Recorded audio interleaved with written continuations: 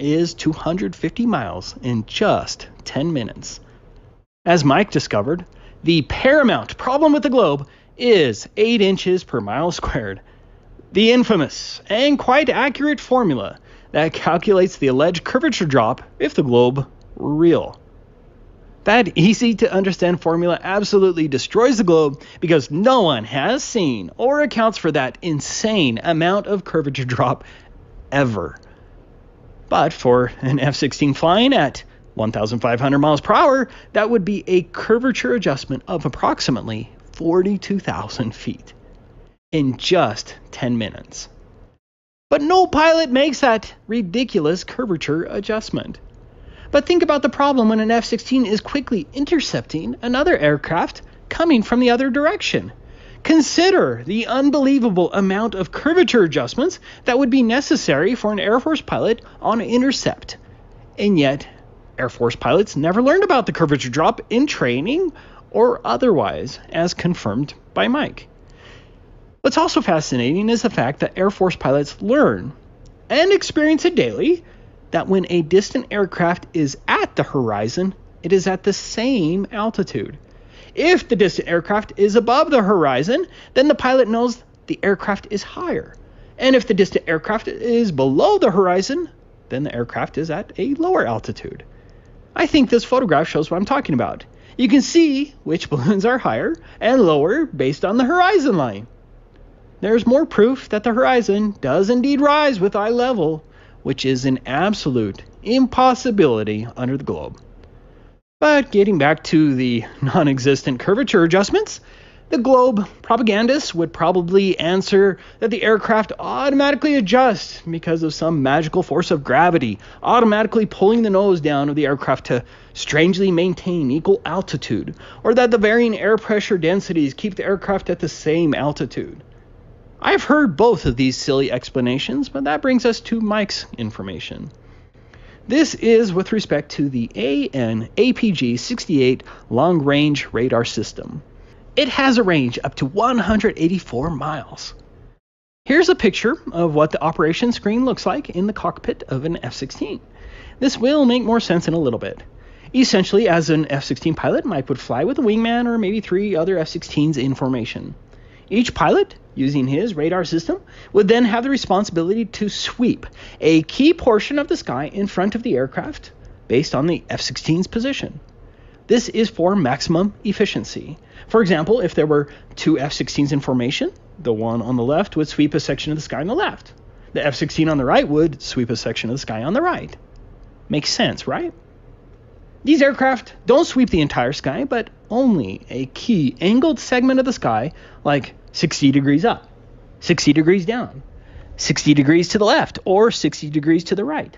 So if, say, 4 F-16s are in formation, one pilot may have the duty to sweep his radar looking for aircraft at 10,000 feet and above on the right side. Do you see the problem yet? What is a radar sweep at 10,000 feet on the alleged globe at 80 miles ahead? Because 10,000 feet at Mike's point of view would not be 10,000 feet 80 miles ahead at the enemy's position. In actuality, that aircraft would be much higher than 10,000 feet than what the F-16's radar would indicate if we lived on a globe. Instead, the computer radar system is based on a flat map. None of the radar readings would be accurate, and enemy aircraft would exploit these problems all the time if we lived on a globe.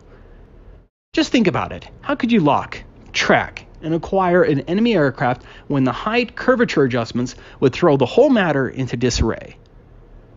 Here's a short 4-minute clip from an online tutorial for an F-16 simulator that talks about how the F-16 radar system works.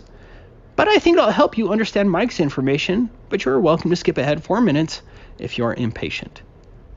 We are positioned here, looking that way. Range 0, a quarter, half, 3/4, full. And that depends on our range scale here. So if we were on 80, that's 80 miles, 60 miles, 40 miles, 20 miles. If we were on 10 miles, 10, 7.5, 5, 2.5, and so on. So currently azimuth is 6. This is the width of the slice of cake, the width of the scan zone. That means 60 degrees to the left, 60 degrees to the right. If we now go to A3, it's now 30 degrees to the left, 30 degrees to the right, total 60 degrees. The limits are shown by that line there and that line there. Now, if I were to move my cursor off the edge, you can see it follows where I go to the max limits of the radar. The bump stops, they're called, 60 here, 60 degrees there. If we want to go again, we can go to 10 degrees, 20 degrees total. And you can see we can move left and we can move right all the way to the bump stops. Let's put it back on 60. At this point, you might think, well, why would you not always have it on full width? Well, the reason is because the refresh rate with the B sweep, that is the B sweep at the bottom there, going right and left and right and left. Remember, every time it hits the bump stop, it goes down a notch. Hits the bump stop, goes down a notch in terms of elevation until it's finished its bar. Its elevation bars. The bigger, the wider you scan and the more bars you have, the bigger your refresh rate is, the harder it is to keep contacts on screen. And it is an absolute art form to keep contacts on screen and balance your situational awareness with your ability to see and track targets. So that's azimuth. Now we have our elevation, the thickness of our slice of cake. How many bars do we want it? Remember, each bar is about, it depends on different radars. They're usually about 3 to 5 degrees. We've got 4 bars at the moment, so that means 4 bounces between bump stops, 4 B sweeps before it resets. We can have 1, we can have 2. So this will give us the maximum size elevation, this will give us the smallest size, this will give them the medium size. But the bigger the size is, the lower the refresh rate, the harder it is going to be to lock, track, acquire and keep a track of these targets. Okay, M3 doesn't do anything at the moment. So next we've got our carrots. We've got our azimuth carrot, or our B sweep, that's this guy here. That is where the antenna is pointing, 60 degrees left, 60 degrees right is where the bump stops are. This is our elevation, so that you see it will go down in 4 bars, then back up to the top. And this radar can handle 60 degrees left, 60 degrees right, 60 degrees up, 60 degrees down. So this is 0 degrees azimuth, this is 0 degrees elevation. That is up there somewhere 60 degrees up, 60 degrees down. If we want to change our Alcatel elevation, then I'm going to press the button and we can move it up here like that. And down, we want to move it down, whoops, wrong button, we can move it down there like that. Look how, if I aim it down, these contacts disappear. These contacts have disappeared, they're now fading. And that's because my slice of cake is aimed too far down and it's below them. If I want to regain them, because I know they're roughly co-altitude, then I move to the middle and we'll start picking them up after a couple of sweeps. Okay, now I know what you're thinking. I can know what angle this elevation is set to, but in real terms, what actual altitude is that set to? And that's where these 2 numbers here, you'll be using these 2 all the time. Note that wherever I move this cursor, these 2 numbers change. You will always be looking at them.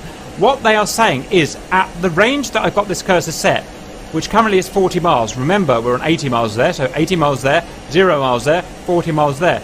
At 40 miles, if I drew a plumb line, that is a vertical up to down line, through our slice of cake, our scan zone, at 40 miles distant from me, it would intersect, that plumb line would intersect the top of the scan zone at 54,000 feet ASL, and at the bottom, minus 5,000 feet ASL theoretical.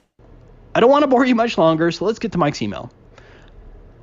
I have a bit of knowledge from my days as an F-16 pilot that I need to share with someone. I respect your work and thought you might be another great person to pass this to. I don't have, nor do I want, a platform, so here you go. If you decide to verify what I'm telling you and have questions, feel free to contact me here. This will be tough to illustrate with words, but I'll try. The F-16 has a radar called an APG-68. At least it did 18 years ago when I last flew it. The radar, in air-to-air mode, has the ability to scan forward plus or minus 60 degrees of the nose, 120 degrees, plus a back-and-forth elevation selectable of 1, 2, or 4 bars or rows. In other words, in 1 bar, it simply sweeps level relative to the aircraft bank back and forth at the same elevation. In 2 bar, it sweeps all the way, then drops a certain amount to sweep back, thereby doubling the volume of airspace searched. In 4 bar, it does the twice, doubling it again. Think of the radar beam as pointing a flashlight. The elevation of the sweeps are pilot controllable. The pilot can tell what the elevation of the sweeps are in the display. At the cursor position, the top and bottom altitudes of coverage are displayed at the range of the cursor, and this altitude is controllable with the L-strobe, a little wheel on the throttle. We use this because if my search responsibility is 10,000 feet and above, I can roll up and cover my area more efficiently. I know this is probably clear as mud, but bear with me. Obviously, you can determine the width of the sweeps at various ranges of your surge. In other words, the distance between the sides of your scope. If I run the cursor out to 80 miles, isosceles triangle math gives you 138 miles from side to side. Curvature math gives you a hump on my nose of 12,700 feet. In other words, if I roll up to search 10,000 and above and set that in the center of the scope, I'd be 22,700 feet and above on the sides of my scope, right? Well, not in practice. If I run my cursor out to any distance, the display shows the same on the left side, middle, and right. So my conclusion is the engineers are going to get fighter pilots shot down because they didn't take into account the curvature of the Earth, bastards, or the Earth is flat. That's it. That's Mike's email. I hope that was semi-understandable. The globe simply doesn't exist in reality, and now we have a retired F-16 pilot who confirms the same. Hope you enjoyed the video. Love to all.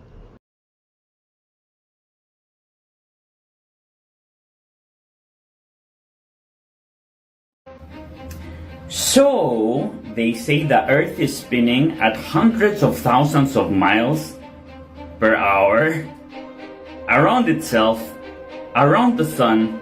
The sun is traveling at crazy speed around the universe. The universe is also traveling at crazy speed around wherever, infinity, and we don't notice a thing. And we can put a house of cards and it doesn't fall. And I don't even get my hair uncombed. And the buildings don't fall. That's all suspicious, okay? But I'm gonna give you something more suspicious than that.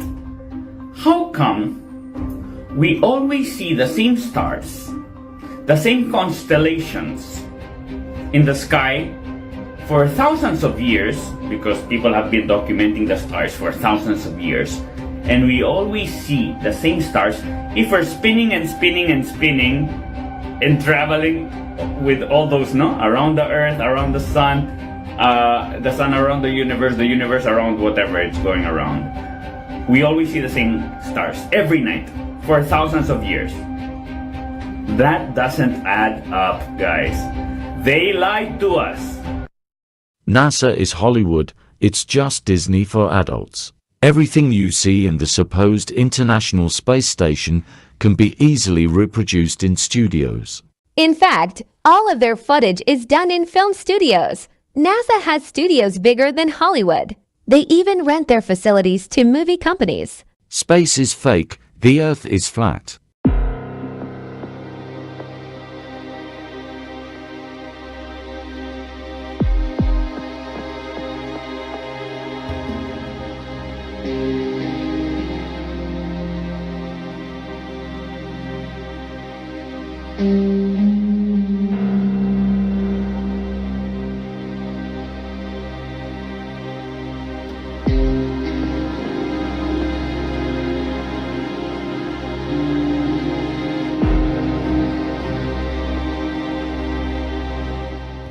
This is big. We have a major update on the mini space race to the moon between Russia and India. Luna 25, which is Russia's first attempt to land on the moon since 1976, just crashed into the moon. Over the last few weeks, both Russia and India were racing to be the first country to soft land near the lunar South Pole. Russia's mission was expected to land one day before India's. Roscosmos, the Russian space agency, said that while they were entering the spacecraft into a pre-landing orbit, an emergency occurred on the space probe that did not allow it to perform the maneuver in accordance with the required parameters. And then they said that it ceased to exist as a result of a collision with the lunar surface. This is all fake.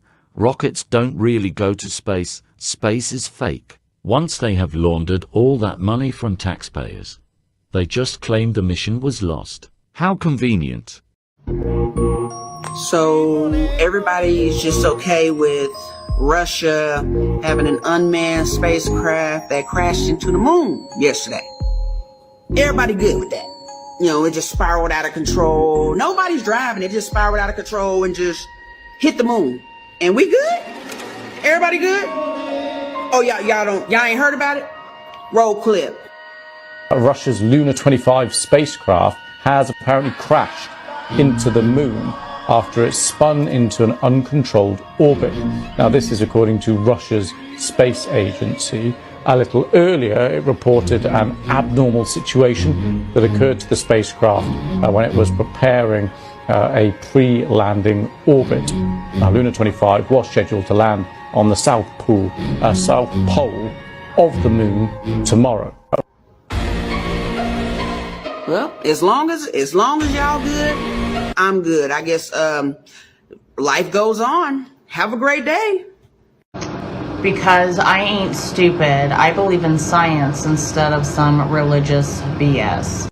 Well, if you'd like to hear some facts, I can give them to you, and I can assure you that my distrust in NASA, this government agency, goes far beyond what you call religious BS. And let me tell you this, Satan does not want me posting this video. I have tried 4 separate times now. Maybe 5's the lucky number. But let's proceed with some facts that, for me personally, has caused me to not trust NASA, anything that they say or anything that they do. And before I post this, let me just say, to those who don't believe in God because you can't see him, you're putting in a lot of faith into scientists that you have never met, and on research that you are just regurgitating from these people on things that you have never seen with your own eyes.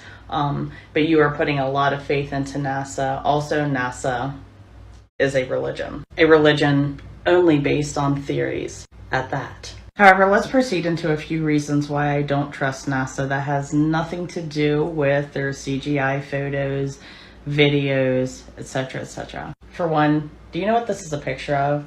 This is a picture of a man who was tested upon chemical warfare while he was in the service, which NASA took part in along with several other government agencies. 70 years ago, he was tested upon and his skin is still falling off and is completely scarred. In December of 1993, a second set of secret documents was released by the federal government, this time by the new Energy Secretary, Hazel O'Leary. They confirmed some of the worst fears of those who had been labeled paranoid and conspiratorialists a short time earlier. Experiments on unwilling and frequently uninformed test subjects, often African Americans and other minority groups, were performed by agencies as diverse as the CIA, the Department of Veterans Affairs, NASA, the Pentagon, and the Public Health Service. Some subjects were injected with plutonium, others were intentionally placed in close proximity to nuclear bomb tests and monitored to observe the effects. The experiments were top secret, run by the government in conjunction with private institutions. The fact that NASA was doing mustard gas experiments with the CIA and the military was a big red flag for me. All of these experiments, not just this one, were done in secret and weren't recorded on the subject's official military records. Most do not have proof of what they went through. They received no follow-up health care or monitoring of any kind, and they were sworn into secrecy about the tests under threat of dishonorable discharge and military prison time, leaving majority of them to not seek any health care of any kind. And what does the DoD have to say about this? The first thing to be very clear about this is that the Department of Defense does not conduct chemical weapons testing any longer. And I think we have probably come as far as any institution in America on race. Really? Okay. Even once the program was declassified, however, the race-based experiments remained largely a secret until a researcher in Canada disclosed some of the details in 2008. Susan Smith, a medical historian at the University of Alberta in Canada, published an article in the Journal of Law, Medicine and Ethics. Everyone on TikTok wants to fight about a Jason Aldean song, but no one really knows. No one has dug in their research of who's to blame for this mess and who the real predators are. It's not the citizens. It's a little higher up than that. Another red flag for me is, oh, look at that. How interesting. Is that all of these astronauts are producers and actors as well, along with majority of our government, majority of those agenda pushers. It's all intertwined, you guys. CIA, Hollywood, NASA, Big Pharma, they're all intertwined. Do some digging into cover-up stories that NASA did for our government. Listen to this one very closely.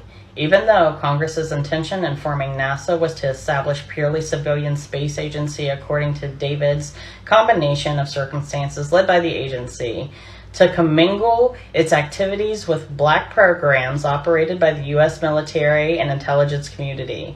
They've been doing this a long time. And what you also will find interesting is when NASA joined the CIA, or when the CIA joined NASA, however it happened, was during the time that they were conducting MK Ultra experiments on people. Because in 1965, the CIA and NASA agreed to establish 8 joint CIA-NASA advisory panels that would meet once or twice a year. Aside from NASA joining in to our government's chemical warfare experiments on civilians and military members, you should also research Project Flicker. NASA employees were caught buying child pornography from criminal ring in Eastern Europe that distributed images of minors as young as 3, it can be revealed.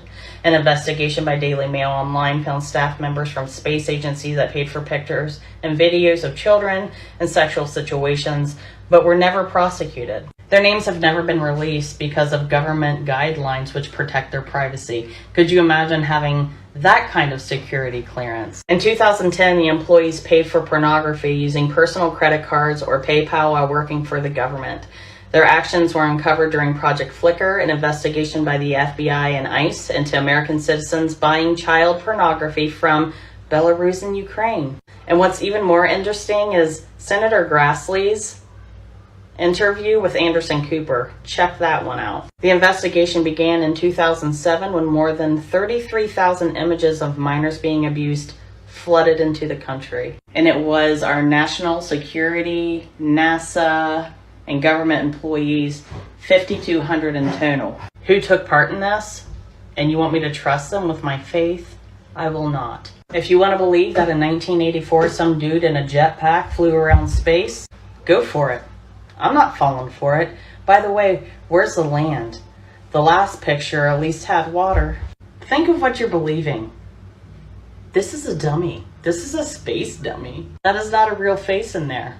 You also want me to believe that they have been inside the sun, that they know the sounds and scents of other planets, and that they can see 13 billion light years away, while our security cameras can't even make out the face of someone who just raped a child. I'm not falling for this. Provide us with some security cameras that actually will do something for humanity, and maybe I'll give it a go. But my distrust in this organization goes far beyond religious BS. You know, we have a saying, us religious losers, us uneducated, that you can tell who a person is by the fruit that they bear. And the fruit that they bear is evil, my kind sir. They want you to believe that creation is nothing, that there has got to be something greater, something more, because they have dumbed us down so much that we don't even recognize what we hold. However, despite what our government wants us to believe, I believe that we are a divine creation and we are meant for so much more than filling their pockets. We are all over Saturn right now. Saturn's North Pole is a hexagon. We are right inside of there. Look at that. Legit photo from NASA. Doesn't look CGI at all. Not whatsoever. This is one of my faves. A stunning image of the crescent Earth seen from the moon, captured by NASA's Orion spacecraft. A crescent Earth. Man, that sand looks like you could just... looks so smooth, doesn't it? No footprints. No tire marks. Just smooth moon sand. Also a good one. Full moon from the International Space Station. Looks like an egg to me. Which brings me to my next point. When have you ever seen an explosion cause perfect circles? So perfect, in fact, that they can cancel each other out during an eclipse. You want me to believe that the sun is outside of the firmament? No, it is not. The sun is inside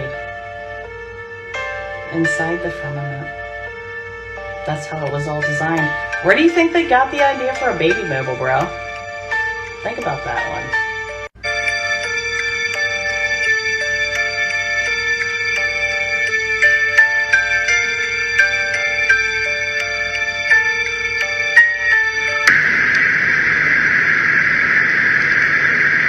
It might make me look stupid. I don't really care, obviously. But I feel like I would look a lot more stupid if I believed in people who are doing atrocious things to humanity while humanity paid for the beds they sleep in at night, considering it is the highest paid organization by federal taxes, in which Biden wants to increase their budget by 8% to almost $26 billion per year. NASA's budget request for fiscal year 2022 reflects a topical range of priorities. The 4 highlighted priorities are: they get paid by Congress, by the way. Addressing the climate crisis nationally and internationally, restoring America's global standing, promoting racial and economic equality. I find that irony, considering the tests that they did. No, it's a no for me. Globetrotters think Superman is real and that he can really fly. Yes, dear, Globetrotters believe CGI animation is real. They think NASA is sending real photographs of Earth while they are just creating them in Photoshop. For example, Globetrotters will think this guy is really doing push-ups with 2 fingers only.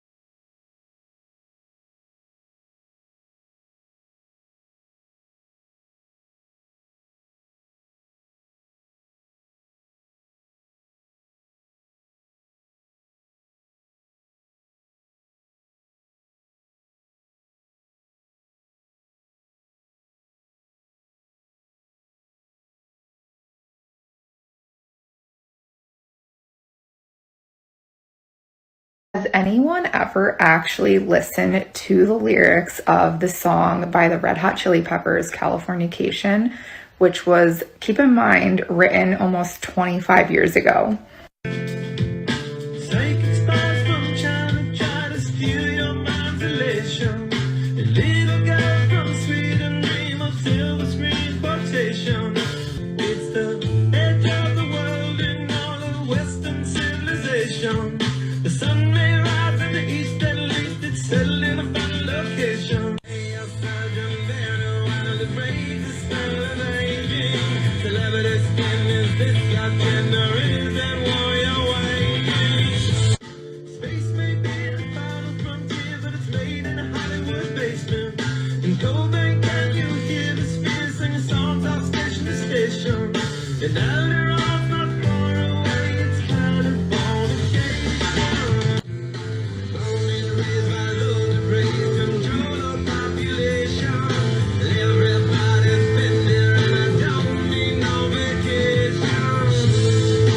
This is a Japanese train at a speed of 200 miles per hour.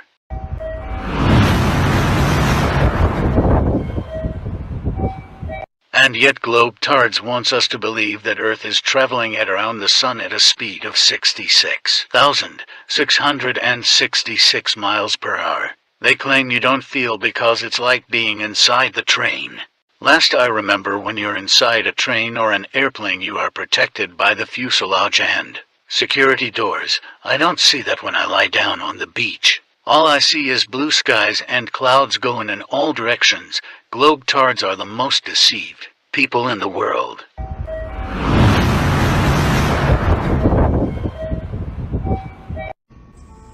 Right, guys.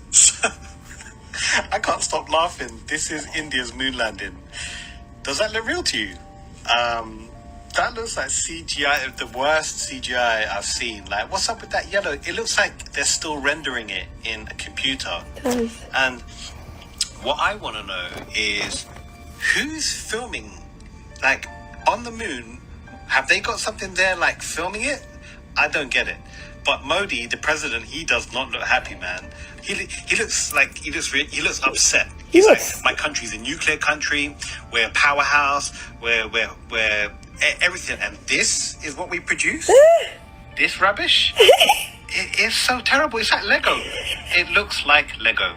And then we have all the actors there in the space agency just loving it. But this is absolutely horrendous. Come on, people, man. It's 2020. We've got AI. We've got Maya, the software that makes Star Wars. And this looks like it was made in Microsoft Paint.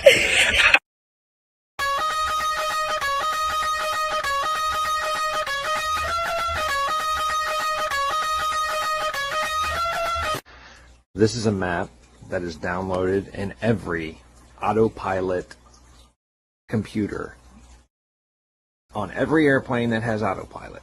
This is the map that it uses. The only proof you guys have for round Earth, the globe, is NASA. No information you have ever received has come from anywhere but NASA. NASA in Hebrew means to deceive. This is Antarctica. If you do measurements for distances on how long flights are on this map, are identical to flight times that you look up on the internet.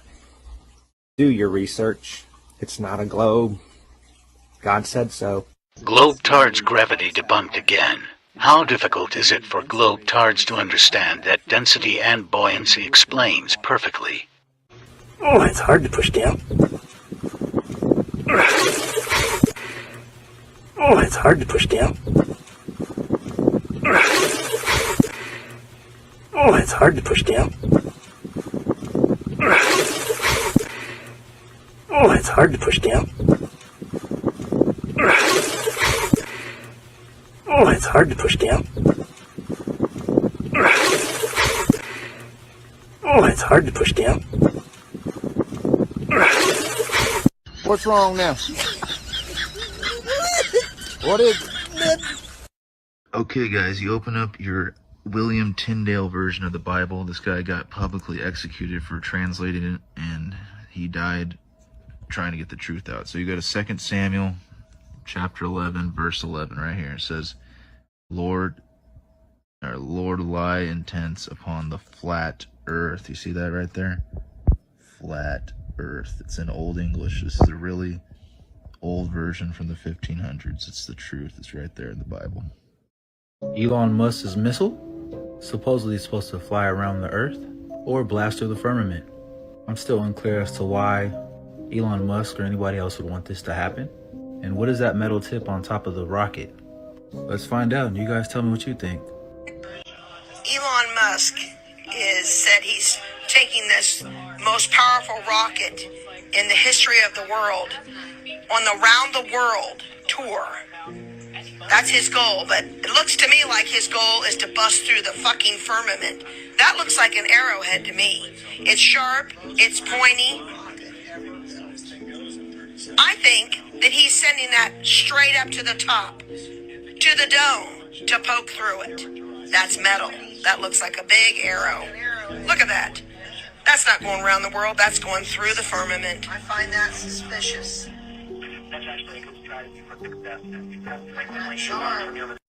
It's also a working model of a flat Earth with the waters above and the waters below, but most of you are not ready for that conversation yet. This company grows food inside domes underwater, and it works better than greenhouses on land. This project is called Nemo's Garden in Italy, and the food grows faster without the worry of temperatures or need of pesticides and insecticides. This really is a revolutionary idea, and if it's embraced, it will change the agricultural world forever.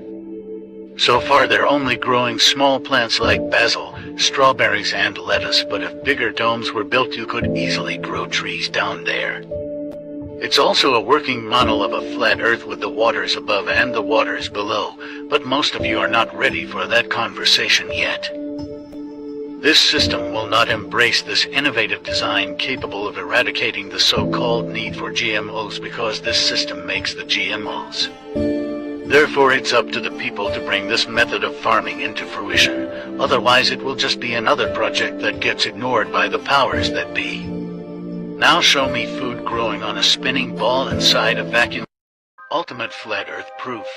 Astrolabes were designed for a geocentric universe, and they are as accurate as the path of the luminaries themselves. This is a geocentric clock based on the Earth being the center of the universe, not the sun like we are told by mainstream science. This is the oldest working geocentric astronomical clock displayed in Prague. They recently changed it and added a globe, but the mechanism inside is still geocentric. You can still find many examples without a fake globe. Just type geocentric clocks. It's not a coincidence that the path of the planets, aka wandering stars, are an exact match to the Gleason's map, and the fact Gleason was a flat earther. It wasn't just Gleason who depicted a working flat Earth with great detail.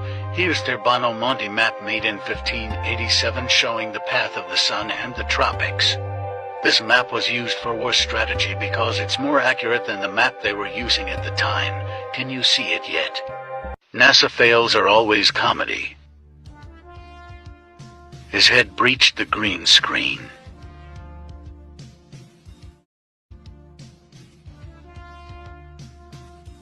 Three-layer CGI fail. Bang, and the astronaut is gone.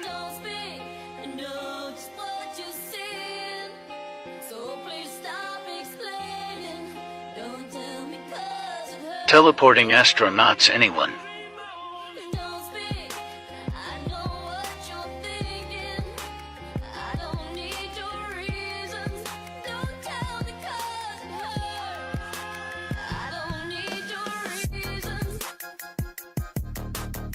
Scuba diver in the green screen pool.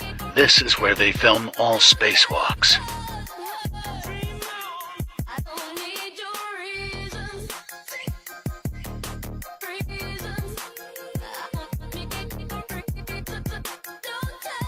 Augmented reality technology on show, sloppy NASA.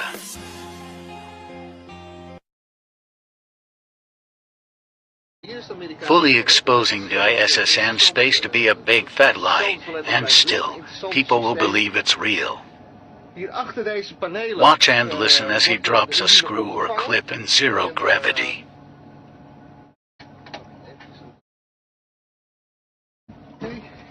And This one takes the award for the worst NASA actornaut. I tried my best. I didn't always succeed, didn't always do well, but I put my best effort into school. Math and science were kind of my favorite subject. I didn't really like English and reading too much, but I've since grown out of that, and I enjoy reading now. And I played a lot of sports. And all of that happened in a little town called York, Maine, across the United States from where we're talking to you right now. All of that happened in a little town called York, Maine, across the United States from where we're talking to you right now. NASA's favorite tool, Photoshop. Thanks for watching. Like, comment, and follow at Mike Priest ARR for more content like this.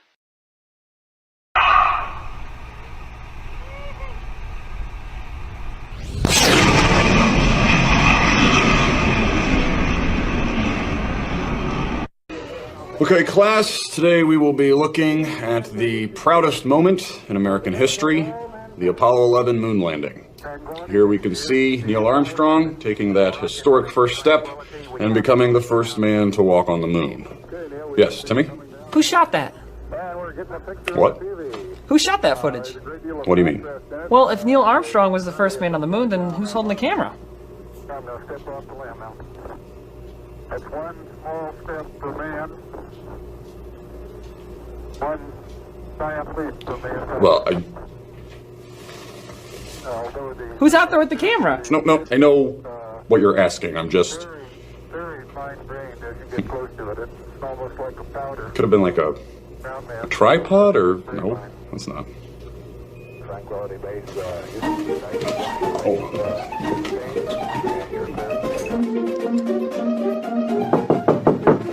Hey, Mr. Teacherson, what can I do for you? Who shot the moon landing? Neil Armstrong. No, he was in it. I mean, who's holding the camera? Wait a minute, I know this. It was... I have no idea. Yeah. What? I know. Hang on a second. Hello? Hey, Mr. Mayor. Who shot the moon landing? Buzz Aldrin. No, he was in the ship. I don't know. Alien? Wait, hold on one second. Thank you for calling the military. Hi, yes, I have a question. Don't ask, don't tell. No. Who shot the moon landing?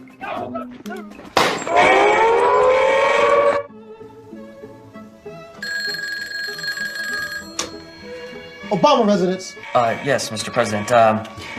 Who shot the moon landing? Who's asking that? Some kid from PS 139. Hold on.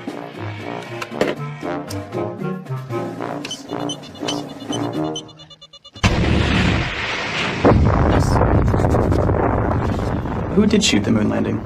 Oh, there was a camera on the leg of the moon lander. And why'd you bomb that school? That's why they call me Obama. All right, check this out. Up top, we get a lot of NASA images of them training in a swimming pool. We never get images of them training in a vacuum, which is technically what space is supposed to be, the vacuum of space. So let's see what happens when they actually try to train in a vacuum. Trying to get the chamber back to a safe pressure and Jim to a safe pressure was inside the suit. As I stumbled backwards, I could feel the saliva on my tongue starting to bubble just before I went unconscious. And that's kind of the last thing I remember. Essentially, he had no pressure on the outside of his body, and that's a very unusual case to get, and there's very little in the medical literature as to what happens when you have that. There's a lot of conjecture, that your fluids will boil. Okay, so he passed out, and then you're telling me just a few years later, we all of a sudden have this dude. This is the first ever. Is it even possible that someone could survive in space in one of these suits? Now, before you come after me, I'm just asking the question. They tell us that the vacuum of space is the strongest, purest vacuum. It's called they rate it in torr, and it's a torr 10. On Earth here, we can create like a torr 7 or torr 6 vacuum, and you need like 11 feet of lead walls so it doesn't collapse in on itself when you suck the air out. But somehow astronauts are surviving in the vacuum of space in this kind of a spacesuit? The astronauts in their spacewalks, which are just utter nonsense if you just look at them, they're in these, I think they're just snowboarding suits with helmets, right? All the seals have to be perfect. Now, I'm not saying the spacewalks are nonsense, but if they need help just to practice in an underwater tank, how are they doing it in space? We've challenged them. Get a NASA, someone in a spacesuit, put them in a vacuum. Let's see it. And they actually tried it once in like the 1960s, and the guy passed out in like 10 seconds and almost died, right? Because you can't do it. You can't live in a vacuum. Now, I'm not saying these spacewalks are real or not, but the slightest mistake with one of those suits, and poof, goes the astronaut almost instantaneously from being in the vacuum of space. Have you ever seen anything more ridiculous? Tiptoe by the window, that is where I'll be. Come tiptoe through the tulip with me. The flat Earth map dates back over 1,000 years. This map is credited to being created by a Persian astronomer, Al-Biruni, who lived between 975 AD to 1048 AD. It's the official map of the United Nations and also the United States Geological Survey. It used to be present in many places before the creation of NASA and the Antarctic Treaty in 1959. Here you see it with Admiral Byrd. This map has been restored by Dmitry from Russia with suggestions of mine, Eddie Alenkar. Known by my YouTube channel Flat Earth Banjo, I asked Dmitry to include the Bermuda Triangle and Point Nemo, a place deep in the Pacific where NASA buries rockets. Then Robert Tozzi, a professional mapmaker, came along and enhanced the map even more. There are many people now selling this map online, but I would greatly appreciate if you can order it from my store. Visit my store and order one of the items. I humbly thank you.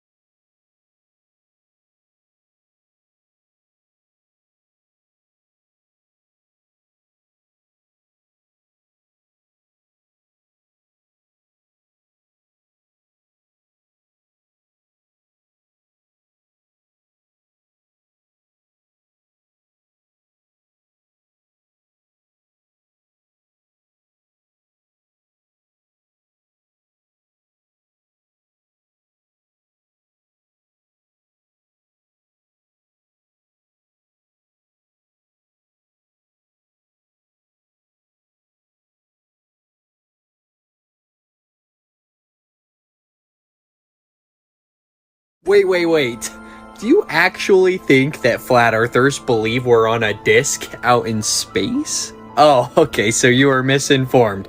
Well, if you didn't know, flat earthers don't believe in an edge, so nobody's gonna be surfing or finding the edge of the earth anytime soon. Why assume that there's an edge to the flat earth when there's no edge to space? And if you've been misled to believe that we think that there's an edge to our level Earth that we live on, no, dude, there's a shoreline, bro. Antarctica. And here's all the pictures for everyone that keeps asking, like, where's the picture of the shoreline? Where's the picture of the edge? This is as far as we can go out, okay, until they start shooting people. And do you think I'm joking? I am not joking at all. No independent exploration is allowed beyond the Black Circle, beyond the 60th south latitude, okay? You go past this, just look up videos of people doing it. But in reality, Antarctica isn't a continent that's on the bottom side of a ball. It's actually an ice wall that encompasses the level Earth that we live on, containing all of the ocean water. What, you thought 500 billions of gallons of water was sticking to an oblate spheroid that's spinning? Whoa! No one in history believed the Earth was flat.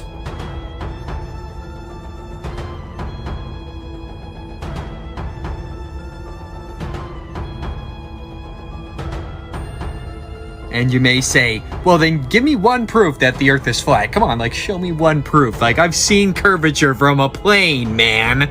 Notice here, 200, about 300 miles is 11 miles of curvature. 200, how much do you think 273 would be? Like around 9? Have a look at the current world record distance photograph. 273 miles away. That's 9.4 miles of missing curvature. And I can already hear all the heliosexuals in the comments. Dude, the Earth's not a parabola, bro. This was from Zetetic Astronomy, Samuel Rowbotham's book. He was a flat earther. This isn't even our curvature model. And what I'd say to that, every single curvature model is within feet, under 1,000 miles. And we were talking about 273. You know, now that I think about it, sea level is a great description, overall description of the Earth that we live on. Sea level, because all of the sea is at the same level. You think sea level makes sense on a constantly curving ocean? No container, no level water, constantly curving. I don't know. It could look something more like this, but if you want more content like this popping up on your For You page and you're following, make sure you're following me here and check out my bio for my Linktree. It's got my podcast that we're coming out with. Without a doubt, the #1 question I get on my channel is, Caleb, how are you a flat earther when every time we look into space, we see spherical objects? Are you sure? Are you sure that these telescopes that you're looking through aren't just condensing the image to make these planets look physical? Let's see what happens when we remove the computers from the equation. Jupiter.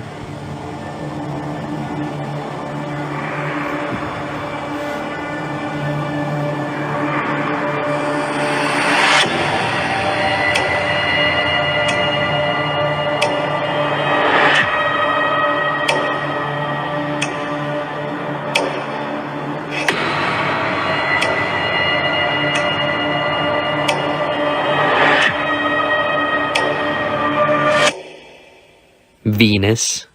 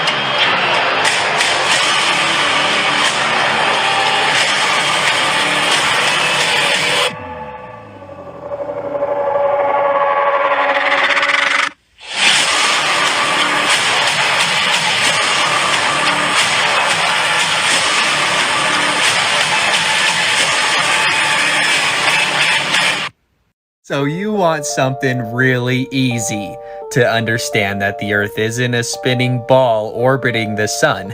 Well, all I'll need is Polaris and the Georgia Guidestones. And I know, unfortunately, I'm gonna have to use rocks that had to keep the population under 500 million. I know, terrible, but you're gonna see why in just a second. So if you weren't aware, Polaris stays in the exact same spot in our night sky, and during the day we just can't see it, and it has for thousands of years. And if you want to say that there was another North Star, I'm calling pseudoscience right away. Extraordinary claims in absence of extraordinary evidence, like for real. But it gets way worse. Not only does Polaris stay in the exact same location in the sky, the Georgia Guidestones had a hole drilled into it that sat on Polaris 24/7, every single day and night. How is that possible if we're doing this? Do you know how much synchronicity is in our sky?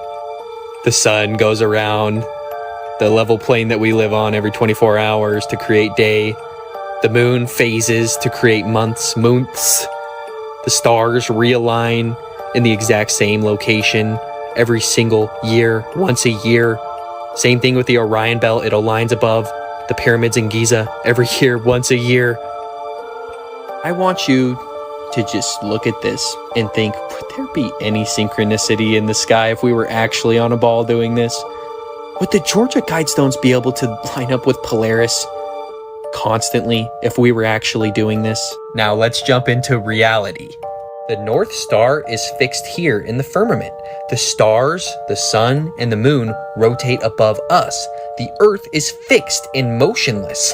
That's how all of the constellations have stayed in the exact same shape, because the stars and everything are apparently doing their own orbits around their own black holes. And how would they stay in the exact same shape? Ursa Minor, Ursa Major, Polaris, Cephus.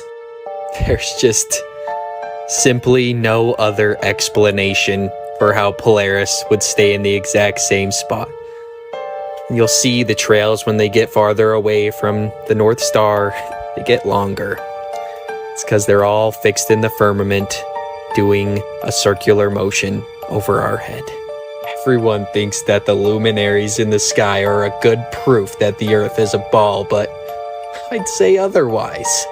I even searched Constellation's Earth model trying to figure out how you guys believe this works, and the first picture that pops up is a flat Earth. But if you want more truth content, make sure you're following me, and check my Instagram and my link tree for my old videos because I got banned 2 days ago. Somebody tells me they don't believe that some of our ancestors were a lot taller and bigger than we thought. Kind of blows my mind. Not only did our ancestors depict these people over and over again in our history, but we have literal pictures and remains of giants. What, am I supposed to believe this instrument was made for a normal-sized person to play? Who was this door made for? Seems a little unnecessary to make such a big door. Just what if this lie is meant to hide this truth? What, you think normal-sized people with horse and carriage hoisted this bell? I'm not taking what the mainstream narrative is feeding down my throat, if you get what I'm saying. I don't believe that our ancestors hand-chiseled all of this detail. I think what we've been handed through the history books might be a lie. Probably a lot more of this going on in the realm that we're not aware of. I think it's time to start asking the people in authority logical questions. What was going on in our past that you don't want us to find out about? What were these people doing? After seeing all of the magnificent architecture that's popped up all over the world from the 1500s to the 1800s, I have a really hard time thinking that these people just used hand tools to do all of this. The world is a stage, None of these presidents have any actual power of the corporation. They're just following a script. None of these history books are going to tell you the truth of what our ancestors actually had going on. The world is a stage, and the lies are being perpetuated by NASA and these astronauts, while your head's being filled with theories, pictures, and stories that nobody can confirm or see for themselves. You do realize there's only supposedly been less than 600 people to space, but we've been going since the 60s. When we ask the questions, we're never getting a straight answer. NASA, never a straight answer. Not a space agency. They've convinced us of this lie. Who knows what they're hiding? If you're seeing this video, it's for you. Look, I didn't even use hashtags. But can we talk about something just real quick? 60 seconds of your time. Gravity, right? Holds trillions, gallons of water to our Earth that spins 1,000 miles per hour, orbits the Earth at over 66,000 miles an hour, and chases the sun at 500,000 miles an hour. Everything's sticking to the ball because of gravity, right? Why doesn't gravity affect planets? Why doesn't gravity hold the ISS back down if gravity's constantly pulling towards it? Seriously, makes no sense. Gravity is pretty strong, man. Keeping all the oceans sticking to an oblate spheroid, while simultaneously too weak to pull the morning dew off a blade of grass. It just doesn't make any sense. Just ignoring birds. And these guys are great proof that there's no such thing as gravity, but welcome to reality. If you're seeing this video, you're gonna want to stick around till the end. I'm gonna be going over 15 documents from NASA themselves talking about flat Earth. And here's our first. All of these documents you can find yourself online. 12th page, very bottom paragraph. Within the program, the nonlinear equations of motion include 12 states representing a rigid aircraft flying in a stationary atmosphere over a flat, non-rotating Earth. Document number 2. This report documents the derivation and definition of a linear aircraft model for a rigid aircraft of constant mass flying over a flat, non-rotating Earth. Number 3. In this paper, the rigid body equations of motion over a flat, non-rotating Earth. Also says it later in this document. The DPS equations of motion use 4 assumptions that simply the program, while maintaining its fidelity for most maneuvers and applications, point mass modeling, non-turbulent atmospheres, zero side forces, and a non-rotating Earth. Shout out Timothy for this one, and June 1997. The idealizing assumptions made are the following: a point mass vehicle, a flat non-rotating Earth, and I hate that they say a constant gravity here with the SR-71. Like the SR-71 goes like 2,300 miles an hour. That's 2,300 miles in 1 hour. That would mean it would have to dip to the curvature of the Earth in 60 seconds, like 9.3 miles, which definitely gravity's not doing that. So that's the only one I don't agree with. Next one from our guys over at NASA. In addition to show above requirements, this simulation assumes a vehicle with 6 degrees of freedom and aerodynamic symmetry in roll, and the missile position in space is computed relative to a flat, non-rotating Earth.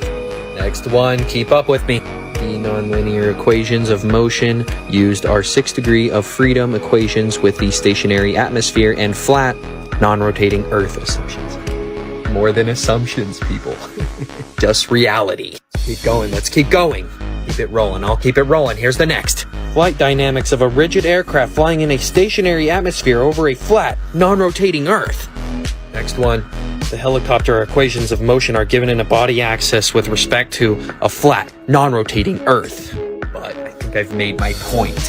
NASA, these guys, they know the truth. That's why this ellipsoid that they paint in Photoshop for you guys never looks the same. Your guys' ball literally violates the second law of thermodynamics, man.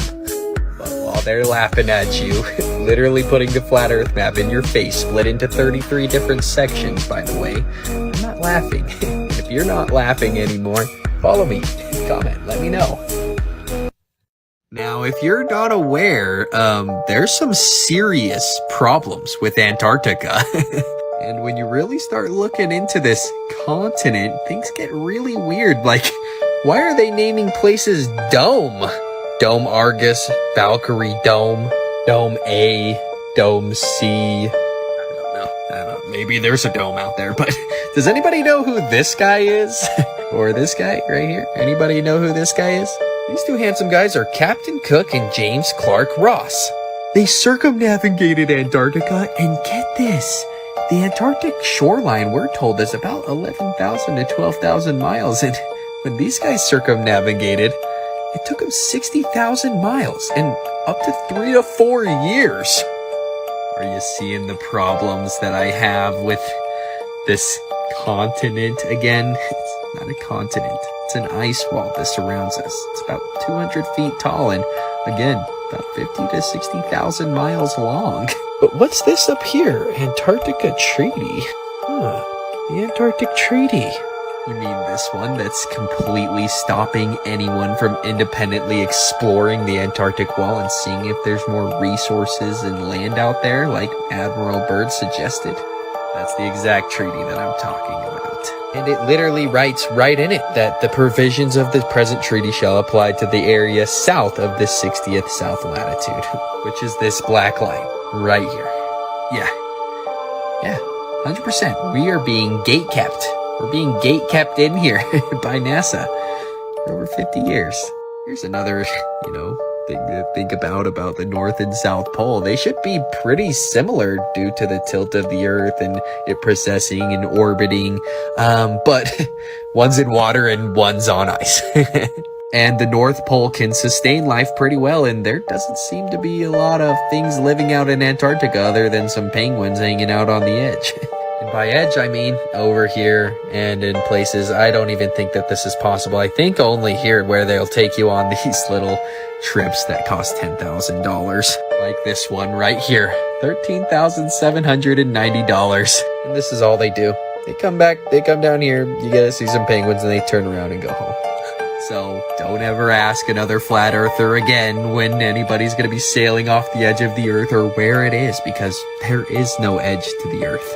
All we know is there's an ice wall surrounding us that we're not allowed to go explore.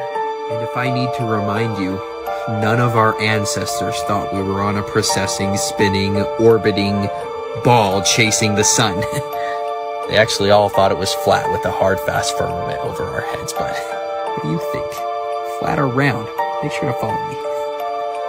Scientist shares new star photo, but admits it's actually much closer to home. What is this guy talking about? Photo of Proxima.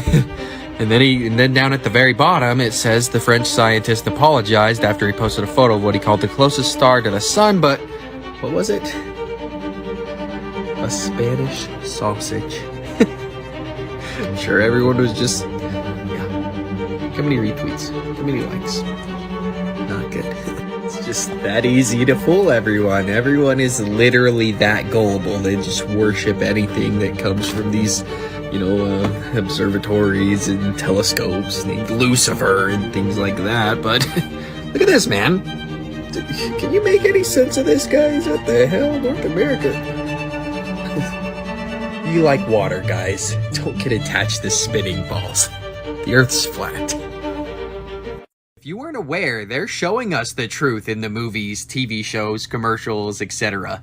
And if you thought Flat Earth was any different, you're sadly mistaken. I'm going to showcase just a few examples of them showing you the firmament, Flat Earth. But before I do, follow my backup channel, linking it right here, and check my link tree for my Telegram channel I made yesterday. But enjoy.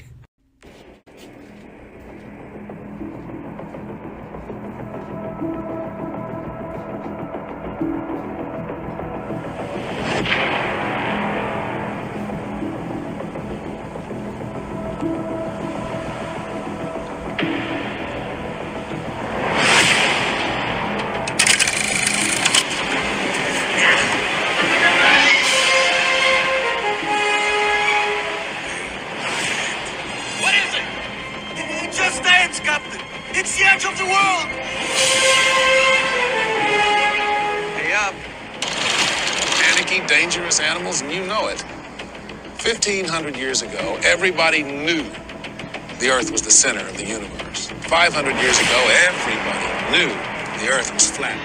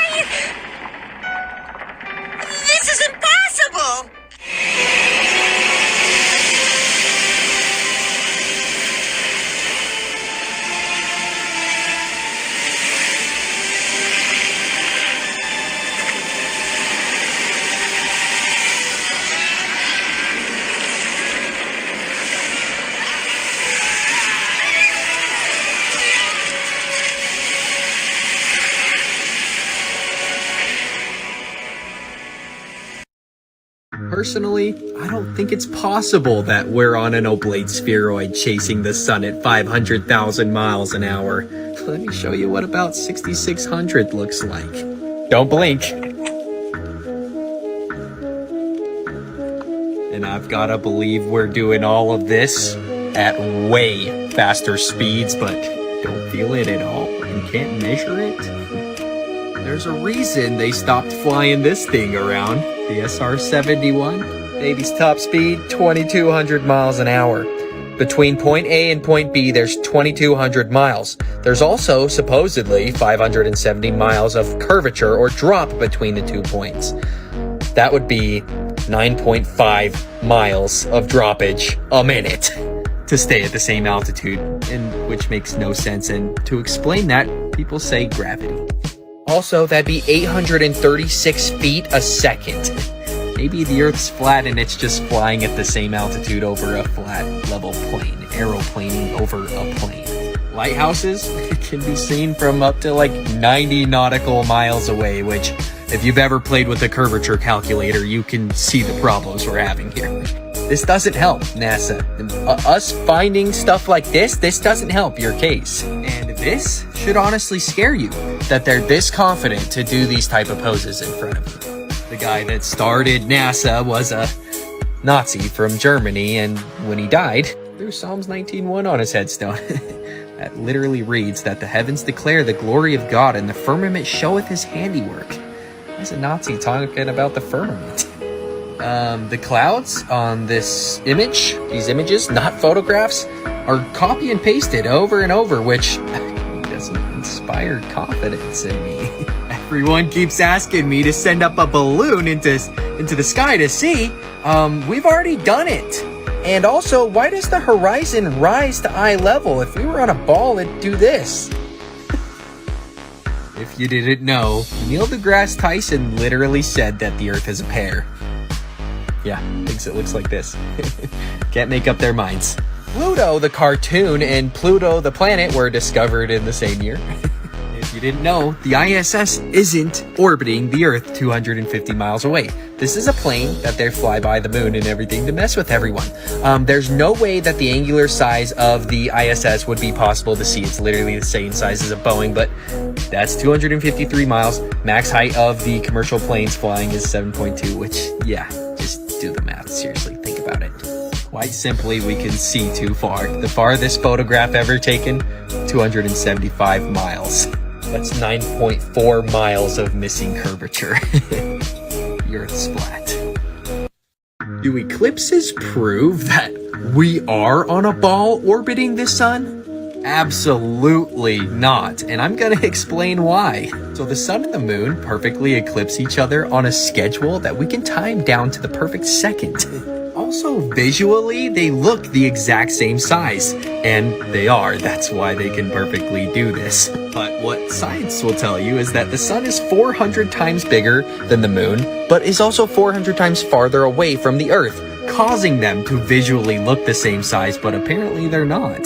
They also admit that this is insanity. Scientists say that the odds of this happening elsewhere in the universe is about 1 in 1 billionth of a chance, because it never happened. Also, you've got to believe that this all perfectly realigns every 19-18 years from the Big Bang. And if you still think that this makes any sense, you've probably never seen the three-body problem. No matter what physics program, we put three bodies of mass doing gravitational orbits around each other, they never realigned ever again. Here's one example, and here's a second example. How am I supposed to believe that we've got 8 planets orbiting our sun? Those planets have moons, and somehow all of these planets' gravitational poles are not affecting each other, pulling their orbits off of the sun's orbit. Like, some of those planets are pretty big. But if you're new here, there's no such thing as planets. We're not on a planet either. Minus the T minus. Like NASA says, plane. We're on a level plane. And I've gotta believe this is all going on. How does Polaris fit into this? Never moving for centuries. Staying in the exact same location. And again, why isn't everything collapsing into the sun? Honestly, I think our ancestors were onto something. The only way that they can simulate what's happening in the sky is by recreating the firmament. The irony. While we were doing all those motions, when the Georgia Guidestones used to be up, there was a hole that stayed on Polaris permanently, all the time, every single day, every single night. How does that make sense on this model? You could just do one thing for me. Look into these missions. Just even a little bit. Just look into them. There's no curvature to the Earth, people. NASA's just using fisheye lenses. This is a great image to show after showing the three-body problem. With all the stars in the sky, and they're supposedly doing orbits and things like that, our sky should not look like this. All the stars doing circular motions around Polaris, Polaris staying in the exact same spot. Everything's gravity would be affecting each other, and yeah. But here's a question for the heliosexuals. If during a lunar eclipse, we're in between the moon and the sun, why do we see them both above the horizon? You want an easy way to figure out whether you're on a ball or on a level plane. Well, here's an easy one. You guys understand longitude and latitude lines, right? If I were to tell you that Ursa Minor, Ursa Major, and the Polaris star are visible from the 30th south latitude. How are people from the 30th south latitude down here seeing a star that's aligned with the North Pole? And everybody loves to say that the Southern Cross proves that we're on a globular testicular ball. But it doesn't prove anything, actually. It actually would only make sense that the Southern Cross should be seeable every single part of the night by all of those areas, and it's not. But that's the part the heliosexuals leave out. You can only see the Southern Cross at very specific times in these 3 locations. Completely possible on a level plane, guys. Hey guys, you might know me as KCD Industry on TikTok. Well, I'm no longer KCD Industry on TikTok. Why? Oh, well, I opened TikTok about 20 minutes ago and it said account status logged out. I'm like, what the hell? I just need to log back in? Okay. Oh, I wasn't logged out. I was permanently banned. Again. If you've been here long enough, you may remember us hitting 147,000 followers. The good old days. Then we got banned. I guess it's time to start our flat earth journey all over again. What, you think I'm mad? You think I'm sad? Think you can break my spirit? No, my followers are just lost. They'll find me. But with your guys' help, I think that we can help a lot of my lost followers find me again. So hit the like button, comment, share, favorite this, and repost if you're able to, if you feel willing, and maybe duet or stitch this and let everyone know that I'm banned again for my extremely G-rated content. I don't even swear. But also, the heliocentric model completely violates the second law of thermodynamics, so look into that. I'll say you've got to go so high to see the curvature of the Earth because we're so small. But then again, just contradict themselves completely and say that this is curvature right here. I don't know. But if you guys want to see all my old content from my first and second page, make sure to check out my Instagram. I am going to be trying to force you guys over there. I think this shit's getting crazy over here. And this is an axe on a tree. Not like, what else would it be?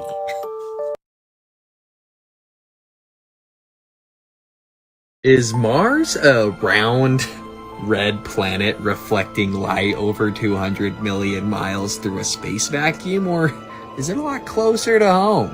Here's an image of what they're saying Mars's surface looks like, and when I went on my search engine and just searched Devon Island, it looks kind of similar. And also, this was the first image that pops up. So I said, let me investigate some more. This Devon Island place seems a little odd. So I looked at it on Google Earth, and you're not gonna believe what I found. Yeah, I was looking into this at like 2 a.m. last night, but you are not gonna believe what is just played right there as soon as you zoom in. Just rewatch the video if you want to zoom in on yourself. Just download Google Earth on your phone and you can do this yourself. But I go into Street View, click here, and the first thing that we're gonna see here is a couple trucks, some people hanging out by some four-wheelers. But what is that a NASA sign on that? What is Mars 1? NASA? Moon 1? NASA?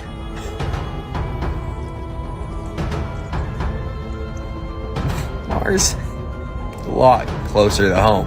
It's in Canada, people. Seriously. By the way, this lie makes no sense if you just like logically think about it. They're telling you that they've had a little drone on Mars since 1997. They've been driving that thing around, but we can't go back to the moon. This thing just traveled through a space vacuum and perfectly landed a drone, slowed down, and it just really can't think about it. Whenever you're talking about Mars, you've always got to bring up the book by Dr. Werner von Braun, literally talking about a guy named Elon colonizing Mars. All that they're trying to do is convince you guys that space is real and that this planet sucks and that we should go elsewhere. We have all we need here. We haven't even discovered all of it since the Antarctic Treaty's stopping all of us. But anyway, Mars also, they go to a couple other areas to take pictures.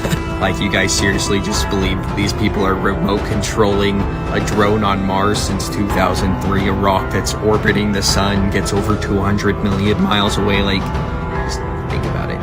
But in my opinion, I don't think anybody's going to be landing on Mars anytime soon. This is what it looks like when us normal people look at it, and this is the computer-generated images that NASA will throw in your face. None of what's in the sky is as described by NASA. CGI. Reality. But if you want more content like this popping up on your For You page and you're following, make sure to follow me before you head out of here, and make sure to leave a comment letting me know your thoughts. Hey, you got a second? You may think Flat Earth is stupid, but NASA? They sure don't. Linear aircraft model for a rigid aircraft of constant mass flying over a flat, non-rotating Earth. Number 2 in this paper, the rigid body equation of motion over a flat, non-rotating Earth. This is a good one. The program, while maintaining its fidelity for the most maneuvers and applications, point mass modeling, non-turbulent atmosphere, zero side forces, and a non-rotating Earth. Here's another one. I wonder what point A is. The Earth is flat and non-rotating. I wonder if that's why Obama was always making fun of flat earthers, so it would become herd mentality. Also, maybe us taking long distance photography photos 273 miles away. The top peak of these mountains that we're seeing is 3 miles high, okay? So there's 9 miles of missing curvature, so if you add the peaks of the mountain, that's 6 miles. The Earth's flat. For anybody with a conscience still, this should be obvious. See no evil, hear no evil, speak no evil. And these guys are, yeah, stare at this picture too long. I know that they brainwashed everybody in school, like, no, everybody thought Copernicus, Pythagoras, we all thought that the Earth was a ball forever, man. No. Whoa, they lied. They lied to us. I'm sorry, they lied to you, they lied to me. All of our ancestors left us pictures, and none of them were drawn balls. I've said it before, I will say it again. Something's going on at the North Pole. This is what our ancestors drew. And this is what I'm getting on Google Earth. No way in hell. Let me go check right now. Density, guys. Density, buoyancy, electromagnetism, observable, repeatable, measurable forces. Gravity is not holding Australians to the bottom side of an oblate spheroid that spins 1,000. No, just because Freemasons say it doesn't mean it's true. Seriously. Think about it. Lighthouses, right? We can see these things from like almost 100 miles away, dude. There's no way we're on a ball. That's 6,666 feet of missing curvature. Over a mile, man. They're laughing at you guys, okay? Yeah, you get it? They're laughing at you. That's a flat Earth map. That's the UN logo. Look it up. This model defies the second law of thermodynamics every day, okay? Seriously, check out my link tree. Check out my Instagram. It's got my old videos. Follow me here. I just got banned. Have a good night. Hey guys, hope you're having a good day. Does anybody think it's weird that all of the astronauts that have been to the moon, all the dudes that have walked on the moon apparently, are Freemasons? Like, I was like, okay, like maybe one or two, like that's like still a little weird, but every single one? And we know exactly what lodge they go to, what rank. Yeah, Tejon Lodge number 104, huh? Colorado Springs, James, huh? Here's Buzz Aldrin's lodge number right there. Edgar Mitchell. Yeah. James Irwin. Yeah. We got Leroy out here repping lodge number 82 out of Colorado. Coincidence? Don't believe in those. But I don't think anybody's landing on the moon. We literally see the blue sky through it. We can picture stars through it. Like, it's not a physical object, dude. It's like a plasma, a holographic projection. I know exactly what you're thinking. Man, those flat earthers, they're a different breed. We can see the curvature of the earth from planes. Like, seriously, get on a plane, go travel. Have they not traveled at all? Like, look at the Felix Baumgartner jump for the Red Bull jump. But what if I were to tell you that the priest of scientism himself has admitted that nobody's seen the curvature of the earth from a commercial airplane flight, and Felix Baumgartner's jump is fisheye lenses? But hear it from him himself. And the dude who jumped out of a perfectly good balloon, what's his name? Felix Baumgartner. He would have been about 2 millimeters above the surface of this globe. That's his edge of space jump. Not only that, they made sure to photograph him standing there with a really wide-angle lens, which curves horizontal lines. So in the photo, you see this curvature of Earth's surface, and he's like, wow, he's in space. Look at that. No, he's not. At that height, you don't see the curvature of the Earth. If you are 2 millimeters above this beach ball, you just don't. That stuff is flat. And before you say prove it, like show us the horizon being completely horizontal at 120,000 feet. I'm about to, okay? But your logic isn't making a lot of sense here, guys. I thought this was curvature, but we've got to go clear up here to see curvature, and we still don't. But watch this little film I made. How many level horizons to create an oblate spheroid, guys? You guys were so sure that you were seeing the curvature of the earth from planes. But sadly, you were just mistaken. The windows are round, guys. There's no convexity to the level plane that we live on. And if you've been waiting for the high altitude balloons, wait no longer. 120,000 feet plus. not an inch of curvature. 60,000. Again, over 100,000. Why does the horizon always rise to eye level? If we were on a ball, it would do this. Time to wait. But if you want more truth popping up on your For You page, make sure you're following me. My account just got banned yesterday at 80,000 followers, so I've got a couple people that are probably looking for me, and check out my link tree in my bio.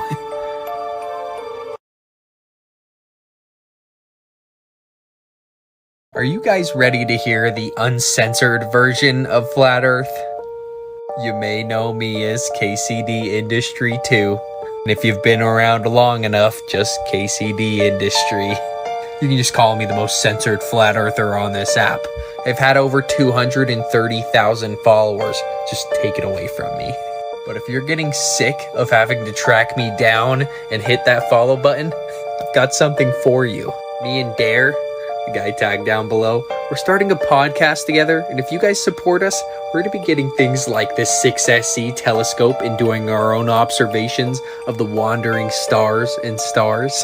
We'll be getting drones to observe the sun not setting over a physical horizon. And of course, I'm not going to leave out the P1000. We'll be doing live streams with this and the telescopes from different locations in the United States. If we get enough support, I'll be live streaming every equinox trying to catch a lunar wave. But if you're ready to see us deconstruct this globe, make sure to let me know in the comment section, follow me, and check out my link tree in my bio. It's got my Instagram where I've got a few of my OG videos from my other channels that, like I showed you, went down.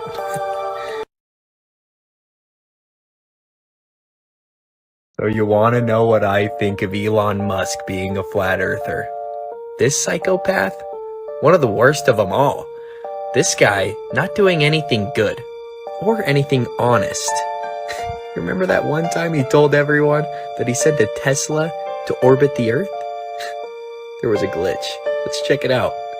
You know it's real because it looks so fake. Remember those words, Elon? Oh yeah? Or, oh, that makes a lot more sense. Remember the jacket that he wore to the Met Gala in 2018? What's that say on his jacket? You do understand what Novus Ordo Seclorum means. In Latin, right? New World Order. Yeah, this guy's a Republican Bill Gates, dude. And he's trying to put brain chips in everybody's brain. You do realize you put that brain chip in your brain, you are not a human anymore. Legally, you're transhuman. So human rights, better throw that shit out the window. Have you not seen the clip of Elon Musk's spaceship scraping against the firmament? Okay, I'll give it to you. While you're watching it though, think water. This clip in and of itself basically affirmed to me and woke me up to that there is 100% something up there and we can definitely not leave. And here is a live video of them trying to break it. Look, here's the ship coming off of the firmament. Look at it. It's going to go back onto it now. Look at this. Look at this. People just watch this shit. Look at this. They are trying to cause a flood. It gets good. It gets really good right here, though. Yeah, zoom in, buddy. Get in there real close. Look at these ripples. Does that look like it's scraping against water? Oh, shit. What in the... So if Elon Musk were to give me a call and say, hey, buddy, you want to go out for some drinks? I want to show you this is all real. I probably wouldn't take his offer. Whoa. Side note here. Vladimir Putin makes new Tartaria archive public? This lie is just as big as this one. Nobody is seeing curvature. Nobody can demonstrate gravity. Antarctica, not a continent, it's an ice wall that surrounds us 360 degrees, containing the water. Because water always needs a container.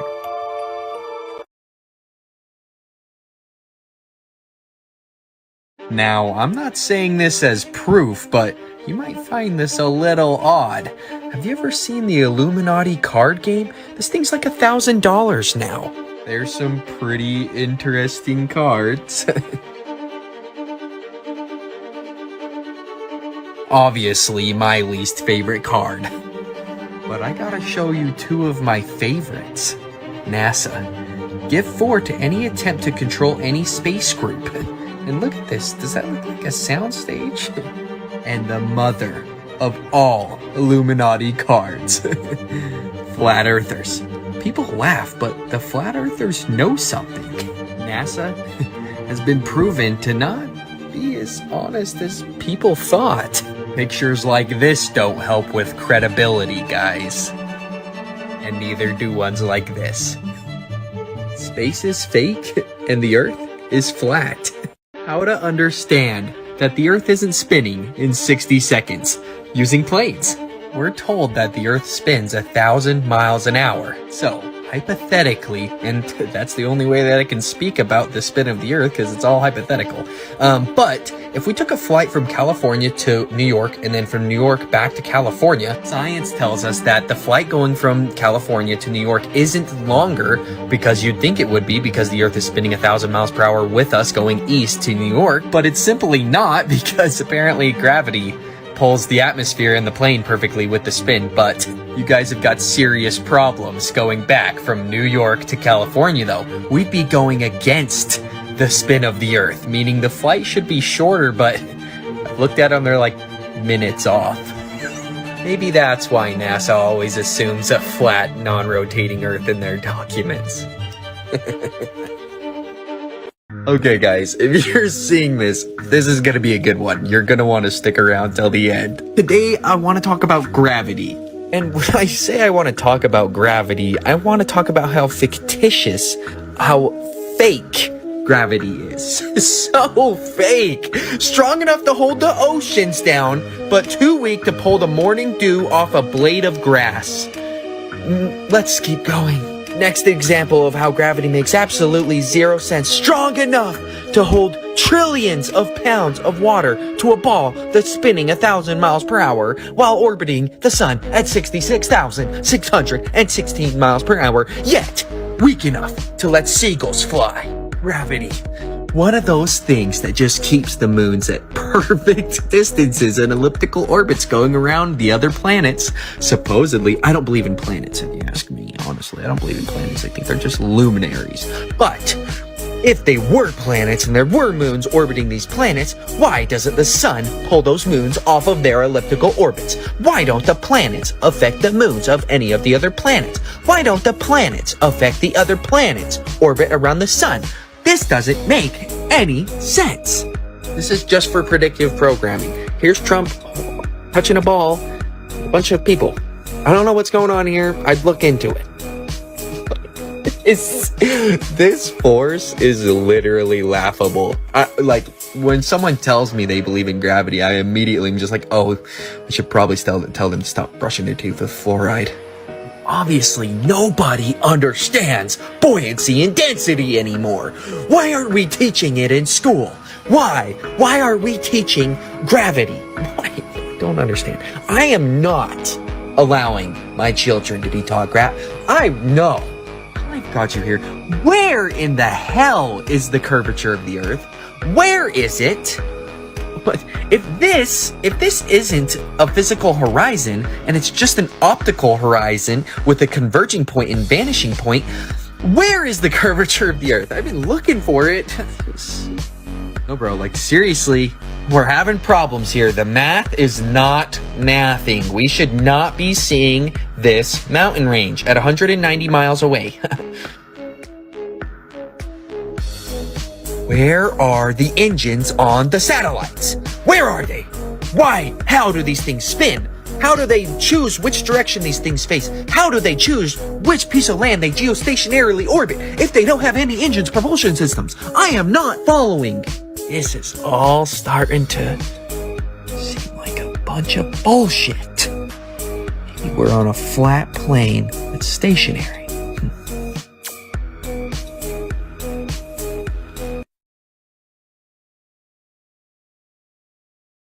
The number one question that I get as a flat earther has to be, how are you a flat earther when whenever we look through telescopes, we see spherical objects?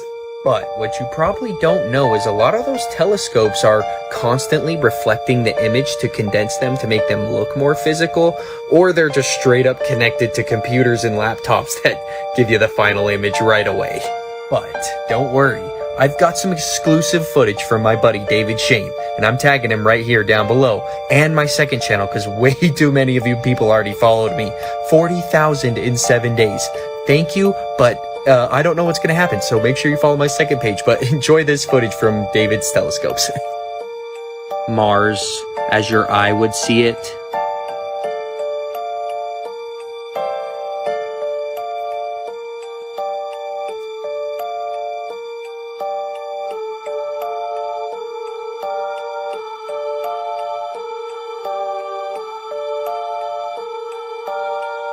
Jupiter in its true form.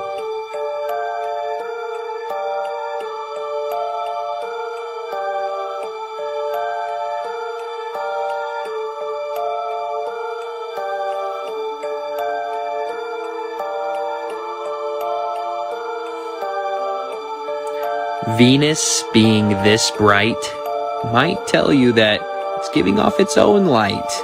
Maybe it's not reflecting the sun's light. With a red filter, notice how bright this planet is.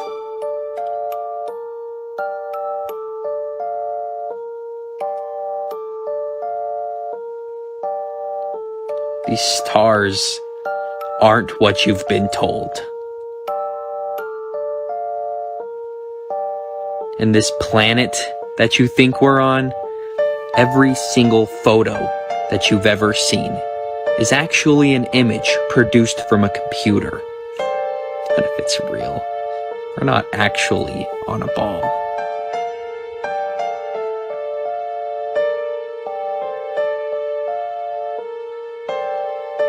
Here's a Google Pixel 2 commercial exposing the truth right to your face, but nobody was looking.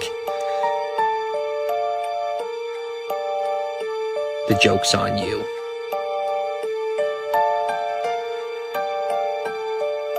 Is the International Space Station actually orbiting the Earth at 17,500 miles an hour? Or is it a lot closer to home? A lot of my Instagram followers have been sending me this post very misled, thinking that this thing's actually real. Here's the details of the photograph, and here's the ISS apparently transiting the sun. So I'm supposed to believe that we can resolve the angular size of this hunk of metal that's 250 miles away from the Earth? Let me put this into perspective. If you weren't aware, the International Space Station is apparently the same dimensions basically as a Boeing plane. The max height of a Boeing plane is about 7.2 miles. Look at the size of the plane. 253 miles. Look at... Like, you guys actually think that we would be able to resolve the angular size of the ISS? Genuinely. Come on. Just like, think about it. And if the International Space Station is actually in space, I thought that space was empty. How is this astronaut's helmet filling with water? NASA alarmed that astronauts' spacesuits keep filling up with water. Starting to think that these guys might be filming this stuff in a pool with a green screen or blue screen. I start trying to connect the dots. NASA, on their website, literally admits that they have an exact replica of the ISS in a pool.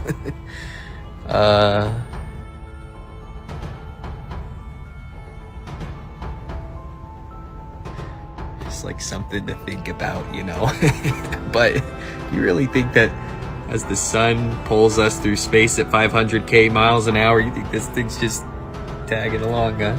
Like all the other satellites. And I know what you're thinking, like, why does this matter? Like, I gotta go to work tomorrow and pay my rent still, like, who cares? What if you didn't? What if we weren't giving so much money to the government? $19 billion a year. Sprinkled with some CGI, guys. That's what we're getting. $19 billion. But if you just look into the ISS, you'll see problems. And if you just critically think about it, a bullet travels at 1,700 miles an hour, and the ISS travels 10 times faster. And I'm supposed to think that they can get on and off of it? But if you were to ask me my opinion on what we're seeing here and in other photographs of the ISS apparently transiting the moon and sun, the government's admitted they have scopes that can see through concrete walls and read heartbeats. You don't think they could retrofit a plane to look like the ISS and fly it past the moon or sun? But make sure you're following me and follow my backup right now. Is the moon actually a rock that's tidally locked to the Earth that spins, but we never see the other side of it for ever? One thing that'll tell you, we weren't taught anything, about the history of the moon. There was a recorded time in our history where there wasn't a moon in the sky at all. According to numerous ancient accounts, there was a time when the moon did not exist in the sky. Read the full thing. There was a time when no moon could be seen in the night skies, in describing the history of Greek region of Arcadia. In the area since very old times, at a time when the moon did not exist. Maybe I missed that day in public school, but I don't feel like a lot of people don't know that. Let's go back to March 15th of 1848. On my first looking into the telescope, a star of about the 7th magnitude was some minutes of a degree distant from the moon's dark limb. I saw that its occultation by the moon was inevitable. The star, instead of disappearing the moment the moon's edge came into contact with it, apparently glided on the moon's dark surface, as if it had been seen through a transparent moon, or as if a star were between me and the moon. I have seen a similar apparent projection several times. The cause of this phenomenon is involved in impenetrable mystery. Yeah, not only are we seeing through the moon during the day when it's out, but we're seeing stars through it at night. And I've got videos of it as well. Check it out. What is your theory? Well, it has been rather more than a theory. 10 or 11 years ago, I stated to various scientists that the moon is not a piece of rock, but it is plasma.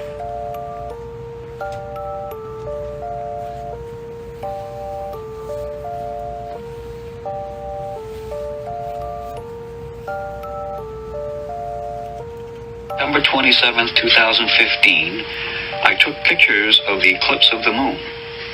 I set up my 5-inch telescope using a 17mm eyepiece and took these snapshots. You will notice in the pictures, stars show through the dark portions of the moon. And as I go through them, I'll blow them up a little larger so you can see these stars. I'll point to one. There's a blue star here, a white star. There's another star right here that shows up quite.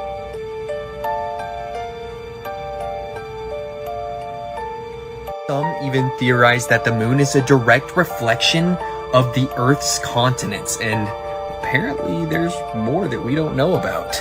Definitely let me know what you think in the comments section, and make sure you're following me.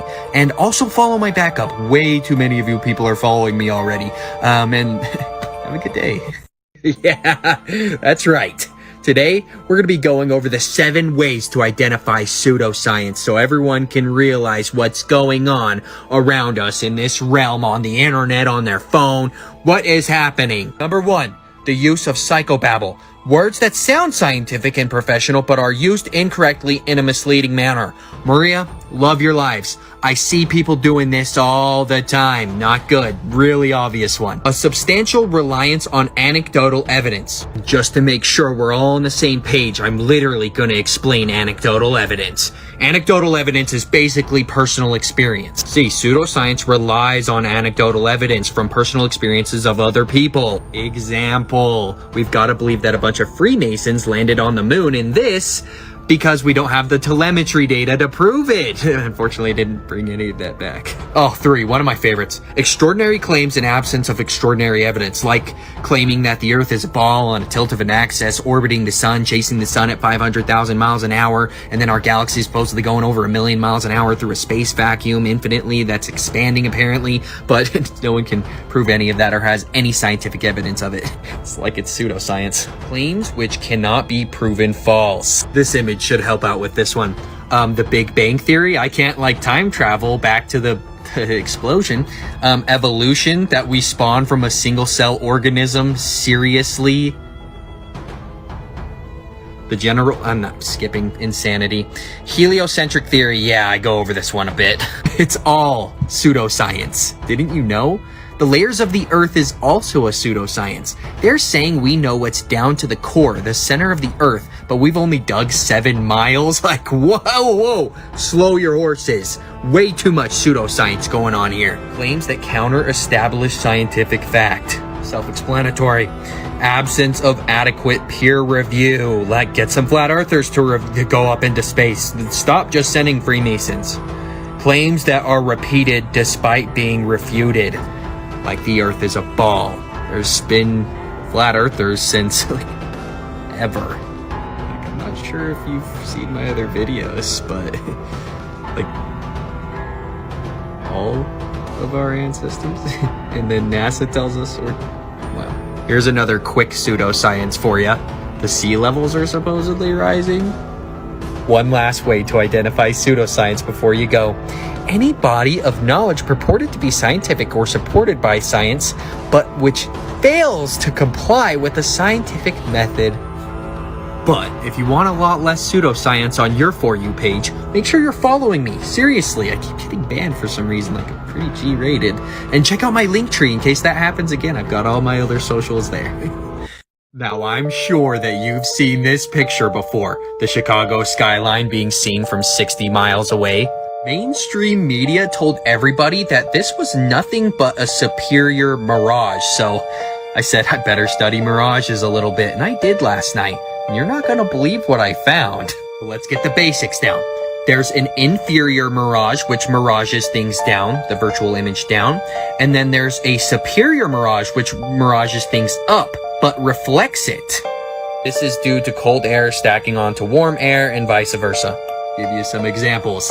Superior mirage, another superior mirage. And if you're a critical thinker, you're already thinking, how is this a superior mirage if this is a superior mirage, if it reflects the image upside down? They're actually saying that this is a Fata Morgana mirage. You can read here about them. Here's an example of a Fata Morgana mirage. Another example. So now you're thinking, okay, like, makes a little more sense, but why would it be directly connected to the skyline? If it wasn't the skyline, it would be up. Like, I don't know, still problems, but what if I told you that this type of mirage isn't happening either, though? I messed with the contrast, the brightness, and other things, and I'm seeing the skyline again, guys. I'm wondering if this isn't the skyline here, and this is just a wind line that came through and caused the ripples in the water. And I did the same thing for the other picture. Do this yourself, and is that the skyline actually right there? Right behind the boat going across, and this is again another wind line creating an optical illusion? I'd say yes. So guys, don't get misled when you're looking into superior mirages. This doesn't happen. Ever. You think that the bottom of this boat was perfectly just gonna be refracted into the sky, not connected, like dude, seriously guys, you just magic, huh? They think you're so stupid. Seriously. They're saying that this is a superior mirage.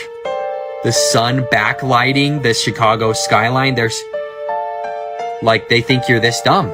Really? Wow. And I'm not gonna name call today, but there's a specific heliosexual going around on lives saying that inferior mirages are the curvature of the Earth. No. Inferior mirages are the most common mirage that we'll see over the ocean. There's no curvature to the Earth. Look how obvious this is, though. Look at this Fata Morgana mirage. Oh, it's just a wind line. They tried to get away with this one too. They tried to tell you this one was too. This is a wind line coming through. This is water. This is reality. You want more content like this? Follow me and check out my link tree in my bio. Everybody remembers Felix Baumgartner's Edge of Space jump, right? Like, how is there flat earthers when we have plenty of video and picture of him up here, like 120,000 feet, seeing curvature? What if I were to tell you that that's not curvature of the Earth that we're seeing, but just wide-angle lenses? And even Neil deGrasse Tyson came out on Twitter and publicly on video saying that no one's seeing curvature from 120,000 feet. So, guys, please stop commenting that I should get on commercial planes. They fly a lot lower, but check it out yourself. Well, when I was standing outside that capsule, it was a very quiet and peaceful moment, you know. At that moment, you look at the world, it looks very fragile. You could see the curvature of the Earth.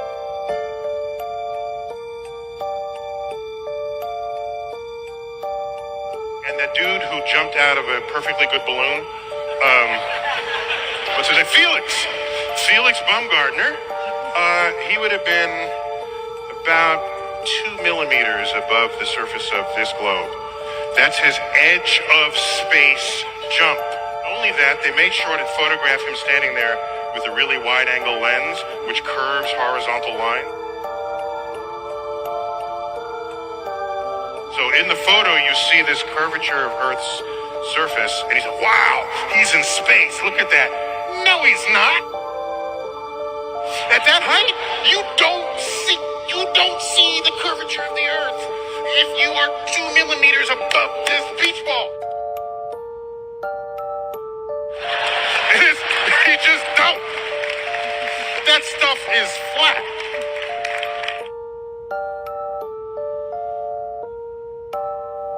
So the next time that you're about to say that we're seeing curvature here, but we can't see curvature here, make sure that you stop yourself. It's funny what happens when you zoom in on our optical horizon. You just make the angular size of things bigger and they come back into frame. You can't see curvature from planes, and boats aren't going over the horizon. They're just getting too small to see.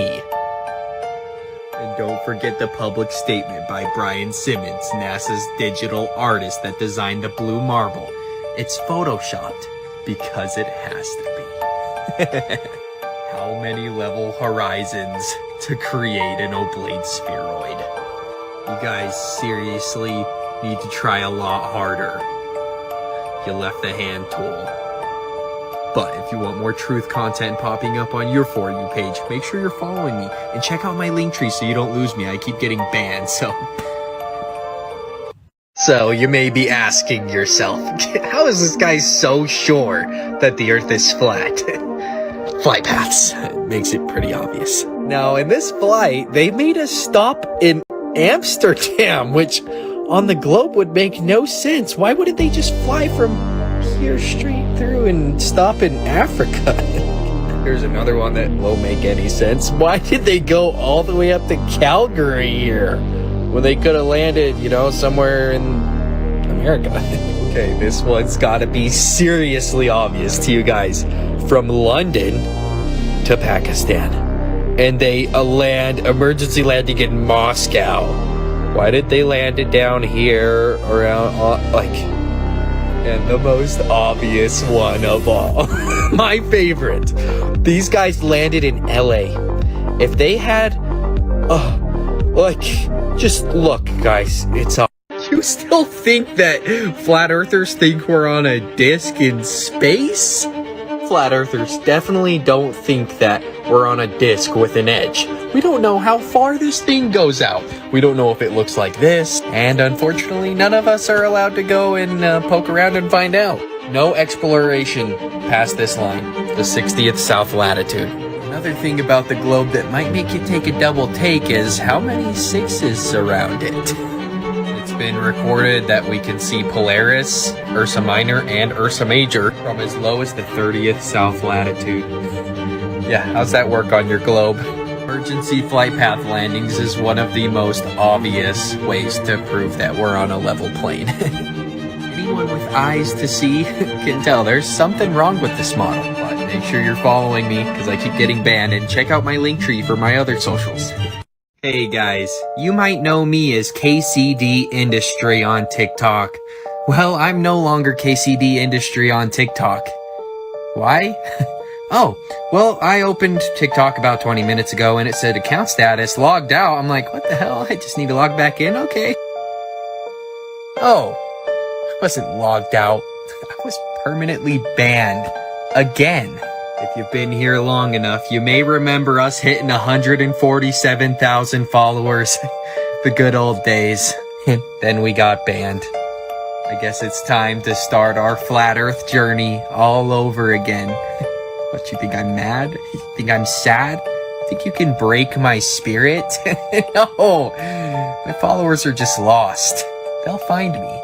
But with your guys' help, I think that we can help a lot of my lost followers find me again. So, hit the like button, comment, share, favorite this, and repost if you're able to, if you feel willing, and maybe duet or stitch this and let everyone know that I'm banned again for my extremely G-rated content. I don't even swear. But also, the heliocentric model completely violates the second law of thermodynamics, so look into that. I'll say you've got to go so high to see the curvature of the Earth because we're so small. But then again, just contradict themselves completely and say that this is curvature right here. I don't know. But if you guys want to see all my old content from my first and second page, make sure to check out my Instagram. I am going to be trying to force you guys over there. I think this shit's getting crazy over here. And this is an axe on a tree. Not like, what else would it be? Did you know eclipses actually make no sense on the heliocentric model? I'm gonna explain why. So all these planets, right, they were created from the Big Bang. Gravity caused all of them to become balls. They're all orbiting the sun irregularly at different speeds, miles an hour. How do you think that the sun and the moon align like perfect billiard balls in the sky every 19-18 years? From the Big Bang. Seriously. It doesn't stop there, though. You know how they perfectly line up to the exact, like they're just perfect quarters cut to line up to each other? They say that that's happening from the sun being 400 times bigger and coincidentally somehow 400 times farther. From a cosmic explosion from a central point, like... But make sure you're following me. I just got banned at 80k yesterday, and if you think the moon is a solid rock, think again, we're seeing through it.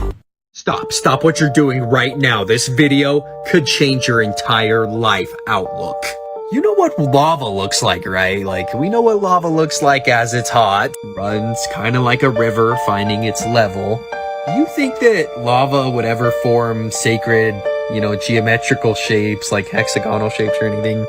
Seriously, just to make sure that nobody thinks that this is possible, that hexagonal shapes would be formed from volcanoes or lava.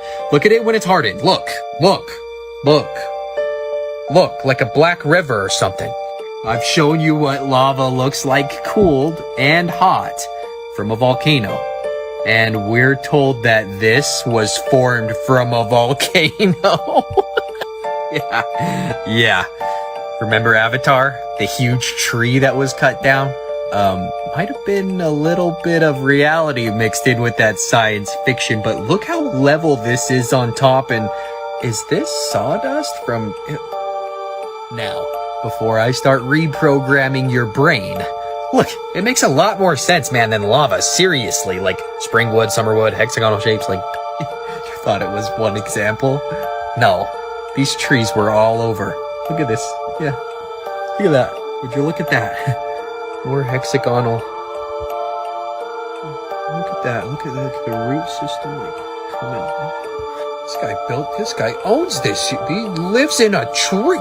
This guy's gotta be insane energy. This guy's gonna live forever. Yeah, like the roots, see the roots? You'll see the roots going up and then the tree was cut down. Yeah, I don't know how big these things were, I have no idea. Pretty odd, like, formation. Like, completely level on the top. Maybe like it was cut down. by a giant axe. Not seeing it?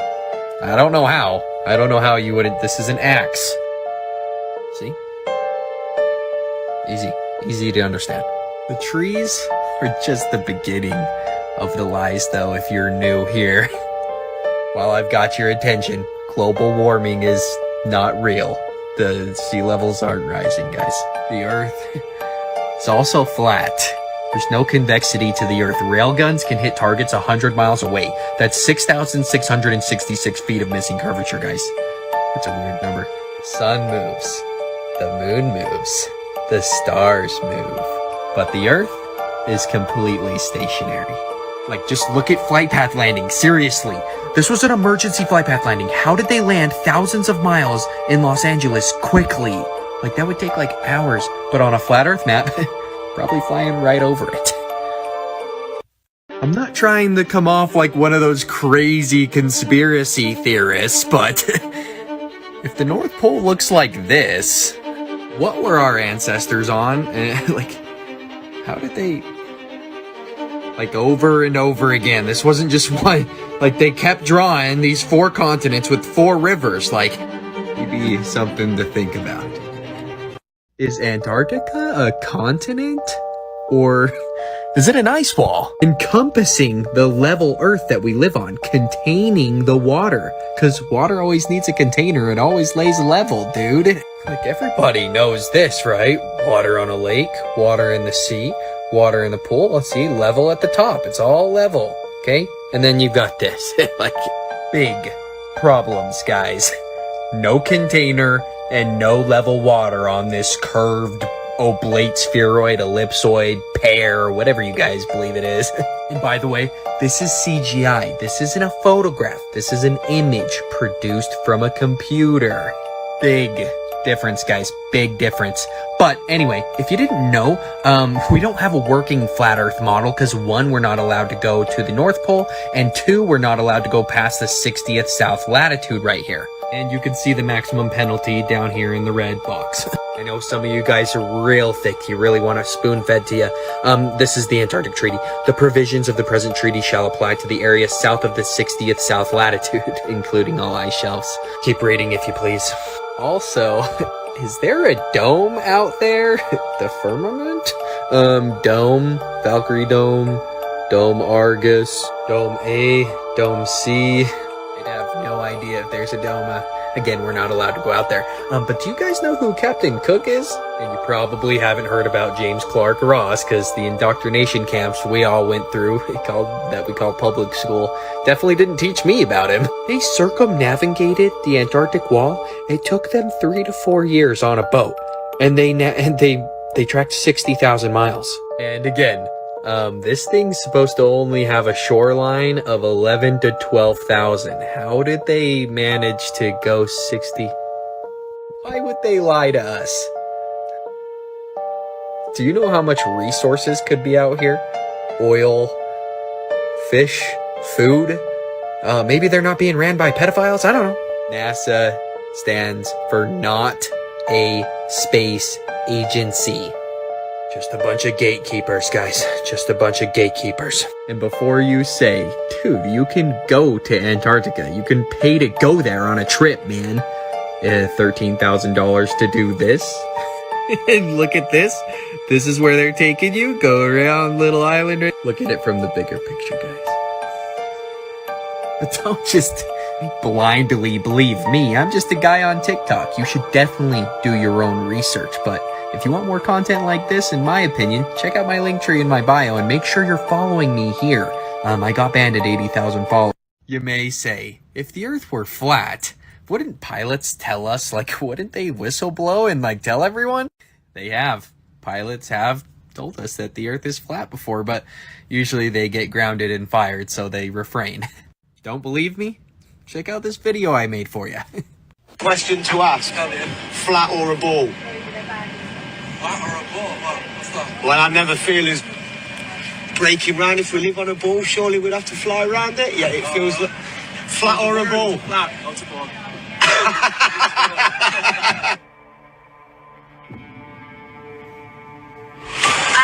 Did you notice notice any curvature while we were up there? No. No? What'd you see while we were up there? Just the blue sky, white clouds. Yeah, is it flat or? Pretty flat. Pretty flat? Yeah. Okay, thank you. I have one question. Is there like a specific angle of downward tilt you have to fly at to 3 degrees? 3 degrees for the curvature of the Earth? Oh, for the Earth? Because No, we just fly over the troposphere. really, Yeah. do you have to keep like kind of going down because? No, we actually have to nose up. It flies. Really? Because I was reading some stuff on the flat Earth that made a lot of sense. Have you looked into it? Which one? I was reading a lot of stuff on the flat Earth. Okay, yeah. True. It's true? Yeah. Okay, all right, cool. All right. God bless, brother. All right. Have a good one. You too.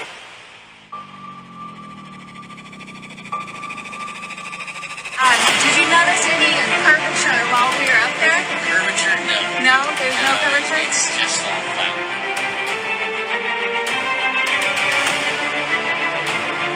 I got a couple of serious questions to ask you. Here we go. Yeah, there's a bit of time. Curvature. Curvature? Yeah. Yep. We don't allow for curvature, do we? Yeah. What do you think? Usually. No, we're round. We're a disc, huh? Quite seriously? Yeah. We are, aren't we? Yeah. What's up, pilots? Is the Earth flat or round? Flat. Thanks. I'm with you. Wait. Were you under the impression that seasons suggest that we're on a ball? Oh, dude. No. Seasons actually prove that the Earth is flat. Let me explain. So I'm supposed to believe that the sun is 93 million miles away from the Earth, and seasons are caused by the simple tilt of the Earth as it orbits the sun? Yeah, there's a lot of problems with the heliocentric model, but this one's really obvious. The sun rays are coming in 93 million miles away. Again, just picture this. The rays are traveling through a space vacuum, 93 million miles, the warmth of the sun, 93 million miles, and I'm supposed to believe that the tilt of the Earth causes winter and summer. And the angle of the light coming in does this. If the warmth from the sun is already traveled 93 million miles, I don't think it would care for the simple tilt of the Earth. A couple hundred miles, throw 1,000,000 on there. I don't think it would cause summer and winter. But it only gets worse the more I look into this model. The perihelion of any orbit of a celestial body about the sun is the point where the body comes nearest to the sun. It is opposite for the aphelion. The perihelion, us being closest to the sun, is in January. When I have winter, 91.4 million miles away. And the aphelion is in July, 94.5 million miles away. So I'm supposed to believe that during summer, we're farthest away from the sun, and during winter, we're closest to the sun? Doesn't make any sense. But in reality, on the flat Earth model, the sun is just getting closer and farther away from the North Pole, causing seasons. For example, on the sun's most inner rotation around our flat Earth, that's when Alaska can see its 24-hour day. And Antarctica never can see a 24-hour day. Those videos are fake. They were done over, 3 days. They took 3 different sunsets, laid them over each other. It's all been proven. But before you go on enjoying your night, remember this model spawned from the Big Bang, just a random explosion, okay? How is there so many 6s just perfectly lining up around this globe if it came from a cosmic explosion? And seriously, I'm seeing way too many people wearing AirPods. It's same amount of radiation as an airport extreme router, guys. Throw this crap in the trash right now. But if you want more truth on your TikTok, make sure you're following me. And if you want it on your other socials, check my link tree. I've got all my stuff there. And is this a coincidence?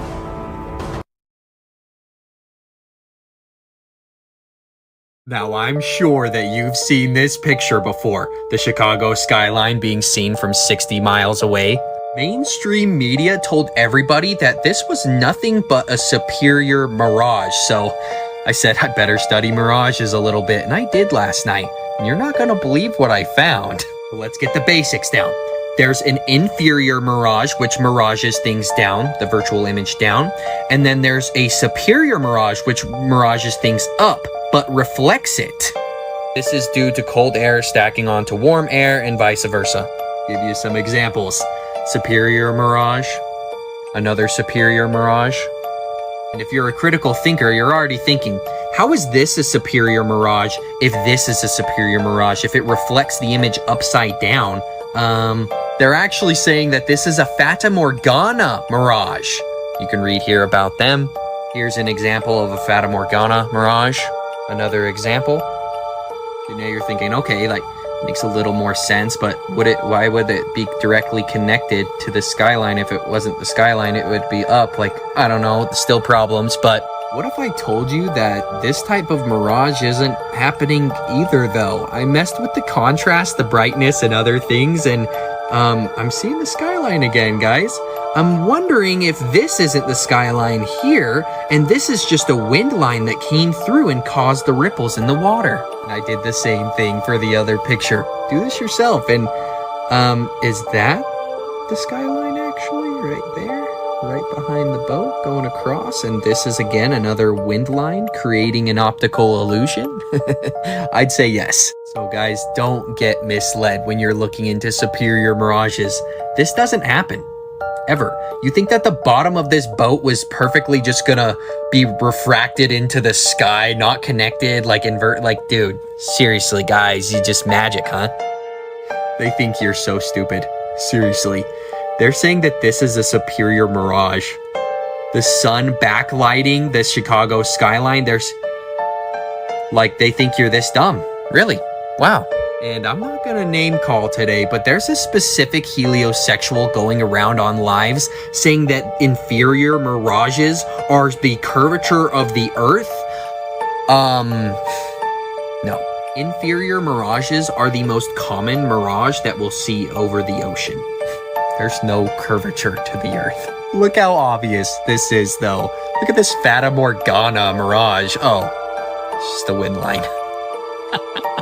They tried to get away with this one, too. They tried to tell you this one was, too. This is a wind line coming through. This is water. This is reality. You want more content like this? Follow me and check out my link tree in my bio.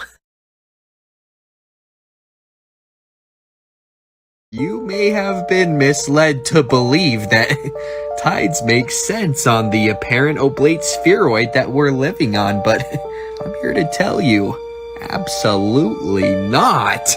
And if you're new here, yes, the Earth is flat. And before anyone comments that this is a projection of the globe, absolutely not. Scientifically and practically correct as it is. But what the science community is force-feeding down everyone's throat about tides is that the moon is actually pulling the oceans away from the earth. So let's just get an idea of the scale here. This is the earth next to the moon. So I'm logically thinking, okay, so how much gravity does the moon have then? If it's strong enough to pull out I don't know how much ocean water's in the ocean. We'll check in a second. 16.6% of that of the Earth's.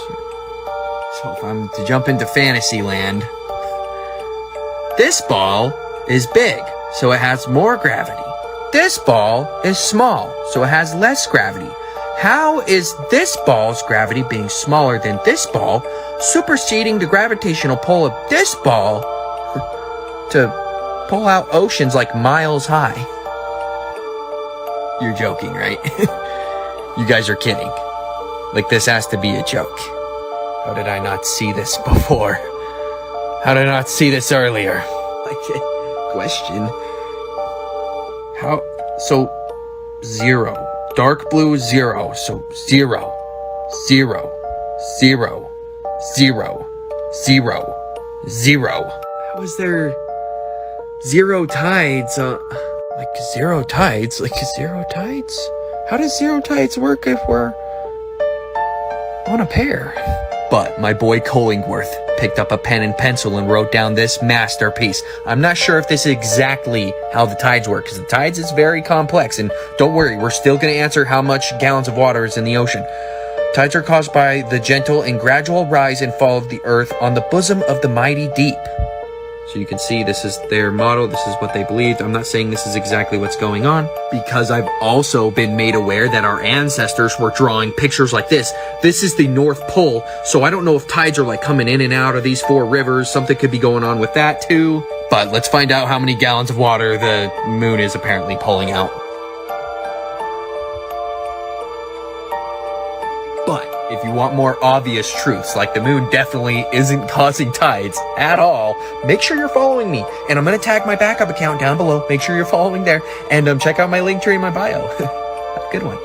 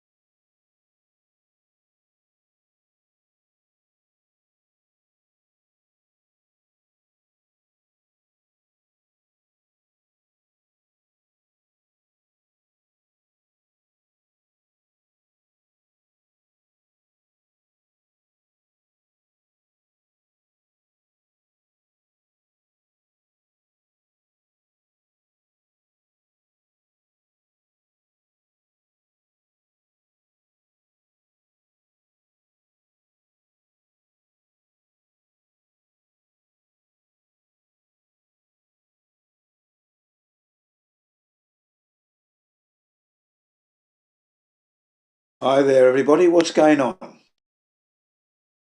Very quiet. What has happened?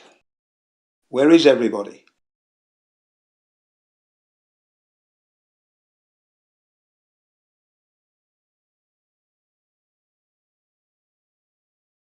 Where has everybody gone?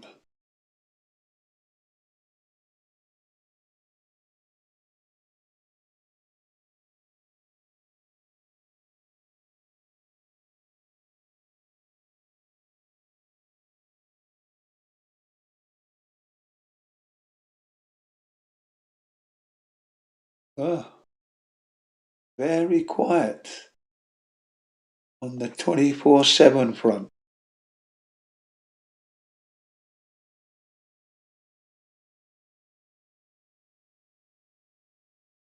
Uh-oh. Hi there.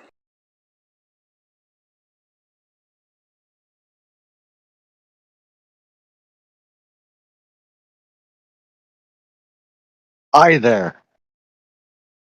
How you doing? Hi, Gene. Yeah, how you doing there? Turn up the truth. How you doing, sir? I'm doing very good there, Gene. How about yourself, Nice. Gene? Oh yeah, very well. Thank you very much. Very well. You know who I am. Yeah. Sorry? You know who I am. I.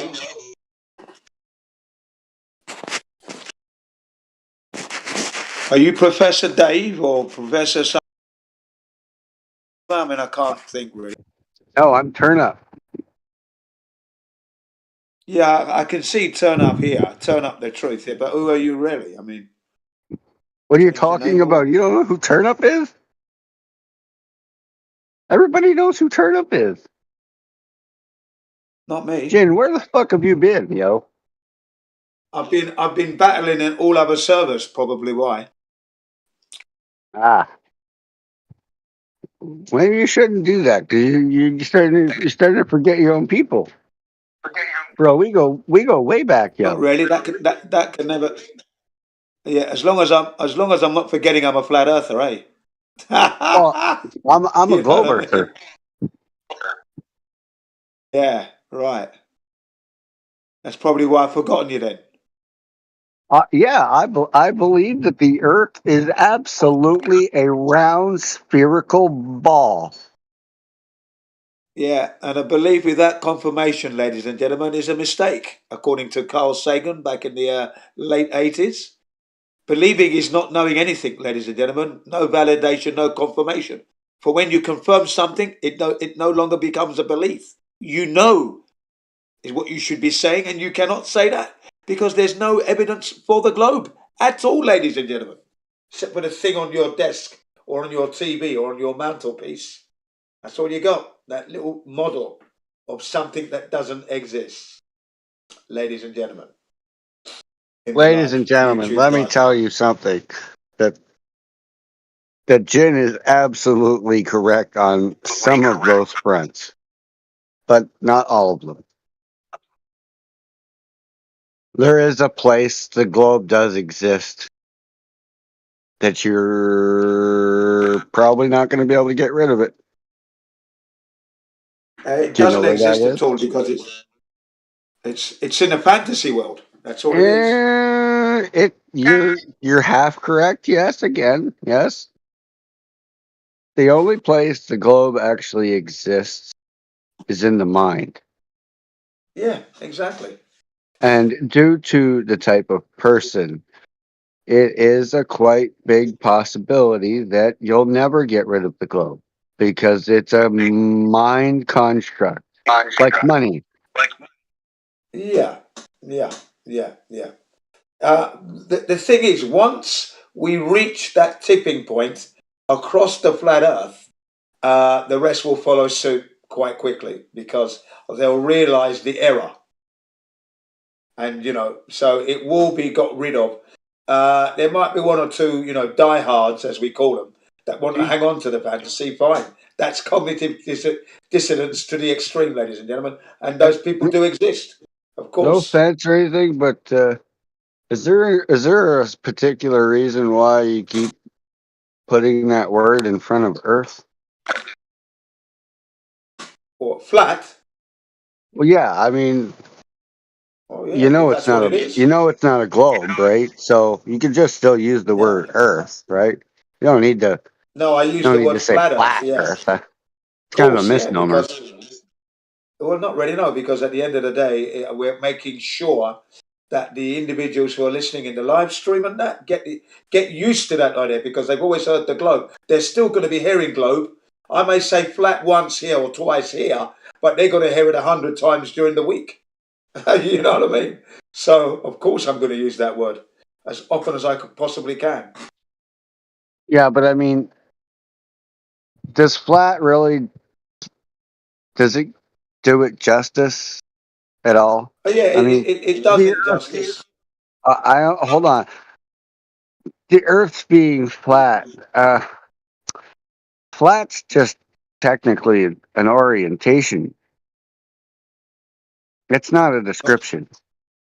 Not an orientation at all. It is actually denoting Jen, that something's not curved. Hang Jen, on, something. Hang my on, wall. something's not curving.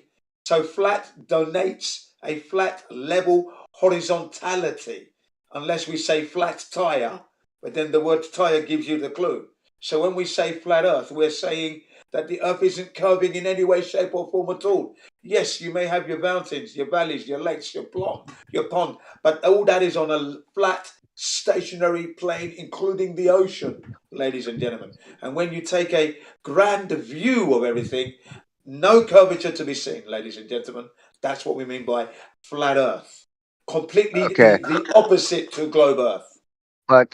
But the way that you're using it is a orientation because, Jen, my wall is flat, but it is vertical, not horizontal. Yeah, but you've said So vertical. flat is an orientation, not a descriptionary word. Vertical. I'm not going to stop. You've given the bloody word vertical, so now people know what you're talking about. And you said wall, so you've given that an orientation right there.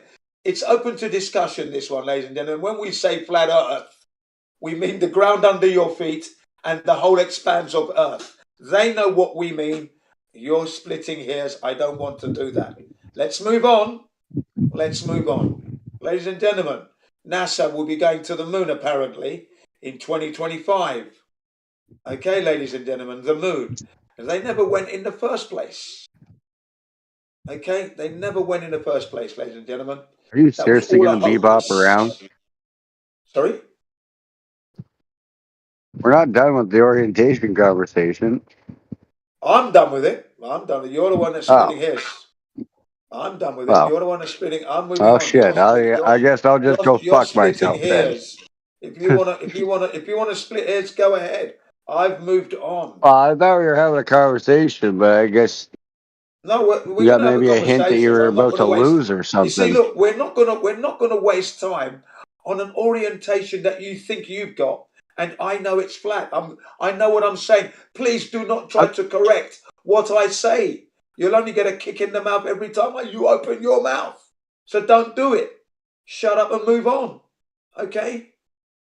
Now, as I was trying to say, ladies and gentlemen, NASA's supposed to be going to the moon in 2025, apparently. Okay? Now. Hey, let me know when you're done puffing out your chest, eh? Yeah, when you're ready. They never went in the first place. That's the thing. Are you done? Can you hear me? Do you hear me saying I'm done? Do you hear me saying I'm done?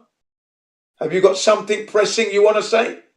I'll tell you what I'll do, ladies and gentlemen. We'll let this I was trying to, but impatient Glober get it off his chest. Go ahead. I yield to the impatient Glober. Go ahead. so we're gonna have the conversation about the orientation. I've got nothing to say.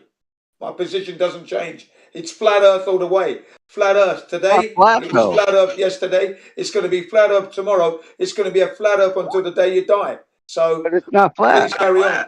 Please carry on, though. Carry on flogging the dead horse. It But it's might not walk, flat, but I though. doubt it. It's a flat Earth, mate. It's a flat Earth. Keep saying flat Earth. It's not going to help I you. always will say it. I've been saying it for like 8 years now. So don't tell me what to say. I'm telling you what I say. Do people It's a walk flat around Earth. going round Earth? Round Earth. Yeah, No. that's okay. Stop If you don't saying want to flat say round Earth. That just sounds it's a flat retarded. Earth, ladies and gentlemen. Flat Earth. There isn't a human being that will ever stop me saying the word flat. Those words, flat Earth, baby. No one will ever stop me. You know what I mean? It doesn't matter who they are. Not even my family members. So he's got no chance, has he? Carry on, though, flogging this dead horse. It's never going to run, my man. It's never going to run. It's a flat Earth. I You don't know have it's the globe not going to of Earth. run. You keep fucking saying the stupidest shit. I'm If saying it the was going perfect shit. anywhere, It's don't you you. think you guys would It's have you. any grounds? You are slowing down the conversation Look at with this your room right now. incessant interruptions, and you're There's not 2 going forward bots with it. You're not and going 3 forward with it. people, and You one's wanted not to even talk listening. about something, but you're not talking This about shit it. is dead, I'm yo. saying flat Earth. It's It's a dead. flat Earth. The Just Earth is let it go. flat. Flat Earth Just is give what up it and is. let it go. It's Look a how flat mad it's Earth. getting you. It's a flat Earth, mate. So You're that's just what it is. enraged right now. You better believe it. I'm the loudest flat earther and the most enraged flat earther who keeps it on the quiet you'll ever This is meet. fun. I like this, actually. No wonder Yeah, Bev does I am this. the most enraged flat earther you'll ever meet, but I do keep it on No, the I can quiet. hear it. Yeah, I do keep it on the quiet generally, but when we get holes of asses and heads of dicks not moving on, then you're going to get the rage, of course. That's how it Hey, is. Jen, I've never called you a name once, so don't Okay, start. well, stop mucking around then. Things have Don't start. changed, mate. Yeah, well, let's move on then. Thank you, ladies and gentlemen. As I was saying 5 minutes ago, You NASA's guys have supposed been to be trying to going to move the on moon. for years. You're still in the same spot. NASA's supposed to be going to the moon next year. Sorry, in 2025, which is in 2 years, almost a year and a half's time. Now, they never went in the first place. All right, and it was all hoaxed. There are so many clues to the hoax, it's unbelievable. Okay? But first and foremost, let's take the moon. How far do they say the moon is? How far is the moon? The moon is supposed to be 238,000 miles from Earth. And yet, it seems a lot closer. More like 5,000 miles, for example. 3,000. How did they measure that distance? Who confirmed it? What methodology did they use to know that distance, ladies and gentlemen? Right. The biggest problem they have is radiation. That's the biggest one. If they were ever to go, that would be the biggest one, because there are 3 radiation belts. They're going to have to traverse, each one packing devastatingly lethal doses that will instantly kill the individuals, the astronauts in their suits. Then there's that vacuum of space they have to contend with. The vacuum of space, that's another problem. Okay, because the human body would expand. They're not going to be able to operate the spacecrafts at Earth's air pressure. So there's the constant problem there. Then there's the diarrhea, the toilet, and the urinating problem they're going to have. It could kill them. Okay, because the stomach is not settled. It's always floating around. So it wants to chuck up. The human body, the astronaut will want to chuck up or go for a poo. Either way, terrible situation. Okay? Then there are the cosmic ray particles. Cosmic ray particles, leftovers from stars that have supposedly died in space, exploded in their death, shooting out this material all over the place at speeds almost at the speed of light.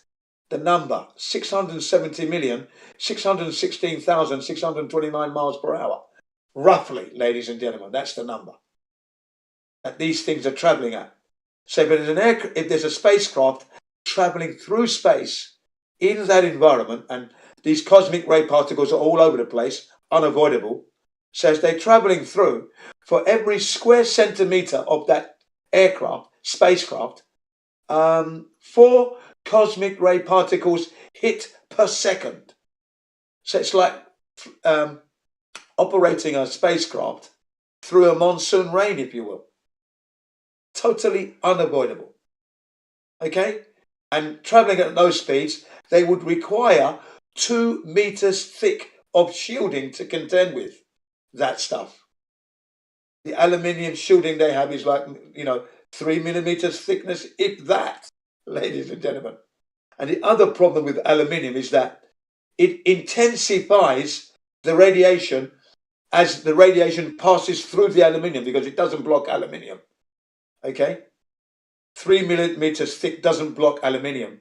So it doesn't block radiation. And as the aluminium passes through the spacecraft skin, it intensifies the radiation on the inside environment where the astronauts are. So the aluminium is the worst material to use to go to space. It intensifies the radiation inside the environment, the capsule inside. In order to contend with radiation, they would need 10 centimeters thick of radiation. That's a lot of thickness. 10 centimeters, that's 4 inches thick of aluminium. Now, according to Bill Woods, who is NASA's rocket propulsion engineer, he said that NASA could never formulate and fashion such a shielding because it would make it difficult for the Saturn V rocket to take off, payload being rather too heavy. 95% of the rocket is fuel. Okay, 95% of the rocket is fuel. The rest is payload. If you increase the payload, the rocket's not going to take off, ladies and gentlemen. Okay, so there are some of the problems that they're going to be they would have had back in the 1960s. How did they overcome these problems? They did not, because they never went, ladies and gents. It was all Hollywood.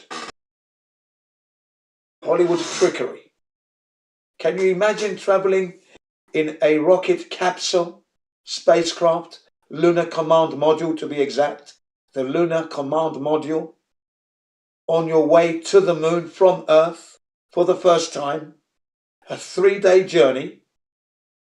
You're pooing in nappies, I think, if they're lucky. If they were unlucky, they were pooing in plastic bags. A real ordeal indeed. It's about 45 minutes to do a number 2, because you have to get buck naked to do it. Strip off all your suit and attach a plastic bag. But anyway, that's another story, but that's a fact. Okay, now, 3-day journey. You're not using knife and fork to have a dinner.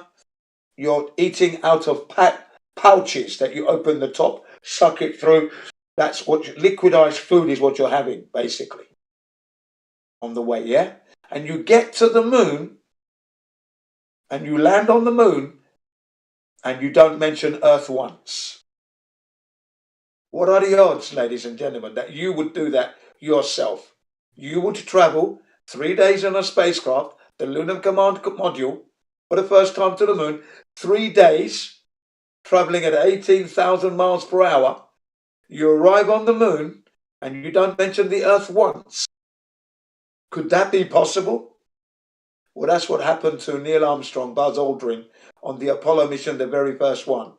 They didn't mention the word Earth on the lunar surface at all. Very strange indeed. I mean, you've travelled 3 days. The furthest you've ever travelled in your life. You're going to be saying, look at the Earth. Doesn't it look marvellous? I can see why they call it the blue marble, for example. But anyway, they wouldn't have been able to say that because that expression wasn't said until Apollo 17. So no, they wouldn't have said that. But they might have said, wow, doesn't it look fantastic? Yeah. Can you take a picture of me, Buzz? Get a picture of me and the Earth.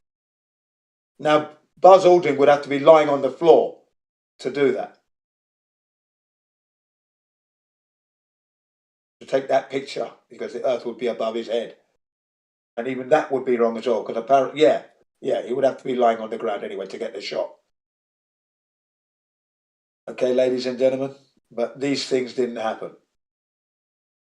How unusual is that? How unusual is that? That you will travel 3 days and not mention the word Earth once. That's not right. Yeah?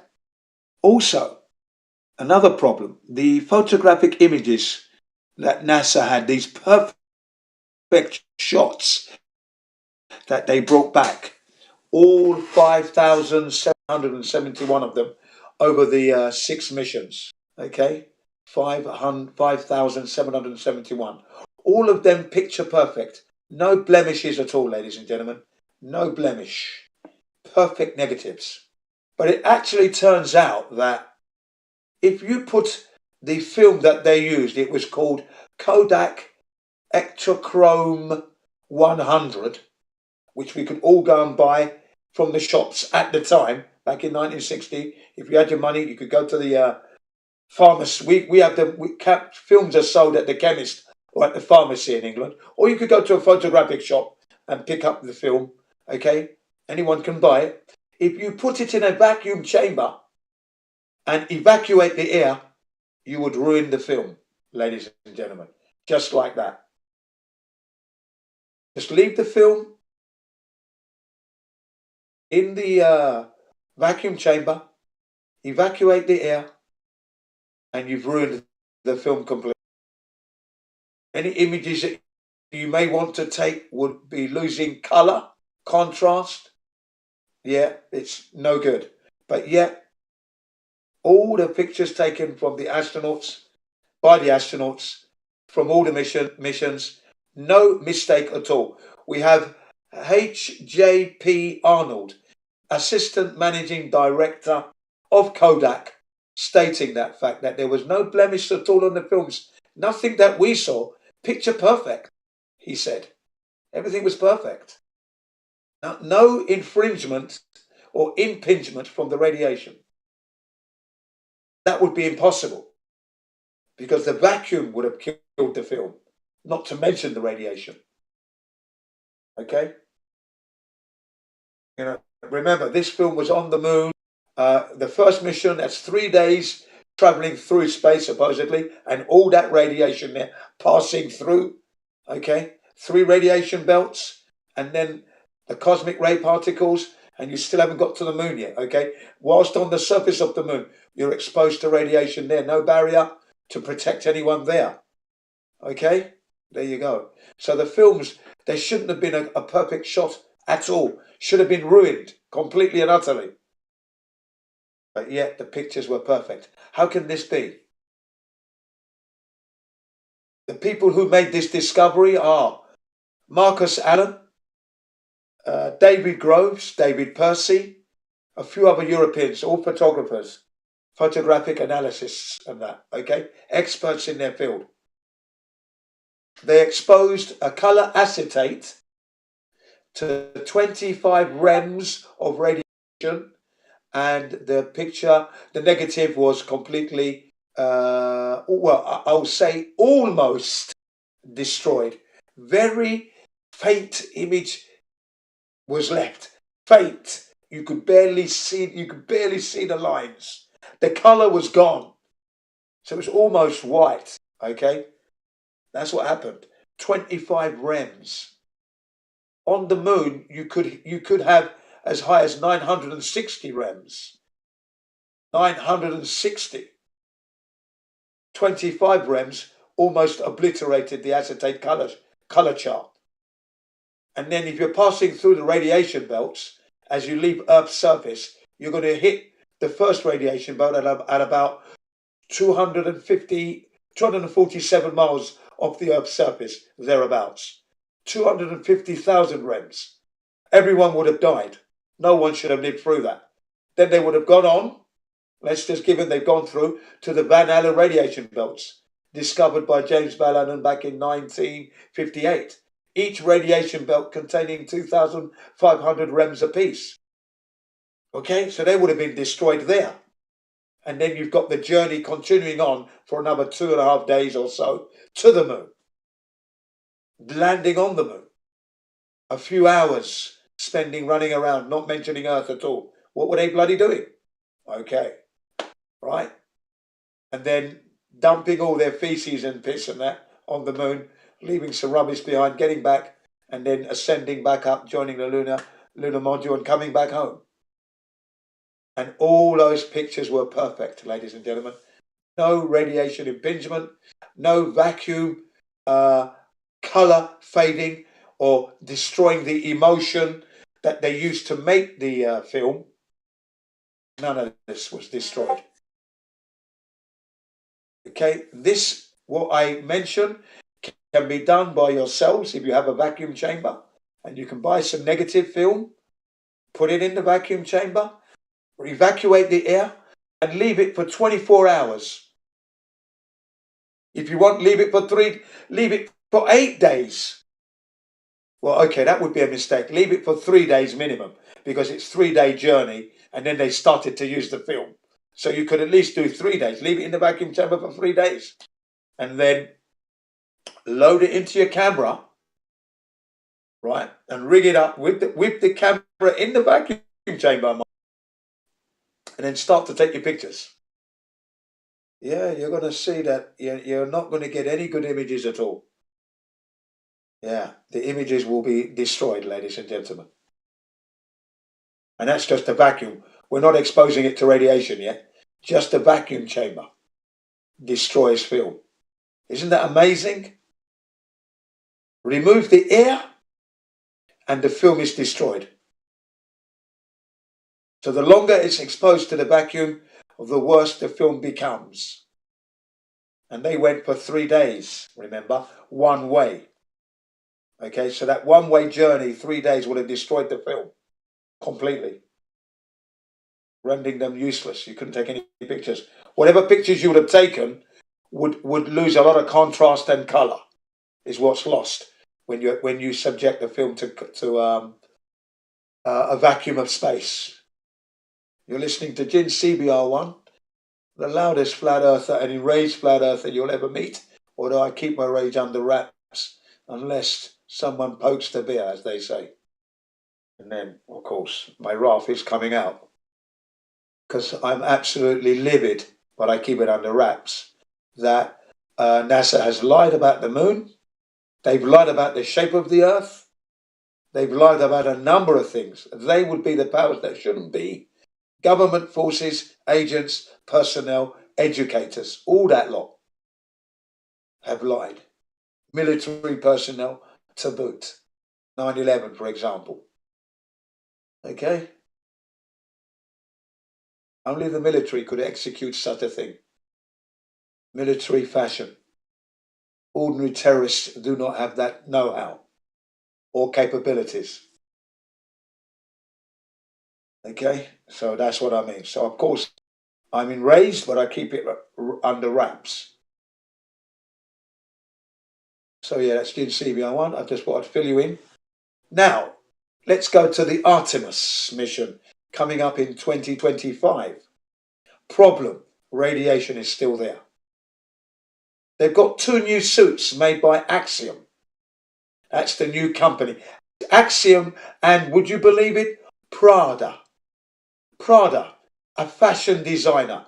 What the hell do they know about radiation, space, temperatures, minus 400 degrees at the south pole of the moon? That's where they're going this time round. What equipment had Prada made that gives them the expertise to be able to contribute to a suit that's going to be subjected to those kind of temperatures? Prada, an Italian brand, fashion design brand. It's getting worse and worse. Looking for money wherever they can get it. So Prada's in the mix of the new Axiom suit. Axiom's the main company. Prada is there contributing something, I don't know what. But there you go, ladies and gentlemen. Prada is part of the space suit manufacturers now. Suits costing $3.2 billion. The 2 that were on exhibition presentation by NASA and Axiom, presenting the new Axiom spacesuits. One was red, the other one was white. There is another color, which is a kind of like a dark blue with an orange shoulder attachments places. That was the raw color. And then they've since changed it to red and white. So there are three colors. You've got the color out of the mold, let's say, for the suit. That's the one that's going to be on the lunar surface. But the actual color is going to be white. That's the color that was in the presentation, white. And the red one is the one they wear when they're in the spacecraft, supposedly going to the moon, the astronauts, okay? $3.2 billion each. Now, during the presentation, they tried to show some dexterity of the suit, how well the suit moves, etc., etc. Those of you who are listening in the live stream, YouTube. The thing is, the suit didn't look any more agile than the ones that NASA had. And remember, the ones NASA had, made by Grumman, I think, they had 90% of nude range mobility. I repeat, 90% of nude range mobility. So these new suits should have at least had that much, at least. What they demonstrated was similar to the Apollo astronauts. So there was no extra dexterity, I'd have to say. That was a bit of a letdown. In fact, the astronauts were not displaying any kind of physical prowess that I would. If I'd been in the suit, I would have been in a roly-poly, jumping up and down, press-ups, sit-ups, just to show you this 90% range movement, okay? And that wasn't displayed. Twiddled a little bow in his fingers like the majorettes. You all know the majorettes? Little stick, that's all they did with the fingers, nothing else. Okay. They've moved the camera from the chest to the side of the helmet. So it's on the side of the helmet now. Okay? All ergonomically molded in smoothly. So it's inside the helmet on the side. So it's right in the line of vision now, as opposed to being in the middle of the chest, you know, and you've got to guess where you're hitting. That was another problem that they had. That's another problem they should have had with the Apollo missions, but they didn't seem to have that problem. Every picture perfect. Now, ladies and gentlemen, I put it to you, when you've got your smartphone or your camera and you take a picture, you do make a mistake. And you say, oh, let me take that again, yeah? Well, they didn't make any mistakes when they took the pictures. H.J.P. Arnold, from the managing director of Kodak, he was given a roll of film from Neil Armstrong's camera, right? And he looked at it and everything's perfect. Picture perfect, no blemish, no mistakes. Everything's perfectly centered. How did they do it? Exactly. But anyway, back to the suits. Axiom suits, $3.2 billion, 2 suits. So it's going to be costing a lot more when you factor in the other astronauts that are going to be going. I think it's 3 astronauts in all. So that's 2 suits apiece. That's 6 suits. That's a lot of money. Okay, right now. They were demonstrating the dexterity. At the very beginning, when they were walking up the stage, the moon landing suit, the suit that you're going to wear on the lunar surface, the woman in the suit seemed to be having to hold on to the handrail of the slope coming up. Not much dexterity there. She's having to hang on to the handrail as you walk up. That's not good. What if you meet a hill on the moon surface, a slope? You haven't got any handles to hang on to there. But anyway, ladies and gentlemen, you know, you need to watch it. It's a presentation. It was presented back in March of this year. Okay, and yeah, it was a very poor showing for the suits itself. They look nice, yeah.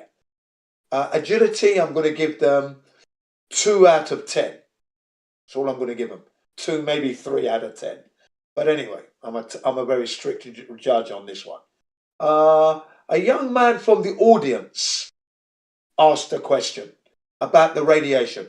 How do the suits protect the astronauts from the radiation?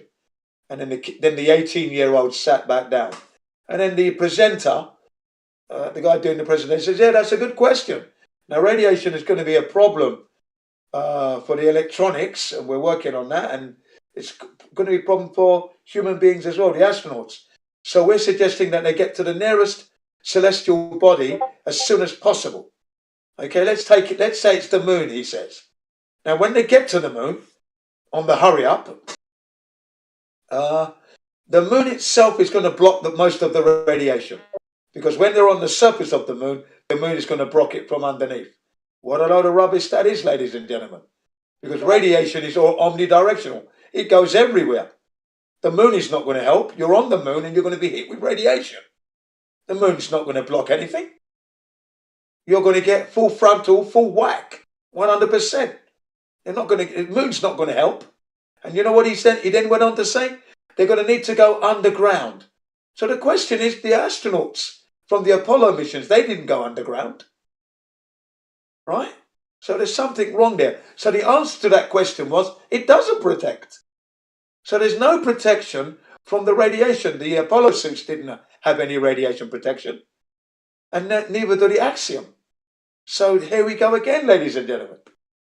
It's history repeating itself.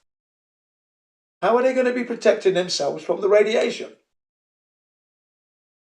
We'll wait and see. Okay? This is Jin CBR1. Very angry at Flat Earther, keeping it under manners. Signing off. Thank you very much. I hope you enjoyed it. There you go. Yeah.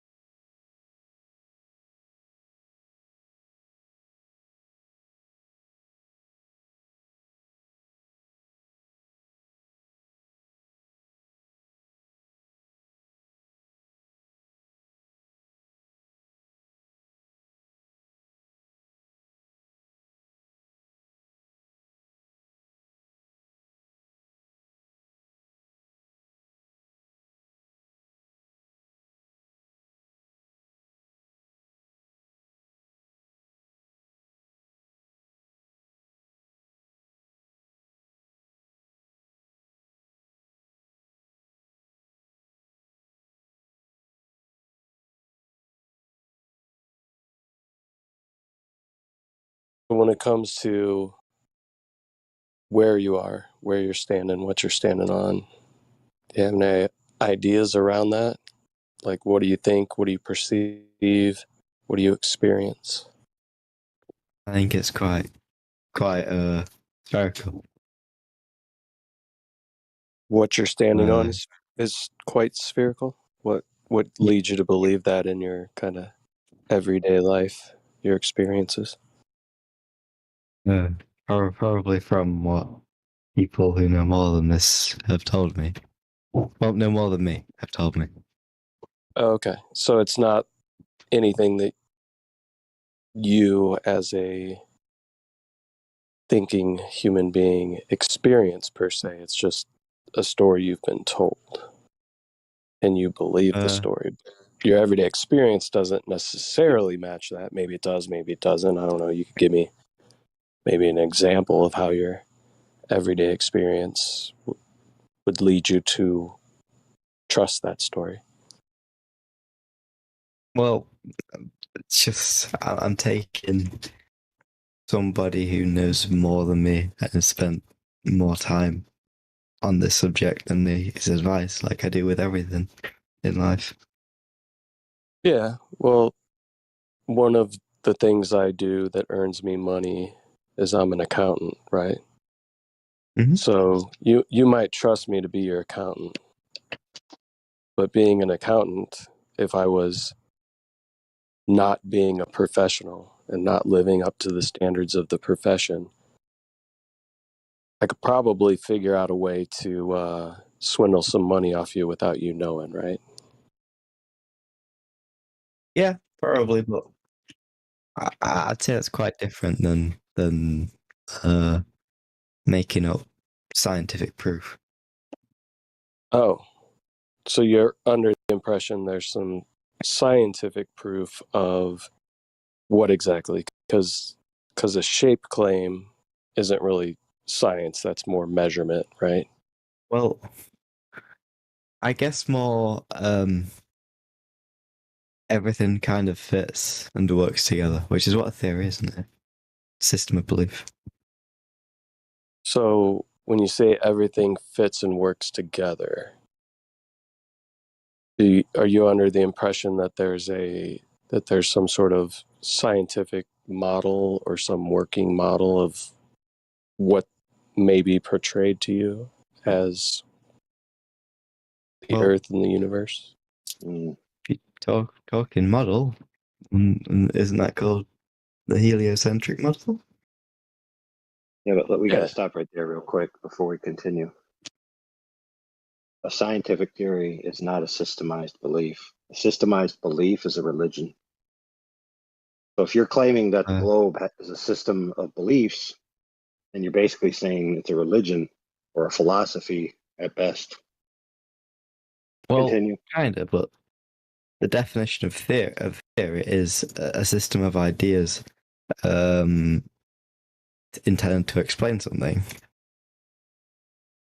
Could You get religions me? be theories, right? Could we take any religion you want to pick, and could we say that religion is a theory as to God, a creator, a prophet, certain theological beliefs?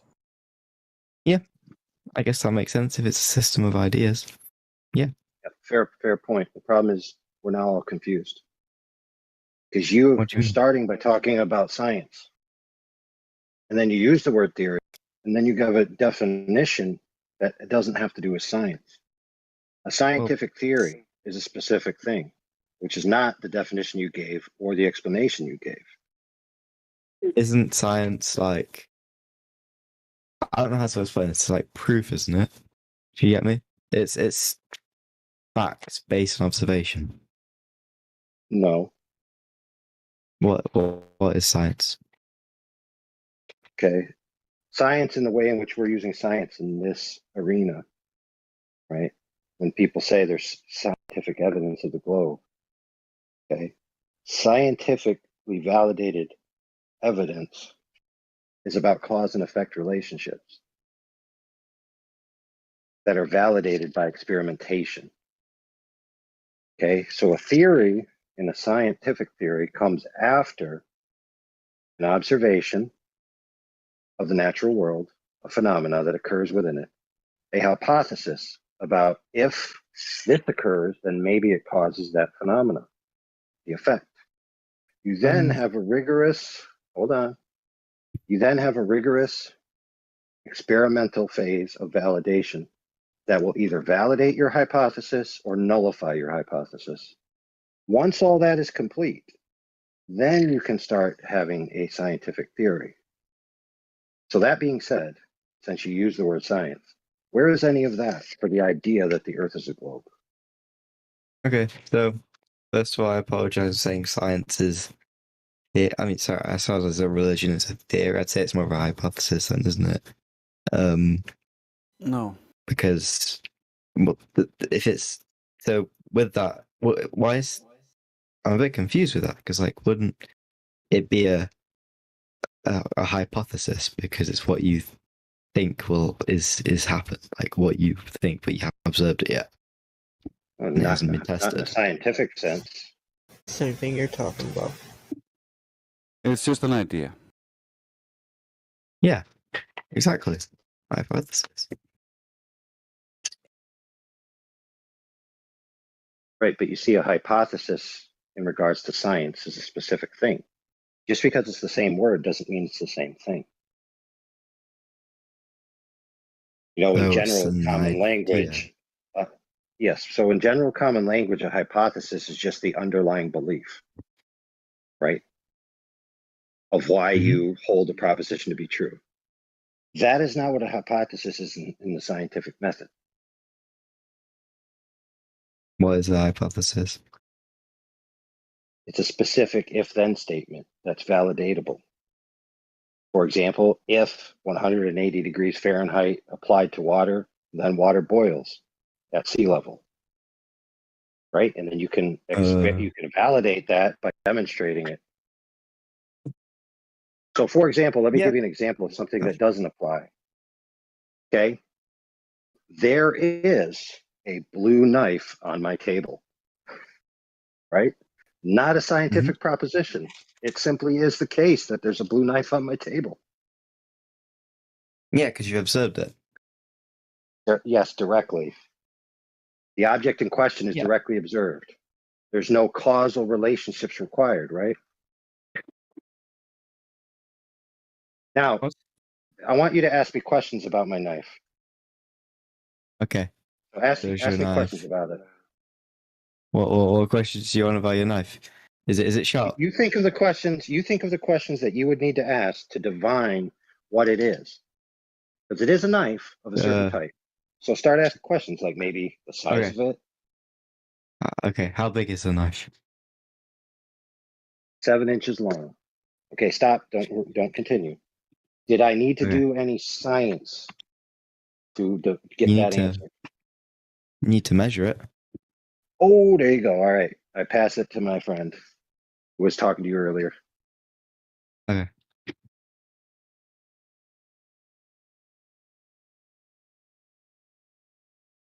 Is that my cue? I think so. You can take it, Napalm. Sure. So, yeah, the measurement isn't science, right? Is that what we were just talking about? Yeah. I thought it was a part of science. It's not. Measurement is just measuring something. Yeah, it can be a tool used in science, but it wouldn't be science itself, right? So it's to measure. I'm a bit confused. So it's part of science, but it's not scientific. Yeah, so like AI was saying, in this realm, right, in this arena, we talk about science, natural science, which is the study of the natural world through experimentation, right? So we observed something in nature. We observe Yep. an effect, right? So let's go back to when he was talking about water and heat. So you and I are walking along and we come upon a boiling pool of water. We've never seen this before. We look at it and we're like, oh, wow, this water's boiling.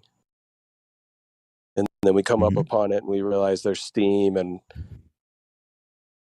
we kind of touch it briefly and we realize, oh man, this is hot.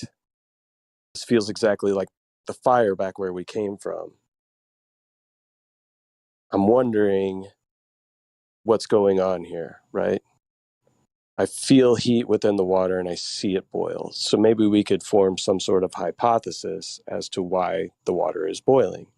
Maybe it's because of the heat. So we go back to our campsite and we try this.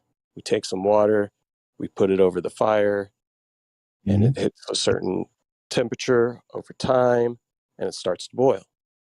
So we can do this over and over again, and it's repeatable.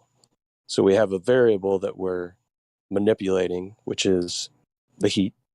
We're putting the water on top of the heat, taking the water off the heat, stops boiling. So we're manipulating a variable that we think is the cause of the effect that we're seeing, which is the water boiling. So then we come to the scientific theory that heat causes water to boil. And we've demonstrated this through experimentation, right? So the key to all of this. Now, if we saw from a distance, really far off in the distance, a pool of water that seemed to be boiling, but we had no interaction with that pool of water, and we just started coming up with ideas as to what may cause that water to boil.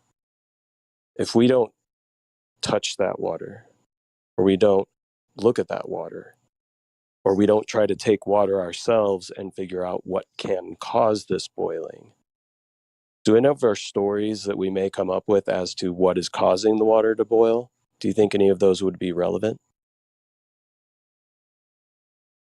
It would be a hypothesis. So let's say you have a hypothesis. So we're viewing this water that's boiling in a distance. We've never seen anything like this take place before. We're familiar with regular water. We've got some around us. What is your hypothesis as to why that water we see in the distance is boiling? Because it's warm. Let's come up with another hypothesis as to why water is boiling. We have no idea. We've never seen this take place. We would have no inkling or indication as to what may be the cause. Throw out an idea. I have absolutely no idea why water would be boiling. Well, we could maybe we could say that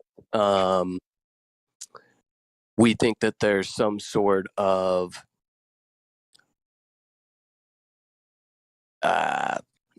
entity or being that lives within this water that is somehow below the surface, which is causing this thing to take place, right? Yeah. Well, we'll make up a name for it. You pick the name. It's unicorns. Okay, so unicorns. Read that in the chat, you copper. You want to cheat. So our hypothesis is that we've got these unicorns, whatever these may be, that are underneath the water that are causing this agitation that we see that looks like little bubbles. Now, what would be the first thing we would do to test this hypothesis? I would try and see if we can find these by ourselves. I'd try and observe one of these little unicorns. Right. So we never experience these unicorns. We don't see them. We have no viable reason whatsoever to believe that, one, these unicorns even exist, and two, that we would have the ability to find them, and three, that maybe if they got in the water that they would cause this effect. Rule that hypothesis out. It's not true. You cannot observe it.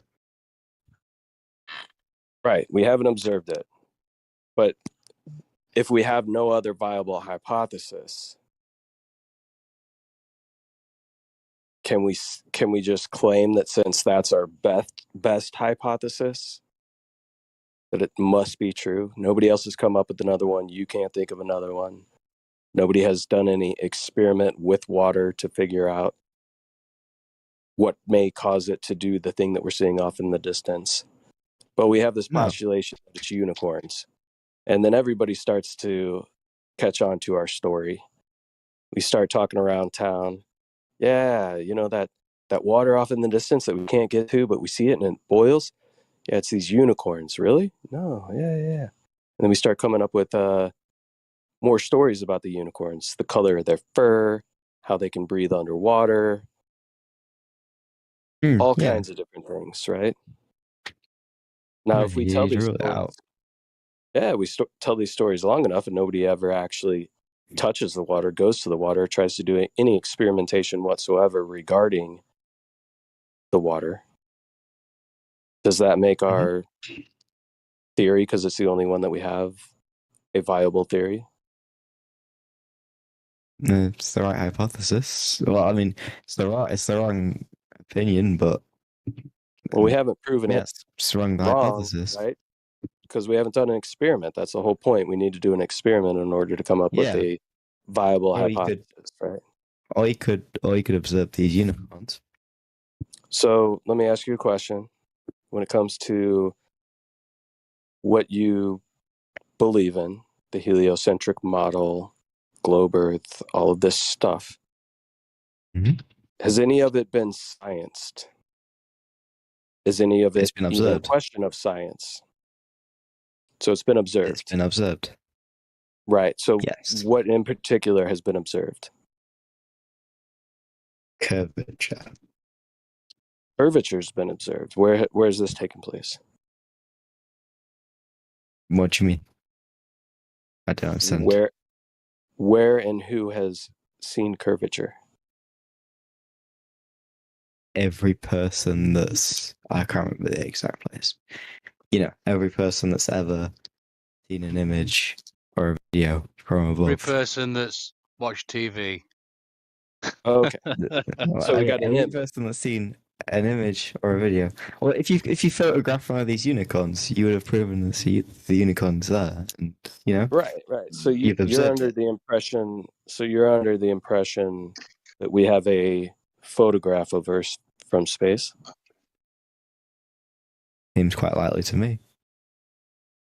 Seems quite likely, but the funny thing is, it's 2022, and we still don't have one. Why is that? I'm back. Did you hear me? It's 2022, and we still don't have a photograph of the Earth from space. Why is that? I don't believe you. Where Can you provide one to me, or have you seen one? Could you give me an idea of an image? Blue marble. All right. Blue Marble 2.0. That's a picture of Earth from space? I'm sorry, what was that? I believe so. You believe so? Do you know so? Or do you believe so? Doesn't seem very... It seems quite credible. Seems quite credible. Okay, well, what if I told you if you go to the NASA website, you can find a data visualizer named Robert Simmons, who has also been interviewed on a radio show talking about how he created the blue marble image. So what he did is he took strips of high altitude pictures and took that flat map, wrapped it around a ball in Photoshop, and then started coloring it in. He put in the clouds.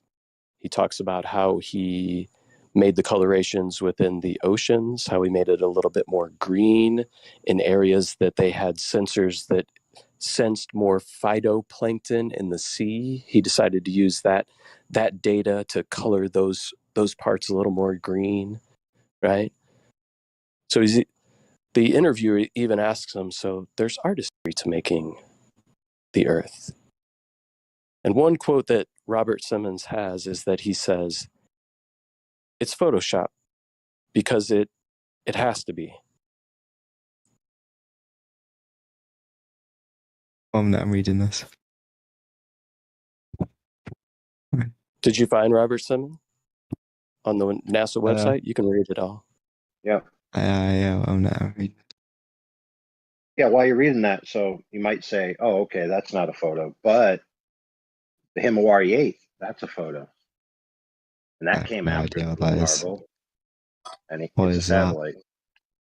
Right? So in the modern day, they put up a satellite called Himawari 8, so they say, with the intention of taking photographs, right? Because they realize nobody's buying their other fake nonsense that's not a real photograph. So lo and behold, people believe that the Himawari 8 is taking a photograph of the Earth every 10 minutes. Come to find out, the Himawari 8 is just overlaying the Blue Marble data set that Simmons created with NOAA data, which is weather data. So it's a simulation. It's not a photograph. So again, like my friend said, where's this alleged photograph that everyone has seen? It says here that in 1972, during Apollo 17, that was the last time someone took a photograph from above low Earth orbit. 1972. That's the only alleged photograph. From what this is saying, whenever this interview was out, 2004. So it's 2022, and the only photograph that's ever been taken of the Earth from space is from 1972. Do you believe that? From low Earth orbit. According so it shows the entire hemisphere. It's from they were going to the moon, they claim, and that's when they claim to have taken the picture. But NASA admits today that they cannot cross through the Van Allen radiation belt. They would kill anyone who would try. So they cannot send people beyond low Earth orbit or to the moon. What?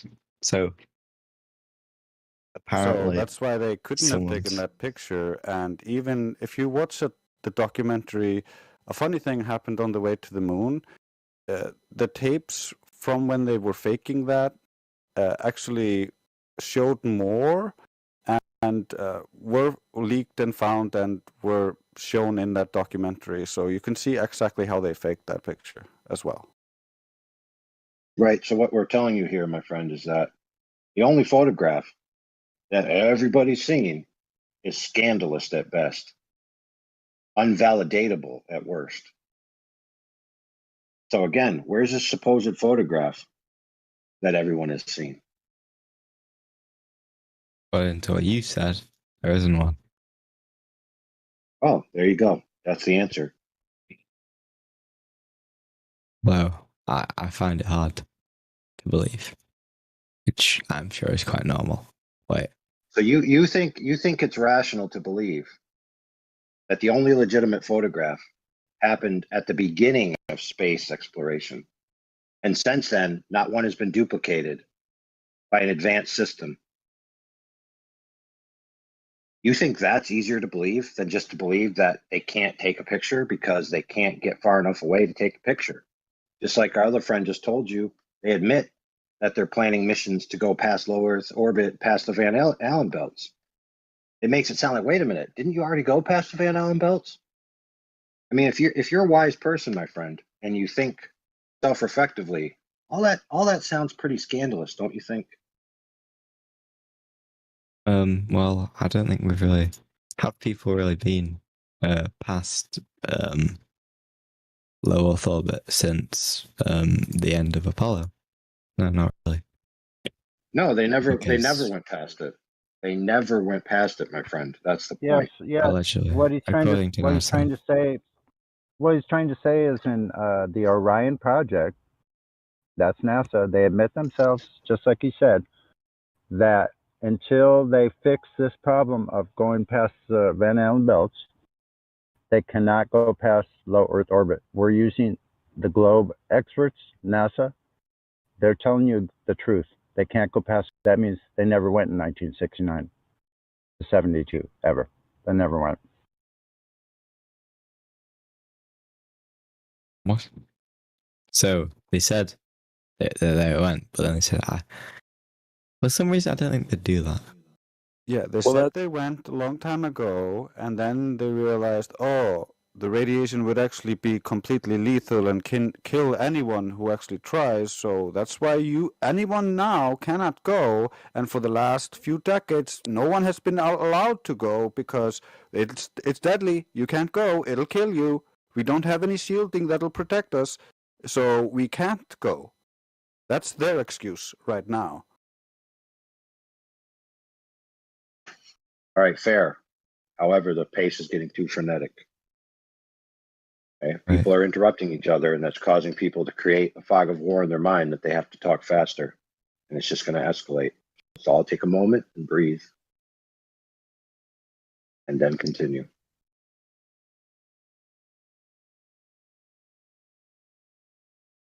So Laundry. Yes. Is this new information to you that the Blue Marble 2.0 is not an actual picture, right? The only claimed pictures from 72. And there's certainly some issues around whether any of those missions did or did not take place, certainly because NASA's excuse of not going back is they're trying to figure out a way to get the proper shielding and protection against the radiation so people don't die going past low Earth orbit, right?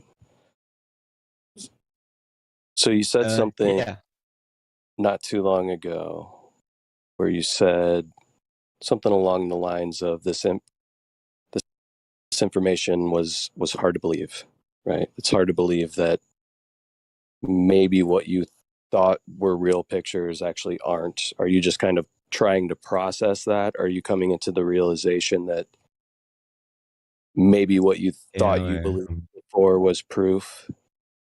Yeah, is not read enough on it.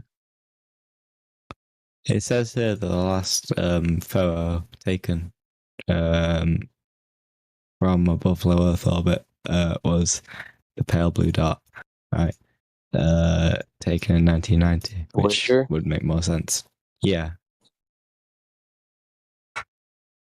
So Voyager, which isn't a manned spacecraft. So that makes a lot of sense. No, it's an alleged space probe, which, if you believe it or not, is still up until, I don't know, when was the last transmission we allegedly got from Voyager? Within the past 5 years, I think. We're still allegedly receiving photographs from this alleged space probe that was sent into orbit. I don't think we're receiving photographs, and I think we have since the ones. Wait.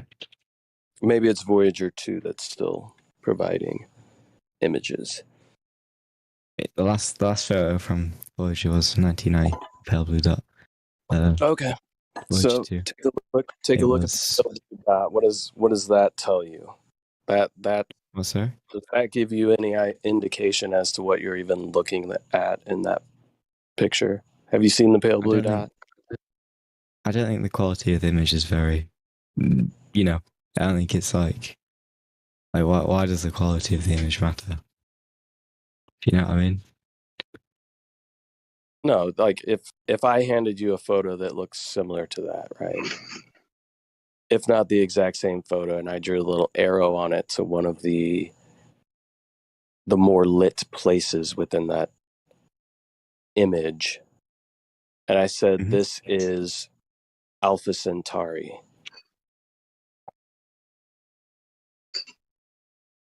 would you just automatically believe that? If I drew the same arrow to the same pale blue dot and I said, this is Alpha Centauri, how would you know or verify, or what would give you any indication, even looking at that photograph, that that's Earth? Well, I wouldn't see a reason for you to say that it's Alpha Centauri. And surely if you did, you would try and make it a bit more believable by maybe putting some sparkles or something around it. Yeah? I don't know if sparkles would make it more believable. It actually would make it look more fake. But either way, either way, man, looking at this pale blue dot image, does that make you think that that's where you live? That that's a picture of where you live? Yeah, I don't see why they wouldn't. So what on Earth itself, aside from you believing pictures that are shown to you, which we've already proven, the main one you thought was proof of where you live and the shape of where you live, was a utter fabrication. So what on Earth here, the ground that you and I are both currently standing on, indicates that you live on a globe? Because that has no reason. Like what? So, wait a minute. Say that again. Sorry, really, I'm tired. Yeah. So what here on Earth gives you any indication, you personally, any feeling, any observation, or anything that you see in your daily life looking around you would give you any indication that you live on a ball? Well, that's spinning. Nothing, but it's the same for the other way around. There's nothing that gives me an indication that it's flat as well, because it's quite hard to observe that. Sure, I mean, I observe it all the time. I live near water, right? So I see very far. Looks very flat. When I go over, across this very large bridge in my area that's tall enough for cruise ships to get underneath it, and I look around, everything that I see around me indicates flatness. No indication of curvature at all whatsoever. But can you see those ships forever? Like, can you see them go forever? Forever? Do you think you can see forever? Well, I'm sure the higher up you are, the further you can see. Okay, so if I had a penny in my hand and I was standing on that ship, would you be able to see the penny? Ships are quite large, and you can How far away do see you them you'd be able to? How far away do you think you'd be able to see a penny? Oh, I don't know, about. According to you, I forever, don't know. right? Forever. What? If I just went straight up in the air, would you be able to see a penny that I was holding in my hand as I continued to increase in elevation forever? If I had a telescope large that could magnify it a significant amount. Okay, so let's even say that the moon is as far away as they claim. Could you see a penny on the moon? If I had a significant enough telescope, probably. There's not a telescope good enough in the world to be able to see that. What? Well, yeah, obviously. So when the ships go off in the horizon, you don't have a telescope, you have your human eyes. With your human eyes, would you be able to see a penny on the moon? Well, no. Right, because you can't see forever, It's different right? perspective. You things understand that things shrink. Things get smaller with things shrink as Yeah, they get but- further away. There's a difference between a ship dipping under the horizon and something shrinking. Yeah, can you explain to me the difference? You can see the ship get lower, and if you go up, you see the ship again.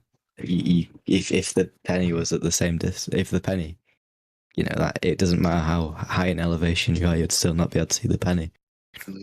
So as the ship moves away on the sea, wouldn't you expect it to get lower because it's getting smaller as it moves further away? Or would Why yes, why there wouldn't that wasn't be your any expectation? roof. What? Sorry. Why wouldn't The that ship be is your getting smaller, but not a significant enough distance. It's not a significant enough distance for it to be any. I don't get what you're asking here. Sorry, it's quite late. Well, you say Okay, you fair should point. see ships go over the horizon, right? Yes. Yes. So ships get further away, they get smaller and harder to see. But there's also a ton of different things that take place in the atmosphere. Yeah, so I have a question. I have a question because he's saying if things get lower in your field of view, I guess the insinuation is that they're going over a curve. So I'm in my house and my ceiling is getting lower. Is it going over a curve? What do you mean? Well, I'm looking at my house, and for some strange reason I just can't understand, rather than my ceiling being straight, it seems to be angled down in my field of view, as if it's going downwards. So I can't fathom it. I guess my house is built on a curve. Could be. I don't understand the question. Like, is the Yes, that's ceiling the actually point, my curved? friend. My friend, the statement's incoherent. I know that my ceiling is straight and flat because I can measure the entire thing. So I know that the effect of it going down is not because of anything physical. It's all to do with optics. So why would you just So, jump to the assumption that if I can't see something or if something is appearing to go down, that it must be because of a curved earth? But don't you? I mean, I've never seen my ceiling curve, so I don't like. Right, but you have seen your ceiling recede in your field of view on the y-axis, yes or no? Can you word that a bit more? Let me give you I a don't understand. I'm visual not here that smart. visual yeah, aid. let me give you a visual you might comprehend. So let's say you ever been to a hotel. Okay. So imagine a hotel with a very long hallway, right? We know it's flat, straight, because they don't build buildings that aren't straight, right? So we're looking down this long hallway and there's lights on the ceiling. Yep. When you look down that hallway, does the floor appear to ramp up towards your eye level? And does the ceiling appear to ramp downwards towards your eye level as it gets further away? Yeah, to a point. Yeah. So in reality, is that ceiling that's above you physically going downward? Or is it just a matter of your perception due to perspective? No, but I don't think that's a large enough scale to see. Like the hallway would have to be quite long, wouldn't it? Wouldn't even have to be that long. I mean, that's what you to see. be able to see it. Well, yeah, yes, because Have you ever been in a hallway where you don't see the ceiling appear to come towards your center view and the floor appear to go up towards your center view? That's how you view everything. Always. It's perspective. Well, I don't think there'd be the hallway long enough to show it not. You know what I mean? Like, that's the hallway's like, you know, so if you had a hallway that was from where you are standing to the ship that could be really far. I don't know how far ships are bend across the horizon. I'm not sure about that. Dude, if you had a hallway, so let's talk about that. If you had a hallway, if you look at the live stream voice text, you'll see an image of a hallway that's running as a GIF, and you'll see the effect in question. Okay, so if you had a hallway, the length all the way out to a ship where a ship starts to disappear, you know, which is roughly 3 miles, 3 to 4 for a 6 foot tall observer if he was on the shoreline. If you were looking down that hallway, right, after a short while, the rest of the hallway would be unresolvable. And all you just see is everything converging to a point, and you'd be impossible to see the rest of the hallway. I agree with that. But a Right. ship. So if you then remove the hallway, Mhm. does the same angles of light not apply anymore?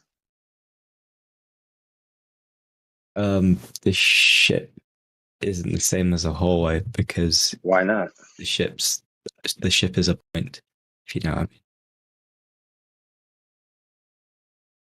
Right. So remember what I just said. You know what I mean. Remember what I just said. The angles of propagation within the hallway, the angles that they enter your eye or the optic, right, are at too small of an angle to be resolvable on the hallway, which is approximately the same height as a person, right? And all of the information from the end of the hallway recedes into a point.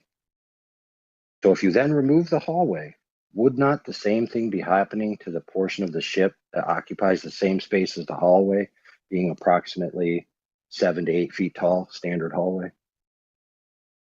So at Isn't a ship bigger? 3 miles.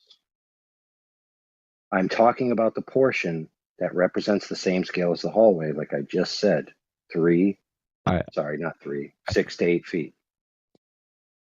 But how am I supposed to see that point from a ship that's far away? I wouldn't be able to see that. You got it. So what you would see by what you just admitted is you wouldn't see the portion of the ship that represents the same scale as the hallway, but you would see the portion of the ship that is much bigger, being the top. So by your own admission, you generally conceded that the bottom of the ship would disappear due to the laws of perspective alone. The point of the ship that faces, you know what I mean, like the point of the ship that is level with me. Right, that part's going to disappear. Obviously, first. Obviously, the whole length of the ship isn't the same size as but the whole. think about this. Think about this. The ground. Hold on, stop there. Stop there real quick. Because he's saying something that most Globers don't get, and that it's worth noting. Okay, the whole ship represents a certain angular size, but each portion of the ship represents a different angular size. And the smaller portion at the bottom of the ship subtends a different angle than the whole ship. And due to the law of triangles, that angle is going to be smaller. And since we see in angles, once the angle gets too small, we won't be able to resolve the bottom of the ship while still being able to resolve the top. Thank you for being one of the first people to get that without having to go for 2 hours. All right, I yield the floor. Yeah, that was a really good point. Just think about it for a minute. If the floor all the way up to the vanishing point, and at the vanishing point, that's where you can't discern the floor anymore. Of course, his feet or the bottom of the ship at that point cannot also be discerned when it's connected to that point on the floor. Do you get that? Oh, wait, so you're trying to say that it's like a plane? Like, I don't know if so every part,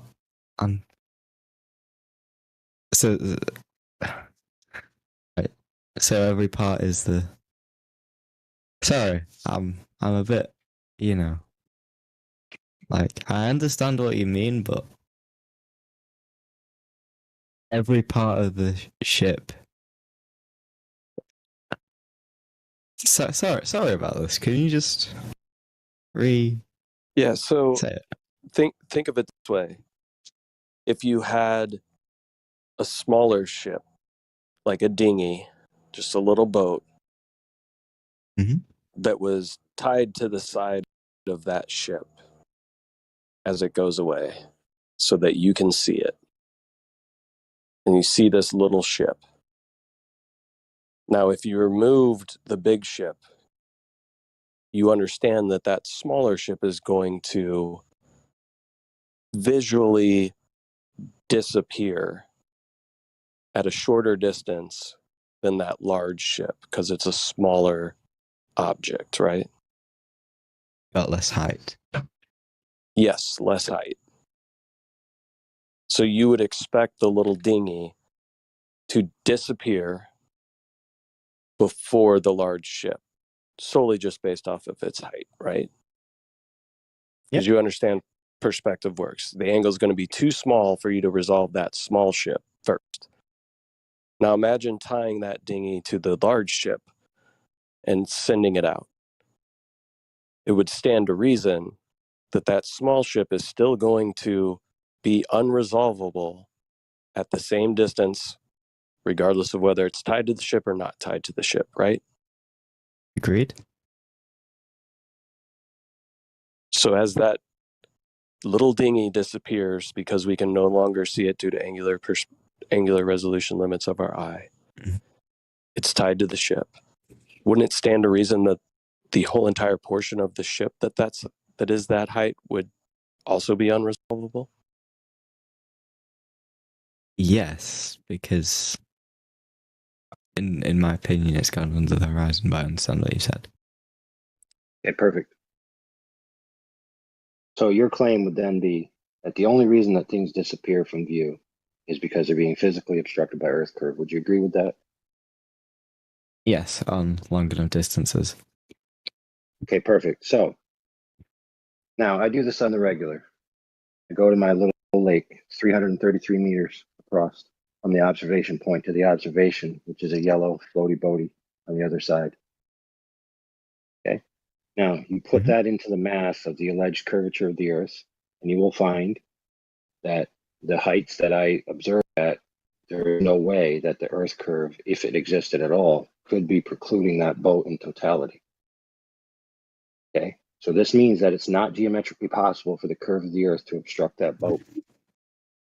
Yet, okay, 9 out of 10 times I go, pretty much consistently, the entire yellow boat disappears. So, my friend, what is causing that to happen? Sorry, so it's 333 meters, right? Mhm. How big is the boat? About How half a tall meter, is the boat? 1.5 feet. About 1.5 feet tall. Okay, well, let me do some maths.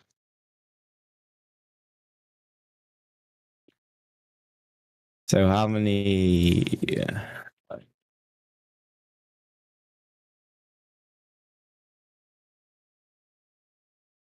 Sorry about this.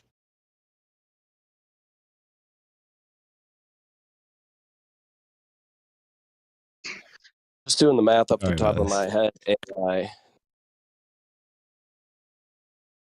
no portion of that boat should be hidden. And if it is a portion, it's such a small portion that you wouldn't be able to notice based on the Earth curve calculator. Because that's what, about a quarter mile? Right. It's 1.2 miles. No, sorry, 0.2 miles. Quarter of a mile. Yeah, 0.2 miles. Sorry. Right, so So then do that you know would what be do you know what the alleged inches drop per mile. over 8 inches per mile squared, right? Yeah. Right. So Yeah, that would be so- at the surface. So then it would be like 1.6. 1.6 what, inches?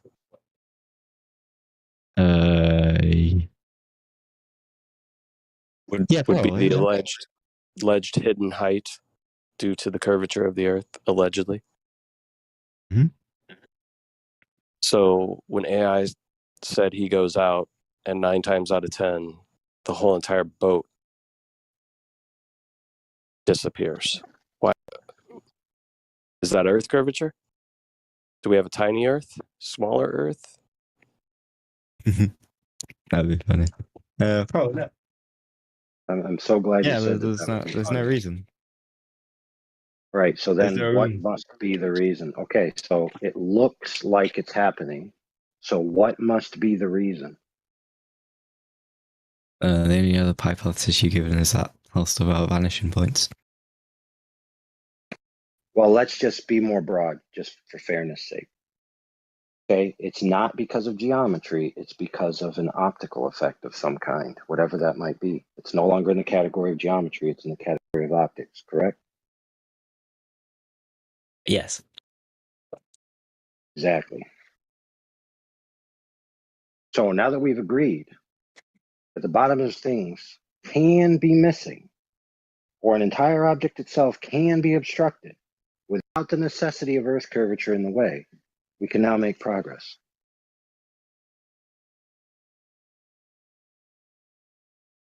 Oh, sorry, I'm sorry, it's really late here.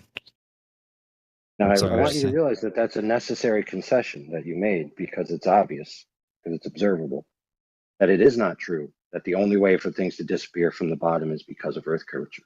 So that's a false statement. You've proven that to me. Yeah, I just did, and you conceded. So if you retract now, it just means, right, yeah, you're fair, exactly. Now, you might argue that those effects are this or those effects are that, but we know for certain that it falls in the category of optical effects. So now, since we can't do this for real right now, we're going to do this in our minds, right? Okay. And mental experiment, okay? So, well, first let's preface this. Do you know that the optical device, whether it be biological or synthetic, has a limit to it, known as the angular resolution limit? Everything that has an angular field of view has this limit. It's just that simple. It's a hard physical limit, known as the Rayleigh criterion. I heard of it. Yep, it's known as the Rayleigh criterion. So for the human eye, it's approximately 0.02 degrees. Okay, what that means is that any light from the source that enters below that limit will be interfered with by any other light that enters within that angle. And therefore, there will be no resolvable information, and it can at best be only rendered as essentially, for lack of a better term, 1 pixel value. Isn't so you imagine resolution? Yeah. 1 pixel value, meaning 1 element, right? 1 element of the total picture that you're seeing. But so in that area, everything have different in that resolution. angular area. Sorry. No. This is angular resolution, not pixel density. So for example, if you only had 4 pixels in your sensor, right? Mm-hmm. If you literally had only 4 pixels in your sensor, you could never render something that requires 10 pixels to render, correct? It would look like blurry nonsense, would it not? Yeah. Exactly. So now you fully understand the principle. So if you imagine a man standing on a line looking out, right? And these radials, right, of angles emanating from his eyeball, you can imagine the 0.02 degree triangle coming out from his eye and going out along the horizontal line in front of him until it intersects the horizontal line. And so you have a triangle, right? And I want you in your mind to color that triangle red. Now, everything that enters that triangle must, of a necessity, render as 1 color value in the final image, which we've already agreed. It just so happens that if you take the time right now to map this out, it pretty much coincides with where the alleged horizon is for a 6-foot-tall observer. The triangle hits the horizontal line approximately at the same distance. Very coincidental, don't you think? So principally, we know this to be true. So, for example, let's say that you're standing over water, and then you have a brick, but it's not a solid brick, it's a floaty brick. And let's just make it red, because red is very bright, easy to tell apart from blue. So if you take said brick, and we've already established that this water is horizontal, okay, it's not curving in any way, it's perfectly horizontal. That's the premise. You might even imagine that it's a floor, painted blue, rather than water, make it easier. So you take said red brick, put it on the floor, and you have your friend start to walk away from you. Now, as he keeps walking away from you, something interesting is going to happen. Eventually, you will not be able to see the color red anymore, because the red and the blue simultaneously will occupy less than 0.02 degrees. And as they approach that towards 0 degrees, the blue and the red will meld together into purple. And then it will meld together to where you only see the air and the blue floor. And you can't even tell the purple anymore. Now, that makes sense. Let's just say, for example, that you call your friend and say, okay, I can't really see the red thing anymore. So you can stop pulling. And your friend goes, okay. And he stops pulling. Now what your friend does is he calls his other friend who brings over a truck full of red bricks. And he starts stacking the bricks on top of the previous brick that you can't see. He stacks 1. You start to see a very faint purple. He stacks 2. The purple intensifies. He stacks 3. You start to scratch your head and say, I'm starting to see red. He stacks 4. Now you see some more red. He stacks 5, 6, 7, 8, 9, 10. And now you see a line of red. But when your eyes trace down this line, as they get closer and closer to the floor, eventually you cannot see the bottom of the stack. It has become unresolvable. It has disappeared. Rest assured it is there, and it is the bottom portion of the stack. But the stack in total has disappeared from the bottom, has it not? I like that. I do like that, yeah. I Now, really do this like is a that. necessary, yeah, you're right. And this is a necessary consequence of the way our eyes work.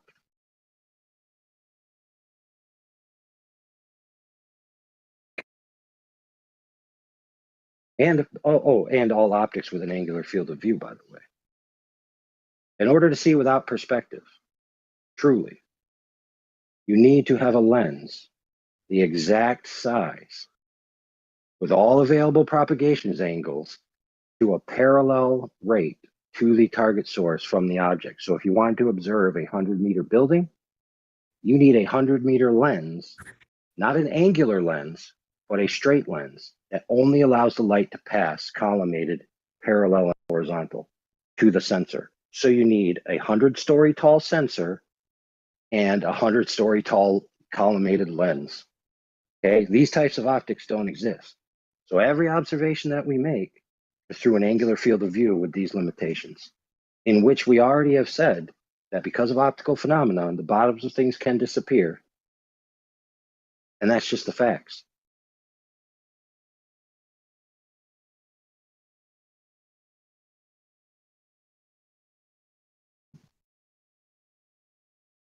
All right, so with that, I rest my case on that, unless you have any questions specifically.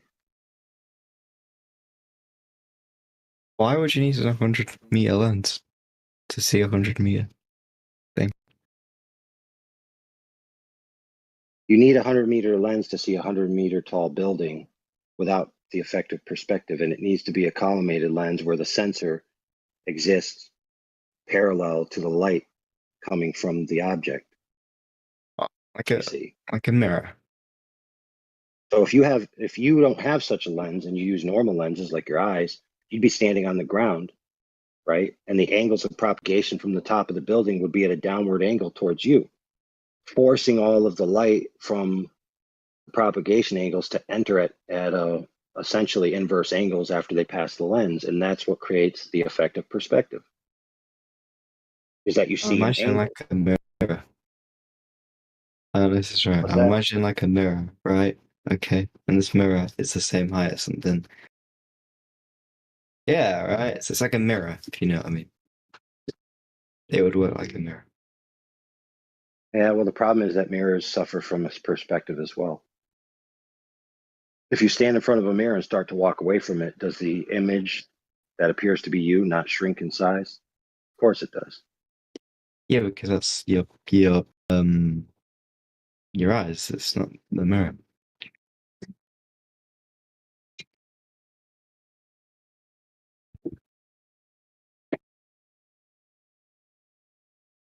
Right, because your eyes are getting the angled light, not the straight light, not the direct one-for-one parallel reflection that's going back in on itself. Now you get it. There's also another way to show it. The ancient Greeks, of course, didn't have any fantastic telescopes or anything. They just looked at the horizon with their eyes, and they drew on a piece of paper and used orthographic view to assume that the horizon was Earth curve. So in orthographic view, things don't get smaller with distance. So the mountain is just as tall angularly in their idea, in their math, but that's not how it is in reality, it's actually tiny in reality. And so when they compare these pictures from reality to their math or orthographic side view, which they got from the Greeks, they're actually just taking perspective and turning it into Earth curve and assuming that the horizon is this start of this Earth curve. But there's no evidence to actually substantiate that.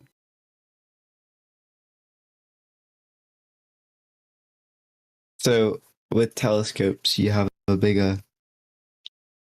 more resolute lens, not lens. You know what I mean? Yeah, with a bigger aperture, you can see further, like in the Black Swan images and other such things. That's why we use telescopes, to see further. And then if you use a very small aperture, like we did with the pond tests and other stuff, such things, we can see that the horizon appears much closer and things disappear over what should be a flat surface. According to the globe mechanics, these bodies of water should not have enough convexity to hide these objects, but it does happen on the smaller aperture cameras. But on the bigger cameras, you can actually see the boat still. So it is optical. There's no Earth curve here. What's Black Swan? I know what a Black Swan is, but what is Black Swan experiment? A Black Swan is not an experiment. It's a reference to the Karl Popper's falsification, and he has a story that goes with it. You can say that all swans are white, and people can just accept that. But if you find the black swan, you know that all swans are white is just wrong. There are black swans. So that's what we find. We find black swans that show that all swans are not white. And so the black swan image is just what this image was called. It's two oil rigs taken. A snapshot taken from a video where he lowers the camera 1 foot off the surface of the water. So the horizon should be only 1.22 miles away on the globe, but we can see the horizon way past the second oil rig. So that's over 10 miles. The size of that globe is completely unsustainable, so it just doesn't work. Black Swan.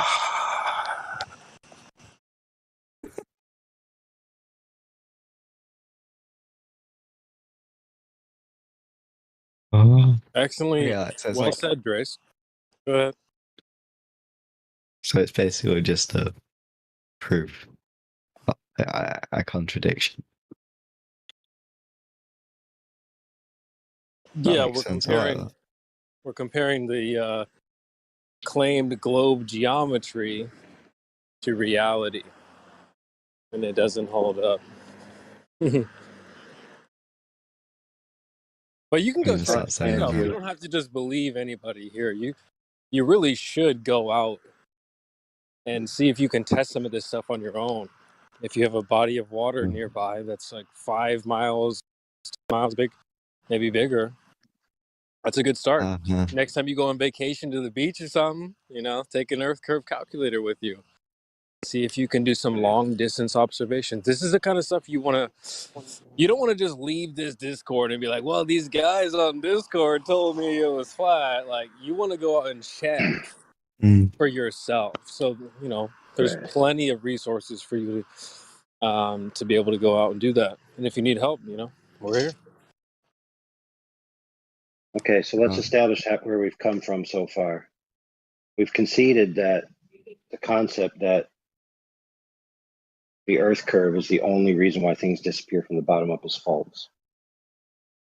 Right? Now we've been presented with the black swan, which is a premise, right? In a sense.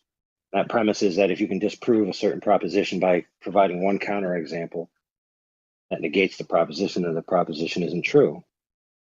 So the proposition in the idea that we already agreed to isn't true is that the horizon is a hump of Earth curvature between point A and B that's blocking the bottoms of things. Now, we've already agreed together that that's not the case. Now, let's talk about the black swan. In the black swan photo, the horizon, as you can clearly see by looking at the photo, is beyond the oil rigs, right? The oil rigs are at 9 miles, respectively, between the other one and the other one. There's approximately 9 to 10 miles from the shore. This means that the horizon is greater than 10 miles. We only know this because we see the boats. Sorry, not the boats, the oil rigs. So we know the horizon is beyond 10 miles. And as he said before, it must be, if the Earth is a globe and if the horizon is a geometric hump of Earth water, right, that's curving and getting in the way. From the observation height that the man observed this, it should have been at 1.225 miles. It's not at 1.225 miles. So the necessary conclusion is that the horizon that you see is an optical phenomenon, not a geometric edge of Earth hump curved water. Now, in summation of all of this that we've already discussed and you conceded to, okay, is that there is no hump of Earth curved water blocking the bottoms of things.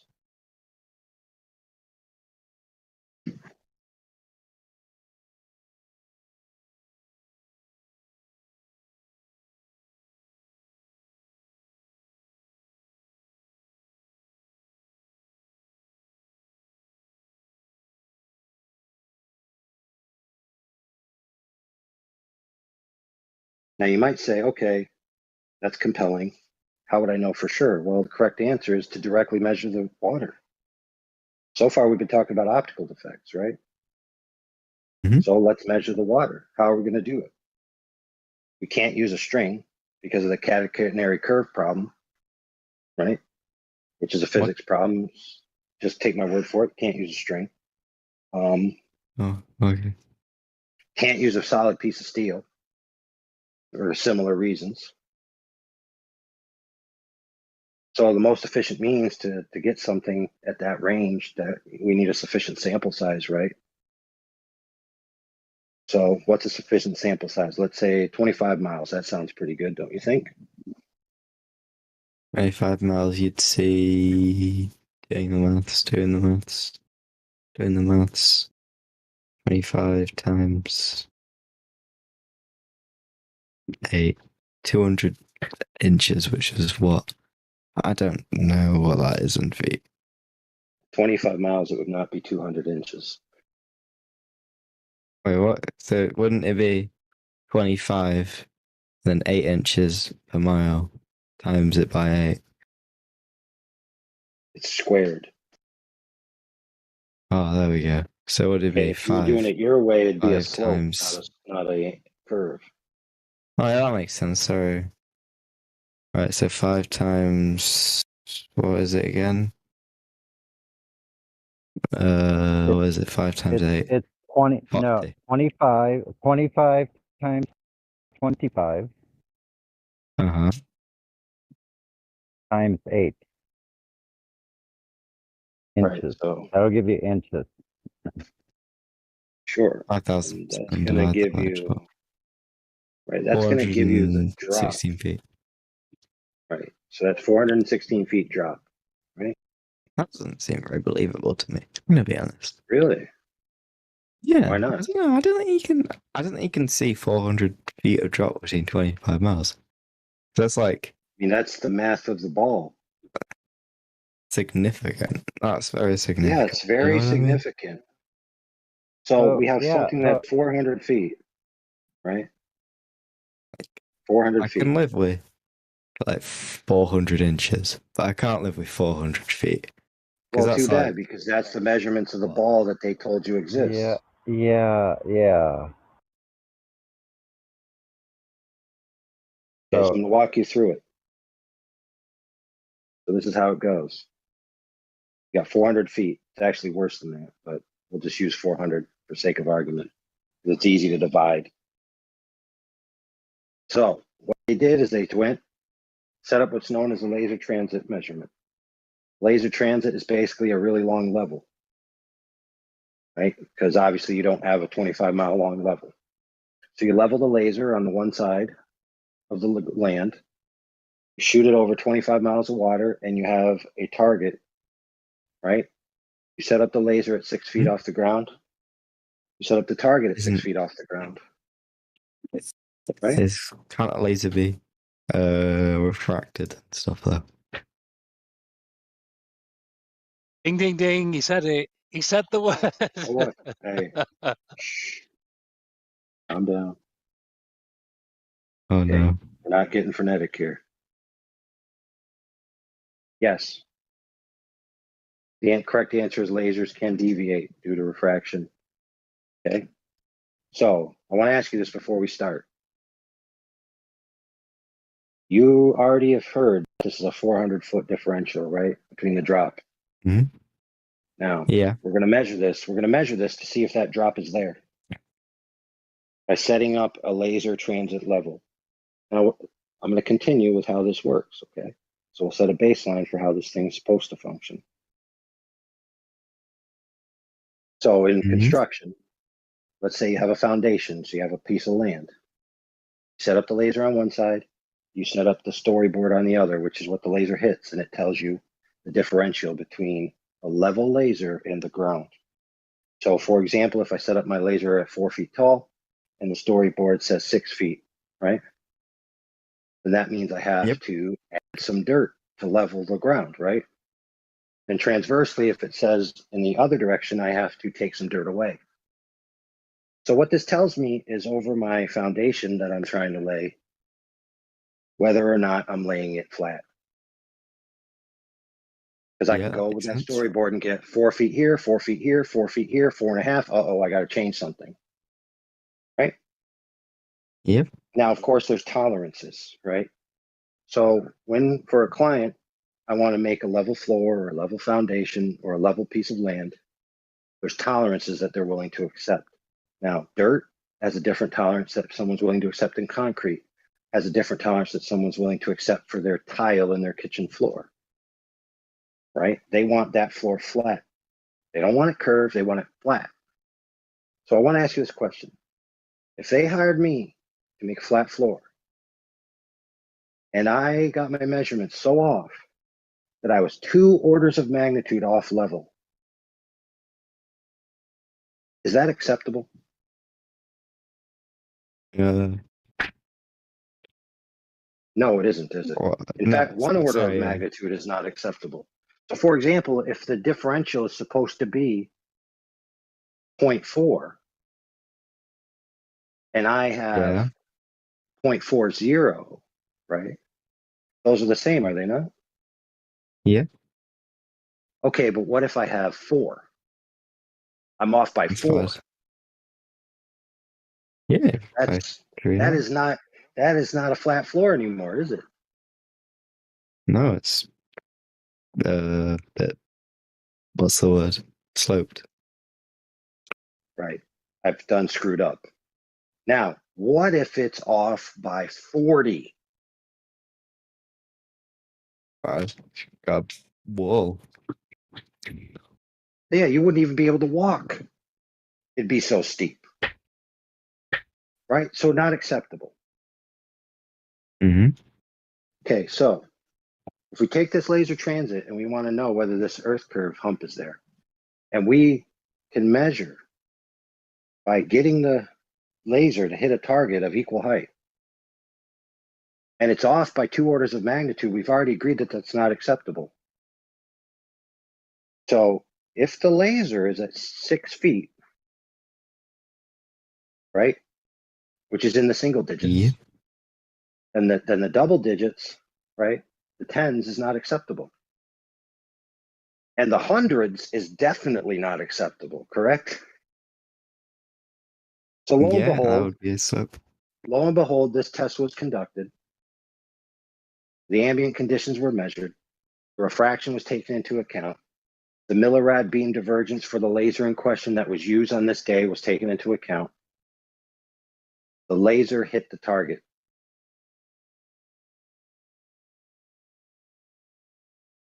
with a maximum differential of approximately 3 feet, still within the single digits. And they're supposed to be 400 feet.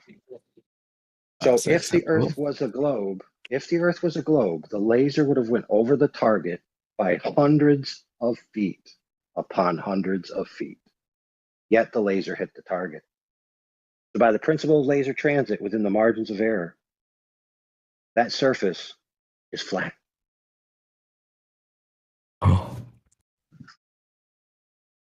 Now, what say you should be, oh, I'd like to see that evidence.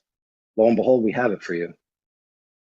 We have a documentary of the people doing it. We have a short version of it if you don't want to watch the long version, just to get your, appetite satiated. We have a document, 120 pages, with all the information, the sites, the equipment, everything. Oh, One of my good friends will post that for you. Friends? Yeah. There we go. My buddies. So what's going to happen is you're going to say, oh, okay. Right? And then you're going to be like, well, is this the only test that's been done? The answer is no. Many have been done. Many. Hundreds. With all different kinds of methodologies. All demonstrating no big hump of Earth curve in the way. Observations as well in excess of 255 miles, to which the target object should not only be 400 feet below the curve, but should be a mile below the curve. Yet the object in question is clearly visible. So we've already established within tolerances that the Earth doesn't measure to be a ball, that the horizon that's been claimed to be a horizon doesn't exist, and that it's not true that the bottoms of things can only be obstructed or cut off by Earth curvature. So we've basically shown that there's just no evidence or need for this Earth curvature. What? Wait a minute, I'm looking at this thing, right? What is this thing about a blue laser and a green laser? Blue and green lasers refract at different rates. Colors refract differently comparative to the refractive index of the medium. By using different colored lasers, you can determine the refraction that's present in the ambient conditions. Okay. Which, by the way, the military, recently did that. The military recently did that at 120 kilometers, shooting 2 lasers to see how it does, and they found out that it doesn't match the globe model. Space Force is going to be angry about that. Space Force is going to be angry at that. Well, I mean, yes and no, because most people, when presented with this evidence, just hand-wave dismiss it. Because they're under the impression, right, that the Earth is a ball. Therefore, what must be happening is that light is curving. Do they have any demonstrable evidence of such a thing? No, it's just an affirming the consequent formal logical fallacy. So now we've established that the rebuttal for all this evidence you've been presented with is a logical fallacy, not actual measurements or demonstration. So again, we just have no need or demonstration of this Earth curve on the ground level.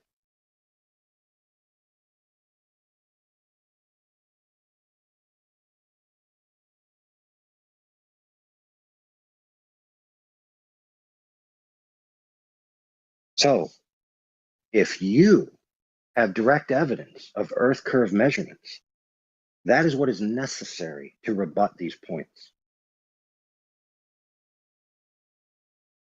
Makes sense. Unless you have that, the proposition stands. And the reason why it stands is because we all experience the Earth as flat as stationary. That's agreed upon by both camps, by flat earthers and globe earthers alike, that our present day experience of the Earth is a flat stationary plane. That's how we experience it. That's the base axiom of our human interaction and experience. And based on everything I just said, that coincides with that experience. The globe curvature is an extraordinary claim that requires extraordinary evidence. But most people are fooled by the claim that a fuzzy dot on a piece of paper is a picture of the Earth from space.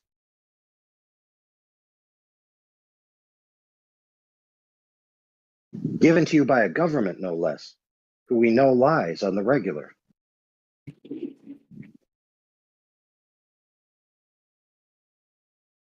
Alright, I'm just interested, right? Why would they like, so now you're gonna have a really good answer to this. Why would they lie?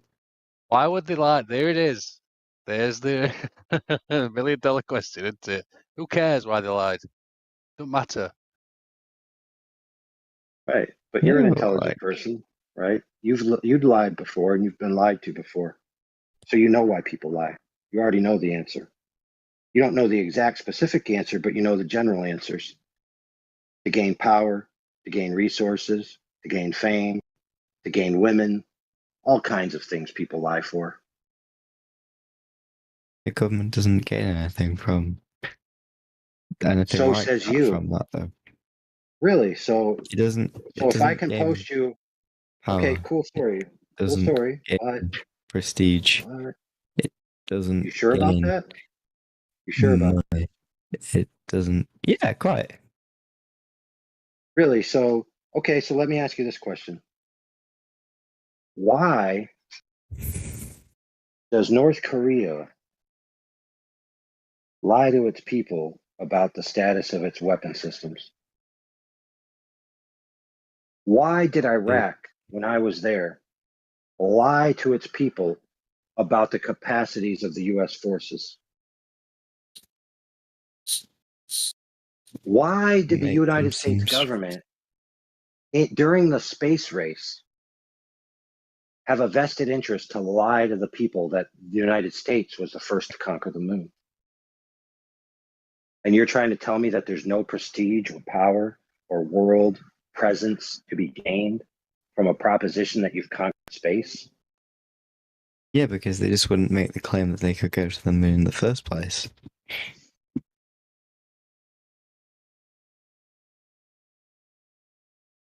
It would be Right, so better for them to just you're not make that now claim in the first fair. place. So let's talk about it then, and let's reason with a real tangible reason why they might lie about such a proposition. So, as a student of history, which you are, clearly a scholar, who have been through standard school and have been taught the history of the expansion of the Western world, that people found out that there was more land. And what did they do? They left their states that they were involved with to pioneer the new land. So we've already experienced in our history a time when new land was told to be given and people uprooted themselves from their governments, even had revolutionary wars against their governments in order to create new territories and new civilizations. So if the Earth is not a globe, then that means that the boundaries are unknown. And that means that there possibly could be more land. Now that, my friend, is a very good reason to lie. But aren't they also saying there's more land to go to if you can go to the moon? Yes, but think about this, my friend. To get to new land that's connected by water, you need a boat that you can literally build yourself. To get to space is unreachable. Now you might say, oh no, it's totally reachable. No, it's unreachable. The elite, the very small percentage of the elite, even alleged to have gone to space. Yeah, just But think let's be about clear, it. we're only entertaining this just to give you a satisfaction because we've already demonstrated in spade that it's obvious that they lied, and why they did is highly irrelevant. So I yield the floor to my friend Grace. Yeah, I just wanted to say, just think about it.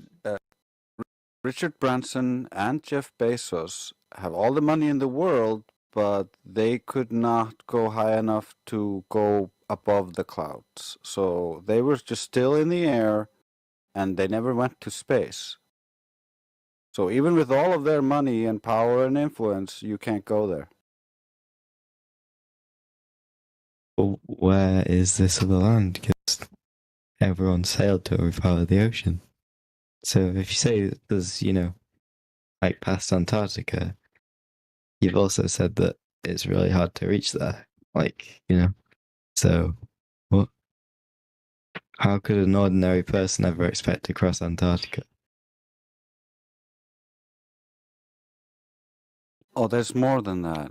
When you think about the globe and you try to unpack it, there could be more lands on when within the area heated up by the sun that is still hidden due to the way they map the globe. So we don't know the full extent of our world, and we're limited how far we can actually explore south due to the Antarctic Treaty. So we can't sail all those seas, and even just sailing willy-nilly, the coast guards of the specific countries will contact you and escort you back if you're sailing somewhere you're not allowed to sail. What? You can sail wherever you want, as long as it isn't in the nation's waters. What are you talking Right? about, dude? You can't go to the middle. You can can't do go to that. the edge. That's a fact. You can't go to the middle. You can't go to the extreme edges either. You will be brought back. Because of ice. So if your proposition is true, my friend, that you can, then that means that there would never exist a story of a sailor freely roaming who was turned around by any military or shot at, correct? No, because that would probably be in the nation's waters, or they were doing something illegal. Right. So there's a guy called Jarl Anderhoy, right? Who tried to go to Okay. Antarctica in different manners. Okay, he lost a crewman being shot at by the government.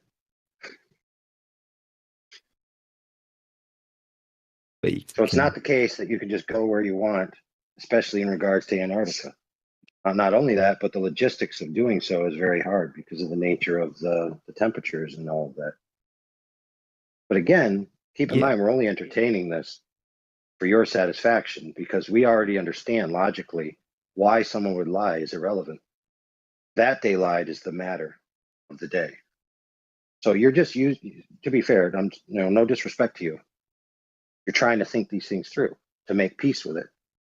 But the problem is that you've already arrived at the bargaining stage. So your brain is already processing this information. Guilt. Was it the 7 stage, right? Yeah, but Yes, for example, my grandfather's is dead. Why would he die? Why would God do such a thing? Like, he's dead.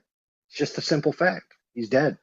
So now you have to go through that process of trying to understand why and come to peace with the reason that you may never know. Once you accept that you may never know, then you can have peace with the fact that the lie is just a lie. I don't think it's possible to patrol that big of an area, though. Can I just say this though, real quick? Like, have you been living under a rock for the last like 2-3 years, dude? Well, I don't know where people get this idea that you can just go wherever you want. You can't even fly a drone wherever you want. They have perms and rules and stuff like that, man. I mean, you can't even get in a car and just go wherever you want. You can't walk wherever you want. So why can you get in a boat and go wherever you want? Why can you get in a plane? You can't. I just think it's goofy that people have this idea that you have. But then again, look at the last 3 years. You couldn't even go to the grocery store, dude. It's like, dude, I just don't know where people get this idea that, oh no, you could just do whatever you want. Like, no, you can't. Because it's a big place.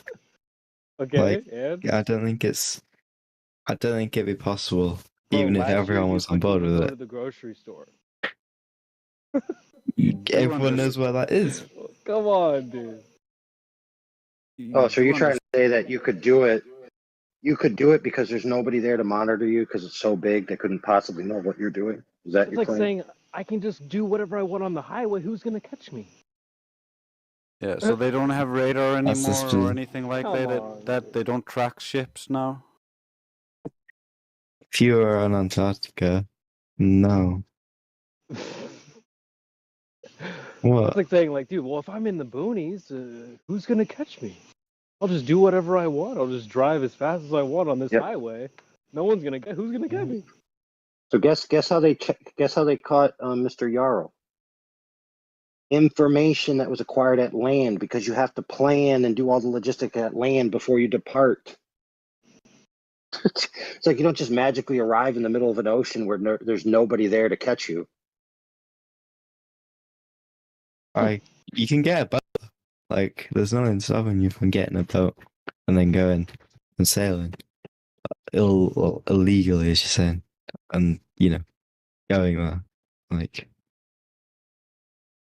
Dude, you know what, You dude? get me? To be fair, guys make excuses about all the logistics of how their girlfriend isn't cheating on them. Because why would she? There's no way a car can go from here to there with that much gas. Of course, somebody would have noticed she was at the store. And all these excuses upon excuses upon excuses because they don't want to accept that one of their friends gave them the stone cold brass tacks truth of what their girlfriend was up to the other day. But why would she lie? There's no way she. And you may die. You may die without her ever telling you the reason. Reporting back in after sunset here, great looking sky. You can see the tail end of the Big Dipper. Ooh. And is one of you using some kind of machine tool, like a drill motor or anything like that? No? Yeah, I'm doing my own teeth. No, seriously, I'm asking a serious question. No one's using anything? Because I thought for sure that I was approached by, this is going to sound strange, by a mechanical dog. What? I thought it was a drone at first. I mean, that's a thing now. So, Could be. But wait a minute. Whenever one of you opens your mic, it sounds like that. So I'm going to leave it to say the most logical thing is to say that it sounds coming from the Discord. And it's my imagination. I just heard it from the Discord. So good. Got that solved. Thanks for your help. Was it me? It wasn't a robot dog. Yeah, I'm glad it wasn't a robot dog. That would have freaked the shit out of me, but that's okay. I've fucking fought him off if it was. I just turned my headphones off, Sonny. Was it me? I really don't know exactly. Try to Okay. talk when you're here. You sound like you're on some headphones. You listen. You two guys can solve that in another room. We're going to continue with the conversation. All right, my bad. Right. Exactly. Let's continue with the conversation. Forget about it. So if you knew that your girlfriend cheated, right, and you couldn't figure out why, and to her dying day, she never told you, didn't do it? Correct. Yeah. I mean, if you don't know why she would have, that means that she didn't. And to be fair, it may give you peace to find out the reason, right? And that might be why you want to know, because you want to have some kind of peace with why the powers that be who know the truth are lying to the public. And rest assured, it's a very small amount. Most people just believe what they're told and raised in by school. They have no clue about the true nature of the world. They're just Muppet puppets that watch the news and believe what they see, right? If they're shown a photograph that's allegedly to be a photograph, they're just going to say, yep, must be true. Well, couldn't they say that the excuse that they give, that could also be a lie? Yeah, I actually heard in the background that it was some kind of Dremel tool. I'm going through my files now to find out which model based on the frequency. I'll get back to you on that.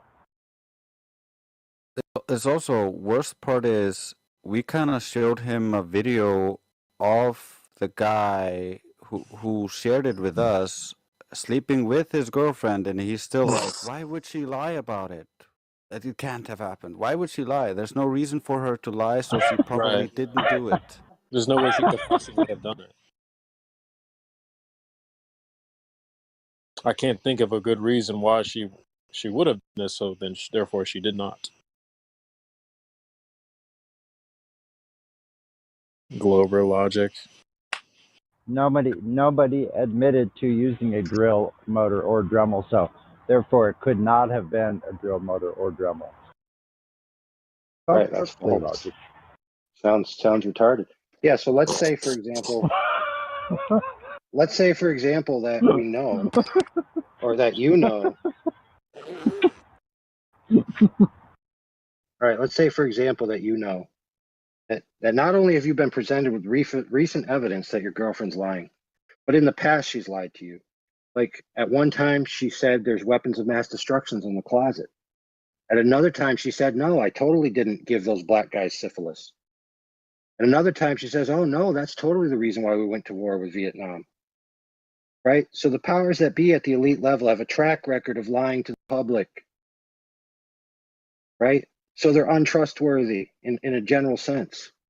So they need specific evidence.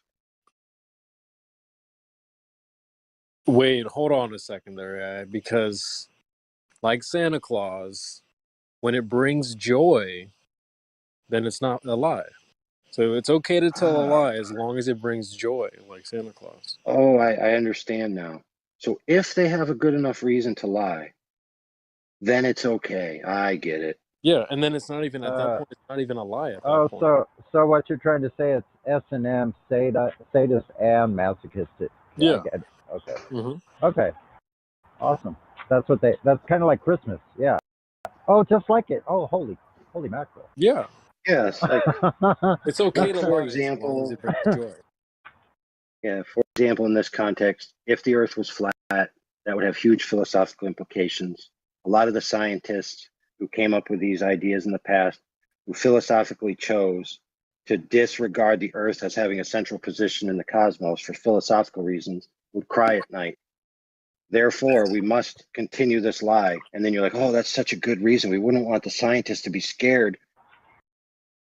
Wow.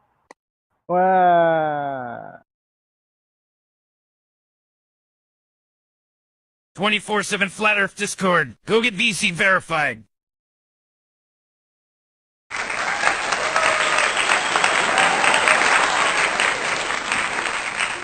What it really means to live like golden. Yeah, we're golden. Baby girl, we're golden. They're about to see us shine, 'cause we're golden. Get back into full view when, according to the curvature of the Earth, it should be obscured. Part of the boat should be obscured by the curvature of the Earth, yet we're able to bring it back into full view. So I don't understand like why no one brings that up, that anomaly, but like I think they do, but a lot of people like it or not. You might not accept my answer, but I got an answer for you. Sure. Well, that's because of refraction, of course. Atmospheric refraction, right? Oh. But unfortunately, atmospheric refraction it can only occur with very specific atmospheric conditions. It's not an everyday occurring phenomena. You have to have it. It has to be the right conditions for atmospheric refraction.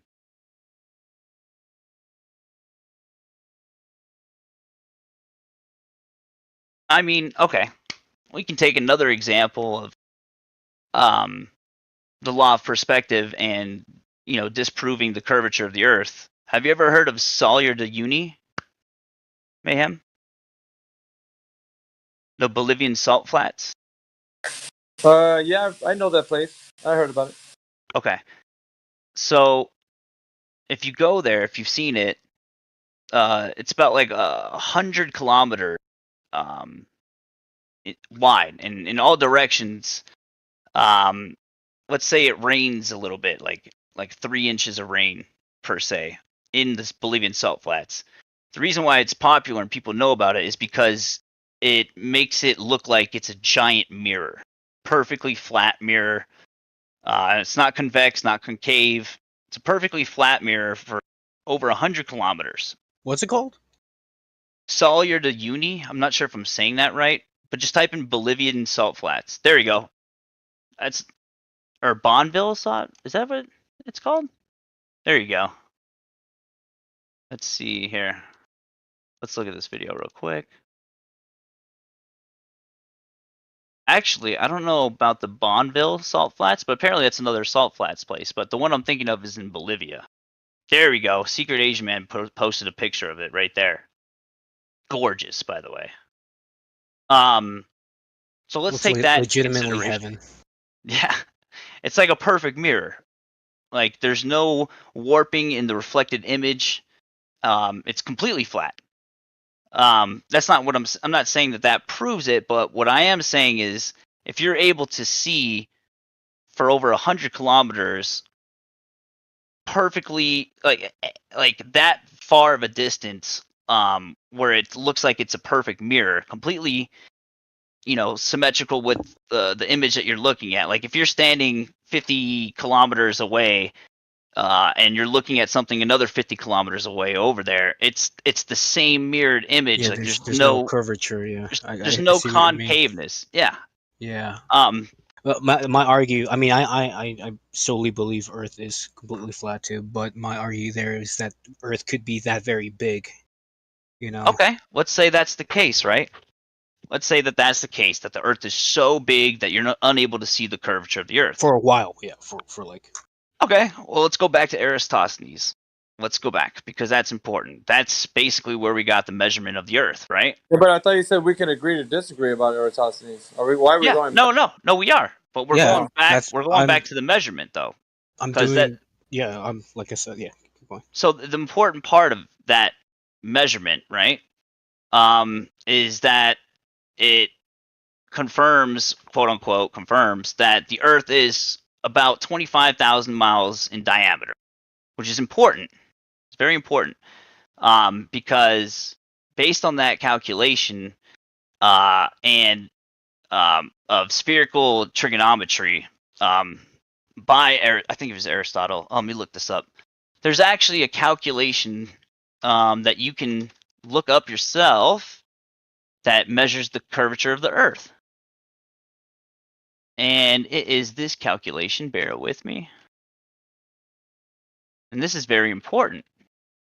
Wouldn't it be crazy if we don't even live in a flat or sphere? It's just a matrix. So, let's see here. Like, oh, guess what? It's all a simulation. That's crazy.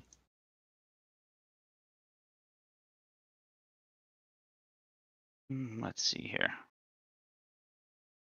So, based on the law perspective and the measurement of the quote-unquote curvature of the Earth, that when we're looking at the horizon, that anything that we see, I believe it is 6 inches per mile squared, I believe. I can't remember the exact thing. If anyone could help me out here. Can't remember exactly what to find here. I can't remember what I'll try to find it on Google, and it keeps giving me different things. But I think it's 8 inches. Never give him 6 inches when you can give him 8. There you go, 8 inches. 8 inches per mile squared. Per mile of distance that you're looking at. So let's take 100 kilometers, for example. 100 kilometers to miles is about 62 miles. So if I'm in Sawyer to Uni and I'm able to see perfectly all the way to the other side of the salt flats where you can see the mountains, like for example, in that picture, which is about 100 kilometers. So if it's 8 inches per mile squared, in terms of how your perspective line, like your horizon line, starts to dip according to the curvature, then that means those mountains, for example, 100 kilometers, say, and I'm sorry I don't have the exact numbers about those mountains, but you don't even need to, because 62 miles, it's long enough to see a difference. Those mountains should not be in view. They should actually be about, 8 inches per mile squared. So 8 inches times 62 miles. Let's see, so in feet. So you're telling me the people who made these rules are kind of like screwing themselves over because people are like proving themselves wrong. Well, If I mean, if I you think have, so. Yeah. I mean, if you have 25,000 miles in diameter, if that's like what you're basing this entire, Globe. you know, globe measurement on, which is basically just fucking Common two knowledge. It should be, dudes that, or a dude that basically put a stick in the ground, like. Uh-huh. And let's take that at face value. Let's say it is 25,000 miles in diameter. Okay, so according to spherical trigonometry, it's about 8 inches per mile squared. That your horizon line, like your vision, like the way your eyes see, you can't. You would start to see that curve, based on how many miles are if it's 25,000 miles, right? That means Earth is that's limited to that space, and it's a sphere. So you can actually have a calculation about how much curvature you are going to be seeing as you go further down your perspective line. So if I'm looking at 62 miles away at those mountains, then that should be per mile squared, 8 inches, 8 times 6, that's 48. 8 times 2, that's 16, 496. So that should be about 49 feet below your horizon. Like, you should not be able to see those mountains. It should be 49 feet below your law of perspective. I'm not sure if I'm doing this math right, but essentially it's impossible to be able to see those mountains in full view. It just doesn't make sense. Like, Yeah, that's interesting. I've never been brought up that point from that kind of place, because you're right, it is completely flat. And I'm sure we can make this with several other flat a lot of like- places. yeah. But the reason why I choose this is because it's very The mirror. visual, that it's a mirror. Like, you can see that it's perfectly flat. And like your question earlier, what you said, well, the reason why we can't see the curvature is it's too big, right? Yeah, well, that was my rebuttal. Right. It's too big. We can't see it. Yet, we're able to see the curvature of the Earth from the beach. That makes no sense. That's illogical in fact. How are we not high enough in the air to see how big the Earth is and the curvature of the Earth? Yet But Red Bull clearly, as they Oh, you seen that? I've seen that too. The jump, yeah. Where you can see it totally change the fisheye lens, but yeah. But to keep it like in fact-based stuff, it's like going by their logical and fallacies. It's maddening, because you can go about it for fucking hours on end and nothing will get done. But I get what Mayhem's doing. I get what these. You have to become correct when you're discussing this stuff, but. The one thing. Did you cut out just then? Mic check. He's Hello? still good. He's good. It might have been just you. Can you hear me? I can hear you. Mike is still here. All I heard was, I get what Mayhem's doing. Anyway, hey, speaking of, Miggy, what's happening? What's up, brother? Did you cut out Beasticles? I don't think he did. I'm not sure if I am or not. I think I heard him. Oh, I think okay, you were okay. cutting out on your own. But yeah, man, that's a very good point. And like I said, it took me a while to really fully grasp that this whole world, possibly. Let me was most likely flat. Excuse me for a second, guys. Let me talk to my the students in here, the academy. Guys, this exercise was meant for you guys to listen to and critique. We're going to go ahead and open up the panel to anything that you guys have heard within this critique. You guys go ahead and kind of help him out a little bit. Teach him how we do things here and kind of show him like what the arguments are about, what went wrong, what could have been better, and all that kind of good stuff. We can open up the floor to you guys listening to this conversation, me asking Beasticle some of those questions. So go ahead. If anybody wants to jump in, if you were hearing the conversation between me and Beasticles. Hell yeah. Go ahead. Well, just listen to some honest critique, okay, Beasticles? So no slight to you, it's just honest critique, okay? All right. So anybody want to jump in, or we all good?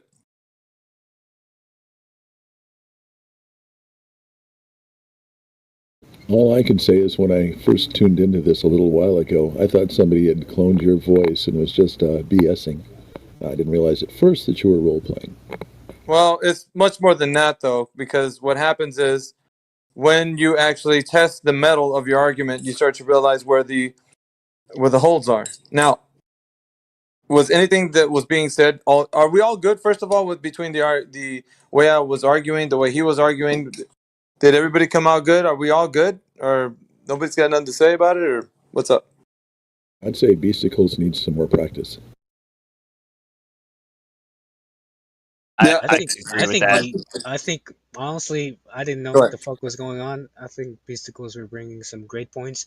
I would just probably keep the math to a minimum because that was kind of like putting me, or my attention wasn't being as focused as as when you started saying a bunch of numbers. That could just be me. No, I'm just asking everybody, actually, so anybody can put their input. Because when we all come up to this, the point where we're actually having these discussions, arguments, or whatever, we wanted to present it in front of everyone. So this is kind of like a test run. So is everybody good with what's being said? Because I don't hear anybody else except for Wade Bixer and Big Root. Was it Big Root that said something? Well, one thing I would say just specifically mocking, that Beasticles really needs to know the times, the dates, the numbers. You know, when it comes to 8 inches per mile squared, you should know that like the back of your hand and not say 6 inches or something like that. When you get into a debate with somebody or with a discussion and you're tripping over your own words, that's not good. Gotcha. No, and that's completely understandable critique. And that's kind of like why I'm here anyway. I definitely, because I am a flat earther for sure. I might not exactly No, it's cool. have it in front of me. Yeah, it's cool. But what I'm saying is, like, when you get Gotta be into the level of, prepared. when you get into the, well, just check this out, right?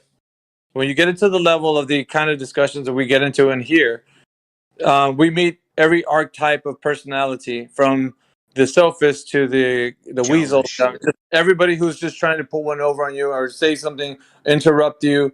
They'll speak louder than you or whatever the case is. But what I'm showing you, because I pretended to be the nice, calm Glober, right? So for you guys to hear me like the way I was retorting to you was the way they would normally. Because I've heard all the things that I told you was basically what I was told when I was learning how to refine.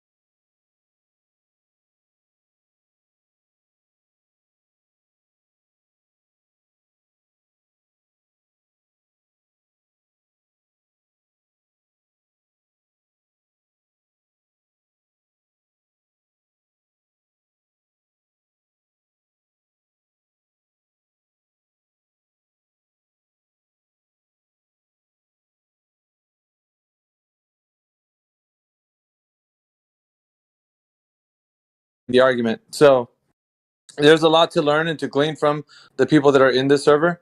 And so what I'd say is that I know you might be, I don't know, seniority wise, like 10 years in flat earth or something. You know, I don't know how long you spent in it, but that to me, it doesn't matter. It's not about seniority. It's about learning the arguments and understanding how to address them. So for me, it's more of like, you have to be well equipped. In this server, it sharpens your mind and your arguments get quick. You don't have to waste time with bloat. There's a lot of bloat that you actually get to, which is what I call derivative topics. Derivative topics are not needed if you can fundamentally take out the whole argument, right? And so if you've ever, I don't know, you don't know who I am, but I've curated the 3 points. The 3 points from the time that I started to where they're at today are, in a sense, well, I would say they're basically a tool that you can use to actually come at somebody to expose what kind of knowledge they have about the Earth being a globe. Now, once you have that knowledge, then you can move forward and then refine your logically consistent points to the person, and then they can understand what you're saying. Because right now, when you speak to a glober, they have their defenses up, their walls up. You haven't taken anything down, so they're gonna fight back on every point that you give them, right? So, what I didn't. It was no effort on my part to just tell you that, somebody else figured it out, and there was no coming to reconciliation of why I don't have that knowledge. You didn't make me understand that. So for me, it was just, I was just kicking back, listening to you say whatever you wanted to. In my head, I was playing the guy who was just like, you know what? I know it's still a globe. You haven't convinced me. You know what I mean? So I made your job difficult. So you were doing the heavy lifting. Meanwhile, I was the one listening to you tell me how the Earth, you had to convince me. But see, in this specific arena, it's the other way around.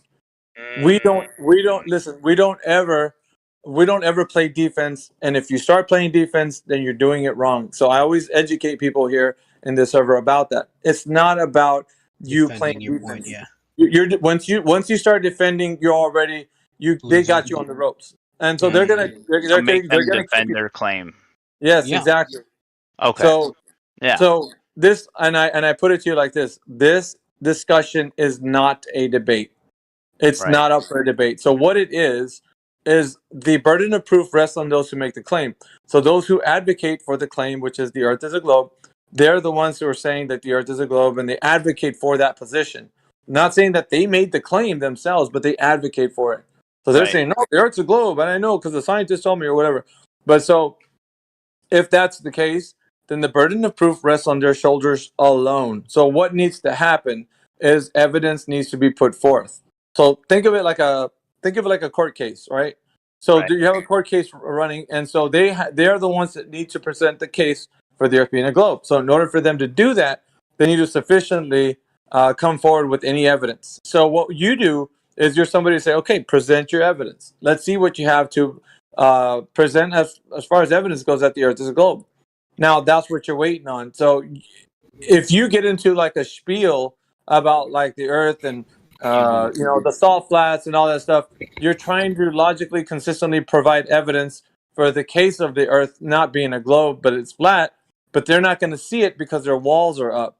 They have their side, you have your side, and then when it's their turn to speak, they're just going to retort and tell you, nope, it's a globe because you didn't factor in gravity, you didn't look at the Eratosthenes or something. So in order for you to avoid that, you have to get them to admit they don't know. So I always teach Okay. people I always teach people when they're in here is that when you go against an opponent that thinks that the Earth is a globe, you have to listen to the knowledge that they know. So the 3 questions, have you heard It's of little them? to nothing. No. Okay, so the 3 questions are this, and I'm just going to tell you so you know for future. Yeah. I curated these 3 questions. It goes just like this: who has ever measured the curvature of the Earth any time in history with drop over distance? Who has Who has measured ever the curvature of the Earth anytime ever in history, any time in history, with drop over with distance? drop over distance? So drop over distance excludes any other shenanigans from Eratosthenes, Aristotle, Al-Biruni, anybody who's ever any of the ancient guys, right? So what you're doing is you're cutting it off at the knees. So when they want to come back and say, well, Eratosthenes, you're like, no. I didn't ask for sticks and shadows. What I asked for was drop over distance. So the consequent of the geometric shape being an oblate spheroid would deem necessary that the shape would demonstrate this sagittal. Point B, there's going to be an obstruction, which is the hump of the Earth in between point A and point B. Therefore, if that is the case, we have a drop rate over a distance. So the drop over distance is necessary. It's a necessary consequent of the Earth being an oblate spheroid. So if you follow me on this, what happens is they have to demonstrate anytime in history that drop over distance has been directly measured. Now, there isn't anything that has ever been done anytime in history that has been taken into account. So they're going to be fumbling around trying to figure out, give you half-hearted answers about Samuel Rowbotham, and just other things, right? And you're gonna be, Satellites. no, that's not what I'm asking for. What I'm specifically what you do is at that point you start to redirect. Okay. That's not what That's not what I'm asking for. I'm specifically asking for a drop over distance. Is there? So basically, what I'm saying is this isn't a debate or left up for discussion. All it merely is for them to demonstrate their knowledge as to sufficiently answer the question. Right? Has there been anyone to demonstrate that the Earth has been directly measured? That drop over distance has been measured. Now that's up. The burden of proof is on their shoulders. It's not on yours. So at this current time, I would say turn off the answering of the questions. And they say, no, but then you prove to me the Eratosthenes. You say, we'll answer some questions after these 3 questions that I got to give you. I promise. We'll go through all whatever you need to, but first sufficiently answer my questions, and then we'll pour over ourselves into anything you want to know. But I have to know what you know first about the Earth being a globe. So first of all, you have to get them to answer those 3 questions sufficiently, or admit that the thing that you need from them, right, is the concession. It is the utmost, most important thing that you have to hear from their mouth. I don't know. If you don't listen, if you don't get that from them, the walls are going to be up and you will not penetrate their mind. So really, what you're doing is exposing their mind to everybody that's listening. So everybody's going to Opening be it up, I gathered around. guess. Everybody's going to be gathered around. Everybody's going to be trying to listen to how this debate is going to happen. Right. And when you present it to them as in like, no, this right here, what we're doing is you who have the burden of proof are going to come forward and demonstrate to us that what you're claiming is true. So that is what's necessary right now, is that they don't understand that. They don't know that they have the burden of proof. They think because you said flat Earth, you got to prove it to them. And see, the magic trick, what happened was throughout the discussion, people on the flat Earth side thought that we have to have the burden of proof because we have to demonstrate how the Earth. No, the Earth is flat and stationary. So the burden of proof rests on those who are making a claim that is otherwise than what we know it to be. Right. Just like you were leading to tell me at the beginning with your questions, right? But another thing too is that this position that we have is not, and I repeat, is not an agree to disagree position. It's a right and wrong position. Either we're right or we're wrong. There's no other 2 ways about it. So with the demonstration that they're going to give you, it's either going to sufficiently answer the question that the Earth is an oblate spheroid with drop over distance, or they're going to not be able to present any to you. Which in what case? No, right. Yeah. Which in what case? Okay, so 3 questions, right? So the first question is: has the Earth ever been measured any time in history that it has drop over distance? They'll probably tell you. They'll run around and say, no, well, you won't like my answer, or no, Eratosthenes, and then you have to push back from that for a while. Yeah, the pushback will be a little bit, but for you, it's basically clean up detail. You're just gonna have to like, nope, sorry, redirect back to the premise. Nope, I'll talk to you about later on.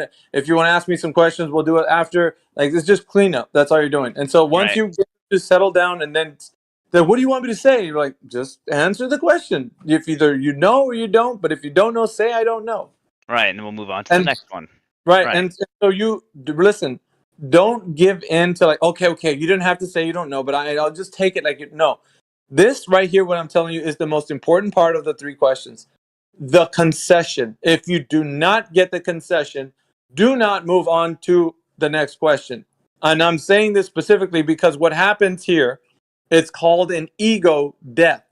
Right. Their ego, which is built up, which has been built up, that they think that they have, will die. And it has to. So they have to concede that they don't know. And it's a hard pill to swallow because they're going to fight. They're going to fight, right? So once you hear that, I don't know, say, okay, that's fine. You don't know. Let's go to the second question. Like, be calm about it. Go to the second question. And then once you get to the second one is this. It's like the first, but a little bit different. They tell us, I'm gonna give it to you. Like I prefaced the second question. They tell us that the Earth is spinning at 1,000 miles per hour at the equator. So the question to you is, who has ever measured the Earth to be spinning around at 1,000 miles per hour at the equator anytime in history? By any device or any person or people? You can put a little extra to it, like the way I just did. Next question, though. It's great. Right. Yeah. So the axial rotation is the second question. Axial rotation, the spin of the Earth. Who's ever measured that anytime in history? And you could like I said, you could preface it with saying that they tell us that the Earth is spinning around 1,000 miles per hour at the equator and so on. So who's ever measured the axial rotation of the Earth anytime in history? So they're going to either get sufficiently answered that question. Well, Foucault's pendulum. Nah. Okay, so what we're asking for is a naturally observed phenomena of Earth spin. Who has witnessed the Earth spinning anytime in history? Because they have to see the natural observed phenomena if they're going to claim that they know that the Earth is spinning. Right. So remember, this is all about them giving you their base knowledge of how they know that. And so when it comes out to that they don't know, they'll say, well, the moon's moving around, the sun's moving around, duh. And you'll be like, check this out. When you're outside, what do you see from east to west? The sun moves across the sky. What do you see east to west when you see the moon? The moon moves across the sky. What do you see when the stars move? They move east to west across the sky. Everything moves east to west across the sky. Therefore, from our vantage point, we only see the sun, moon, and stars moving. At no time do we see the naturally observed phenomena of Earth spin. And if you appeal to Foucault's pendulum, then you're already in a fallacy, because you're using a man-made device. That's You're not not using a natural observed phenomenon. Exactly, it's not a naturally observed phenomenon. Correct. That makes sense. So you have to make sure your answers are airtight, because you'll get the sophist in there, you'll get the weasel who tries to like say things to make you put words in your mouth or something. So there's a little bit of pushback, I would say, because they already know that the collapse of their paradigm is coming, right? So second question, you still have to wait for the you have to wait for the I don't know. Don't skip that part. I'm making a very poignant effort to tell you, do not skip on the I don't know. Like, you have to hear that before you go to the next one. But as soon as they're frustrated, like, oh man, what do you do? I don't know. Okay, we'll go to the next question. Next question. And so the third and final question, right? Once you get to the third and final question, is simply this. They tell us that the vacuum of space is adjacent to the pressure air that we breathe, right? So on the surface of the Earth, we're breathing at about 14 psi. So that's what we breathe on the surface. Yeah, you can measure that and that. So they know that.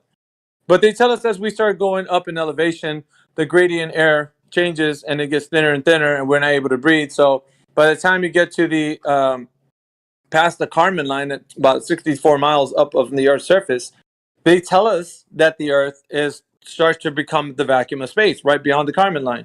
So they're telling us that the vacuum of space right at that part right there is 10 to the negative 6. So it's about a powerful vacuum like on Earth can produce close to that, right? But further, as you further go out into space, it's called not just space but outer space. And outer space, outer space reaches levels of like 10 to negative 17 torr, right? So you kind of tell them all the rhetoric along with that, but here's the kicker, right? You want to go into where you start to tell them the most important part, right? So the most important part of this third question is, okay, so knowing that we have pressure on the surface and super low pressure up in the vacuum of space, how is it possible to have gas pressure without a container? That's the capstone, right? You have to say it that way. How do you know we have gas pressure without a container? You can say this: because if we have an open system and there's nothing stopping the gas from expanding, then that gas would naturally fill the volume of wherever it's in. So the gas would disperse. Right. It wouldn't stay in one place. It would disperse. Something's containing it. That makes sense. Right. So the question would then, like I said before, how can we have gas pressure without a container? So now you got three questions. And so their answer needs to be sufficient. If it's like, well, dude, gravity. We say, okay, now, you said gravity. Please demonstrate how gravity is a container. Let's go out into the field somewhere. Can we test for this? Because you just made a claim. That claim needs to be tested. So now I need you to test gravity being a container. Please demonstrate that for us. Do you understand what that is? Yeah, so instead of beating around the bush and saying, well, what about gravity? Yes. You go straight for the demonstration. You go straight for the demonstration. So Right. Great for the it's im- jugular. yeah, it's important because you want to be concise. You don't want to fiddle faddle, him and haw, or whatever it is you want to Right. talk about, like wasting time. You I don't definitely want didn't that. feel concise Well, earlier. that's that's why That's listen, why this this is happening. it's merely just a guide. That's all it is. Yo, I However, didn't even you know this was It's a pretty good guide, though, for real. Yeah, because I didn't even they're know this was going definitely- on. They're definitely highlighting 3 very important key points. yes, these are that the I've held. fundamental.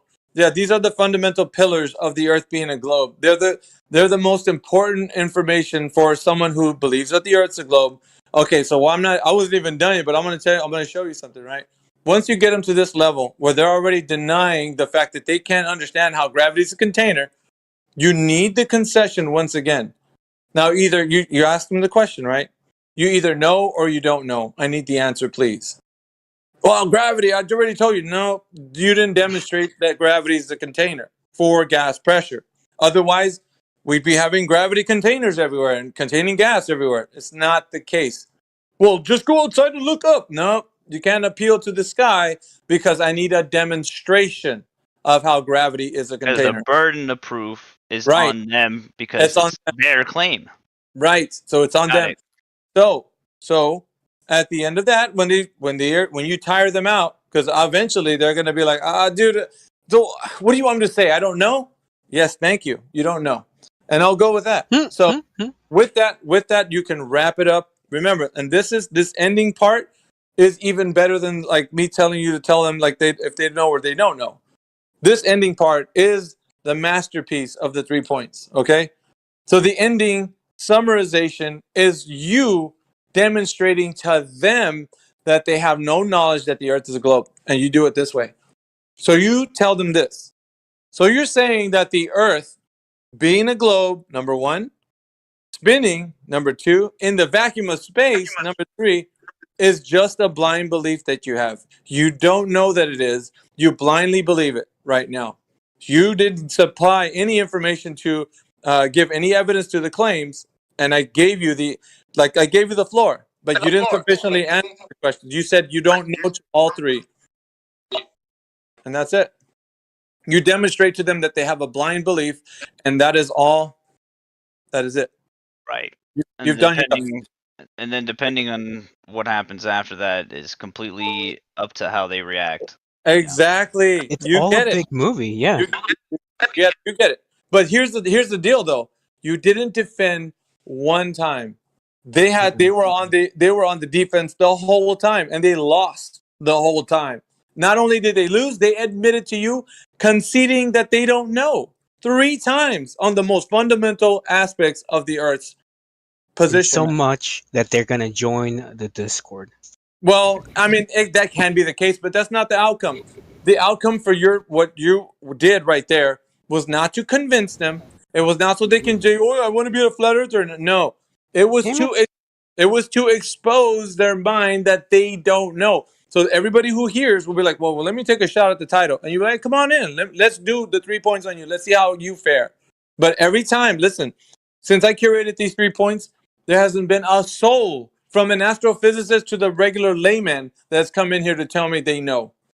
Not one. Can you write those down? Do you have those written down somewhere? Actually, yeah. Somebody might put them into the in the live stream voice text for you guys. That would be amazing. Mickey, Yeah, can I expound upon this for just a moment? Yeah, go ahead. Remember that there is no curvature. We can't leave low Earth orbit because the Earth is flat and there is no outer space. No one has ever measured the circumference, diameter, nor the radius of the Earth. No one has ever measured the axial rotation of the Earth. The second law, thermodynamics, says that you cannot have a gas pressure next to a vacuum without a container. Mayhem has been telling you about these 3 points, and you should really be paying attention in class. Okay, Neil deGrasse Tyson. I love it. That's one good benefit of AI right there. Boom. Yeah, But actually, no, that's a Mayhem, great thing. Yeah. Thank you. And I Yes, sir. and I Yeah, I did it definitely because appreciate you sharpening my skills. No, now I Everybody's. gave you a broadsword, so I'm teaching you how to use it. That's what Right. I'm doing. So now when you gotta go there, sharpen it, yeah. like right now, sheathe your sword because you don't need to use it on anybody in here yet. But when somebody comes in and they're feisty and they're And they rambunctious, will. you do have the right temper for it. I gauge that you do have that right temper, that tone. And the I'm head a bit- for it. yeah. So Sorry for interrupting, bro. these 3 points are for you because it seems like you can carry the weight of being able to navigate, and you'll be 100% on the offense, never defense. And so whether or not, listen, when they get out of those 3 points, they don't have a leg to stand on. They can't get, well, dude, now I want to talk to you about how gravity, no, you just denied the fact that you knew anything. From the point of it, Earth being a globe, to the point that the Earth's moving, and now of the vacuum of space. So your whole paradigm has been rocked. You don't know anything. You just admittedly said that. So now you're going to tell me that you know? How? Can't backtrack. You can't You backpedal. can't. You're on record saying you don't know. So now Question for you though, real Yeah, quick. go ahead. So let's say we get through these 3 points flawlessly, right? And the person that's on the receiving end of after these 3 points, let's say they bring up, let's just say they ask a simple question like, so why has no one measured it? Because there is no curvature. That's why. Because there's no curvature. If there was curvature, it would be measured. Because there is no curvature, that's why it's not measured. Well, dude, refraction. No, because see, when I took you through the 3 questions, you would have sufficiently answered it with that. You didn't do that, so. I think I am Mayhem. What's up? I'm just saying that I think a good one though is what the guy's trying to say is I have this with the questions and that. You know, you start asking for they'll bring up like Eratosthenes, like we all know the score with that, but then you're dragged into then another story about explaining how measuring a shadow. I mean, what's your advice on that to the guy? Going into there, they'll just say, well, Eratosthenes, Al-Biruni. Then you've got to go down that. I sufficiently answered that. And the key is when you ask them the question, remember what I told you. How did the first question go? Has the Earth now or in ancient times ever been, or has the curvature of Earth now or in ancient times has ever been measured to show drop over distance? Yeah, Eratosthenes, they'll say. And then what would you say if they say Eratosthenes? Yeah, go on, mate. What would you say? I'm not talking about dudes with sticks and shadows. Why? Because we're not measuring drop over distance. We're trying to figure out if anyone has measured drop over distance. Correct. Has anyone? No. You know? And so Google it right now. Yeah, when they appeal to that, you can easily take them to that and be like, look, he didn't do it. Show me where he measured drop over distance. If you show me sticks and shadows, I'm not going to look at it. I'm just going to quickly hand wave dismiss it immediately. Right. Until you show me drop over distance been measured, I don't want to look at it. Question real quick though, and I'm not saying this to disprove the first one, but it's just like, did the drop over distance question, did that come from when they decided to claim that it's not a sphere, it's actually an oblate spheroid? No. Or drop over distance has always been a question? Yeah. It's the consequent of a geometric shape being a sphere. The sphere, the consequent of the sphere would necessitate drop over distance. It is the antecedent. Yeah. But it's not a sphere, it's an oblate spheroid. It's the actual physicality of that shape, the ball itself. Yeah, it facilitates this drop. Tell That's them. what it is. Do you get what I mean, though? When they come back with well, it's not a sphere, it's an oblate spheroid. It's different. Don't matter. No matter? There still has to be drop rate curvature. There still has to be a drop rate curvature. The other thing you get as well off the Al-Biruni hips is depression angles. They'll say, because you can do a depression angle at a height, and you'll see the apparent horizon at a lower level than your eye level. That they'll say that's drop over a distance. Yeah, but let's keep it concise to like the point where they have to specifically talk. Right. They have to directly measure it. So when they go off into other things, you can redirect back. Yeah, redirect back to the point, to the premise. See, here's the That's thing why that I like. No matter what, you're still the point of the three questions and this argument in general is to highlight the fact that it's them making claims. Yes, and they have to answer the question that you're. I got it. Listen, so when they veer off, they give you a red herring, or they. No. Go back. Has there anyone that's been measured? Right. You keep on that. Got it. And not only that, is they no. Well, you tell me how the Earth's flat. I want to hear you tell me how it's flat. Be like, dude, I need you to answer my question. Like, they're gonna try to use their tricks because their mind wants to escape out of being pinned down. And it gets harder because if you have other flat earthers, when those guys go, yeah, but tell me about gravity. And another flat earther goes, I'll talk about gravity right now. In the middle of your three questions, they're gonna bamboozle. Derails the conversation. Bamboozle, and it's gonna be a shit show. And you're gonna try to get it back, and the other flat earther, dude, I just want to answer this gravity question. Like, you know what I mean? Like, it's not gonna be so. That's what I'm saying. You have to kind of, at least at that moment for the three questions, say, guys, please, let me just run them through the three questions. Afterwards, you guys can jump in and say whatever, you have to.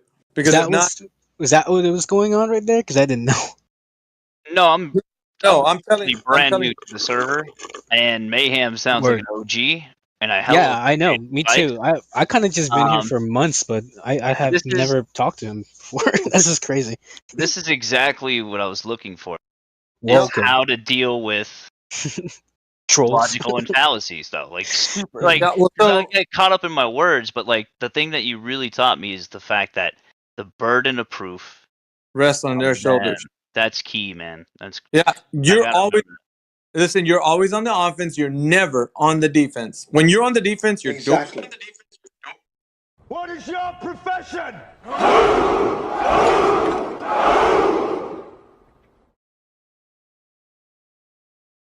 Old friend, I brought more soldiers.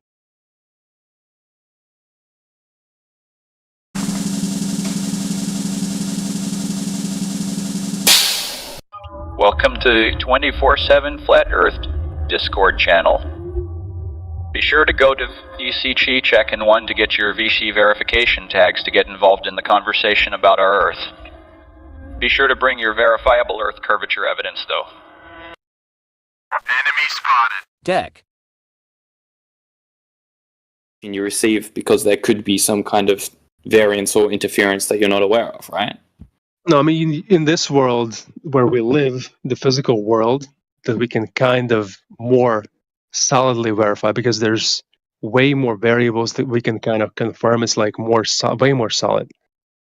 We can experiment. We can vary the variables, right? We can have an independent variable. We can actually manipulate. Yeah, but where does that stop? Like, you go a little bit higher on a mountain, suddenly there's less air density, so now there's slightly less variance. You go a little bit higher, now there's no air at all. I wouldn't count that as an independent variable. Why not? Because it's not really something you physically manipulate yourself. It's just an independent variable is just something that you are changing within your experiment to figure out what changes when you change that, right? And you can change it by either moving your location so that the ambient natural phenomenon. So like you're trying to actually see something that's in the real world, and you can confirm that it's independent, right? And then you do that. Then you can manipulate it. But before that, it's anybody's guess. Independent variable. From my understanding, if you're conducting an experiment, the independent variable is just something that you can change whilst keeping the rest the same to see. Yes, but you have to be confident in its ability to be independent, right?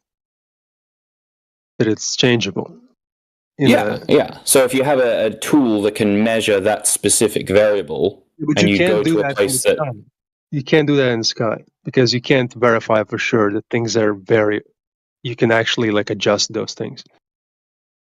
You don't have to. You physically have the ability to adjust it using some means. You don't have to do that. You can just make sure that variable is different when you conduct the experiment, right? The difference is that in the world that we do live in, we can measure the air that we breathe in. Yeah, we can. We can measure the oxygen and all this, but we can't measure it in the sky that far up.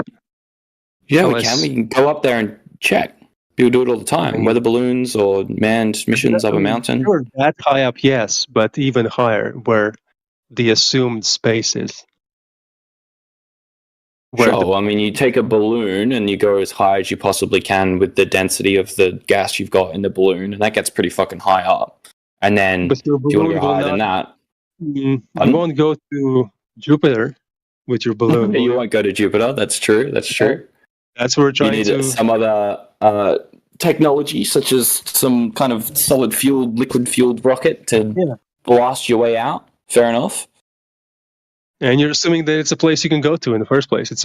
You're assuming it's a place you can actually land on. You are making that assumption, and some would argue that people have made that assumption and then checked, and that assumption turned out to be true because their data came back. Yes. But you choose not to trust that. That's fair. Yeah. Yeah, that's what I say. I try not to base my things on trust, but yeah, and that's up to you how much you decide is worth trusting, etc. I just it feels like there's a lot of like how do you say trust the fact that this Discord app is working without the back end of knowledge and technical development and this, that, and half the technology comes from, NASA's space agencies and that's forwarded civilian tech, blah, blah, blah. All that is documented, recorded, historical, and scientific knowledge that you can trace back and see, well, this developed from that, and then that developed from this, and this developed from that, et cetera, et cetera, et cetera. If you can trace that back, I don't see where. Nobody's arguing that you can't develop things on the Earth. You can still have technology on the Earth, so it doesn't mean you have it to go stops working once it leaves the Earth. I don't get it. Okay, but first you have to say that something left the Earth. I mean, but that's actually a claim, so you have to prove it. Sure, but if we have a rocket and that rocket goes up well within the bounds of the Earth and the sky, do we assume that it stops going up once it crosses that boundary? I mean, and if we can maintain radio communication with that rocket and see it and bounce radar off it the whole way up, and then we can continue doing that past where we can see, we can assume, okay, we can't see it anymore, but the radar's still working. There's no reason it would suddenly stop working, or it's now imaginary or something. We can continue to do that until it goes past our vision. I would prefer not to assume those things. I would prefer just to know that. So that doesn't mean that technology can still exist on the Earth that we have. So just because there's... Yeah, but where is the bound between know and assume? If you use any kind of technology, you're assuming it works, right? I'm not assuming it works. I know it works. I have a phone. I'm using it right now. I know this shit works. Exactly. So if I have a radar that I know works, and then it keeps working for higher and higher up, it's the same thing. Then nothing's changed.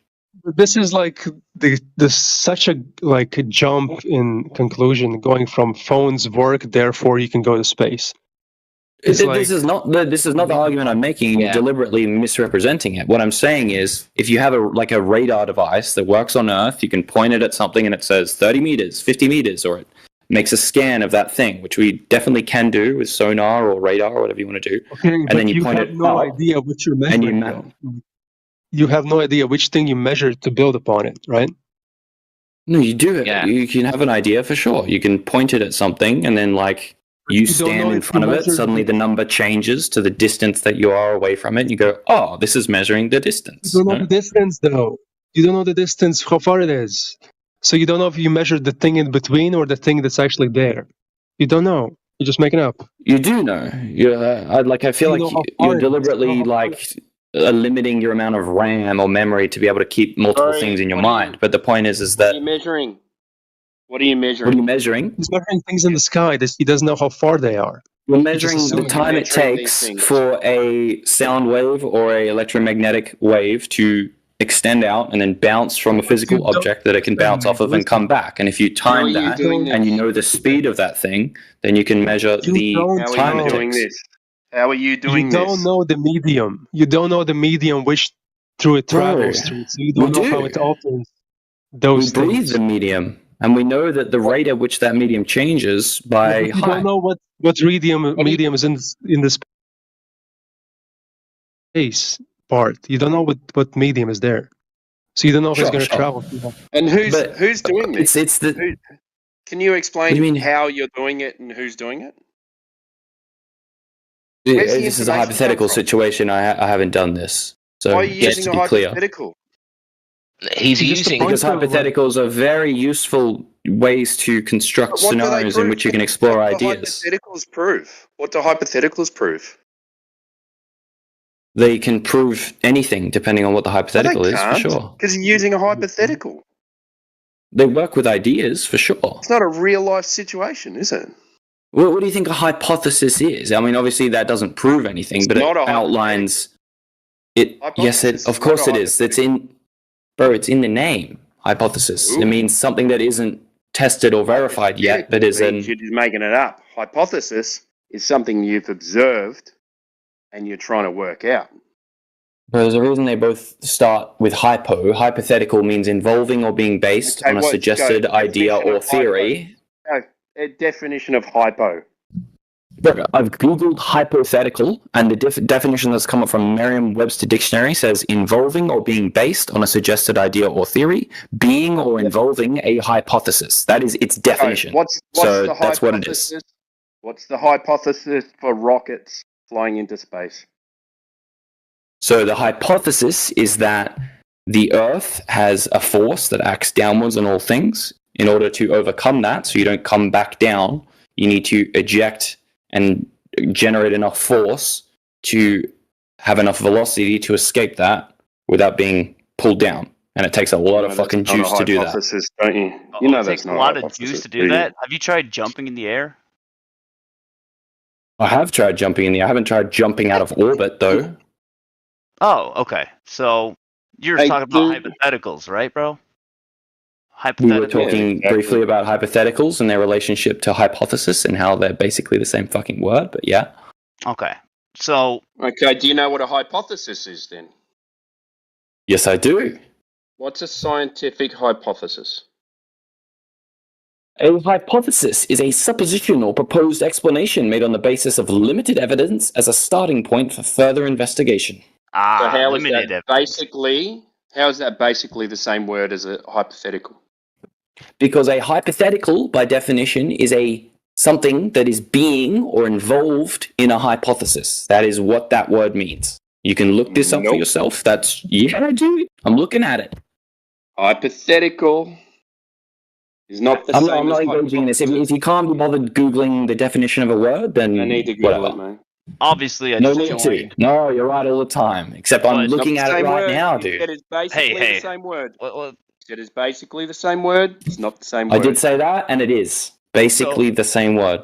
One's like an adjective, that we're on one a is ball? a noun, but Are you am claiming I that? claiming we're on a ball? Yes. Not right now. I could make that claim, but I think that's probably not a good idea, given the current For experience. rockets to go to Definitely not a space, good idea. you'd need for your rockets to go to space, you'd need a radius, which your ball needs a radius, wouldn't it? All balls have a radius, that's correct. Okay, so you are claiming a ball then. Okay. No, I mean, if it was flat, you'd still probably need a rocket to get off of it to overcome the anomalous acceleration that we all experience. You You'd live have on to generate enough. You live on a globe, don't you? Not a flat surface. It doesn't matter if I live on a flat or a globe, because if there's Yes, still it an does. accelerating force acting on me downwards, right? Which I assume there is in both circumstances, because in a flat Earth or a globe Earth, I still jump up and come back down, right? So there is some kind of Up is force up, coming is down. You Yeah, only need whatever, You only sure. gain- Yep. So They mean different things Do with a you globe live on and a ball or flat, not? but the point is that even if Do you live it on a doesn't matter ball if you're on or a. not? You live on a ball? What question are you asking? My question live is: on a Are you ball on or the not? fence? Are you on the fence about this? Do you live on a ball or not? In some ways, maybe. In the sense of like, if I truly believed the Earth was flat, maybe my experience of reality would be totally different. But I don't believe it, Do you unfortunately. live on a ball or not? Yeah, well, that's I believe I live on a ball. Okay. Why? Okay, there you go. So, what's the radius of your ball? Off memory, something in the mid 8,000 kilometers, but I can Google it. More like 6,000 kilometers, but who measured that? That's true, sorry. 6,378. Who measured that? People have taken various measurements throughout history, but I think our latest Measurements, ones not probably used... measurement. It's 3959 in kilometers. Sure. It's what? Obviously, measurements involve calculations. That's inherent to the mathematics of a measurement. I would hope you would agree. So, can you name someone who's measured it? No, I can't. I'd have to Google that. So you've got a belief? Yes, I believe the Earth is a globe. That's true. Do you know how they got the R value of the radius of the Earth? And that would be the transit of Venus over the Sun. Maybe. Is that one of the methods they can use? I'm sure there's multiple different methods to measure the radius. That's incorrect, though, isn't it? That's how they got the sun. That's That how they would got make the a lot more distance sense. to the sun. Yeah. Do you know? But how they got the R value of your ball? Sorry, are you asking me? Do you know how you got the R value of your ball that you live on? I Googled it. That's how I got the value. How the people... So how did they get the value? Google probably got it off scanning a website. That website probably got it from citing some scientific Do you know who measured report. the radius of the Earth? No, I don't know their names. I've already said that. Do you know how they measured it? No, but I know there's multiple different measurements. You could use whichever one you live on a like. spinning ball in the vacuum of space, and He you don't know assumed how the they size of Venus during its transit over the Sun. That's how they assumed got the the R size of- value of They our assumed the round size of- Earth. They assumed They've the size used of many Venus different was methods to same get the size radius. as Oh my god!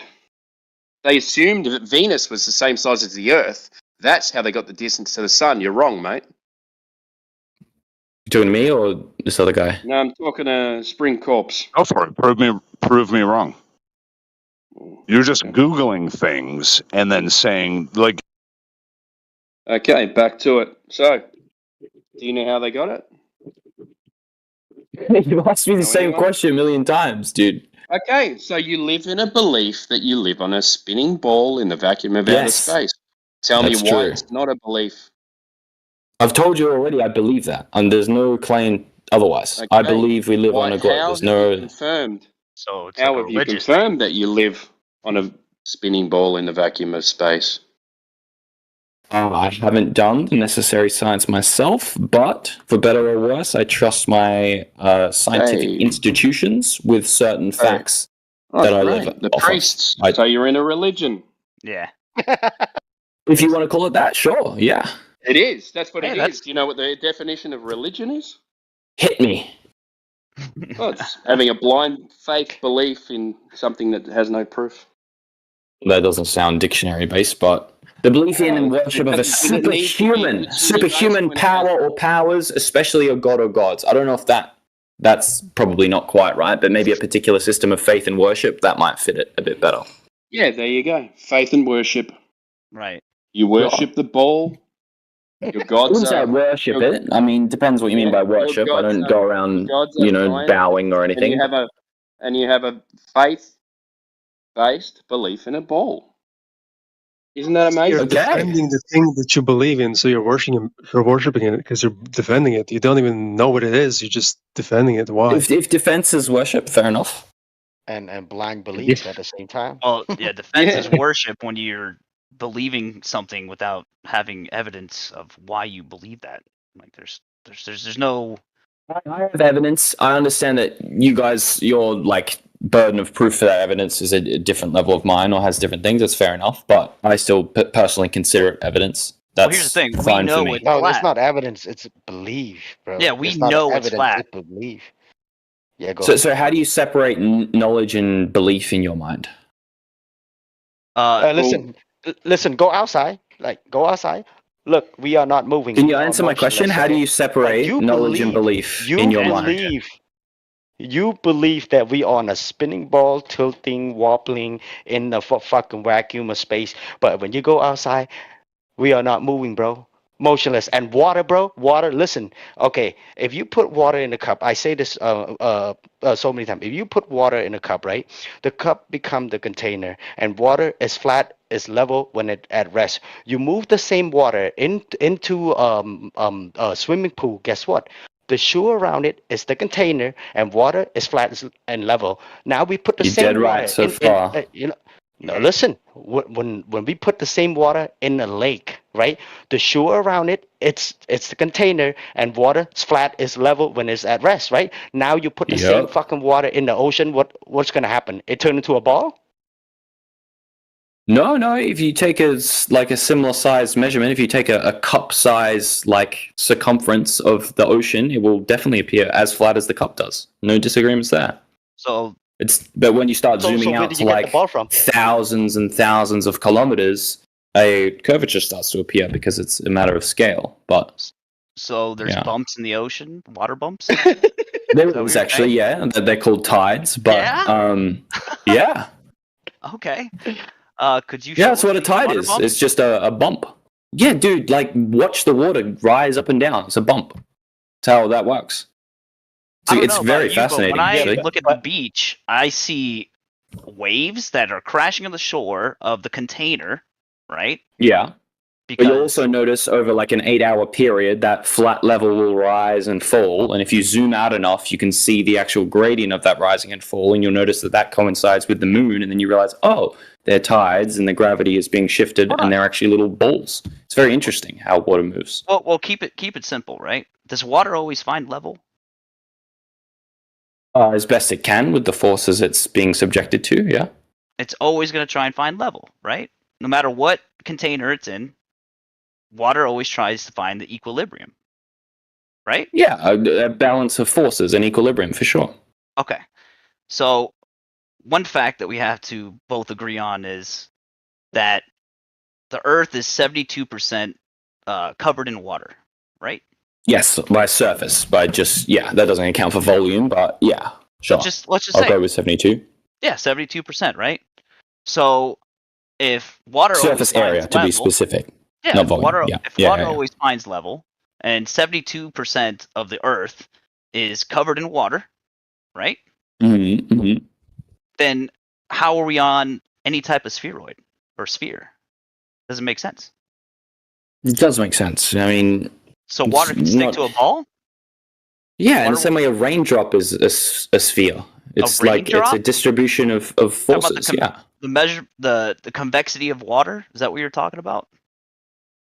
I'm talking about the tendency for water to form an equilibrium with the forces it's being subjected to. In a raindrop, there's like van der Waals forces on the outside and hydrogen bonds and all this shit that contain the water in a sphere. And in the same manner, and that's the most balanced force. Obviously, when it's falling, it starts to elongate as there's different accelerations and blah, blah, blah.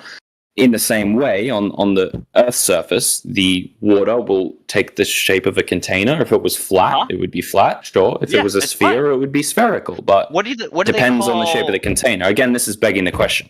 Well, what do they call it? They call it sea level, don't they? They do. There is a name for it, sea level, and that is not the deep Earth. relative. Because it's flat. Yeah, you can use like the terminology to prove your point, but it doesn't really No, but it's true mean though, anything. because it's sea level. That is true. It is called 70 sea level. Why? It is the level, the height. Why? Because it's a very useful measurement when talking about ships and distance to the bottom of the Because sea the and the ocean distance. is flat over a stretch of like a span. Like when you have water in a container, right? Like what would contain the Yeah. oceans? Why are the oceans The sides of it. right? The shores or Sure, the long sloping continental shelves or whatever you want right? to say. Yeah. It's being contained, right? That's why waves are crashing, because it's like water in a bathtub sloshing around. If you think about it like that. Somewhat. Waves are kind of cold. There's wind and shit, but yeah, fair enough. Right. So 72% of the Earth is covered in water. Mm-hmm. Flat, sea level, water. Yeah, I mean, you're throwing in flat, as in implying that that's the container, but if you want to say that, sure. Yeah, It because looks flat, yeah. if it's 72% of the Earth's surface is covered in water, that means 72% at least is flat, right? So how can you shape that into a ball? That doesn't In make the same way a raindrop is shaped into a ball. Just because, listen, what you're saying is the same thing as saying a raindrop surface is 100% water. So why isn't a raindrop flat? It's because there's other shit happening.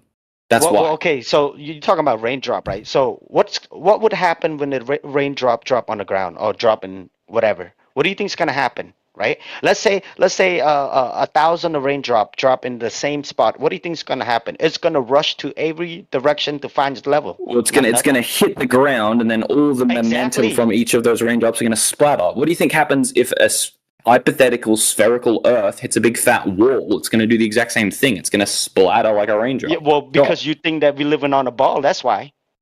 Yeah. Yeah. That's exactly why. You got me. Well, the only ball really exists in your imagination and where you see from NASA, picture, photo, whatever you want to call, videos. But in actuality, bro, you go outside, water is fucking flat. Water is flat with the same dude, I dimension understand. I understand that 3959. There's no curvature. Drop over distance, my friend. You live in fantasy. Hello. Okay, man. Yeah, like you can insult and say I'm fanning whatever, No, I'm not but it's not insulting. going to change my mind. I'm telling you real shit. Well, it's You're telling me what you believe, and I what are you appreciate here that, for? but it's You not here to changing challenge anything. Deck. I'm just here to chat. Yeah, but I'm here to understand your positions, why you believe it, and I'm hoping that you would take the same position for me as well. It's not a belief, bro. We know fucking water does know not it's curve flat. into a ball, That's bro. the difference. You believe, bro. You just admitted earlier that your whole fucking shit is based on belief, and you want to point at us that we believe? No, fool. You believe in that shit, bro. Yeah, No one's actually like told me what the difference in their personal definitions between belief and knowledge is. How you separate those two things? I would like to hear that. Timbo said it pretty well earlier, right, Timbo? Kembo, he just said go outside. It's flat. That's all I heard. I'm not sure really. I'll reiterate what he said as best I can. But belief in something, the difference between knowing something and believing something is belief is having faith in a subject without having any evidence to back up that belief. That's why it's called a belief. That's why it's religious. Because you're not using evidence to back up your belief. You're using a feeling. You're using subjective evidence. Well, listen, on the dictionary, what belief is saying is an acceptance that something exists or is true, and then it says especially one without proof. So it means that yes, a belief without no, but listen, a belief, right, can be without proof, but it can also be with proof. The core crux of it is that it's something that you accept as true or existing, right? That's the core of it. Whether there's evidence or not, the point is that you believe it, or that you accept it to be true and that it exists. That's the definition of belief, or the one that I use at least. Well, let me ask him a question. Hold on, let me clear that up, Kel. One sec. You can't believe something and know it. Yeah, you either know something or you believe it, but you can't believe something. Why and not? subsequently No, know it. they're not antonyms. No, the verb in the dictionary says be aware of through observation, inquiry, or information. Okay, and then a belief is an acceptance that something exists or is true. So I don't see any reason why you can't both believe and know something to be true. They're very similar words in definition. No, forget. It's a contradiction. If you know something to be true, no, let me finish. If you know something to be true, yeah, I don't believe I'm speaking to you now. I know I'm speaking to you now 100%, okay? There's no belief here. I know what I'm doing. What are you defining as belief? So belief is, well, as explained to you several times, is a faith. Okay, it's a faith. No, that's what your definition of belief is. Okay, No, sure, no, and we can use that one. But the one in the everybody- dictionary is different. Everybody has the same understanding here. No, that is wrong. To know something is to have some sort of direct experience, okay, where you know 100%, right? I know 100% I'm talking to you now, Dec, and I can't believe it because I know it. You can't hold both positions at the same time.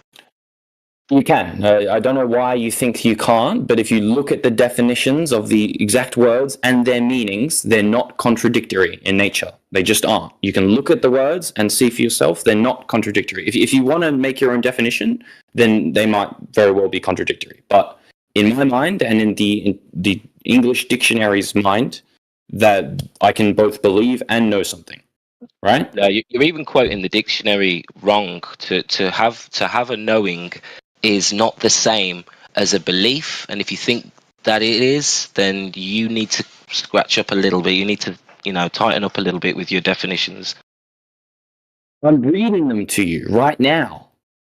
How much more scratched up can I be? Okay.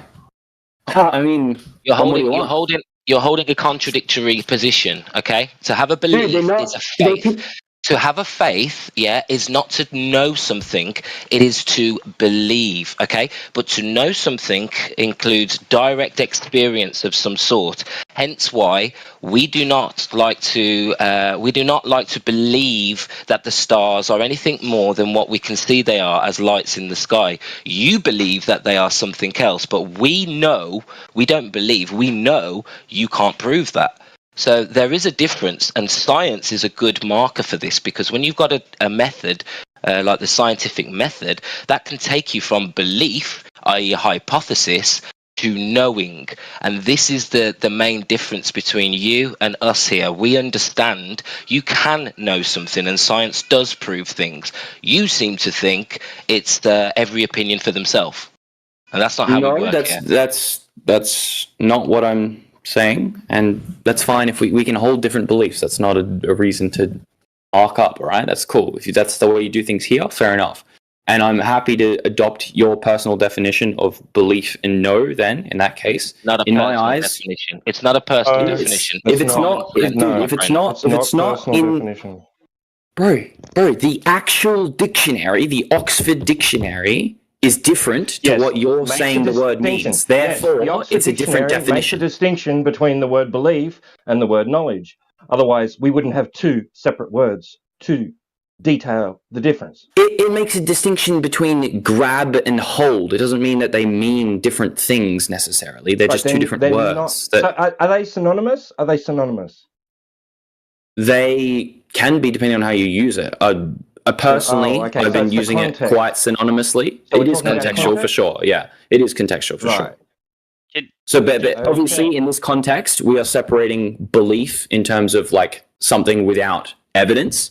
So that's right. If that's what we want to accept as the definition of belief, then I'll say I don't actually believe the Earth is round. Then I know. So that can. In that case, so it's not a personal definition. So it's not our personal definition, correct? It's in that context that it's being used, right? Well, yeah, it's a contextual definition of this. It's built to be used in that context. No, just the most important thing is that we can come built to be used in any context. It just is. But what did you say? Sorry, fine. As long as we can come to an agreement how he sees the word, that's all that matters. If he can say exactly. So I'm happy to accept that. I'll use belief now to mean without evidence. Okay, so in that case, or at least believe. I mean. For me personally, when I say I believe something, what I mean is that, like, when I talk honestly and what I truly think is reality, that's what I mean by believe. So, like, when I say I believe my hair is blonde, what I mean is my true, actual, my best to my knowledge ability to describe the world, I believe it's blonde. And in the same way, I believe the Earth is that would be something that's based on experience, but it sounds like you can verify. That's something that's verifiable. No, he's still using. Listen. I'm just talking about definitions right now. We don't have to go into verification all that. But point being is that what I use belief meaning as in I know it and feel it and accept it to be true in my mind. I act as if this fact is true. That's what I mean by belief. So when I say that, I mean I believe the Earth is round. But if we're talking about know in terms of having evidence so that you personally feel is enough evidence, which supports your belief of having knowledge that the Earth is round. Why do you believe the Earth is round? Many reasons, right? Okay. I mean, the fact that one. Fallacies name is the a reason. single one. I'm sure you can pick to holes any single one I use, right? Using your own methodology. But if I can just throw out like a number of them, right? So like, obviously we have pictures and satellite observations. They get pretty iffy and, you know, could all be graphical, whatever. We have like mathematical observations. We have observations of different planetary objects using telescopes that are purely mechanical. There's no electronic we can do for ourselves? What is that? We're looking for something that we can do ourselves to verify it for ourselves. Okay, I mean, to me, and your burden of proof may be different, for better or worse, but to me, if I can go out, buy a telescope that's purely mechanical, doesn't have any electronic things that could maybe affect the image and generate things, right, that aren't there, whatever. If I can buy a telescope, point it at a different planet, and see that it acts as if it's a sphere, it spins, its face changes. Whoa, slow down. Why are we looking at the sky? We're trying to determine the surface quality of what we're living on. Yeah. So a good way to determine things that aren't directly observable, right, in terms of scale and things like this, is to look at similar objects and then extrapolate that information. Obviously, you don't. So looks like a good enough standard for you? Not usually, but looks like flat seems to be a good enough standard for you guys. So I'm using that one. But if that's let's just clear this up. Let's just clear this up before we go any further, okay? You seem to think that we have our own personal definitions for stuff, okay? We have scientific Everyone method, does. okay? No, listen, no, this is where you're wrong, right? We have something called the scientific method, okay? We do. Yeah. Now that differentiates. That will help you to find the cause to phenomena, okay? So we don't have to believe things, yeah? If it is if it happens in nature, if it's an observable phenomena, then we can use science. So we don't have to pre-assume, we don't have to we don't have to make assumptions or have beliefs, yeah? We can take assumptions happen in science all the time, but sure. No, if there are assumptions, right? If your conclusion is if you're making assumptions, what you're doing is pseudoscience, which is fine. No, but what I'm telling if your assumptions are too big for the conclusion, then yeah, fair enough. But like normal science makes assumptions all the time for the purpose of the experiment, for sure. Like you assume ideal conditions, you assume this. You can't pre-assume a globe when the question is a globe. You can't pre-assume the planets are spheres. That's fair enough. Yeah, when what is in question is the actual sphericity of the lights in the sky. So what I'm saying is you are jumping into these mistakes and you are scattergunning all over the place because you're not keeping it to the scientific standards. It is not our standards. Okay, it needs to be observable and repeatable within nature. We can call it science, and then it goes. 100%. It leaves belief and enters the realm of knowing.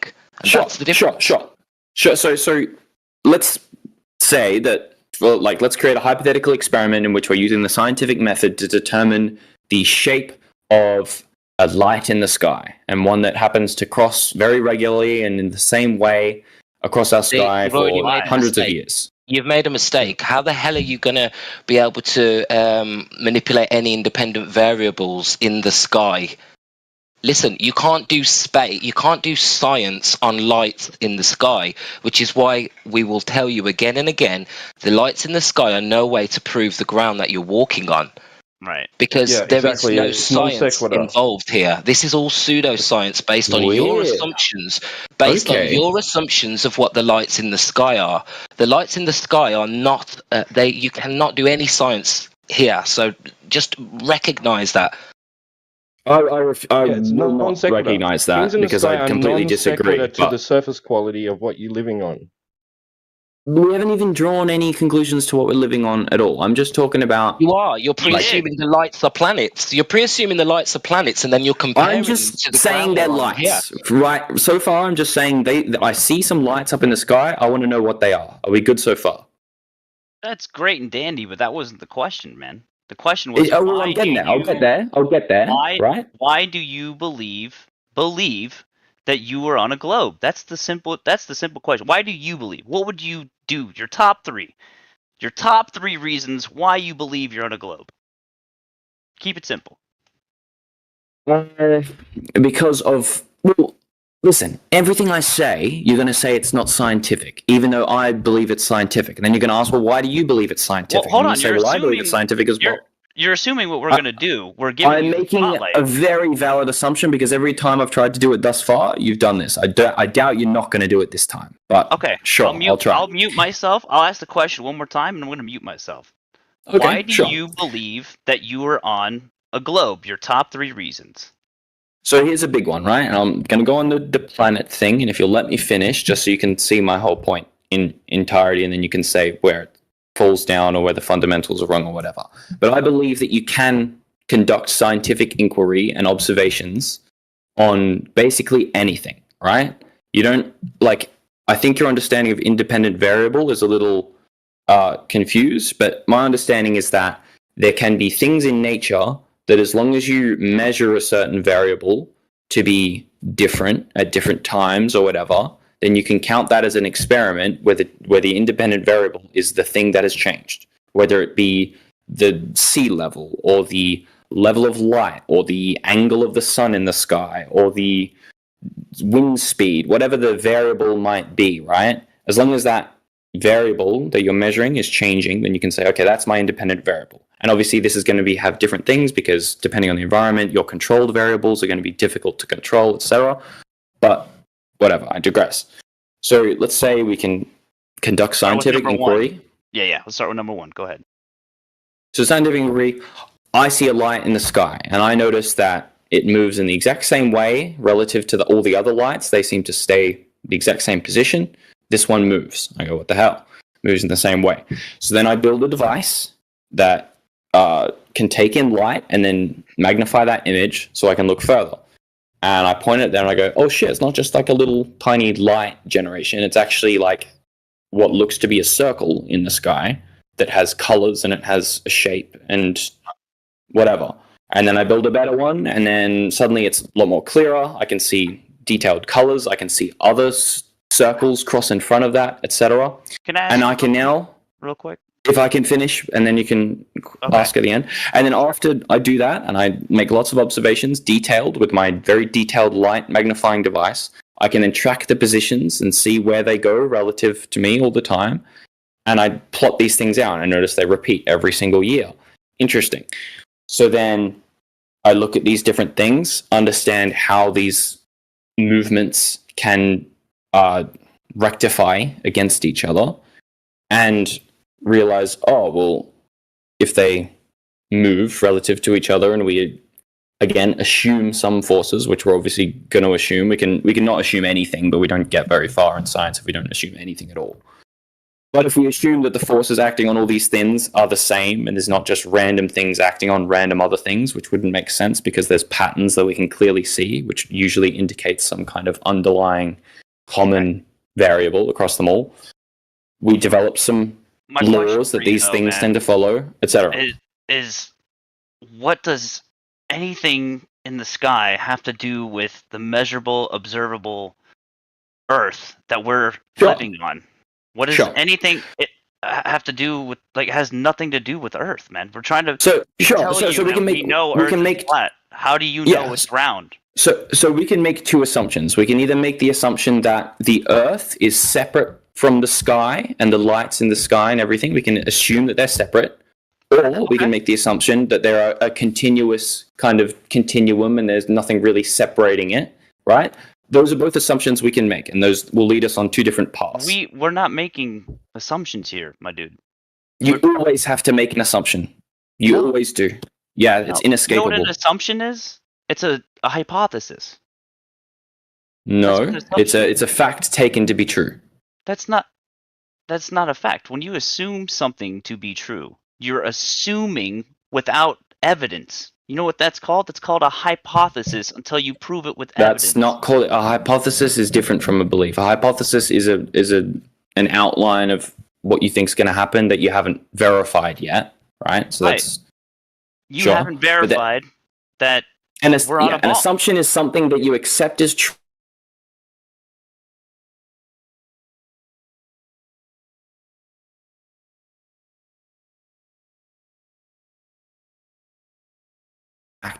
In your brain. It's not a thing that happens. Let's simplify the conversation, please.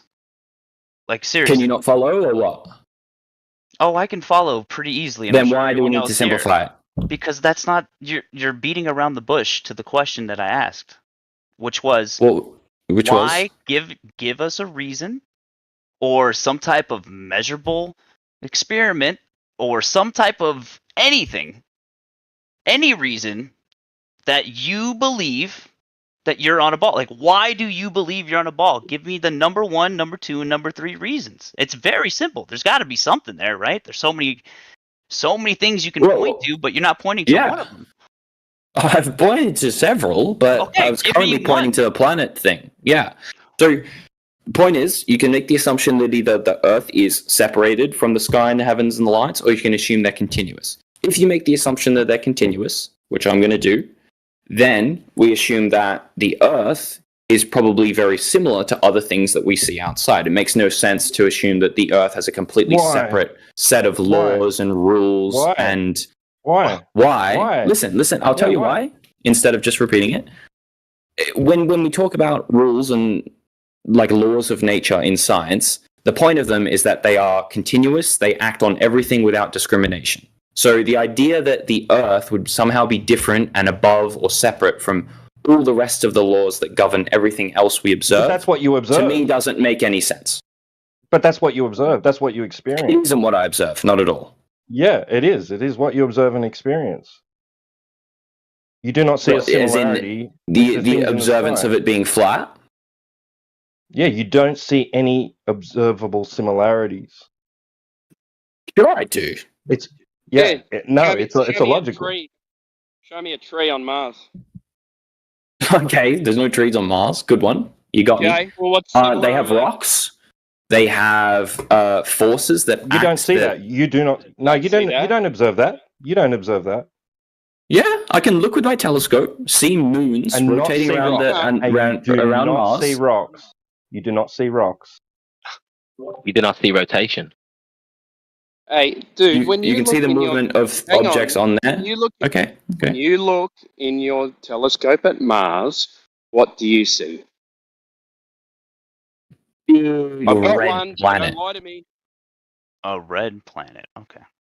Red planet. So, do you see rocks? My telescope isn't quite that good. So you just said you see rocks when you look at Mars. T-Dub said, "What do you observe?" And you said rocks. Okay, let me be more specific.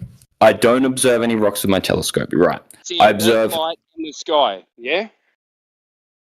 I observe a circle. I've got one. I've got a telescope. Okay, our telescopes might be different. What do you see in the sky? Man. A red light. Correct. Red object. It's definitely very objective in my telescope. Okay, so is that object spherical? It sure looks like a circle. It looks like a circle. A circle. Great. Right. But I don't really encounter many. I don't encounter many objects in my day-to-day that is a 2D plane. Doesn't happen very often unless it's like paper or something like this. Get into reality. 2D does not exist. All right? Yeah, 100% agree. Yeah, I agree. Great. So why are you bringing up 2D? Well, it was more colloquial. I was saying it like it's more flat than it is deep, but we can. Okay. Sure, it's 3D, but its depth dimension is much smaller than its length and width. Is what I meant. You look up in the sky, you see a red light, and it looks like a circle. And a red circular object, 3D object. How do you know it's 3D? You're looking through a uni lens. Right. Wouldn't you just have a fucking rage that everything is 3D and there's no such thing as 2D? No. Yes. Yeah, How do you but know it's 2D 3D? Yeah. Yeah, so if I'm looking at something, right, then telescope, I know right. it exists in three dimensional. But Three you don't know dimensions. it's physical, do you? I'm looking at it. Yep. How do you know that's something you can land on? I don't yet. Okay. Okay. So why are you saying it's got rocks on it? Progress. This is great progress. Okay, I will rescind the rock comment. We don't know enough about Mars with our telescope yet to understand the rocks. Everything- Sure. Or lack thereof. Okay. Everything that you see in space is from a third-hand party that you cannot get any evidence by yourself to confirm. Are you assuming stuff? I've got my telescope and I can see it, right? I know You it's see there. a red light. That's what you see. A red. Exactly. You just admitted red. Not a light. It's not a light anymore. If it's a light with my naked eye, it's a point, right? With a telescope, it Well, it is does look a like a thing light. that has dimensions, bro, and is circular. It does have light Can't reflecting see off of it, dimensions. obviously. Are you talking about three Of dimensions? course, you can can't- see. You can't see I can see- dimensions with a telescope.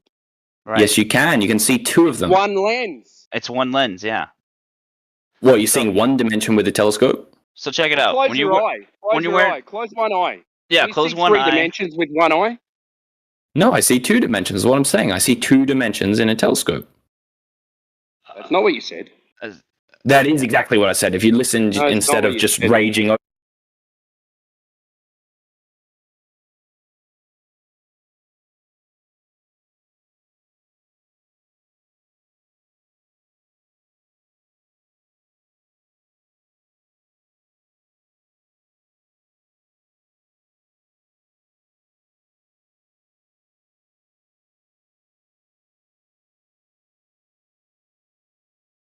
Me, you would have heard that I said I can see dimensions stupid, in a man. telescope. Otherwise, I can wouldn't see be two of them. arguing that I'm you not said calling you it's three stupid. dimensions. I'm saying you misheard me I because said you were I'm talking not over me. Stupid.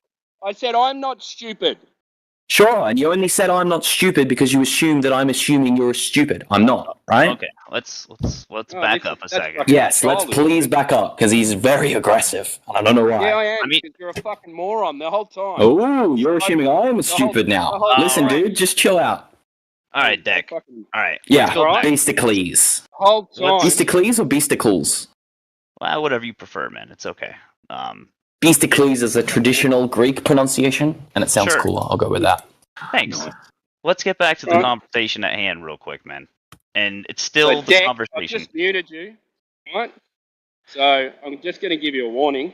The whole time I've been listening, making dinner, and all as you've done is begged the question and brought up fallacies. All right? You've got no proof of anything, and you can't prove anything that you're saying. So who's the moron? Well, there you go. Yeah. The moron is the person that forcefully mutes people that they disagree with, I would say, but that's just me. But did you listen to what I actually said, though? I Are did. you going to I bring did. any evidence to the table or not? I mean, I've been he's not trying wrong, to. Deck. You just keep getting angry. I'm Go, trying my where's best. the evidence that you can confirm that you live on a ball? That's all we're asking from you, brother. Where's Yeah, I know. the I'm evidence? trying. I know you're trying to Where's stick on the his side, Beasticles, but I think you should probably distance yourself from this what I debate know guru to over be here. true? No. From old mate over here. Just because you believe the Okay, same thing doesn't mean you have to am be I wrong? buddies. But yeah, sure. Am I wrong, though? He's not wrong. He may have a curt way of saying it, but he's not I wrong. have no doubt that you think I'm wrong. No. That's not what the question was. Was he wrong about the statement that he said when he had you muted, where he said you brought? I've come in no here. I've brought in conjecture, no proof. Yeah, I understand that he sees none of that as proof. I see it as proof. Two different things. That's fine. There isn't what any proof, proof. bro. No, You Deck, admitted earlier that it was all belief, and what proof are you Yes. talking about, bro? Right. We've got you on are slow or recorded. something, man? Yeah. And listen, Deck, we're just trying to demonstrate to you that everything that you're saying is a belief, right? And that there is I've agreed to that. But listen, the logical position is to understand that there is no motion, there is no curvature, right? That is the logical position. So the burden of I proof would disagree. be No, it is, because all of your senses will tell you we are not. And I would moving, disagree. we are That's not- okay. No, no, Okay, no. let him finish, You're, let him finish. you're wrong. What are you You're wrong. disagreeing about, though? What are you disagreeing about? I'm disagreeing that it's the logical position to assume there is no curvature and no movement. That's what I'm disagreeing Okay, so with. go. Where is it? Where is it then?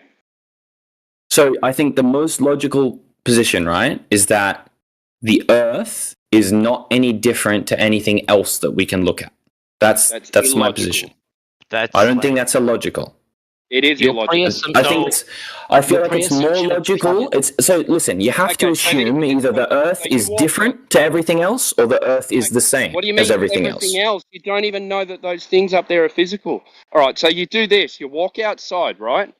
You walk to the beach, right? You look out. It looks flat. It looks flat. And it Yeah, feels it does. stationary. Right. Yeah. So you. I'm going to think that quote you it's from earlier. Is it now the scientific method that when things look the way that's sufficient? No. Well, that doesn't matter. I can give you laser tests if you want, but like Yeah, I can put what this I'm in a good saying way, is, Timbo. okay. If you, What's that, mate? I can put this in a different way that he might understand. Would be that when you're a child, if you were never taught that you were living on a spinning space ball, when you walked outside, you would never have made that assumption on your own. You That's only fair. make that Yeah, that's assumption true. because you're told. Right. That's why it's the logical position. Yeah, that's why it's logical. Yeah. So you'd need I some mean, really good to evidence. be fully clear, every position you come to is logical and says you're going to have a reason for believing everything you do. But Hey, mate. yeah, So him saying that, how do you come to the conclusion that you live on a ball? Right. Because everything outside tells you that it's flat and stationary. okay. So I don't think that like saying, well, Man, just I'm answer. answering your I heard question, you. dude. If you give me a bit, all right. He asked you 20 minutes ago to give you 3 best reasons, and you went off into space. You keep monologuing, dude. So hold on. I'll He just monologue asked all the me. No. So he's put it. Listen, he's put it in a different way, and he said that. How come, as a child, you would never have thought that the Earth is a sphere when you would take your own observations in and go, "Oh, it's flat." I've got no reason to believe otherwise, right? He just asked me that. That's a great. Yeah. Sure. In the same way, a child will look at a phone and assume it's magic. A child will look at a TV, assume that screens just play stuff. But the point is that a child does not have the capacity with their senses that they're naturally born with to understand a lot of what goes on around them. You need to have a base of knowledge that people can build up over time and learn so that... Yeah, I'm answering the question. Wait. The point is, the point is that when you grew up from a child and you were an adult, you would still be looking out over the flat Earth and not assuming that you're on a spinning ball. The only reason you've got that assumption is because you've been told that. So you're believing what the authorities tell us to be true. Yeah, sure. You can look at it that way. Okay, An alternative question now. But listen, what you're saying about that is true for any kind of knowledge that is like multi-generational, right? Like if I was a child and no one taught me how to make fire, I would grow to an adult and assume fire just comes from lightning, right? But the thing is, I need to be taught that from someone that's figured it. No, and then you extrapolate that for 2,000 years, and suddenly you can't only make fire, you can also make phones, you can make laptops, and you can make rockets, and you can look into space. Deck, let me throw you a bone real quick, man. Observation, Burn me, man. Burn me. Observation. I'm gonna throw you a bone because you're almost there. And what I mean by almost there, I'm saying like nowhere near it. Well, the thing is, I won't be offended by the deliberate talking down, but sure, I'm almost there. Help me along. What you said earlier, right? Yeah. Or what AJ said earlier about if you were a child, or all the way up to an adult. If you've never been told you were on a spinning ball, right? Then you would trust your senses. Your natural senses tell you that it's flat, there is no curvature. So that means that your only reason for believing that the Earth is round is from authoritative sources. Now, having that in mind, do you agree with that, right? It comes from authoritative sources. Okay. Authoritative in the sense of like the institutional, a lot of people, someone that has not in the sense of the authority- enforcing the Shape- belief, shape's like not at scientific, threat of so- violence or something. Now my Shape's question not for you, scientific, so yeah, but my Kimbo, just like let Beasticles go for it this time. I'm just reiterating that shape is not scientific. so my question for you, Deck, is Yeah. have you ever felt that authority figures, such scientists, anybody with credentials, has ever lied to you personally? Have you felt like someone was lying? Politician, president, Lied? anybody? Yes, and The also last 3 mistakenly years, told me something that they believe to be true but is actually wrong. Both of those things have happened from authority figures, 100%. Okay. Now, knowing that, and knowing that humans have the capacity to lie and deceive for their own ends, right? Yes. Man is evil. Why do you trust these authoritative figures, right, so wholeheartedly as like a religious belief that you're willing to deny the science about observable, measurable phenomenon and go with the authoritative narrative? When you know that they lied to you, you've seen it. Have you ever thought about that? Like, what if they are actually lying Of to you? course I have, and I'm sure they lie about a bunch of shit. There's probably aliens, there's probably fucking this and that, God knows what else, yeah. So my next question is why would they tell you the truth about you being on a spinning ball? Like, why would that be true? Like, why do you believe that's true? If you know that the sources of information you're getting is capable of lying and probably has reason to lie because they don't want what's best for you. They want what's best for them.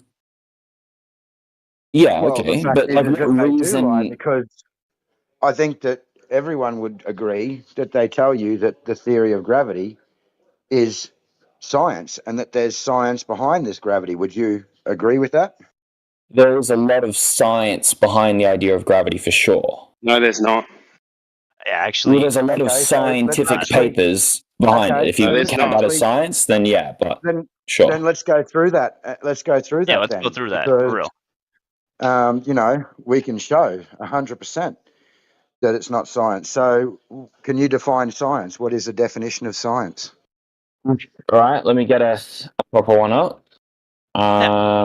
He's going to Google. We're looking at natural science because we're looking at the world.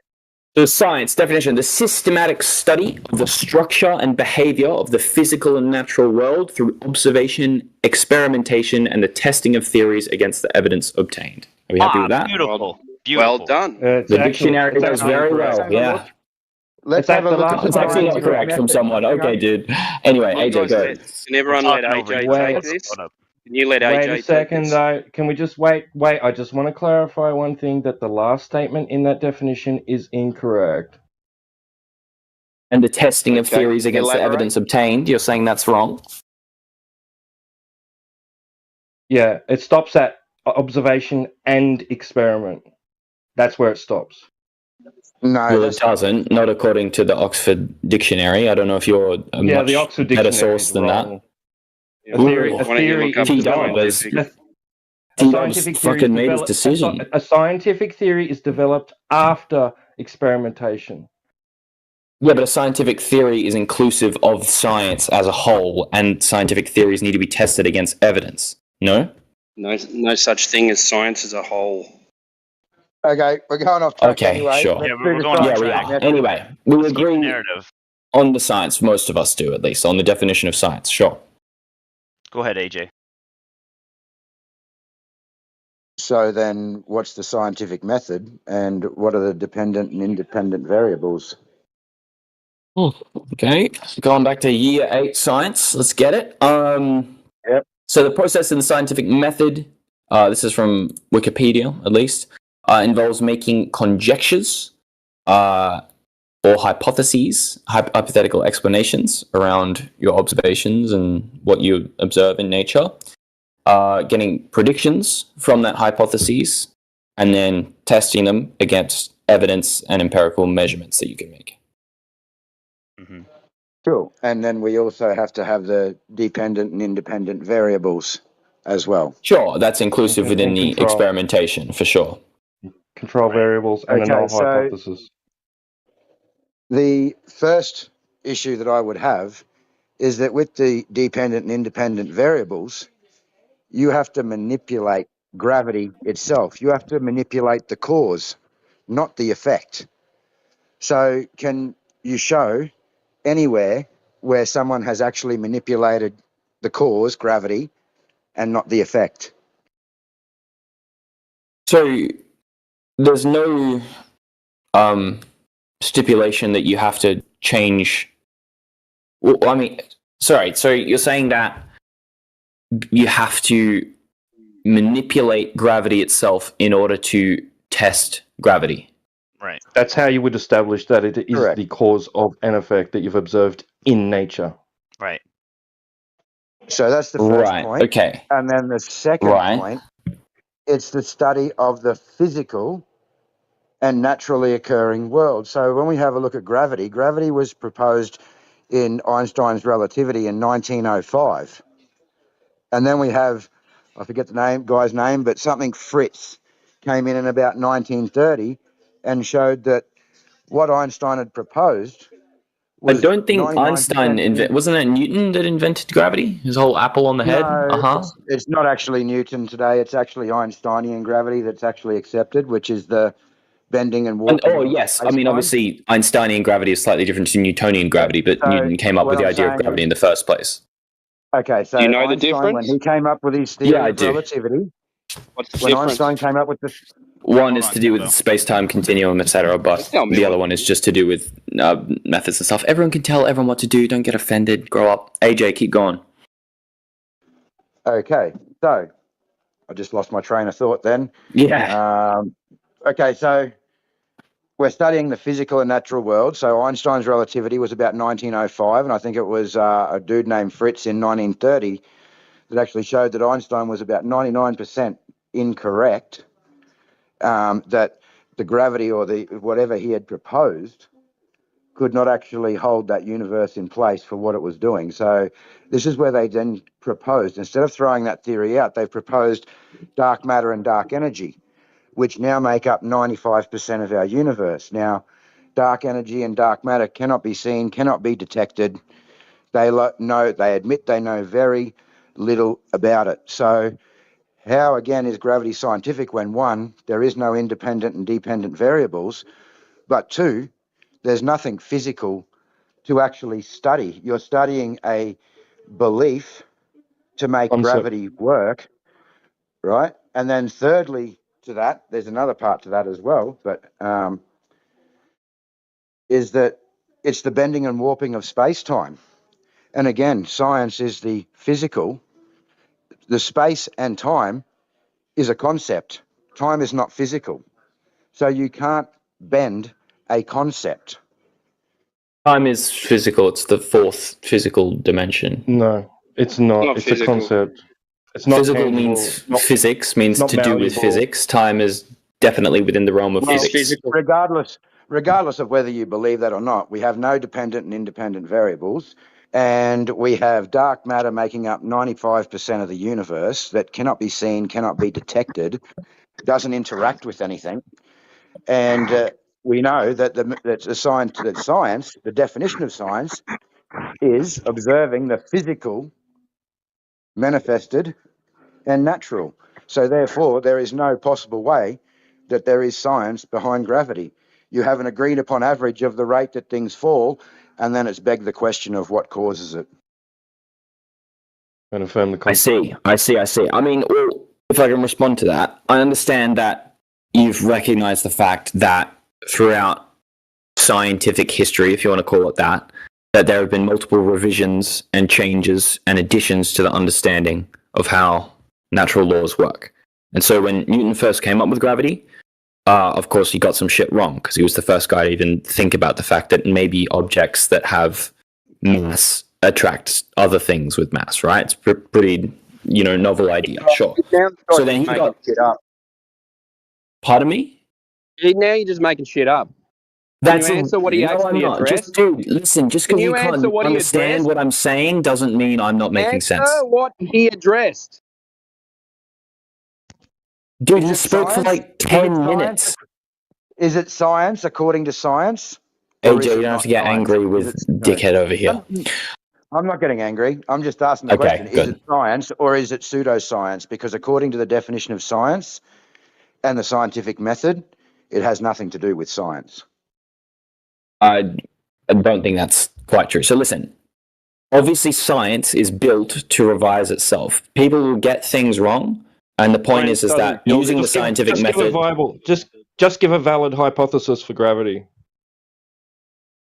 Oh, just give it like I'm a fucking physicist that's like But you're experimental and arguing for it, theoretical. so should know it. Your belief. Dude, I can trust someone that has more expertise than myself that they have something right. Why? But you were just explaining. Why? And then T-Dub Because asked the I question can't- and you can't do it. Unless I want to live and forage and build everything myself, build my own phone, build my everything, I have to be able to trust other people with different jobs and roles that I don't What have are you the time. trusting? What are you trusting? What are you trusting? What are you trusting? What is it you're trusting? I'm trusting individual people's ability to understand things that I don't, and then So what is it that they did? What is it that they did that you are trusting? Various scientific experiments. Various. Like what? Dude, like thousands and thousands of scientific papers, not only by just Einstein. You don't even know what you're trusting in. You just have a blind faith. Like Einstein's general theory of relativity and special theory of relativity. That's two names of papers. Define it. Define it? Define a scientific paper? Yeah, define the theory of relativity. The theory of general relativity is like a multiple 100-page document about the science. Like it's very So you complicated. don't know it. That's the point of it. Right. I'm not saying I know the entire paper word for word off by heart. Of course I don't know it, and it's ridiculous that you would think that I would, right? But there are scientists in the field of physics who have studied this for decades. Believe this shit. Who have said, "Oh, trust us. We've read it. We understand it. You don't. That's okay. Yeah. Just believe us." Yeah. Just Okay, and you don't believe them, and I do. That's we can. think it's ever be been different. proven? You don't have to get angry about it. It's You think it's ever been What I'd proven? like to do is just rewind a little bit because you've Sure. said that you don't agree that Yeah, go it's AJ. not Sorry, mate. science, but we have just Yeah, gone I keep over getting the distracted science. from these guys jumping in. Sorry, it wasn't meant to be between you and I. No, but we have just gone over the definition of science and the scientific method, and then we can clearly see that it's not manifest. So in that case, and we can't use Well, the no. independent So let me variables. So how let do me you respond what I believe- was Hang on. trying to respond. How do you Okay. believe that is science? Sure. So let me try and respond what I was saying before. So yeah, you outlined Newton, and then this other guy, Fritz. I think Einstein's middle name is Fritz, but I don't know if there's a different guy. Newton, Einstein, fucking Kepler, Hubble, whatever, dark energy, etc. But this is a building over multiple decades of understanding. But what you miss is that from Newton, when he first thought about this idea of gravity and mass and stuff, and came up with his not calculations, formulas for calculating different accelerations and movement of different stuff. That worked to a large degree. And people would go, oh my God, these calculations actually predict things and they can, they work. So then they use them for a while and they build a bunch of machinery and technology and stuff that work until they go, hold on, this one's not working anymore. This should work, but it's not. And so then someone has to go, well, listen, it's worked up until this point. Why isn't it fully explaining it? And so then they change it a bit, and they come up with different ideas to explain more and more things. Theory of relativity to them making shit. We need to go right back to where you began, because again, you said, this science is continuing on. It's growing. They're growing in knowledge. It's progressive, yeah. But the problem is from the beginning, from the scientific definition and from the scientific method, we can clear that it's not even science to begin with. So whatever they're assuming or whatever they're doing still has nothing to do with science, regardless of what they're progressing with. It's not physical. Yeah, it can't be seen. Therefore, it's not science. There is no dependent and independent variables. So therefore, it does not meet the definition of science. So from the beginning. What do you saying that, mean? okay, well, What exactly science- doesn't have a dependent and independent variable? Because if you haven't read the actual like Principia Mathematica and like the actual like scientific papers, like you're not going to be able to see any experiments and see which ones have variables and not. Manipulated gravity. How Read it and tell me. But like, Well, they haven't. if you're That's just the arguing issue. from ignorance, it doesn't really. Hold on, Deck. Hold on. Time out. Read it and answer it for me. Right? That's what you just said to AJ?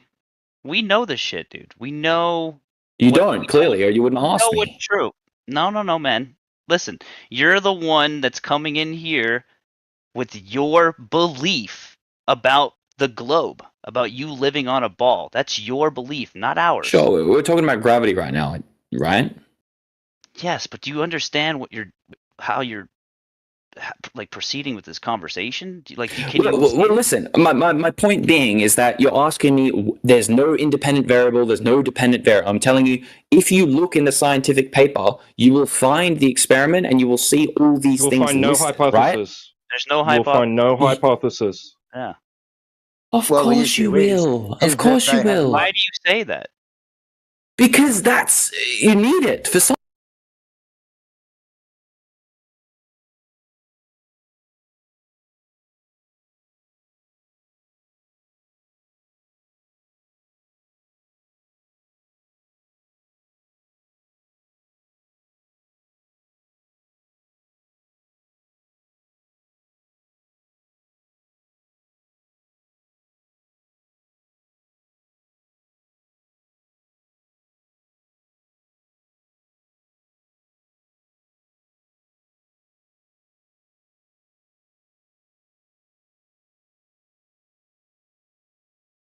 Science. People wouldn't accept it as a valid paper if there is no hypothesis, if there is no independent variable, there's no dependent variable. You can laugh. That's how. Okay. Have you ever been in a So situation? who has manipulated? None where of you these thought papers you're lost? show us that.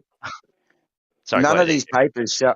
None of these papers show us that they have manipulated the cause. No one has actually None of them are manipulated claiming gravity. that they manipulated the cause. You're dead right. That's right. So therefore, if they can't manipulate the cause, there's no independent variable. You Therefore, don't it is understand not- independent variables, unfortunately. Unfortunately, you don't understand it, and you making that claim means absolutely nothing. Jump on the internet, go and have a Google, and find out whether it's the cause or effect that you have to manipulate. Okay, I'll do it. Good. Man, eighth An grade. independent variable is a variable you manipulate, control, or vary in an experimental study to explore its effects. Yeah? And are you varying or manipulating the cause or the effect? So, listen, the effect is gravity. The effect is things go down. That's it. That's a different experiment. Our experiment is what the causes effect gravity. is things go down. Listen, The cause just is hear me out. Hear me out here. If you want to experiment on this mysterious force that makes things go down, right? You're making it up. You can hypothesize. You can hypothesize in your hypothesis that what causes this force is the mass of the objects. Yeah. Wait, what force? No, what you force? can't. What's What the force? observed phenomenon? Gravity is a force. The observed phenomenon is there is a force that is making things fall down. Yes or no? Where? So What force? you're saying the observed phenomenon is things go down. That's it. The observed phenomenon is I dropped a pen and I observed the pen go down and fall to the ground. Now, Without what has any caused that external to object occur? acting on it is important. So it seems like it's just done it on its own, right?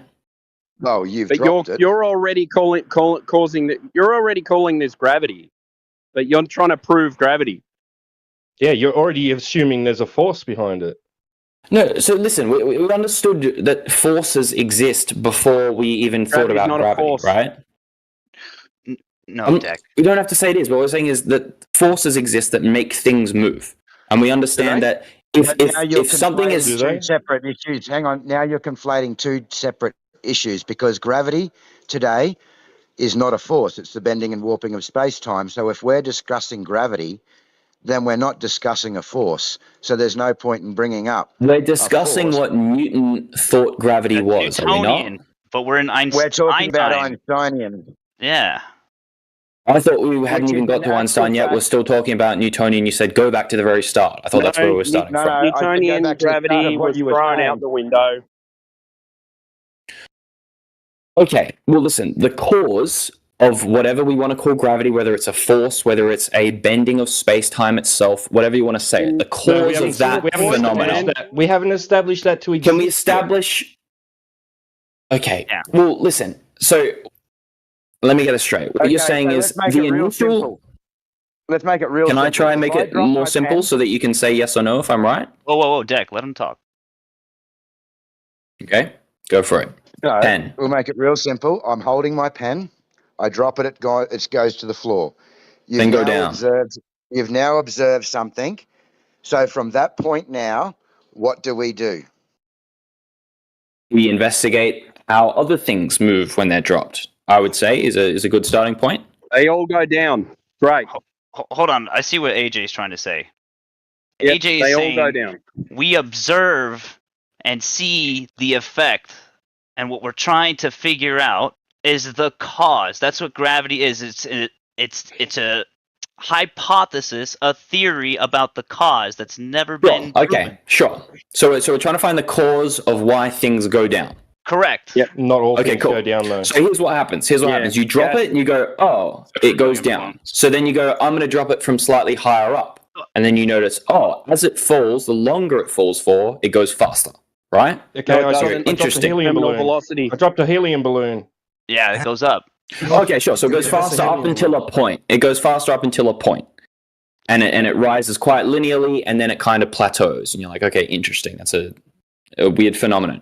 So then you test other things. You test different shapes of objects, and you go, okay, things with a wider surface area fall slower, and they. Yeah, we're fucking getting there. Just chill out. So then you go, okay, obviously air is like getting in the way of this thing. So now we'll do it in a vacuum chamber. We'll suck all the air out, and now we'll drop stuff there. We'll get air out of the equation. And now we notice without air, things just speed up indefinitely. Gas in a vacuum chamber. We've just missed a shit ton of steps here. We're starting here at the beginning. So we've witnessed the occurrence. So what is the next step after we witness the occurrence according to the scientific method? Oh, we can write it down. I mean, we are skipping a few things, but you tell me what you would do then. Sure. Check the live stream chat real quick. Just check it. Look what Donato just put. What's the first part? The picture, the scientific evidence of gravity thing. Mm-hmm. What's A? A sunset, apparently. The naturally observed phenomenon. What we observe. What's B? Yeah, he's observing a sunset. Aren't we? No, don't What's worry this got about. to do with the pen? No, don't worry about what's in yellow. Just look at the scientific method right there. A. What do? We observe. Oh, okay, sure. So observe phenomenon, hypothesis, independent variable, dependent variable, physical test, results. Okay. Slow down. We're going step by step here.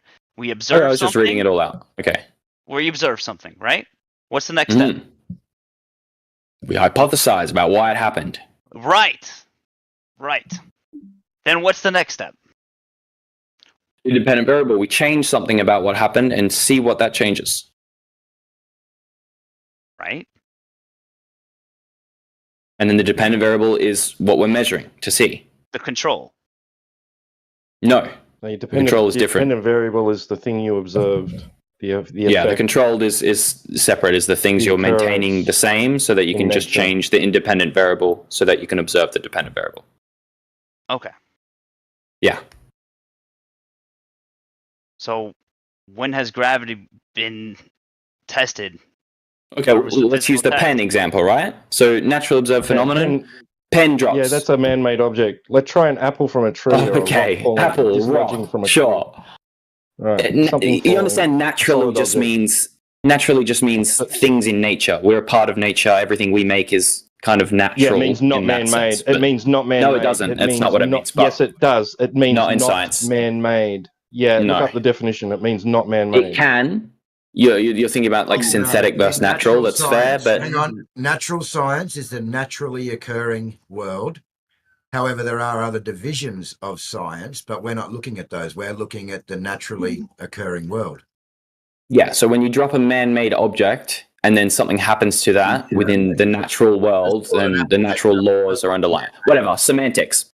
So, naturally observed phenomenon. A rock falls when it's dropped.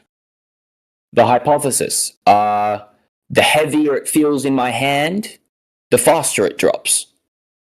Do we like that? Yep. Oh, I love it. Ooh. Cool. All right. The thing that we want to change, the heaviness of the object your I'm dropping. hypothesis. No, sorry, I've got to stop you there. Your hypothesis must include your supposition of what's causing the thing to fall. No, it doesn't. Absolutely not. It doesn't. Yes, it does. No. Well, you don't have to, but I'd like to see how you then equate that to gravity at the end of this. How could you possibly just come up with a cause for something you've only just observed? That comes way later. You have to do a bunch of experiments to figure out what you're actually observing first. No, your hypothesis is the supposition of what's causing the effect. No, you're wrong. No, I'm right. That's why you have a dependent and independent variable. No, it's not. The independent variable is to see how things change, or how the results change when you change things. The independent variable, when varied, is going to cause. You don't need to know the cause. The assumption is that we can't know the cause until we get more info. Guess the cause. You're trying to guess what the cause is. That's you're what a wrong. hypothesis is. That's what a hypothesis is. No, a hypothesis is just... Listen, we can get the definition of hypothesis again, but a hypothesis is just a prediction. It's a supposition or proposed...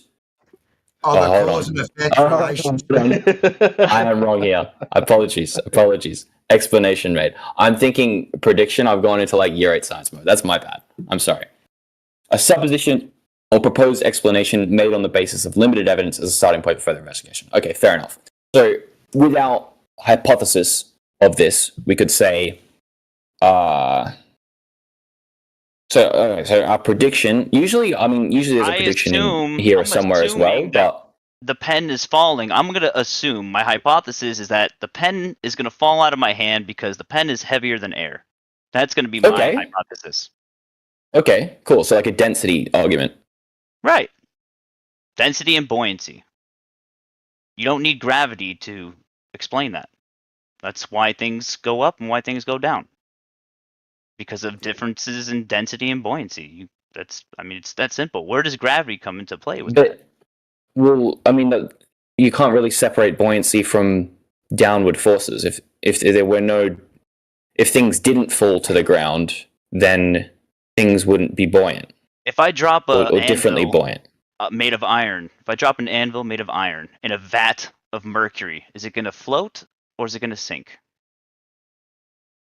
A good question. Is mercury denser than iron or no? It will float. That's right. Okay, it will float. Okay, cool. Right. But that is presupposing the idea that it will fall. And in this experiment, we don't want to do that, right? Because of whatever object that you're testing, right?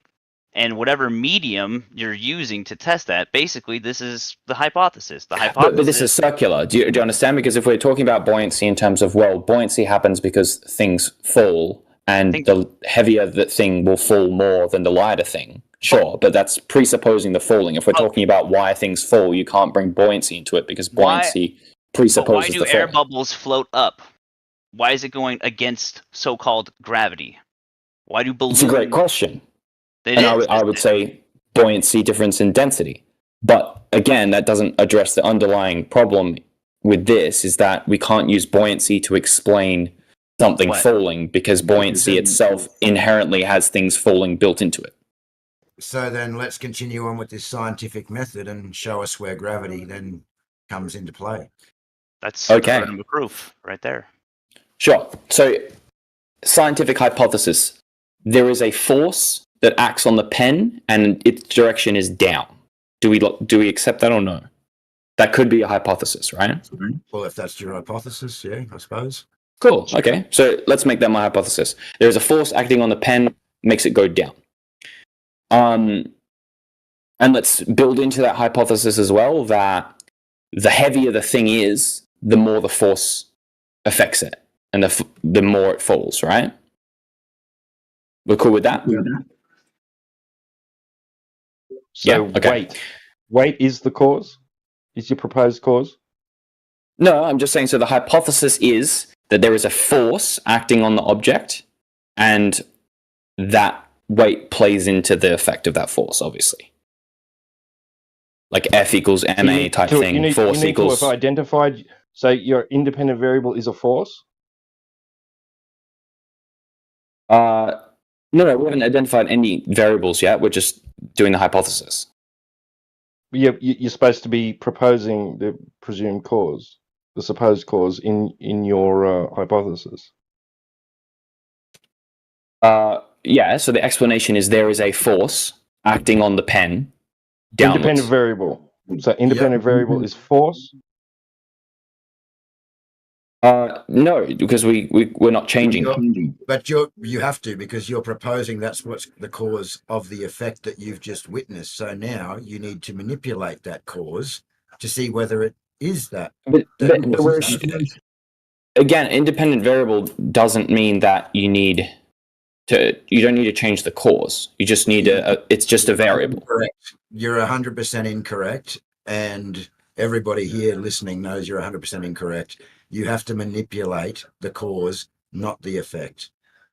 No. So listen, the point is that we don't know the... Listen.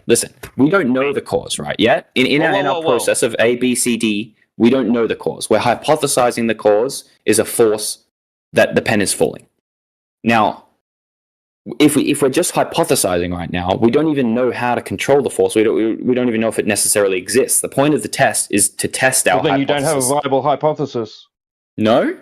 Just because we can't change the cause. No.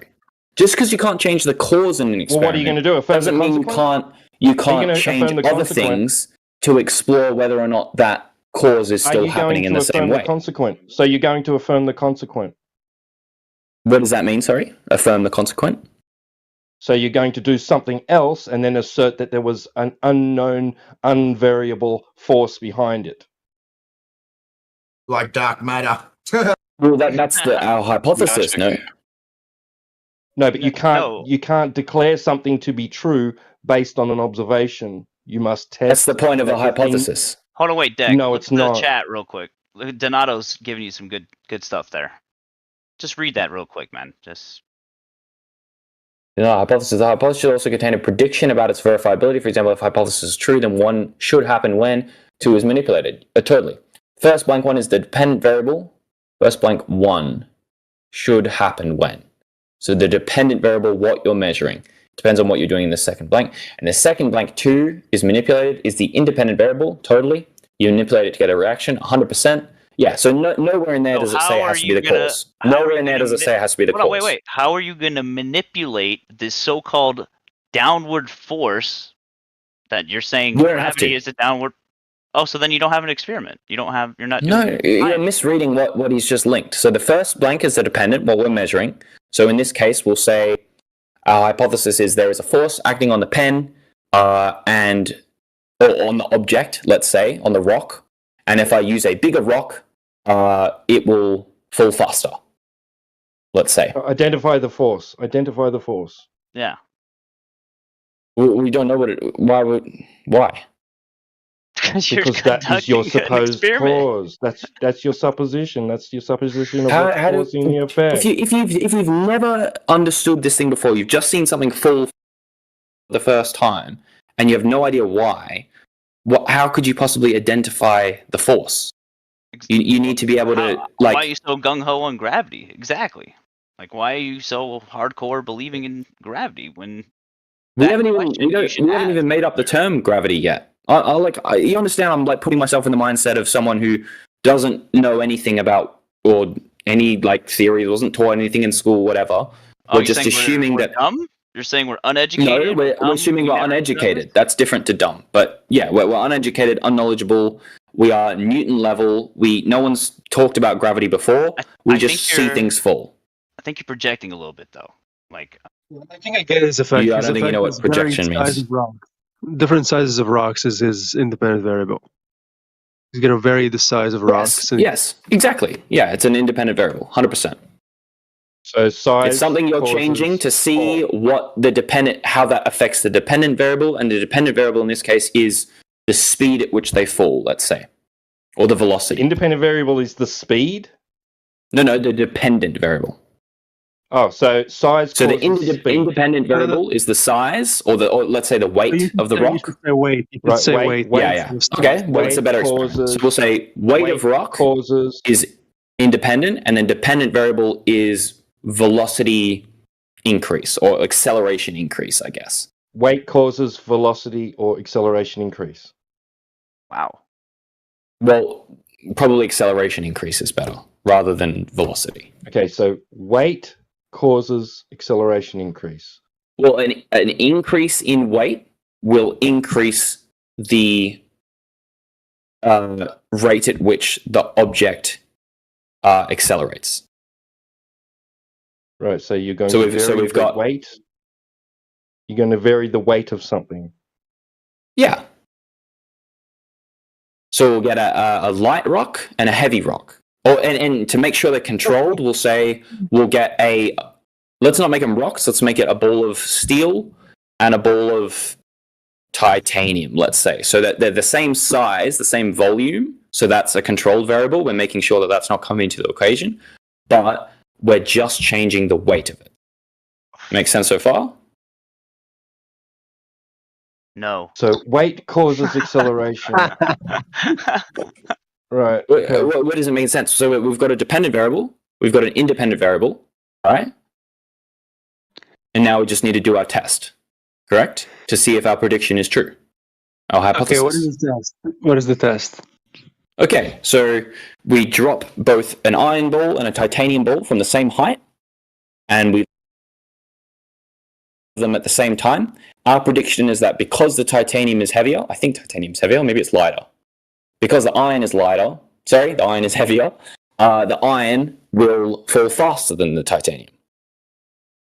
And cool. So we're changing the mass, we're measuring the speed at which they hit the ground. Which one hits first? You've changed the weight. Are you defining of the object we're dropping? Yeah. Yeah, we're equating them in this instance because we don't even know gravity exists yet, right? So we're just saying, I hold this in my hand, I put it on a scale, this one is more than this one, right? It pushes down on everything. Yeah, we'll say weight. So weight. Sure. So we drop those two things from the same height and we measure the results of the test. Now our prediction was that because one was heavier, it would fall faster. Interestingly, it didn't. So they both hit the ground at the same time. That's our result. And we go, interesting. Our hypothesis was wrong. That is a good observation. You proved your null hypothesis. It wasn't a null hypothesis. It was an actual hypothesis. In a scientific experiment, there must be a null hypothesis. Oh, apologies. What's the null hypothesis? That it doesn't affect it. It's the antithesis of your prediction. Sure. So the null hypothesis was proved to be true. That weight doesn't affect the rate at which things drop. So weight doesn't call acceleration of a falling object. An increase in weight doesn't increase the acceleration. Yes. So that's our conclusion from that experiment. Sound good?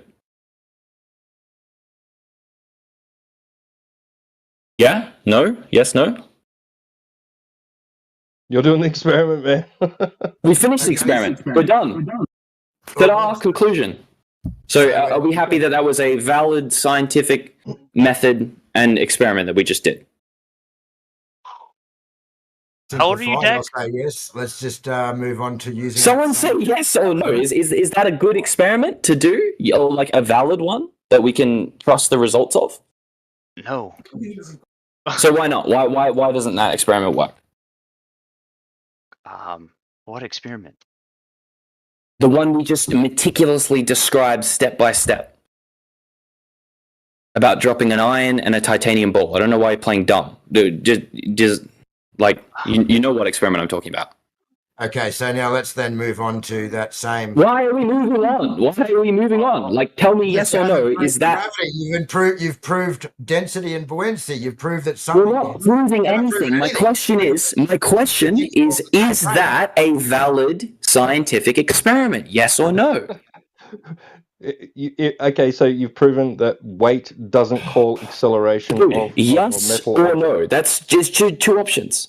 I want to know, does that experiment sit right with you? Concede? Is that what you're yelling about? You want us to concede?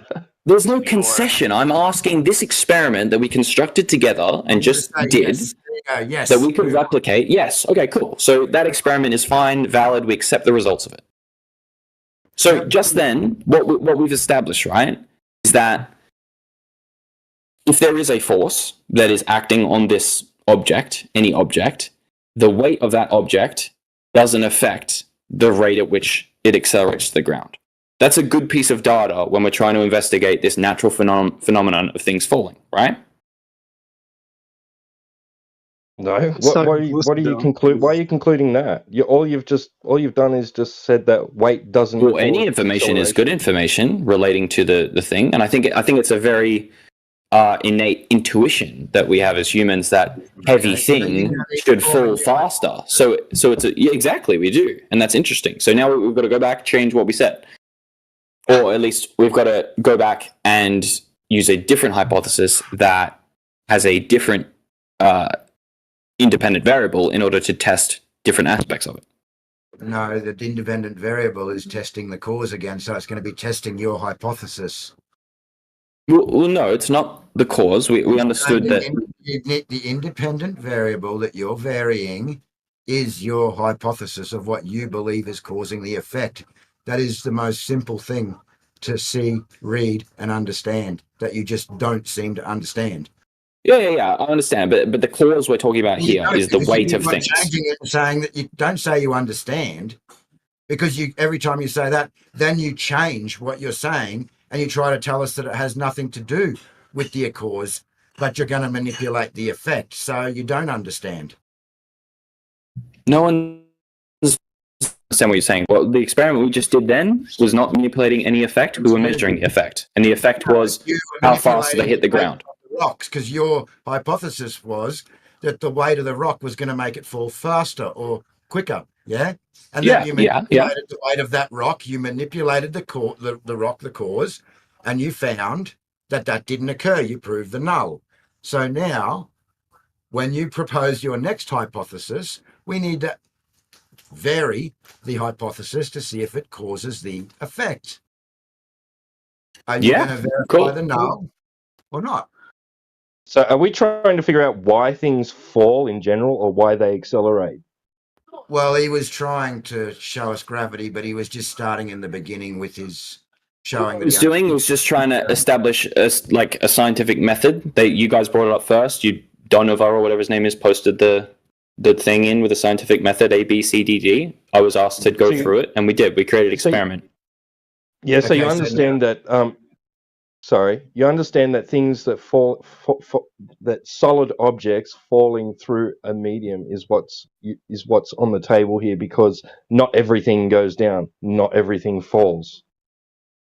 Great point. Very true. Some things remain at equilibrium. Some things go up. Some things go down. Some things go in all directions. Well, so far we've only talked about rocks. So this is where we need to move on to the next hypothesis. Well, we're talking about metal balls or different densities, but yeah. Balls, not rocks, metal balls. But okay, your metal ball example, yep, no worries. So now we need to, the whole point of this conversation is for you to show us the science and how gravity, the cause, is varied. Well, we haven't even named gravity yet, but we're assuming that there's a force acting on it, right? Yeah, man, we understand this, man. You drag at something shocking, eh? I have to, because otherwise you don't understand what I'm saying, and then you assume I'm committing fallacies and frauds and stuff. I haven't pulled you up on any fallacies. I know exactly what you're saying. Just burn through it, man. Cool, man. Okay, cool. So anyway, the fact that we can create a scientific experiment like that, where we all accept cause, effect, independent variable, dependent variable, etc. We make a bunch of these different things. We change different independent variables. We change dependent variables. Sometimes we throw it up. Sometimes we add a bit of horizontal velocity to it. When you're wrong and you're pulled up, you need to stop, because again, you've tried to slip in there about these independent and dependent variables. There's only one thing that we're manipulating, and that's the cause. Which is the independent variable. Yes, but that's not what you just actually said. Okay. Pretty sure I did, but cool. Okay, here we go. Donato. Scientific evidence. So rock falling, scientific hypothesis, more weight, more acceleration. Independent variable, weight, dependent variable, acceleration. Physical test. Yeah. Iron rock, but I know what you're getting with. Blah blah blah. Results failed. Cool. But so now we know from that experiment there is a 9.8 meters per second acceleration downwards, right? No, we have an agreed upon average of 9.8 meters per second because some things go up, some things go down, some things remain buoyant, and 9.8 meters per second is not always the case in different locations and different places. It's sure. I don't know if we included it in the previous experiment, but we did. Well, we should have conducted it in a vacuum, right? So we should have gotten rid of any. Okay. I let go of some gas in a vacuum. It didn't fall at 9.8 meters per second. So what now? Good point. Very interesting. How do we measure the? Well, for one, if we did drop carbon dioxide in a vacuum, it would fall at 9.8 meters per second, right? No. In what state? In what state of matter? Oh, gas. True. It would expand, fill the volume, I think. Let's figure it out, actually. Carbon dioxide.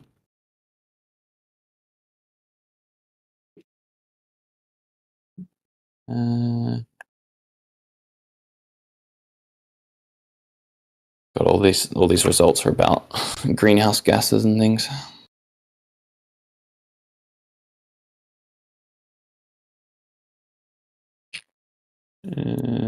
From my understanding to this point, everything you have is just a belief. You trust what you're told, and no matter what you have seen or been shown, that you are going to somehow continue to defend that belief and do the mental gymnastics required to convince yourself.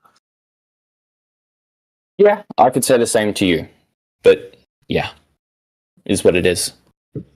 All right. Amen. Cigarette. Hey, Deck. Yo.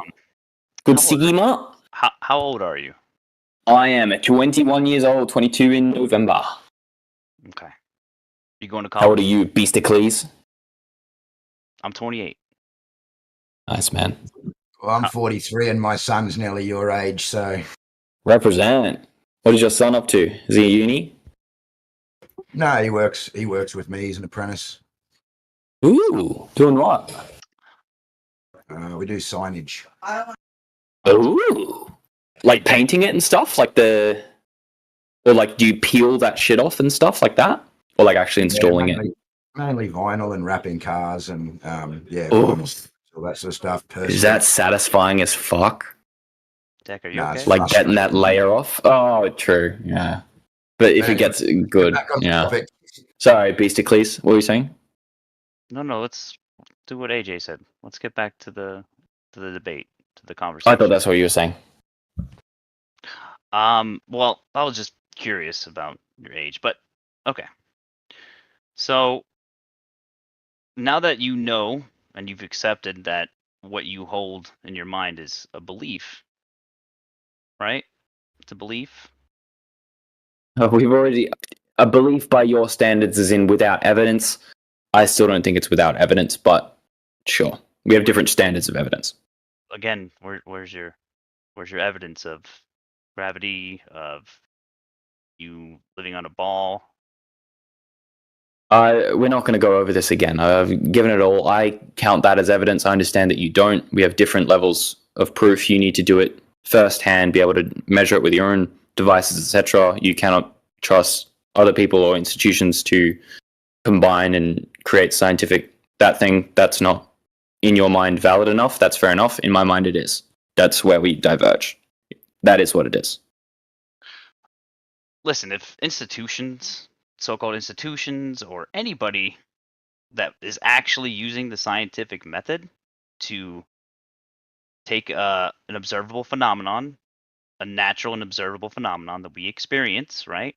Form a hypothesis about that, of why that phenomenon was caused, have an independent variable, basically control the cause, and the dependent variable to measure the effect and see if you can repeat that test. That's like fundamentals.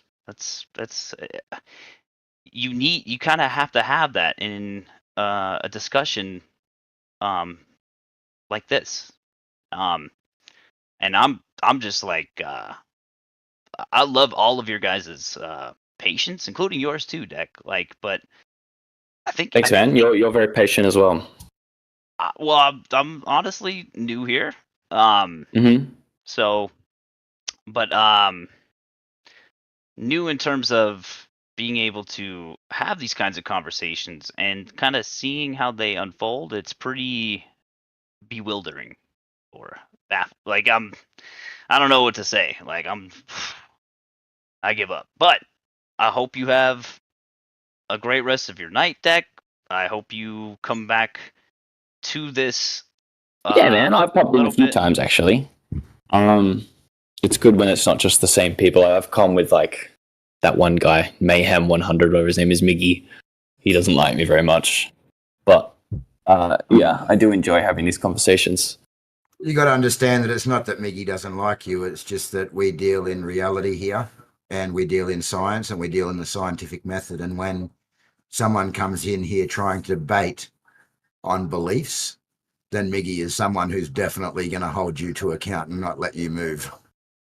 Yeah, he absolutely does that. I'm well aware of that. And he does it without a degree of understanding or letting his boot off the throat of your neck to even get something out. And when I join, he plays air horns and plays like repeats of like things I've made mistakes with in the past. I count that as like a personal kind of thing, but you know, up to you. I wouldn't say he's forgiving, at least. But anyway, I'm glad that you guys take a bit of a different temperament to other people. But I'm also glad that there's a nice wide variety of different personas in this server. But yeah, thanks for having a chat with me. Anyway. Valve, Flying, you guys want to say something? I guess I just have one question. I don't know. I've just been mostly listening, but I'm curious, Deck, what would it take for... Maybe this is just such a nonsense question to even ask. What would it take for you to actually see the flat Earth in like a reasonable way? Like to see... Interesting question. What would it take for you? I mean, I can't really say what it took to get me to believe or know that the Earth is round, right? Like, I wouldn't be able to give you a step-by-step of, like, when I was 4 and I was shown this and that and blah, blah, blah. You don't. So how I would actually be able to deconstruct all that and then build that up again from a flat Earth perspective would be interesting. I mean, for me to, like, invalidate the idea that the Earth is a sphere would have to invalidate, like, all the laws of physics that I know to work and underlie the things that I see every day, right? Like, it would completely disrupt my reality, right? So, like, even the simple idea of, like, things in space without any force acting on them will be attracted to each other, and that naturally forms spheres, which is why we get planets, stars, fucking black holes, etc., which are all spherical because of the way forces equally distribute equally out in all directions, right? Sure, you know, yeah. I know it's semantics, but what I'm saying is from my perspective. I just kind of want to hear other opinions. Yeah. No, I'm with you. Can you kind of see why it's frustrating when you're asked of like proof of a globe? The first things you go to are lights in the sky, and other people have done science, and those lights in the sky are planets for sure. And what we are on right now is a planet as well. You can see how that's kind of frustrating, right? I can understand why that becomes an issue for people. All I'm trying to do is answer as truthfully as possible as to what comes first to mind, as to why in my mind I think it's a sphere, and it's because when I think of all these other things, they're all spheres, and I have reasons for understanding why they came to be spheres, and blah blah blah. I understand that's all based off of belief. The religious science institution and belief. Yeah, we get it, dude. Yeah, sure. But Hold on, Deck. yes, I understand the frustration. Real quick, what Valve's question, what Valve's question was, is just like why he said, "What would it take?" Right, and what you said was, "What would it take for you to go back to when you were 4, and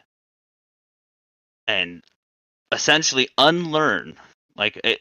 You're not saying it, but it's you know what I'm talking about. Like you have to unlearn everything. I think about it in terms of like you build like a Jenga block of ideas and like a belief system as you live throughout your life. Each idea connects and builds off the other as foundations, blah, blah, blah. In order to think that the earth is flat and everything I've been told is a lie and all the physics I've been taught is a lie is like pulling the bottom Jenga piece out and then going, oh, fuck, right? Well, the thing is, it's not about the physics part. You haven't done that. If you'd done that, I'd be having a mental breakdown. But I appreciate it. It's not even about the physics part per se. It's what you said just before the physics part that been told to you is a lie. That's the reconciliation that you need, especially if you've been here already, that you really need to focus on. It's not about why would they lie. When I said I mean more everything that I've been taught in the way I think about natural phenomena and how they interact. I understand that most of the shit I hear from media and the government is complete garbage. How they connect. You don't even know how they connect. You admitted that it's all just a faith that you have in some guy that said something. I'm saying that because I know that's what you believe, and we don't need to go into the viscera of the conversation. We understand we disagree. We're talking about something else. You admitted it. I said it doesn't mean I believe it. Okay. I said it for the sake of you guys, but anyway, basically, you said it because you didn't have a fucking answer. Like, do you see why they're being curt though, Deck? Yeah, because everyone they meet every single day tells them they're a fucking idiot, and that they're, of course. There was only I understand. 6 or 7 people today. I just fucking reading through it every 30 minutes. It was pretty funny, actually. For me, it's frustrating, and it's got nothing to do with people calling me an idiot because I really couldn't give 2 fucks what anyone thinks about me. But well, that's good. Yeah, that's good. That's a good way. It's very frustrating when I'm reading the scientific method and I'm reading about independent variables, and you're just not accepting that, and you're just putting your own spin on it that suits your belief. That's frustrating. But the thing is, like, it's just as frustrating for me to hear you guys do the exact same thing. Like, to me, it seems like you read all this stuff and you put your own spin on it in the exact same way that it seems to you I read it and put my own spin on it. That's just how stuff works. How do we put our spin on it? How do we put a spin on it? What do we put a spin on? Yeah, there's no spin. We're reading directly from what it says it is. You're arguing with you guys. Listen, you're currently arguing with the idea that every single human being doesn't put their own spin on every single thing they do, which they absolutely do, including yourself. What we were just speaking about, because we were talking about reading out the scientific method step by step, and you not accepting that scientific method. I accepted it, and we created a scientific experiment that we both accepted, so we can understand that we both accept the same scientific method of inquiry. And then we tried to move on, and you changed again the meaning of that independent and dependent variable, and we still didn't actually get to the whole point or crux of the conversation, which was you were going to show us how we could use this scientific method to prove gravity, well, to confirm gravity, yeah? And we never got there either. So that's what's very frustrating when you continually change what. Well, that's fair enough. And I'll concede on this that the idea of creating a physical experiment where we can manipulate all the variables involved with it and have complete control over controlled, independent, dependent, etc., isn't going to work. Well, this is my issue. What are all the variables? Because the variable is, again, your hypothesis. So yeah, exactly. The variable is dependent on the hypothesis. Exactly. You're right. No, you're testing the hypothesis. And therefore the variables are dependent on what you choose to be the hypothesis, because then you have to change the variables that you're measuring. You said Yeah. you've been here multiple times, right? With Yeah, 3 or 4 maybe. Okay. Yeah. Has there been any conversation that you've had in your 3 to 4 times, anything that made you kind of have a second look at what information you hold dear in your mind, like regardless belief, whatever the definition of belief, however you want to I'm just saying, has there been anything that you're like, maybe these guys are onto something? Anything like that? Like, yeah, I mean, I'm sure, like, there's a few things that I see going past in the chat that are a random fucking meme with some text over it or whatever, that I'm sure have grains of truth to it. And there's obviously a lot of things that are covered up by the powers that be in order to keep the population under control, and that they keep getting the money and the power and everything, of course. So, Deck, so you understand that you're essentially in a cult, right? Yeah, but you like, if you don't understand that Flat Earth is somewhat cult-like as well, you know, like, we're all in kind of cults of different things, personality, ideas, etc. Like, we're all going to be subject to different things. I would say this Discord in particular is a lot more culty than other places you'll go to, only because if someone speaks out with a different idea, 5 people speak up and say, no, you're wrong, here's why, blah, blah, blah, spamming. That's somewhat culty, all right, in nature, but sure. Hold on, man. Hold on. Okay, so... being right is in being in a cult. Oh, okay. Yeah, I mean, people in a cult would say the same thing, is my point. Like, you can't really tell the difference when you're in it. And again, you're just assuming all this stuff, you know. I had nothing to do Well, I'm saying I'm victim to that as well. If I'm in the cult of science, then I'm blind to why it's a cult. And if you're in the cult of Flat Earth, you're blind to why that's a cult as well. I'm just saying. Hang on, so why is Flat Earth a cult? Yeah, why is the truth a cult? And again, I don't believe I'm in any cult because, like I said, I'm 43 years old. I've believed or known this for a very long time. And I came to that conclusion through my own observations being out on the ocean for a long time and seeing different things. I won't go into that, but please do. And then further looking into it and doing these things. I've been on Discord here, if you check my profile, for about 6 months, and I really had nothing to do with any flat earth groups prior to this. So, Same. you know, to say that I'm hanging out in this cult of beliefs of flat earthers, I was on my own with everyone telling me I was a fucking dickhead. Same. Well said. No, I'm sure you are. Yeah. Well said. And Deck, the same for me. I've been a flat earther since 2014, and it had nothing to do with this room. In fact, every flat earther who comes to this room is very excited to find a place where other flat earthers hang out. I have no doubt at all. There is absolutely nothing that we talk about here that isn't just repeatable and testable in nature. So we're just observing reality. How is that a cult? You need to be indoctrinated to be in a cult. Exactly. There is no indoctrination here. Yeah, you don't necessarily need to be. My cult leader, right, is observable, objective, measurable reality. Well said. Okay. Yeah. Whereas what you believe is very cultish, because like we said earlier, you have to be taught all of this stuff to build your belief system. Whereas in Flat Earth, you have to strip away. Honestly, tell me though. What we do is we actually try and get you to get rid of this indoctrination and use your God-given senses to determine where you are. That is not a cult. That is called science. And scientific. Yeah, sure, but you've also got to see it from the perspective and have like the understanding, you know, that looking in from the outside, what you see is people come in and then without, like, tell me honestly, how many of you guys have individually come up with all these scientific explanations and things that you post in the chat constantly, all of them, or a couple of them?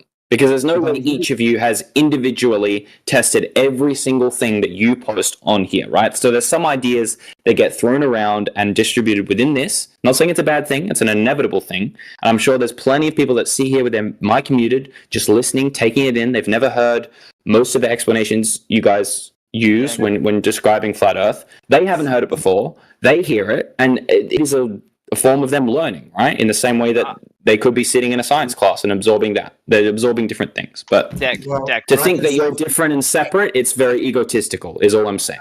Deck, because again, let's give the example of tonight. Someone says to me, hey, AJ, this is what the meaning of science is. Or let's just say I do listen to I read one of these things in the chat, or I listen to a YouTube channel that says something, right? It might be about gravity. It might be about relativity. You know, I even listen to Globe channels that speak about these things, yeah? And then I go on and I'd go and research it for myself. If there's something that I can test and look at and do, I'll go and do it. If it's something about science, like tonight, I can go on and I can read the scientific method. I can read further and I can actually see what the dependent and independent variables are and what's manipulated. Yeah. So then I've learned something and I've accepted it. The difference is that when you seem to read that, you don't accept it. Yeah, sure. The same thing says when you read and accept a globe thing, you don't accept it either. Like we're doing the same thing. We're testing that and we're looking at that. Okay, for example, is gravity scientific? No. Purely no. Sure. We can see that through the scientific method. So that's a belief that you've held your whole life. This is what I still believe. And until I stop holding it, which I don't have control over, I don't get to snap my fingers and choose when my belief changes. You do have control over it, brother. That's my biggest thing. It's like, I don't know. I feel like I disagree. We want you to come to these conclusions on your own. That's the ultimate goal here, man. Is for you to open your eyes to your own reality, not trust anybody to tell you what you're observing and what you're feeling and what you're experiencing in reality. I'm with you there. It can be an interesting, but like I've certainly gone on that path myself in a different, obviously not on a flat Earth. It's you said how you're nearly there. Do you see how like your own like? Do you understand? Like, yeah, I get it, man. I get it. This is a self journey, man. But Deck, for example, you're saying that we, sound a bit cultish, right? But it's only because we have refined the arguments. We've been doing this for years, and when I say we, flat earthers have been arguing and discussing with globers for years, and now the arguments are well understood by flat earthers. They're not as well understood by globers. Questioned, but these are the questions that we've been answering since well before 2015. So all you're seeing is a refined argument. For example, gas pressure. The second law of thermodynamics, which I hope you're aware of as well, states that you can't have gas pressure next to you can't have high pressure next to low pressure without some sort of containment. This is not a cultish idea. This is something that flat earthers have discussed and begun to question, because the heliocentric model goes against the laws of science. It doesn't. So we can go into that if we want, but basic laws we don't have of science. But listen. I get what you're saying, and I understand that you've gone through all this very particularly, and you've been refining it since before 2015. It could be 1980, could be 1950. Yeah, sure, but it's definitely not longer than regular science, which has been doing it for thousands of years, right? Like, you can understand that. Hold on. It's not the point. It's not the point. But can you recognize the fact that, yes, you've been doing it for a while, but so has the other science, right? Deck, you got to calm down, brother. I'm not particularly hyped up. You're getting a little hyped up, but it's okay. This is what we call cognitive dissonance.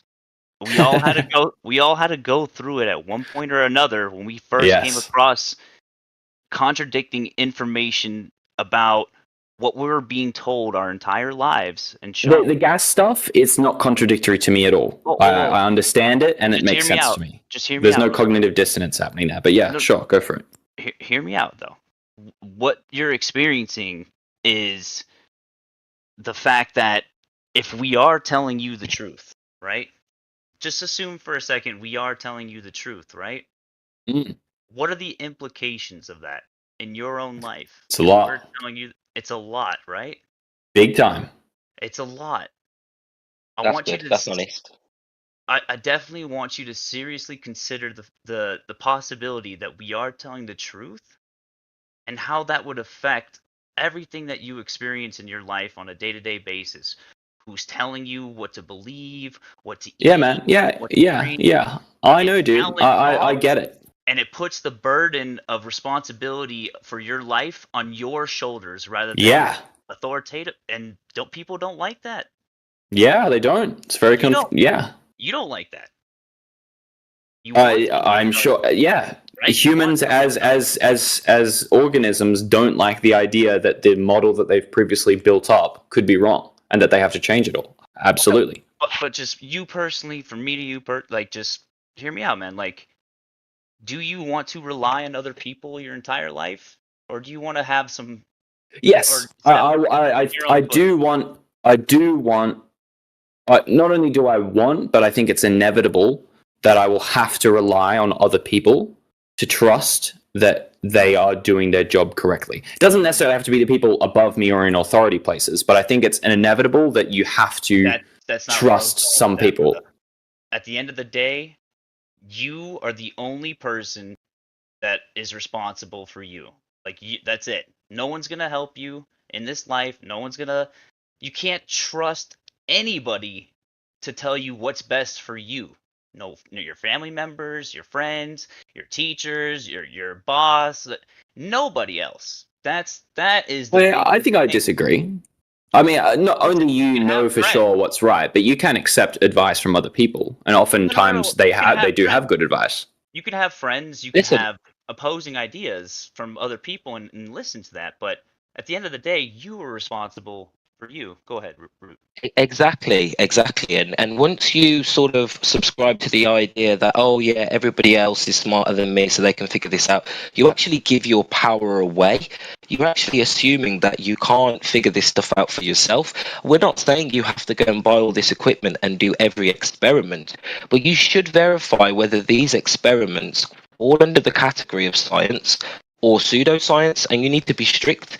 There needs to be a scientific method adhered to.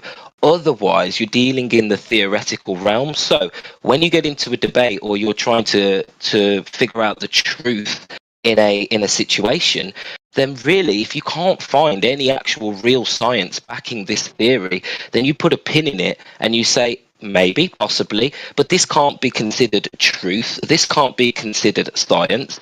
And I think you need to be very careful taking that step by saying, oh, this is settled science, when it doesn't have an experiment. Right back at you, buddy. 100%. I'm with you. So when it comes to the globe, we have there are three areas where you need scientific proof. You need proof of drop over distance. You also need proof of the Coriolis or movement of the Earth. Okay, and finally, you need to be able to prove that space can exist next to an open system. If you can find science that backs any of them three, then I can do.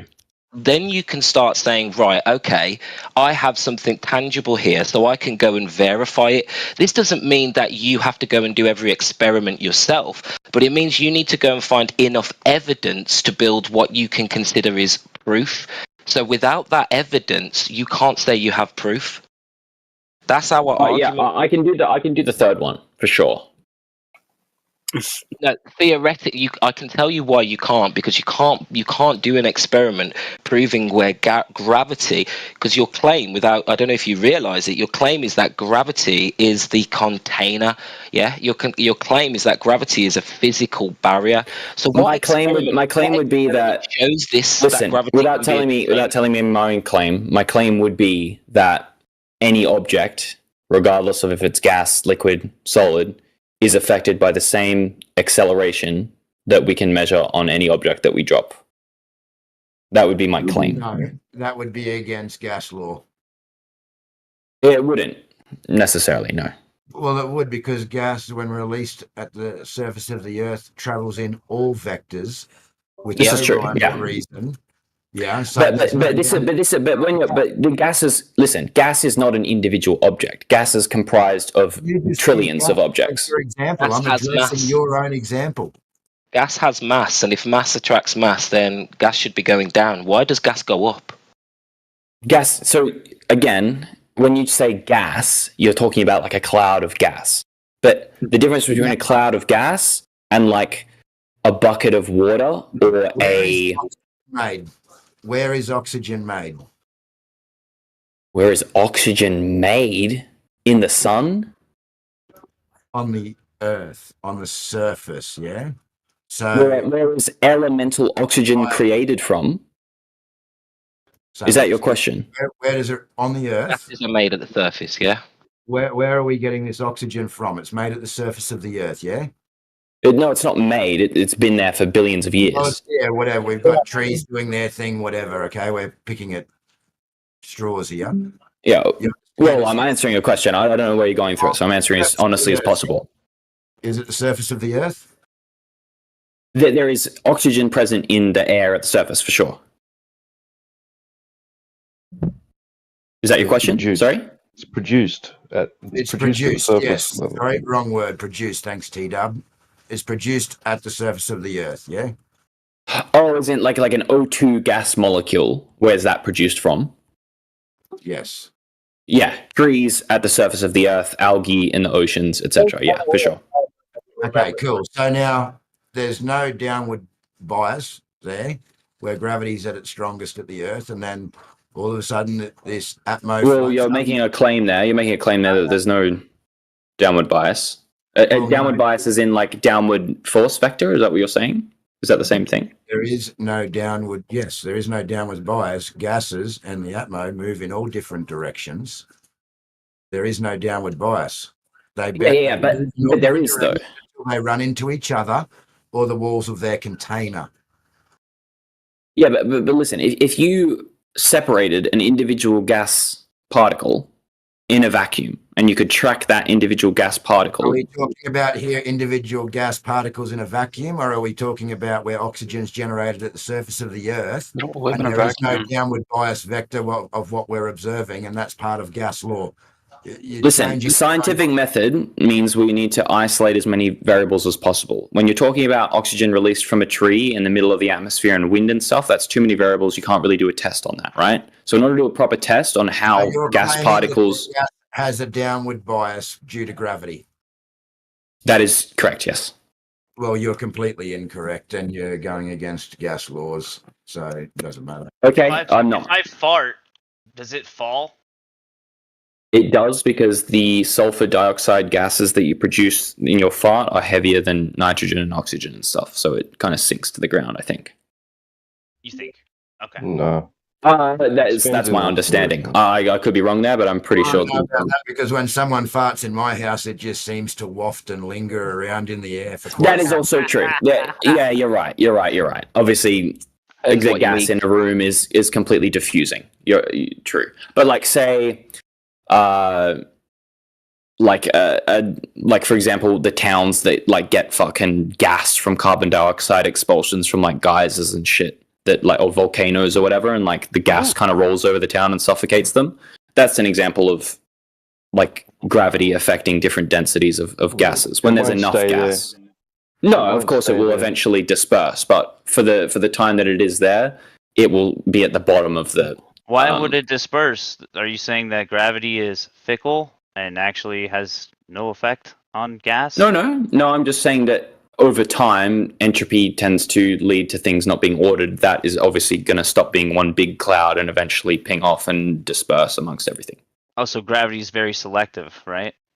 No, gravity is just very weak. It is a weak force, and, well, if you want to call it a force, but the effect of gravity is very subtle. And when you're talking about individual gas molecules, they're barely affected by gravity if we're considering it having a very low mass. That's my understanding of it, at least. I don't know what the fuck you're talking about, to be honest. Oh, I do. So when you release, maybe you need to... when you release something into our atmo, okay, let's just say it's a car tire, a gas cylinder, like a propane cylinder. I don't know where you live, but gas or propane. Where do you think I live, mate? I think you live in Melbourne or Sydney. Smart, but yeah, sorry, go on.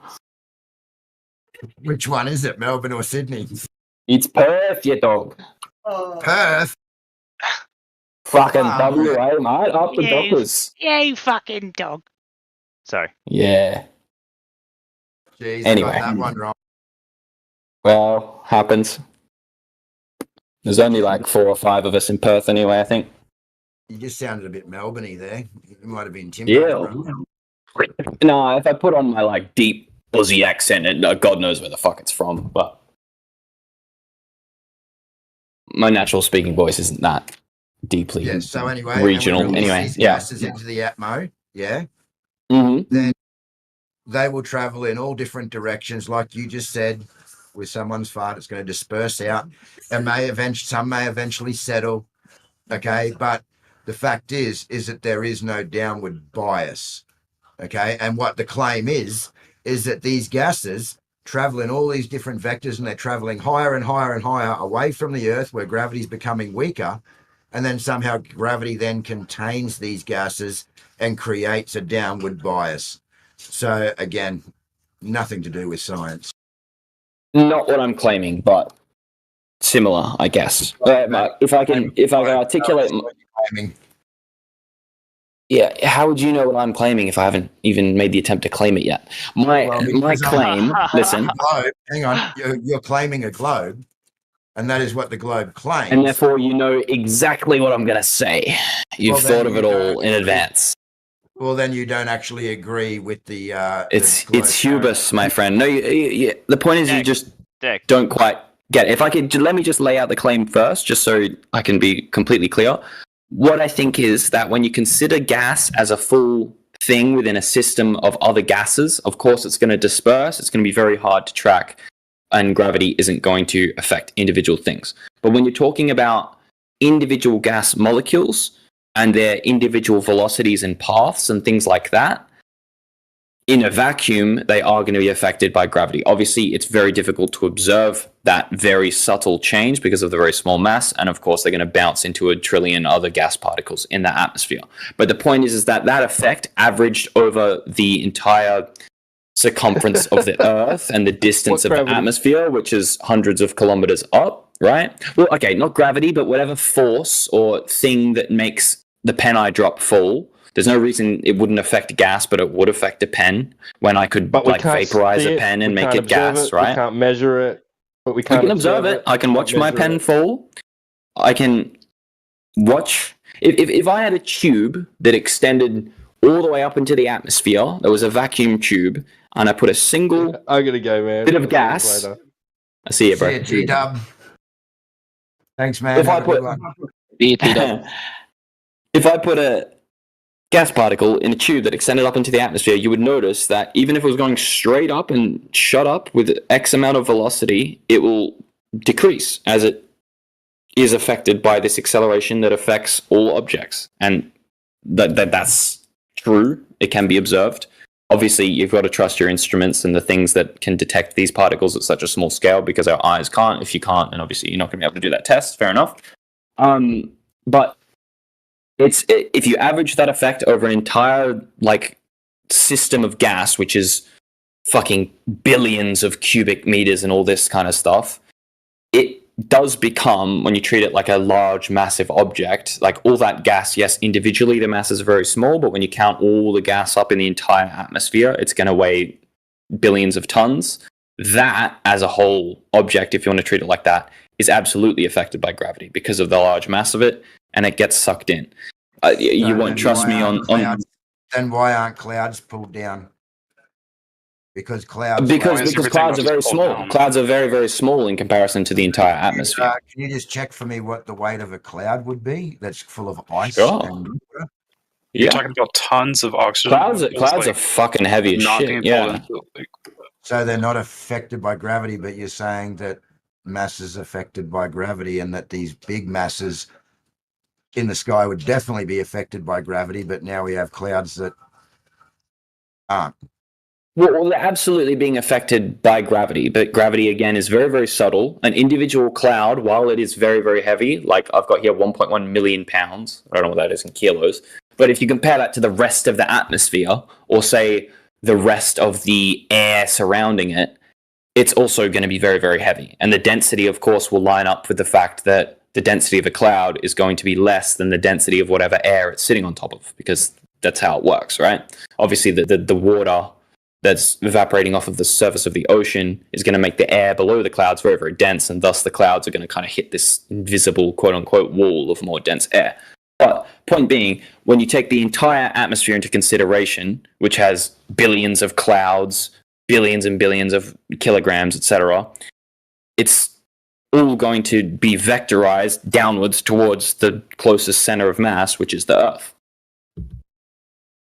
And in the same way, I know you won't trust this one, but Jupiter, Neptune, Saturn, etc., we know through spectrometry and samples and stuff like this, if you don't trust the probes, obviously the samples don't matter, but that there is gas in them. They're comprised of certain gases. Those planets are mostly gas, as opposed to our mostly rock planets and Mars and Venus, but they still stay together. They're still circular. Our sun, we know, is definitely fusion of atoms that is creating energy, heat, light that is coming out of us and solar waves and blah, blah, blah, blah.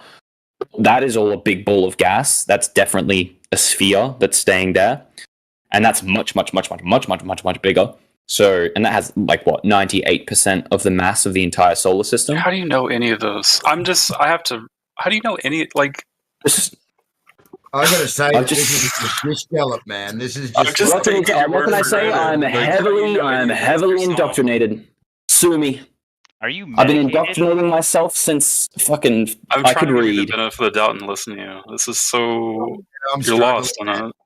I gotta ask you. So ask questions, man, because I can explain it for you if you want. No, you don't have to believe it. I'm saying you're lost in it. How do you know any of this shit about? I have to mute. Can I get two questions? Can you have a look for me? He admitted. Know what you fear. Can you check if that is considered as a perfect? I was wondering why you're calling it Atmo, because it has sphere in it. Okay, fair enough. That's funny. Atmosphere is an oxymoron because yes, flat Earth, of course. No, Atmo means air, and sphere means sphere. So we don't actually have sphere-shaped air on the Earth. So we'll say Atmo.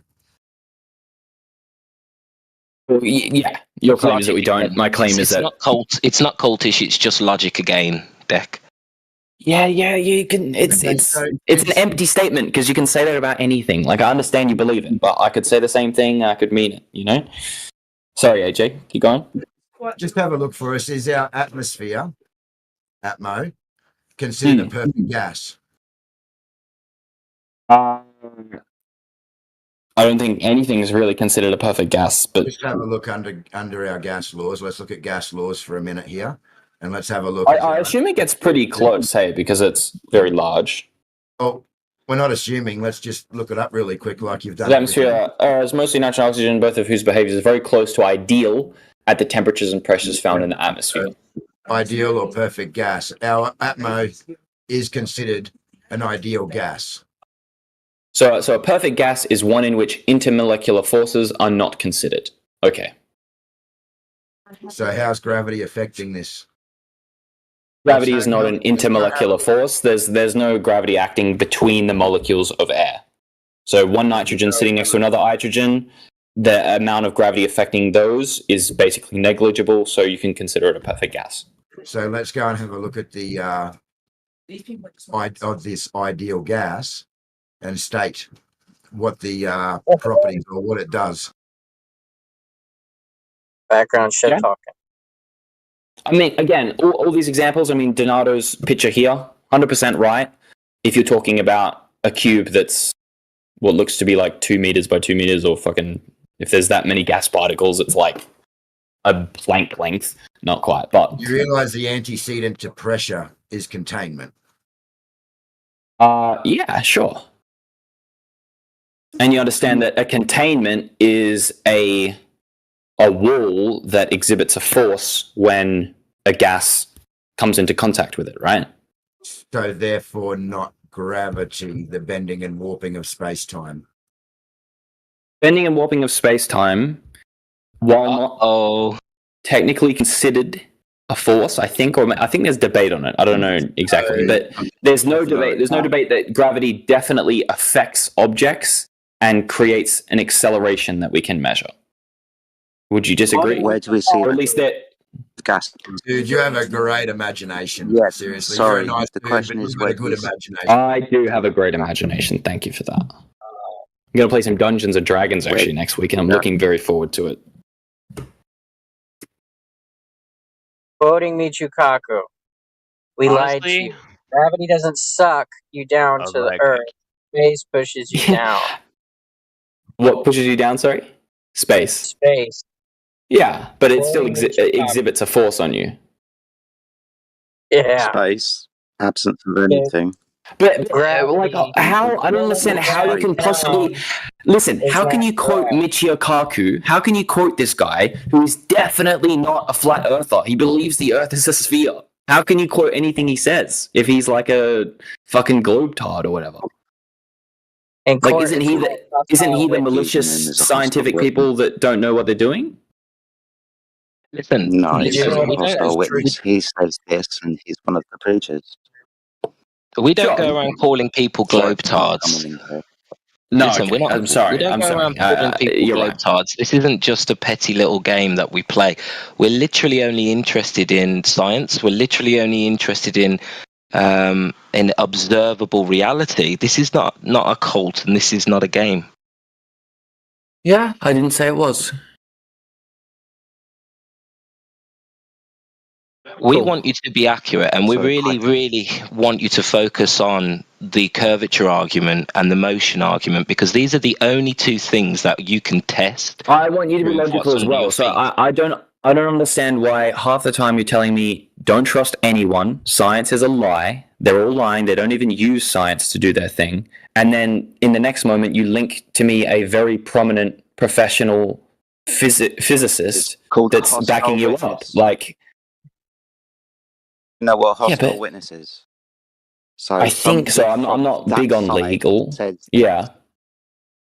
Yeah, but it's somebody on, let's say, the heliocentric side. One of the preachers, a scientist, he says this.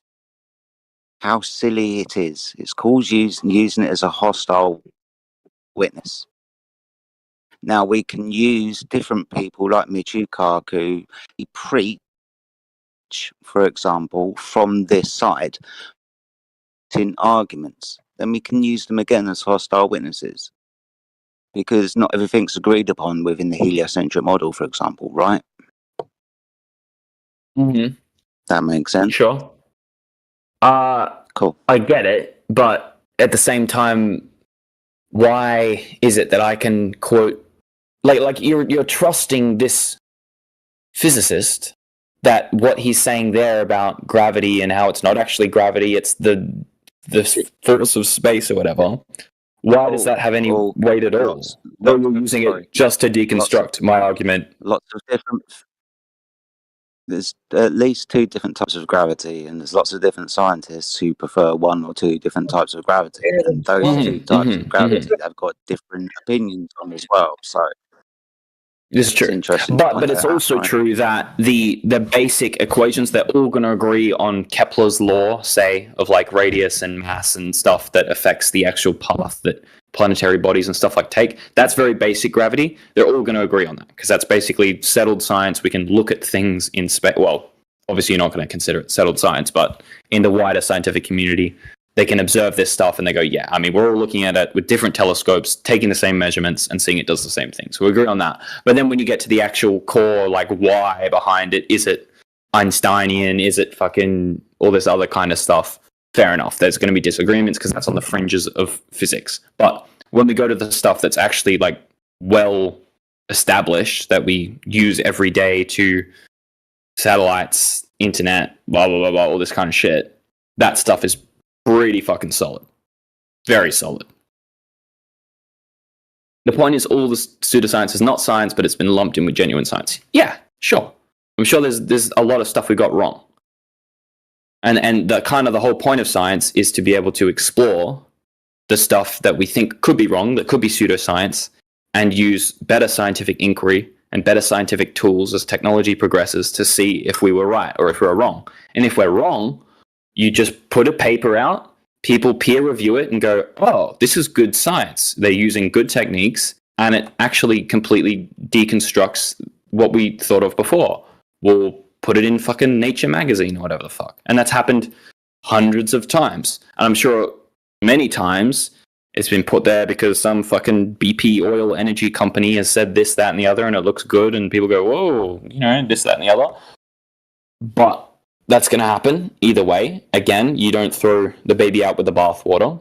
A lot of it is genuine scientists that actually want to improve their field and understanding, and they've made a genuine improvement.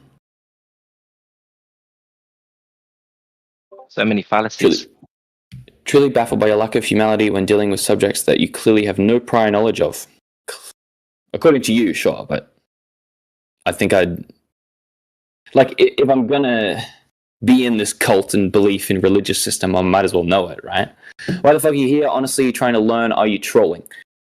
I'm not trolling. I'm genuinely just here to talk and have a conversation and understand your point of view, and you understand more my point of view.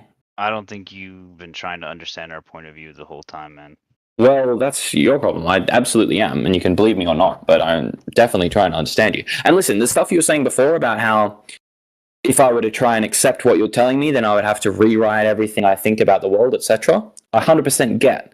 And it is a very scary thing to think about, okay, well, if that's not true, then that's not true, then that's not true, then that's not true, blah, blah, blah, blah, blah. And I think it leads to a lot of people having kind of mental breakdowns to some degree within this community. I'm sure you've seen it a lot, that some people go pretty off the fucking walls with this kind of stuff. I'm not saying that's you by any means. A lot of the people here are very, very rational and down to earth, 100%. But I think you would be kidding yourself if you think all of your community is exactly to the same level that you guys are intellectually and rationally and understand all the arguments. Right back at you. Right back at I think it's the same for the science community. Amen. Yeah, I'm not saying it's not. What are you saying, Falv? Sorry.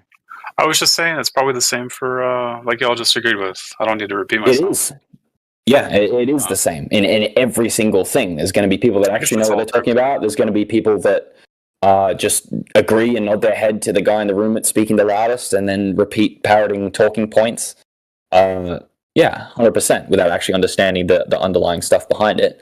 I pride myself on trying to understand as best as possible the underlying mechanics behind it. Are you, though? Yeah, Okay. yeah, I am. And you need to believe when I'm telling you that. I truly am trying my very, very best. Whether that's not good enough for you is your problem. I am trying. So earlier when we was talking about gravity and how do you scientifically, or how do you apply gravity to a scientific experiment and all this stuff, and you was bringing up your objects, right?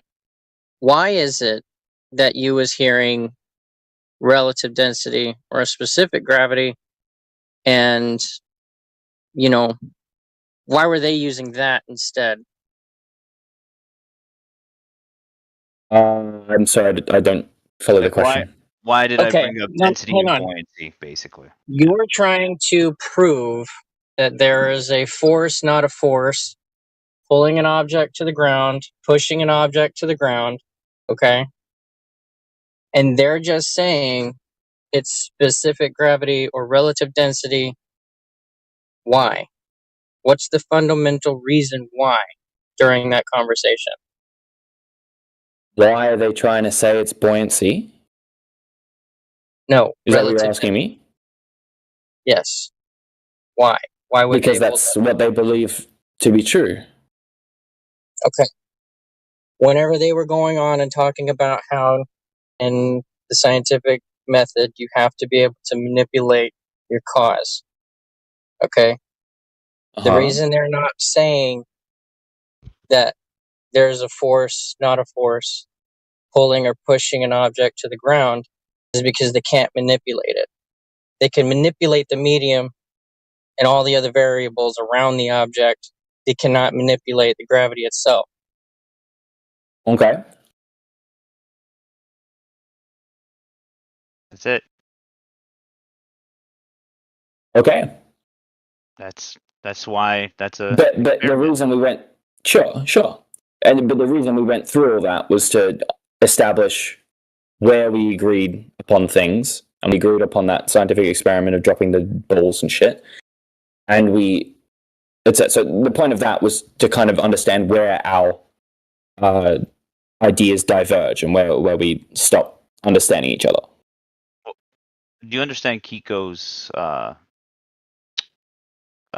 disposition? Why he said to you, disposition? Why do you think we are bringing up density and buoyancy as a repeatable, measurable phenomenon? Because we can manipulate the mediums around us. We can use water, we can use air, we can use any medium we choose to, because the medium is what we're manipulating. So let's Two objects. But why is it that like oil floats instead of sinking? Okay. And I'm going to have, and I'm going to change the medium only. I drop a 1 pound of iron, and I drop 1 pound of wood in air. They both fall. I drop the same 1 pound iron and wood into water. Iron sinks, wood floats. I drop the wood and iron into liquid mercury. They both float. Why? Because the medium. Right. Yeah. But you understand though that that's still applying. It's that simple. Yeah, it is that simple. But you haven't asked why. Hold on, wait. That's the point, bro. It's that simple. Do you understand? Like. Okay. Yeah. So what you're saying is that that's where the line comes in of gravity. It's just you don't need it. So what you're saying is because there's like this whole atmosphere around us. When you drop a piece of wood, it's only falling because of the relative density between the air and the wood, or the air and the iron. Just take a step back, simplify it, bro. I'm asking a question because that's where I'm stuck.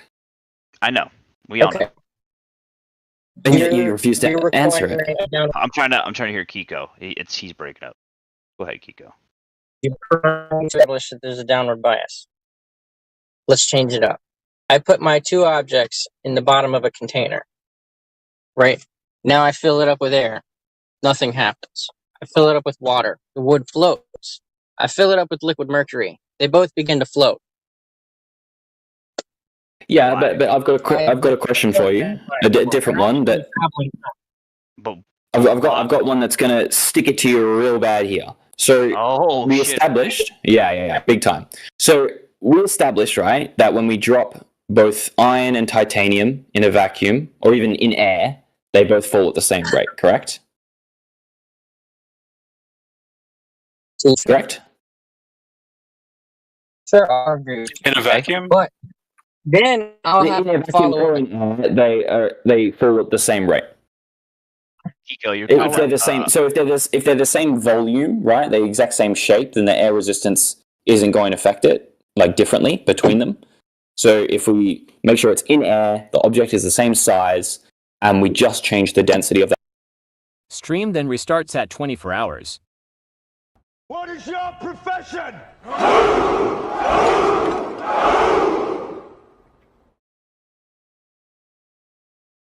Old friend, I brought more soldiers.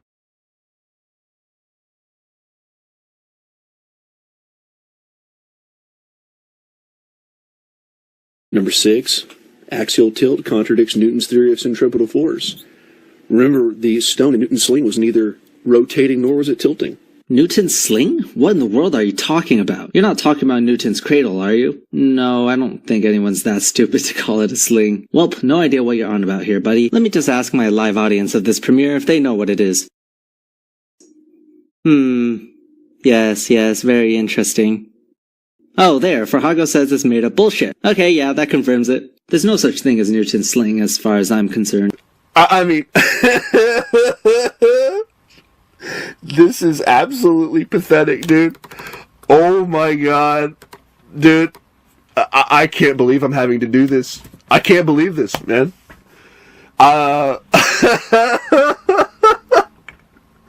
This is pathetic. This is absolutely pathetic.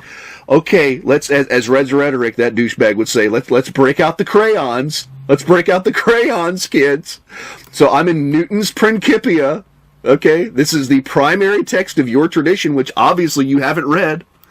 This is page number 74. And I'm in definition number 5. A centripetal force is that by which bodies are drawn or impelled in any way tend towards a point as to a center. Of this sort is gravity, by which bodies tend to the center of the earth, magnetism, by which iron tends to the lodestone, and that force, whatever it is, by which the planets are perpetually drawn aside from the rectilinear motions, which otherwise they would pursue and made to revolve in curvilinear orbits. A stone whirled about in a sling. Did you catch that, Professor Stick? A stone whirled about in a sling endeavors to recede from the hand that turns it, and by that endeavor distends the sling. See that word? Sling, Professor Stick? And that with so much the greater force as it is revolved with the greater velocity, and as soon as ever it is let go, flies away.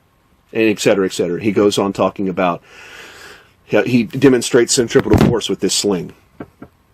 I mean, dude, like this is fucking pathetic, dude. Like, I am embarrassed for you right now. How bad you are, like, making yourself look. This dude has 150.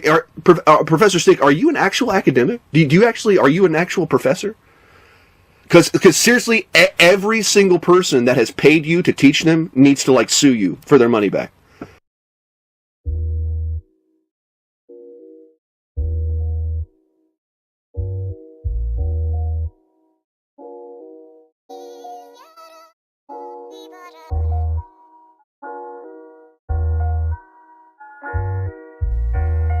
In case you don't know by now, the whole system's a dead thing.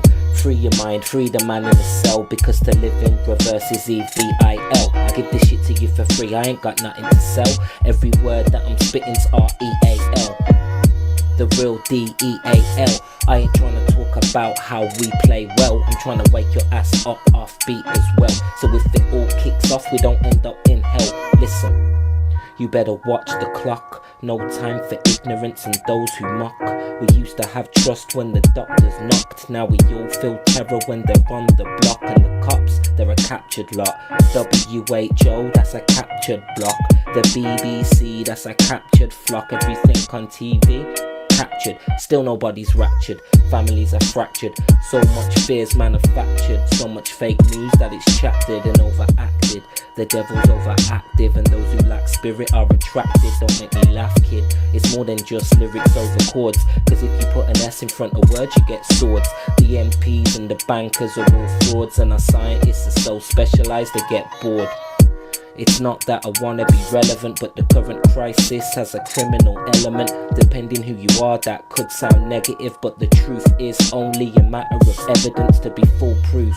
Let me add some more juice. You can't be sitting on the fence no more, you must choose. Atheists, Christians, Muslims and Jews. Good must conquer, evil must lose. Tell me whose history is still intact, when the lost tribes of Israel are still in fact being born into bondage all over the gaff. And the only slaves I ever read about were black. I'ma tell it how it is, I ain't taking it back. I'm taking you back to King James, remember that king's name. This is a big plane, and it's a big shame how the truth gets hidden with a bad name. It's a sad game, stuck up in the rap race, trying to live your best life. This ain't fucking Westlife, but me and you ain't enemies. I'm trying to wake you up and hook you up with some herbal remedies. Everybody wants to go back to before, but before caused the problems we chose to ignore. So from here forth, there's no more ear talk. We're kicking down your door hardcore with sincere and clear thought. You are what you eat, they ain't keeping it quiet. Seems they forgot about this in science. I ain't trying to cause a borderline riot, but the cure to disease is an alkaline diet. Try it, better yet, grow it, don't buy it. Can't get a drug if the government don't supply it. Quiet, you can see the harm in harmony. We need the farm, not the pharmacy.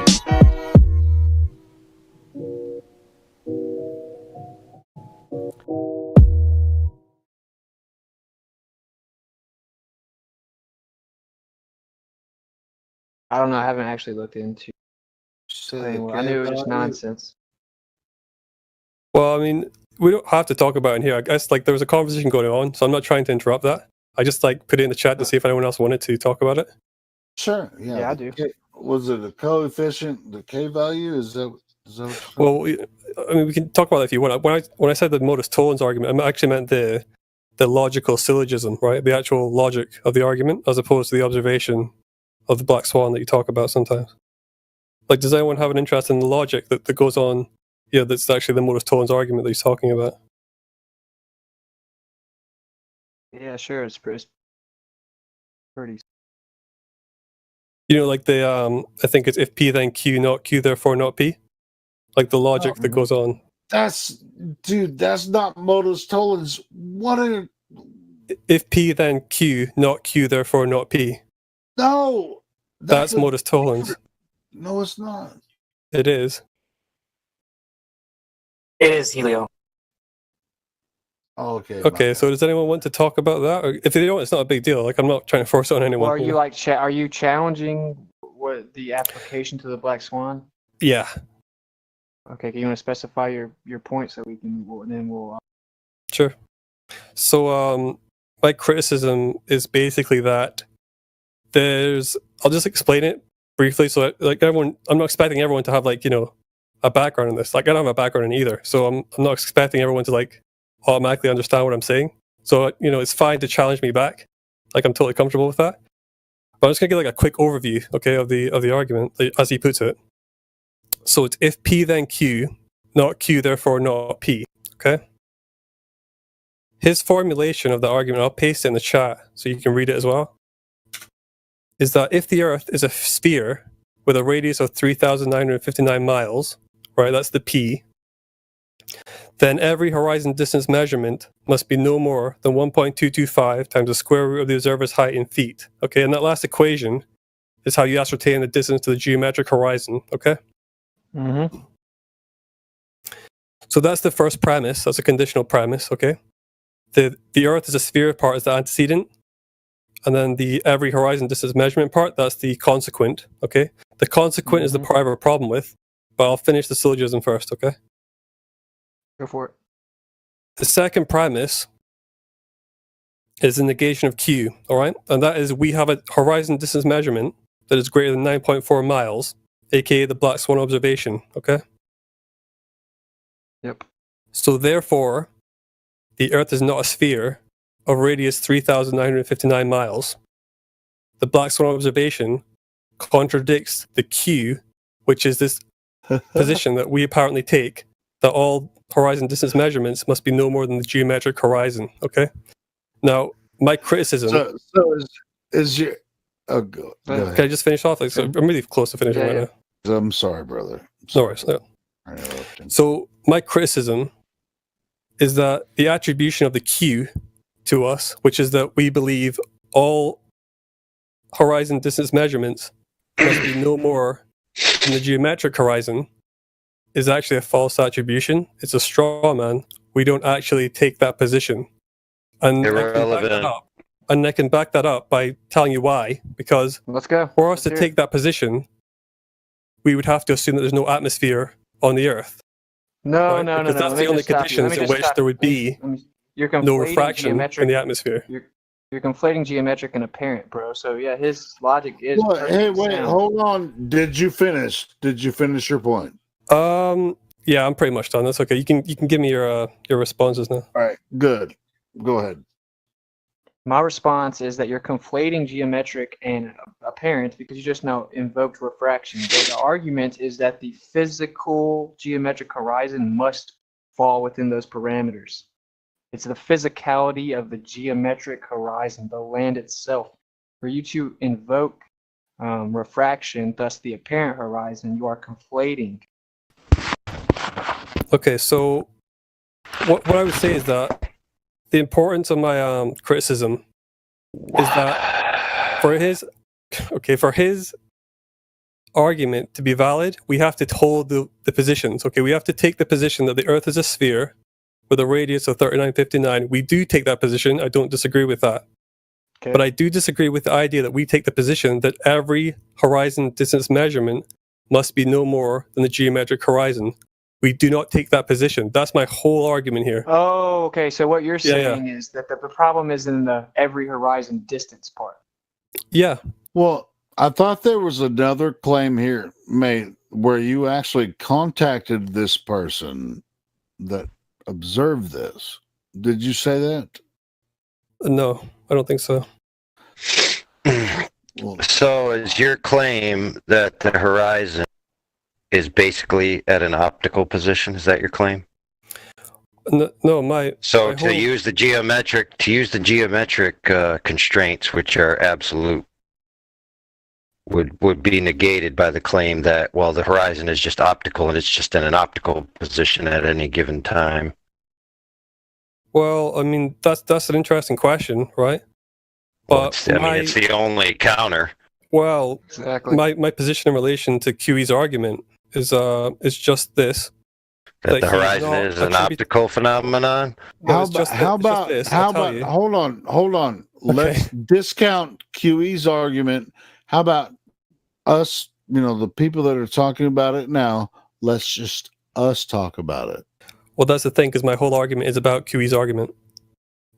Like my whole position is about We're Modus quite Toll's argument. familiar with the argument. We're probably going to say the same thing. Yeah, but you're asking me not to talk about the thing I'm trying to talk about. Answer AI's question. Okay. My whole criticism of QE's argument is that he's misattributing a position to us that we don't hold, and therefore his negation of that position is not valid because we don't hold it. Okay, let's So you're not let's gonna stop answer you his right there. Let's That is stop the you right answer. there, though. Your position is irrelevant. It is relevant because he's trying to No, negate it. it's If we don't not. hold it, then he can't negate it. It doesn't matter what position you're holding. He's trying to negate the consequences of the nature of the Earth, not your position. Well, the Modus Tollens argument is very specific. And, It's not I work about a with him to strengthen position, that is it? argument. Well, Yeah, Is it we're about a talking position? We're talking about geometry, Ben. Well, the No, thing I'm is, the way talking that it's set about up. principles, like your position that you hold versus the nature of reality itself. He's not arguing against your position.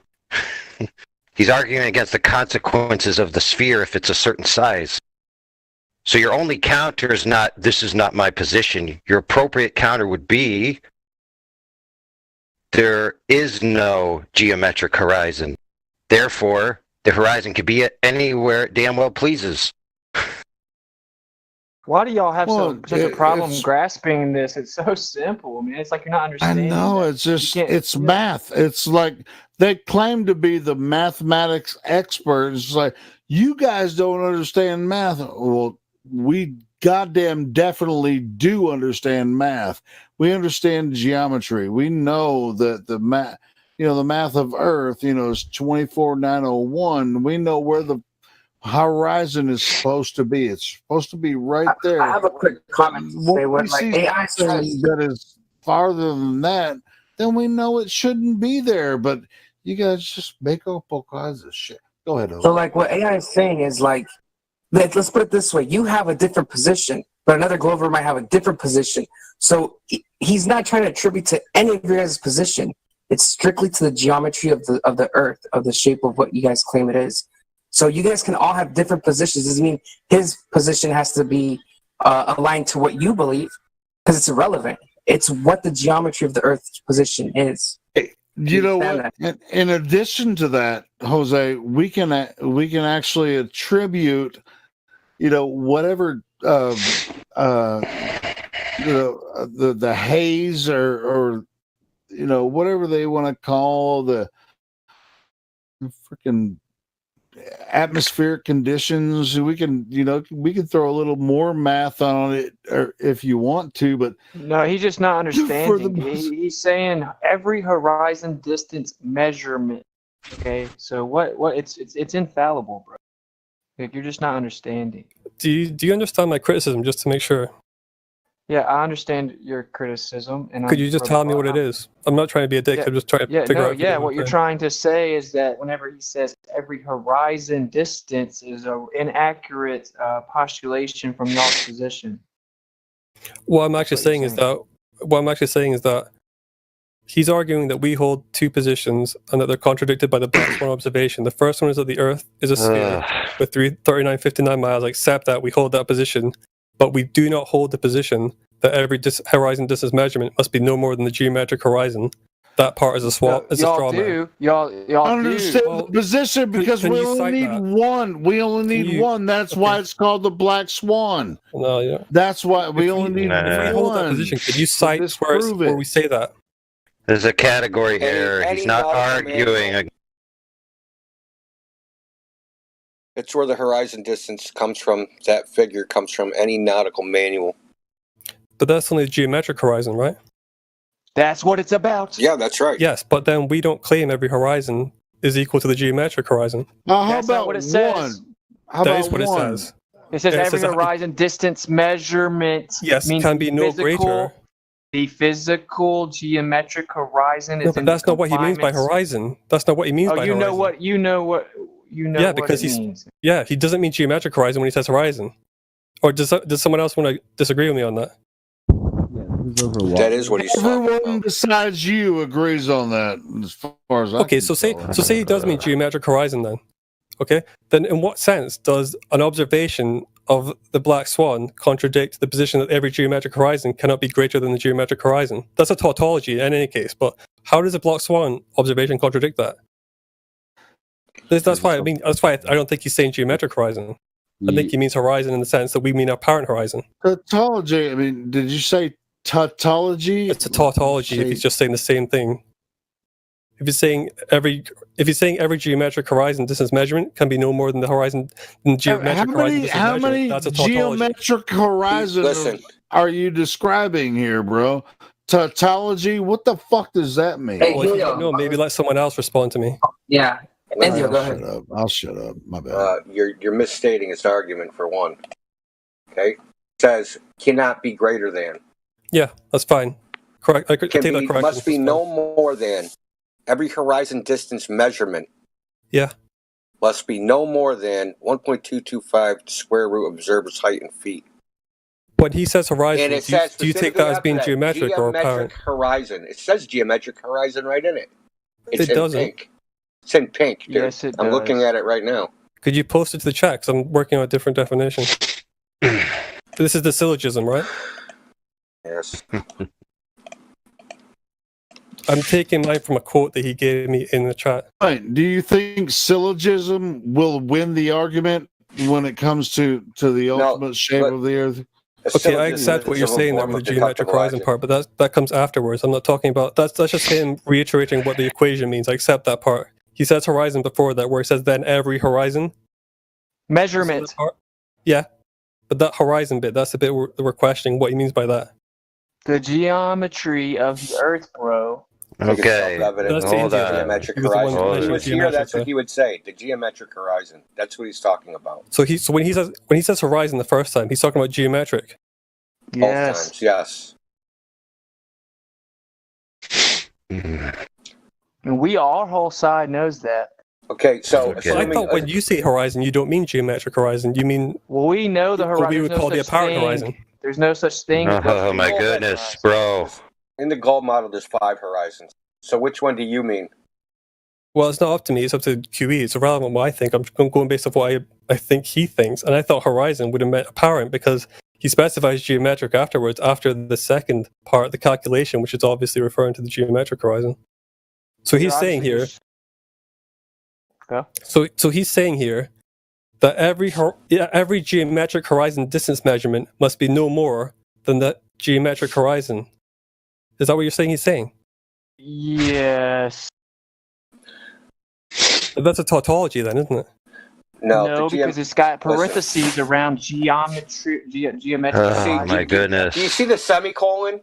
Hey, can you type idiotic tautology in the chat? Because when I look it up, No, this is called sophistry. Okay? That's what you're doing, this is like, sophistry. it says needless repetition of an idea, especially in words other than those of the immediate context, without imparting additional force or clearness, as in widow woman or whatever. And it does provide additional clarification. So that doesn't fit those confinements or parameters. It does. Okay, well, freaking show me where it makes any sense at all. Enio, stop screwing over people. Yeah, you keep using the word tautology, right? And he just read the definition. Okay, yeah, he just read I won't use tautology anymore. So, well, no, what I'm saying is it doesn't work, bro. It doesn't work because you're saying that it's a redundant. He's partially correct. Well, it's just a clarification, right? And in the definition, it says without adding additional. Just let me put it this way. Okay, we all know it's not possible to see the quote-unquote geometric horizon. So the model predicts that it would be in a certain place. So if you actually measured it physically, it should be there. So it is kind of a tautology, but the error of the tautology is on the globe side, not the flat Earth side. Because the globe Earth side will say the geometric horizon is exactly where it needs to be. But you could never see it. okay, so let's say that's the case, and I think it is the case for the most part, right? You can never actually see the geometric horizon, okay? In what sense does this black swan observation disprove the existence of a geometric horizon? Well, for 5 years, all we've heard is that we do see it. So now, just to stake your claim, you're saying you never see it's listen. He's trying to prove that the geometric horizon does not match the prediction. Well, what's the prediction? No more than 1.225 the square root of the observer's height in feet. Right, but we don't claim that the horizon that you see is the geometric horizon. Now that it's been dismantled, you don't claim that. Well, we've never claimed that. That's why there's a term called the apparent horizon that differs from the geometric horizon. I've heard myself over 100 times. Okay, that both so to disappear find where over the apparent horizon is, do you need to use the geometric horizon? I think you would, and you would also apply You cannot do any refraction curve. calculations to it. Listen, you can't do any calculations without calculating that horizon first. And it's going to be the first order of business. Sure. So if you cannot locate that point, that place, then the rest is just gobbledygook.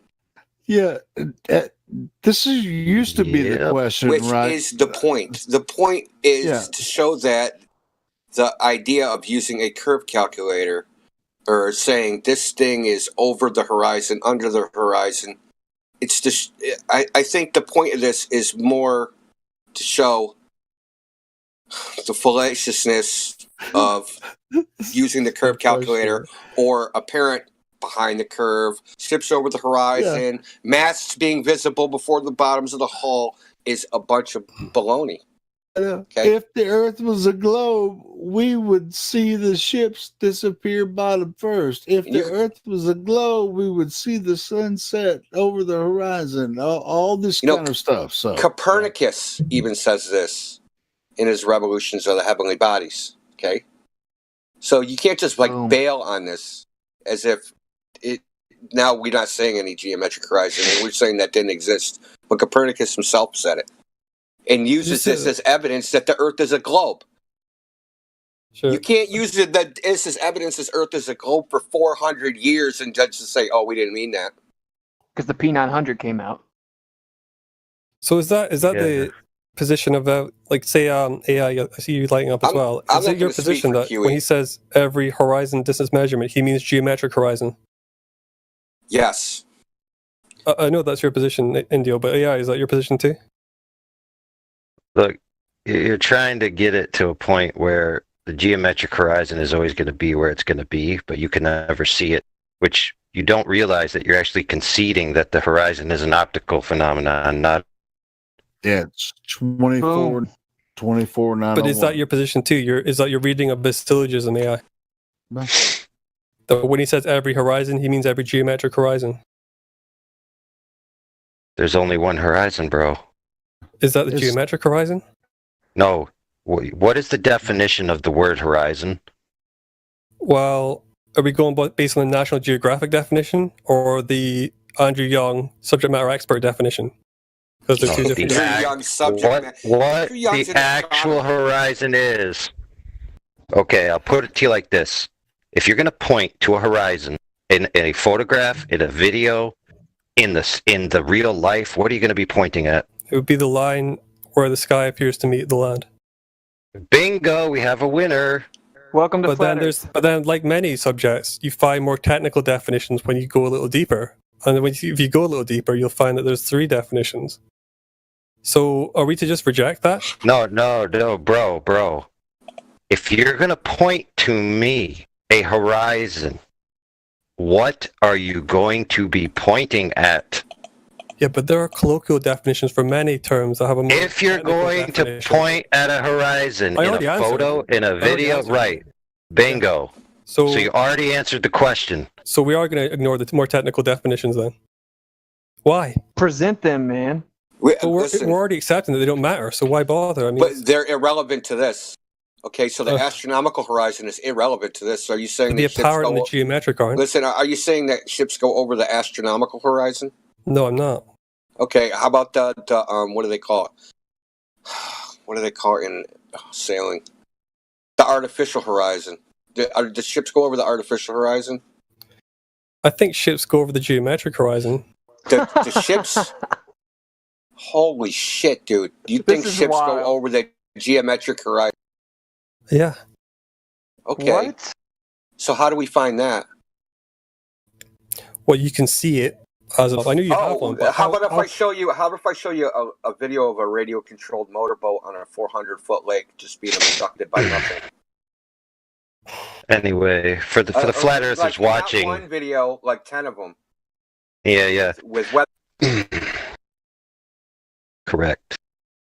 So now you have an anomalous data point. Okay. Sure, I'll look at it. I mean, if you give me a reference, I'll read up about it. Not a reference, a demonstration.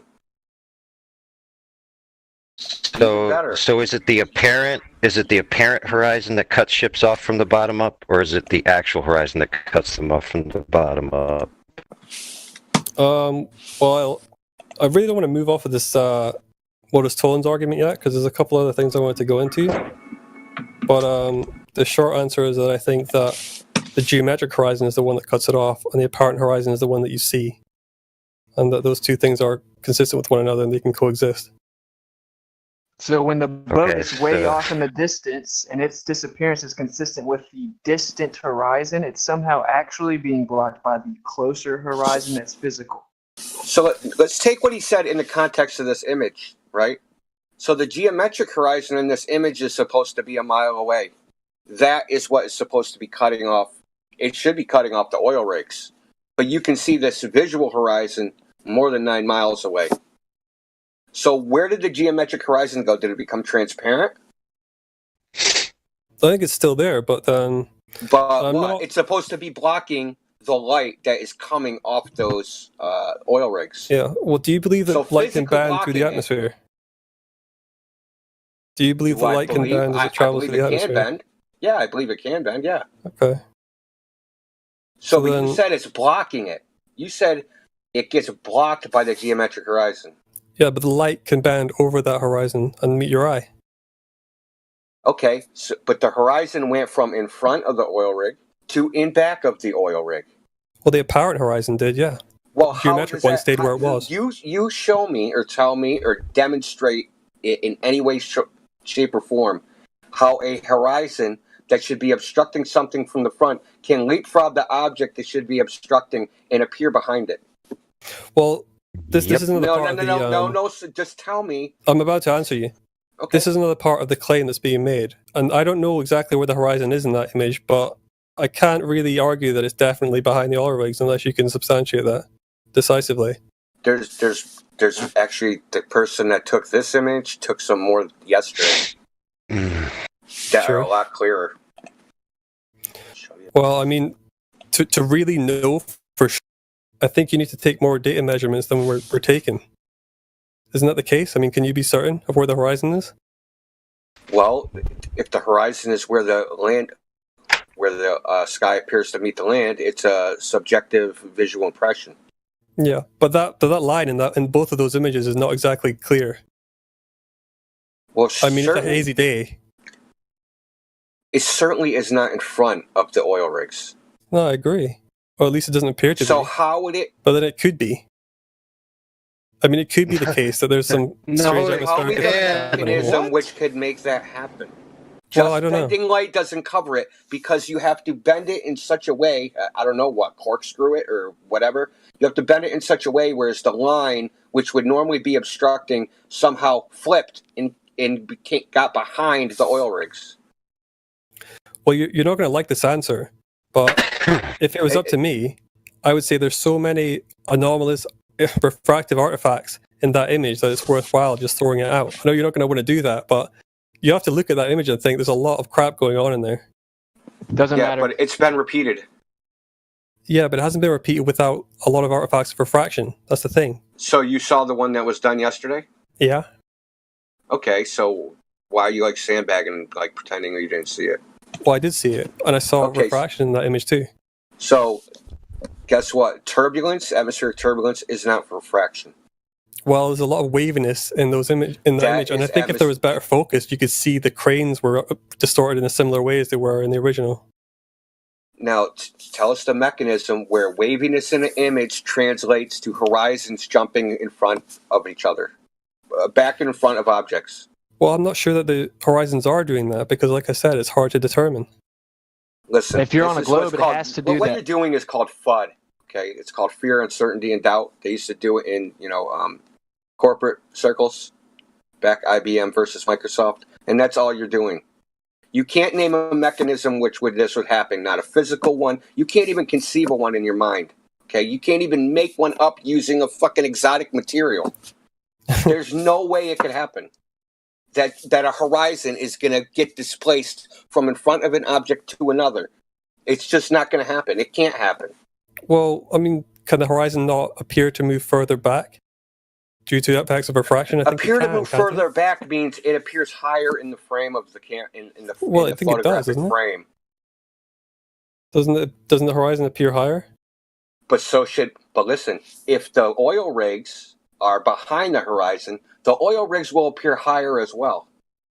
Are we talking about the geometric horizon or the apparent horizon? It doesn't matter with either one. It does not matter. We're talking about an apparent horizon. Wherever it appears to be, if it's in front of the oil rigs, if refraction is lifting everything up, it's lifting everything up. It isn't just lifting just the horizon up and sticking it behind the oil rig. So let's assume that that refraction has lifted everything up, okay? And the horizon is in fact behind the oil rigs. What? How would it get? No. We're not going to assume the second part because the second part is impossible. Well, what prevents that from happening due to refractive effects? Like, why can that occur due to refraction? I mean, I know it's been argued that our model of refraction allows for anything to happen, but if that's the case, then why can't this be happening too? I know you're not going to like that, but because the light comes to the camera, right? Yeah. So if there's a horizon and there's an oil rig behind it, and the light has to come from the oil rig, so the sunlight reflecting off the oil rig comes to the camera. The sunlight reflects off that hump of water that you think exists, that comes to the camera, and those are sequentially behind each other, right? They're in different positions, in distances, one in front of the other. Okay?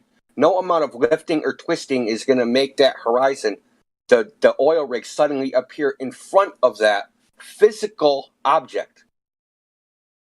What you're basically telling me is, I can be on another side of a hill, there can be refraction, and it will appear I'm in front of the hill and not behind it.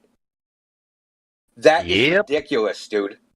That is a ridiculous statement. You cannot conceive of any way to do that. Yep. Well, like I've talked to people about this before, like in the on the Glober side, and their position seems to be that, and I think I agree with it. Like, that refraction is magic. No, an observation like this, with as many obvious artifacts of refraction as are in it, extreme refraction, shouldn't really be counted as a great exemplar for any position, because except for the effects of refraction, because it's so laced with it. I mean, so a hand wave dismissal. What about finding a black swan? Hey, listen, bro. What Indio set up for you? What Indio set up for you is a physical relationship between objects. What you set up is just a penumbra of plausible deniability. Concepts. concepts. We know that when there's like the entire argument of ships behind the horizon is that we're using the ideas of everyday light. When one object's behind another, you can't see it. Okay, you're saying there's just some magical light where if some object is behind another object, it can appear in front of that. That's ridiculous, dude. I'm willing to accept for the sake of argument your position that the horizon is in fact behind the oil rigs, right? But we haven't really established that concretely, have we? Because we can't. So visually, it appears to be behind the oil rigs. Yeah. Well, it might Visually, especially in the second video, you can see the water lapping up against the bottom of the legs of the oil rigs. So we know the horizon can't be there. In both of these videos, they're hazy. There's a lot of distortion in them. But you can still see waves smashing against the bottoms of the oil rigs where the oil rigs meet the water. So we know the horizon can't be at the oil rig, but the globe predicts they're in front of the oil rig. But not the globe including refraction, does it? Like this is the globe. No, yes, the globe including refraction, even including, say, you take the standard 7.6R. Well, this isn't a standard 7.6R day, is it? Why isn't it? Because we can see how much haze there is. Do you think they're both standard refraction days? I didn't think there was particularly a large amount of haze in the second video. Or what was the first one? I don't know about the first one. I thought it might have been a little hazy, but the second one is way more clear, and you can see a lot more. And it's irrelevant, dude. This is all just a bunch of red herrings because refraction is the whole argument. No, refraction is not the argument because you're not stating an argument of refraction. You're saying an object that's behind another object can teleport in front of it. Well, we haven't established the horizon is in fact behind the oil rigs yet. I mean, to be Why not? Why not? Well, that's for you to do. How have you done it? It either has to be in front or back or on it, and it's not front, back. It's not in front of it, and it's not on it, so it has to be in back of it. You're just being dishonest. Oh shit! I'm not being dishonest. What have I lied about? You're being intellectually dishonest. Let me put it to you this way. Look, you guys, listen. I said this 3 years ago when the servers first started. Y'all are never kicking, dragging, screaming. You guys are never going to let go of this ships over the horizon thing. No matter what amount of evidence is shown, you're going to fucking deny it. No matter what. Despite the fact that there's 300-mile observations in Antarctica of mountains, which only could happen if a mountain was twice the height of Everest. And that's in the National Geospatial Agency. Right? They print it. It's not some flat earther. You can go on YouTube and look up sea captains talking and saying, yeah, I can see 200 miles down here. Okay, so this is all well-known shit. You guys can't accept it because boats go over the horizon, because it's a globe, because it has to. Some silly shit that someone postulated 500 fucking years ago is your best proof. All right, well, since we don't agree with the observation, could we go back to the syllogism? Because I still have a problem with that syllogism. Apparently, because you don't understand, you can't even agree what the fuck a horizon is. Well, it's indeterminate, I think, but in both images. But I think we could probably get to an agreement on syllogism. Listen, if you want to deny your ice, then that's fine. There's no point in going over the syllogism because you're just denying objective reality. So, what else? Right. So you can take any of these images, right, and just apply a negative, not a negative color filter, but invert the colors. So you get more contrast. It isn't changing anything. It's just changing the color values. And you can clearly see the horizon without any problem. Do you think there'll be a black swan without any kind of refractive issues in it? I mean, do you think that's possible?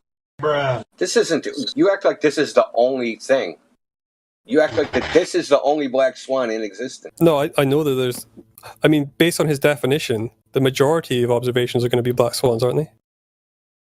Yeah. Any observation that has a non-geometric horizon is by definition a black swan based upon his syllogism, right? Yeah, true. Yeah. So that's most observations. Well, then that's 500 years of stupid arguments, right? Well, it's also 500 years worth of like black swans that we've been calling white swans, but now they're black. Yeah. So what does that tell you? Well, it tells me the analogy is kind of strained. No, it's not the analogy that's strained. It's the fact that these were all black swans, and there was a long line of confirmation bias. But wasn't the argument always about black swans? Wasn't the argument always about refraction causing you to see farther than the geometric horizon? That was always the argument. This isn't a new argument, in my opinion. It's being phrased in a different way, but fundamentally, it's the same thing. No, listen. So when a ship, when an object appears over the horizon, what is that? Is that the geometric horizon or not the geometric horizon? Like, when does this refraction take place? Like, only when an object isn't obstructed, like the prediction? Most of the time, you're going to be seeing an apparent horizon that's being illumined up by refraction. But the thing that's obstructing, things in the background is the geometric horizon. Do you have any evidence that happens most of the time? Any? Well, you're arguing the same thing, aren't you? I'm not arguing anything of the sort. Are we disagreeing that most of the time you're seeing the apparent horizon? No, you just said loomed up. You just said most of the time objects are loomed up. Do you have loomed up in the sense of refracted up. Most of the time you're going to be any evidence of that? Our standard refraction, at least. Do you have any evidence of that? Do you have any evidence that refraction is the general case? Well, are we disagreeing that refraction causes light to bend? We know that refraction. Listen, the fact that an effect can occur does not mean it does occur. Listen, this is typical bullshit sophistry from fucking Glovers. The fact that an effect can occur does not mean it is occurring, okay? And you guys proclaim that somehow refraction is the general case. It's the general condition of the fucking air that we look through every day. Well, then how did you figure out it was a fucking globe of 3,959 miles in the first place if all your measurements are optical? How'd you figure that the fuck out? So what's your position? No. How'd you figure that out if everything you measured and looked at was bigger than it really was in the first place? Well, not bigger. I had to pause it there. Notice that he's not even answering questions at this point, dude. You know, this is what they do, and it's just embarrassing to listen to. You can't even get a straight answer out of people anymore. You know, the guy doesn't even have an argument. It's just flat out embarrassing. Indio asked him like 3 times, "What is your evidence? Do you have evidence for that?" Well, you know, change the subject. Okay, well, how do you know that this is happening? Well, you know, change the subject. It's just painful to listen to. I can't believe, like, if you're really on the Globe side, how could you sit there and listen and be like, yeah, this guy's making a great argument. He doesn't even have one. Damn painful, man. We can continue if you guys want to, but holy smokes. It's a sophistry. They don't even be listening. They just wait for their turn to speak. Correct. You know, that happened to me yesterday in the past month with the same dude. You know, I presented to him like 100 arguments. Neil Armstrong contradicting other astronauts and Google like 3 times, and he just blindly overlooked it. Like, some of them don't even want to acknowledge it. They just want to argue, I guess. Yeah, just waiting for their turn to speak and not addressing the answer. I mean, here's a good example of it. I'm just gonna stop it because that was just terrible. What exactly were you guys listening to? Because I see that on the live stream it says that it's an emergency meeting. Like, did something happen? No, you like that? No, it's just a little a nod to well, I know you're not a big fan of like Tate. Andrew Tate. Is that a nod to that? Well, they do like their emergency meeting, Yeah. Fresh and Fit, Oh, kind no, of that's cool. put That's their cool. stamp on it. So I'm like, we're putting our stamp on everything, dog. Nah, I definitely fuck with that. How you guys doing? Good, man. You good? Yeah. Shabbat Shalom, guys. It's the Holy Sabbath. Keep that shit holy. Let's go. Yes, sir. Yes, sir. Yeah, I mean, hold on, let me get the damn theme music for this emergency meeting because we're gonna kick this thing off here.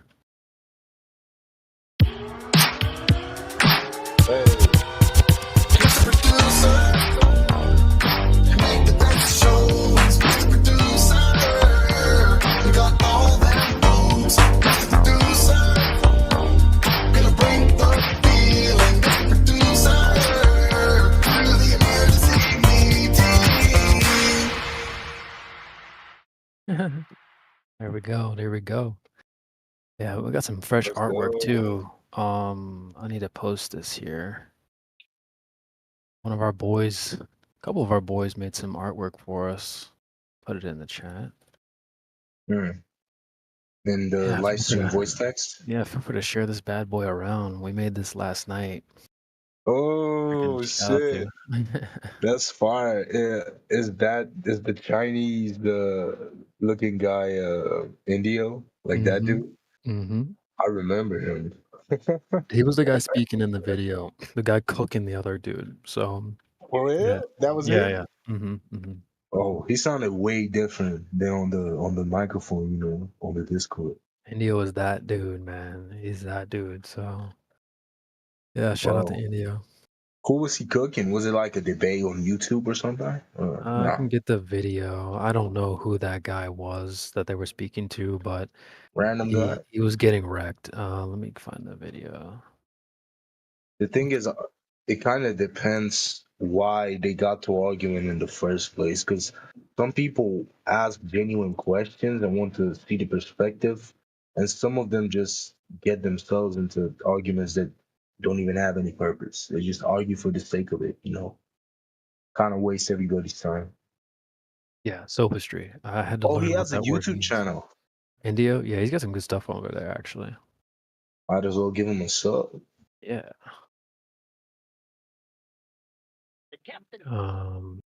Yeah, shout out to India. Shout out to him.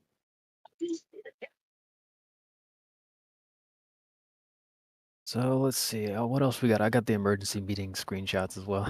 So I'll post those just so we can share them around. It's just I'm a big fan of themes, so that's why I came up with the emergency meeting. Let's do our version of that. Oh, I feel you.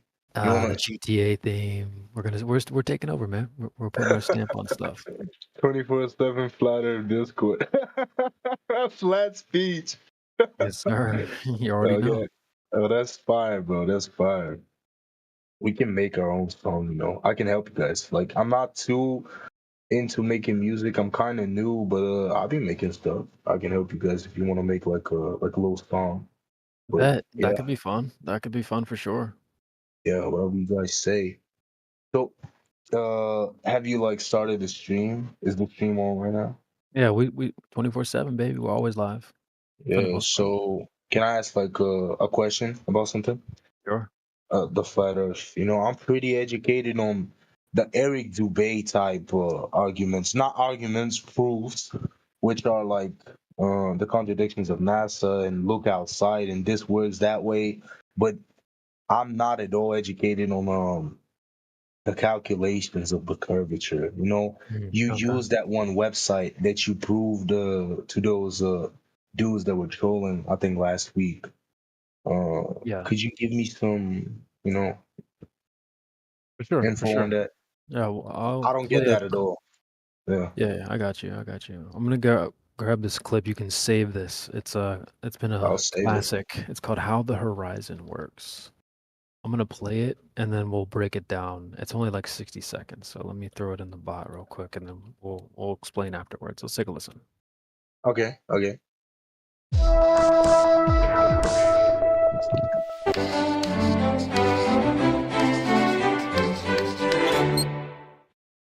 Hi, I'm Josh Clark and this is Brain Stuff, and I'm here to answer a very pressing question. Have you ever been standing at the edge of water, say like an ocean, and looked out on the horizon and said, I wonder exactly how far away that horizon is? Where the sky meets the sea, that's the horizon.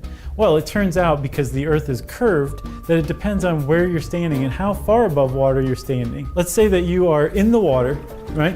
And you're up to, say, your eyes are about 8 inches above the water surface. Well, again, remember the Earth is curved, and despite the ocean seeming flat, they actually curve themselves, which if you've ever really looked at the horizon, it kind of goes like this a little bit, which is pretty cool.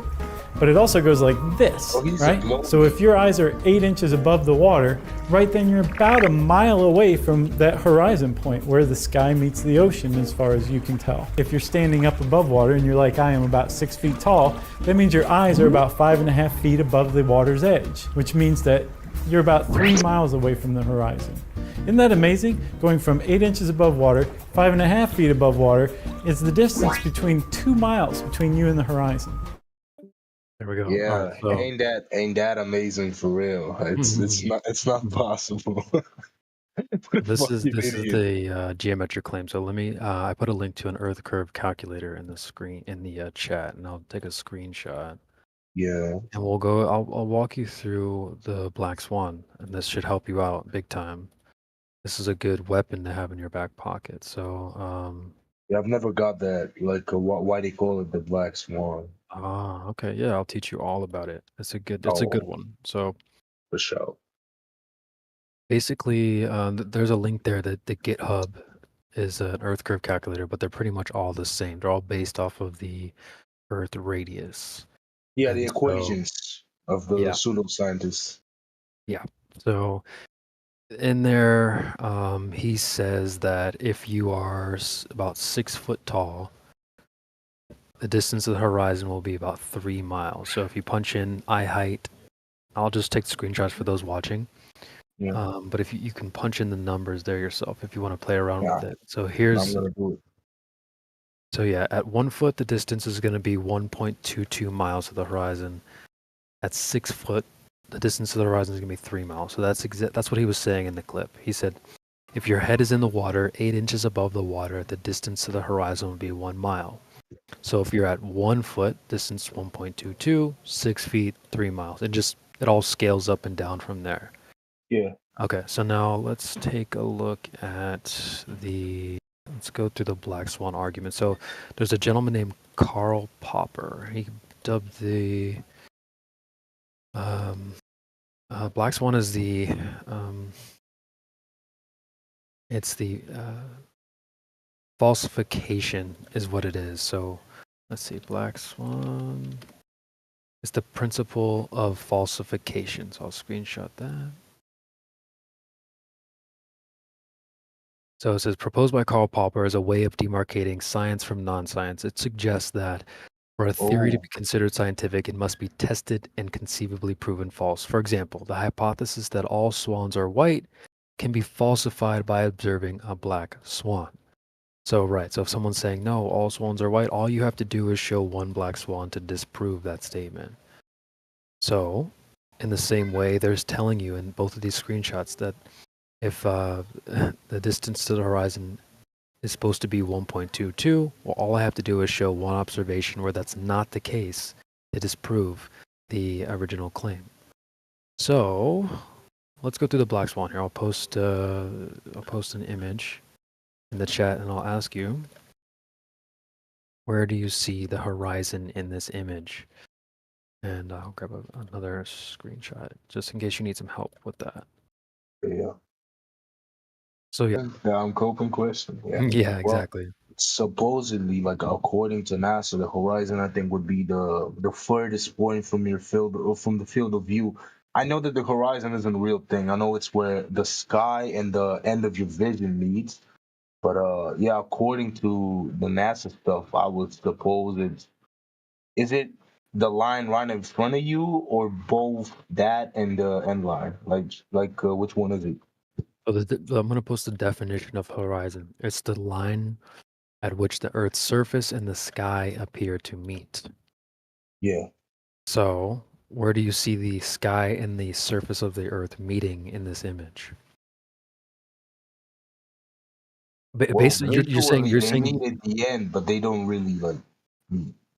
Well, don't worry about the NASA stuff because what they're telling you is basically what I just posted earlier, that the distance to the horizon should be 1.22 miles away. That's what quote NASA is saying. But based off of your observation, when you look at this image, where do you see the horizon? The line at which the Earth's surface and the sky appear to meet. Is it A, B, or C? Well, would that be A? Yep, exactly. Yeah. Yeah, I mean, anyone can see that, right? The horizon is behind the rigs there. Yeah, they say that when the sun goes behind it, it's behind the curvature, which it's ridiculous, but yeah. Right. Well, yeah, they're claiming that the I know it's horizon a is perspective thing. Yeah. curve. Well, here's the difference. The difference. The argument is that what they're telling you is that the horizon is geometric, or a physical, the physical curve of the Earth. But really, it's a visual thing. Is that the Correct. point? Our argument back to that is that it's optical. It's an Yeah. optical phenomenon, and that's the reason why it changes. I'll post another image here. Oh, and that's the reason why it changes depending on how high you stand. Okay. Not Yeah. even just that. That's just a variable. That's one variable for why it changes. Your height is one of those variables. Another variable is, let's see, I'll put these in the chat. Observer's height, or let me just type this out. Variables for why the horizon changes. One of them is definitely going to be your observer's height. Another one is going to be the weather. Another one will be like refractive conditions or refraction. Yeah, like the light. So there's a few Yeah. variables for why the horizon does change, but you can see in this image there on the left side, that's the image we just talked about. But there's another day when they go out to the same spot, and Oh, the and it horizon looks is in front. entirely different. Yeah. So that's actually a big problem if they're saying that essentially when we go back to this, their claim is that the horizon is geometric or the curve of the earth. You can think of that like a hill in your yard. So if there's like a hill in your yard and you plant a flag in the hill, and then you go out on Monday, the hill's right where you planted the flag. Then you go out on Tuesday, and now the hill's in should your be in the neighbor's same yard. place. Yeah, Exactly. yeah. Yeah, that's exactly right. It should be in the same place Yeah, every yeah, yeah. single day. Yeah, so But it's if not a you geometric physical thing. It's Correct. it's optics. Correct. Yeah. Yeah, I Basically, get that. I get that. yeah, what we're seeing is like on Tuesday it's in the neighbor's yard, on Wednesday it's in the backyard, on Monday it's back in the front yard. So it's moving around, just like we see in this image here. All right, now let's go through the argument. So let me grab the argument here. Boy, they be capping so hard. So yeah, it's a modus tollens is just checking for logical consistency. So let me just Google it real quick. Oh We're getting my real God. educational up in here. But this one is actually so good because, like, I knew that it was a perspective thing, but this explains it so well. Like, your horizon cannot be at two different places from the same standpoint. Whoa, yeah, that's a really good argument, and I have over 100. That's like some real stuff. I'm gonna post some examples of modus tollens in there, just so we can all kind of get a good understanding of what if P Modus then Q tollens. Yeah. statement means. If P then Q, not Q, therefore not P. All right, so let's take let's look at some examples of P then Q and not Q, therefore not P. So if the dog detects an intruder, the dog will bark. The dog did not bark, therefore no intruder was detected by the dog. Okay. Another example is if I am an axe murderer, then I can use an axe. I cannot use an axe, therefore I'm not an axe murderer. Another example is if Rex is a chicken, then he's a bird. Rex is not a bird, therefore Rex is not a chicken. All right, so I mean, hopefully that helps, but we can actually get into the specific argument here. So Yeah. this modus tollens is saying that if the Earth is a sphere with the radius of 3959 miles, you could think of that like if Lamar is 6 foot tall, then Lamar must, or let's see, Lamar must measure 60. Yeah, there you go. Must measure 72 inches in height. Okay, so that would be our if P then Q, and then let's say when we actually go to measure you, Lamar measures 75 inches, then Lamar is not 6 foot tall. 6 foot, yeah. So that would be like an example. Yeah, So, okay, yeah. all right, so that's essentially what we're doing. They're claiming that the Earth is a specific height. Then if that's true, then there must be certain requirements. So if you look at the argument there, if the Earth is a sphere with a radius of 3959 miles P, then This can just change like whenever. So then every horizon distance measurement must be no more than 1.22 miles. So let's go back to the screenshot from earlier. I've highlighted there the horizon distance 1.22 miles. You see that there in the chat? Yeah. All right, so I'll get a screenshot there of the diagram. Because you're going to want to know this one pretty in and out, I think, because it's a really solid argument. Now, this is one of the most solid arguments. This is gold. So we got 1.22. Damn, that's sloppy. Hold on. Yeah, so this is supposed to be at 1.22 miles right here. Let me screenshot this. All right, so based off of the graph here, you've got the H0, the blue arrow. The blue arrow is 1 foot off the surface. The horizon is supposed to be at 1.22 miles. And then let's go back to the image, and I'm going to ask you. So we've got these rigs off the coast of California, about Santa Barbara, California. This is at Miramar Beach. Yeah. So we can see that the rigs don't move; they're rooted into the earth. So we've got Platform Hill House at 6.21 miles, Platform Habitat at 9.41 miles. So if you see the screenshot where I highlighted 1.22, it asks for target distance. You see, I entered 10 miles there. You see the eye height 1, target distance 10. Do you see that? Yeah. Right. The reason why we're saying at least 10 is because the horizon appears behind the platform habitat 9.41. So we're just going to safely put it at 10. But to be honest, I'll let you in on a secret. It's actually much further, and I'll show you why here. Oh, by all means. So this is from the video. This is a GIF from the video. You'll notice to the right, before it zooms all the way in, there is an island, and I have a screenshot of the island too. Where is it here? On that's on the far right. On Is the that the far island? right. Yeah, here's a screenshot. You can see those islands to the right. Now, Yeah, I can see that. from an aerial view. Oh, that's very far away. Yeah, it's about 30 miles. So you can see from the aerial view on Google Maps that island's about 30 miles. So anyway, we're just playing it safe. We're giving them all the rope that that they could, we're giving them some slack. With the 10-mile thing. So we pay So it's basically by their own means. Yeah, we're trying to give them every inch they can have. So 10, we're going to just safely say 10 miles. We're going to make them take it all. So just like with your height, if we go and measure your height and you're not 70, you're not 72 inches clearly. In this image, we're not seeing the horizon at 1.22 miles. We're seeing it at damn near 30 miles. So then the not Q statement would be the Earth is not a sphere. So it's a little bit intricate. There's a lot of numbers attached to it, but essentially, this is debunking the idea that there is a geometric Earth curve hill of water at 1.22 miles. Yeah, because they calculated, and like it has nothing to do with calculations. It's non-existent. Yeah, I feel you. I feel like that's the really why you gotta study those type of arguments, because they wouldn't accept like photos of stuff.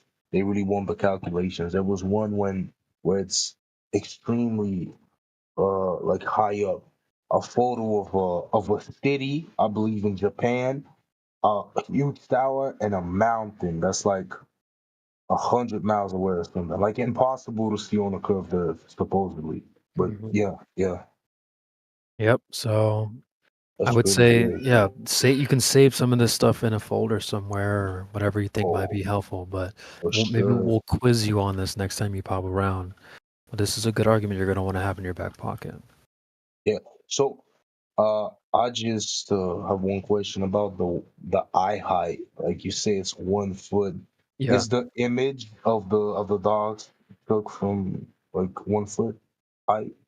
Yep. So sometimes people will be like, yeah. "Oh, how are you 1 foot tall?" It's basically, think of like if you have a tripod or something. It doesn't have to Yeah. be. They just laid it on the ground. Yeah. So the camera is below. I'll get you the original video. Well, yeah, the whole video is here. He's filming from the beach. Yep. Mm. So there's the original video. The channel is BMLSB69, and he has a bunch of observations. It's not just this one. There's a whole bunch. And dude, there's Well, that's even 2016. That's that OG stuff. Mm-hmm. Oh, it's a There's long, even detailed more. video. Yeah. there's like so many more observations than just this one. So, this is just the OG that came out. So, Well, it's obviously everywhere because the Earth is flat everywhere. Mhm. Well, it's not really flat, but yeah. Well, no, you can say it is. Yeah, you can definitely say it is. Yeah. I remember you told me that Yeah, the because it's a the dichotomy. plane There's that it's no. laid on, the plane that it's built on is flat. So yeah, Yeah. Well, just like like a map, like those maps that have I don't know how you can explain it in English, bro. I don't understand another language, but we have topography. maps that like show the mountains and you can touch the mountains, like that type Yeah, of yeah, thing. yeah. Yeah, That's just exactly. topography. Yeah, I use the example of like you have your floor and you lay down like a lion's rug. Of course, the rug is gonna like create some bumps on the floor, but it doesn't It's still now flat. change It's a yeah, plane. it doesn't change the floor from its nature, So Yeah. you can still say like what it is, even though there's like topography and bumps and lumps and all that stuff, right? So because people will be like, oh, but there's waves on the water. Yeah, but that doesn't change.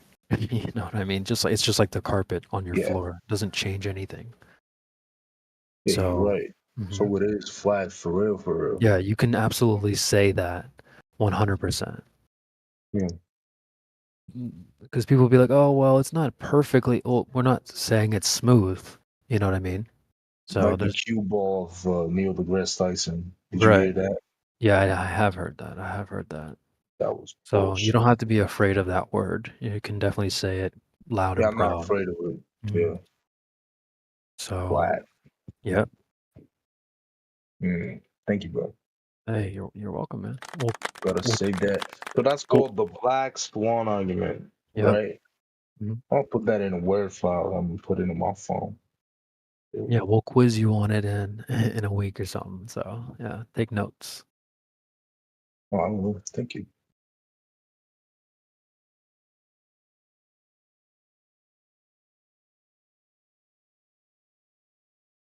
When I first joined, they were like, "All right, bro, what do you got for us?" I was like, "Well, what I do know is the Black Swan." So I didn't have a whole lot of things in my back pocket. You were like, "Oh, I don't know all about the numbers. That's okay." You Like, had the backbone of it, though. yeah, well, there's gonna be folks like Indio who have way more technical knowledge, and you got to think of it like a football team, man. We can't all play quarterback at the same time. Some people are gonna need to Absolutely. We all block. Some play to people our need to. strengths, of course. Yeah, exactly. So Yeah, we all have different roles to Beasticles. play. Yeah, Beasticles always quotes this. I don't know if he quotes it from the Bible or if he just says it. He says that, that iron sharpens iron, like in the Bible. But yeah, that's. Yeah, we all have different roles to play, and I'm not the technical guy. I don't have all the intricate details like maybe like Indio does, but I do have my own strengths that I play into. So you'll have yours, and you should definitely lean into those strengths for sure. You don't have to be like Indio or be like anybody else. So Yeah, of yeah, course. That's why the curved earth is also like such an easy and like unbothering perspective to have on the world. It doesn't really affect your credibility for anything. And when you're a flat earther, when you like know the truth, you gotta give like 50 arguments and you gotta say it well enough in a good enough way and follow it up in a good way and structure it. They don't have to tell you one argument. They just believe what the majority believes, and that's good enough for them. So yeah, right. Well, it depends, man. And like I said before, when you sent me that message, I kind of think of it like courting. You won't have the same approach with everyone that you meet. I yeah, sometimes like use like this like speed dating analogy. If you had like 100 dates lined up, you yeah, probably heard me say this before.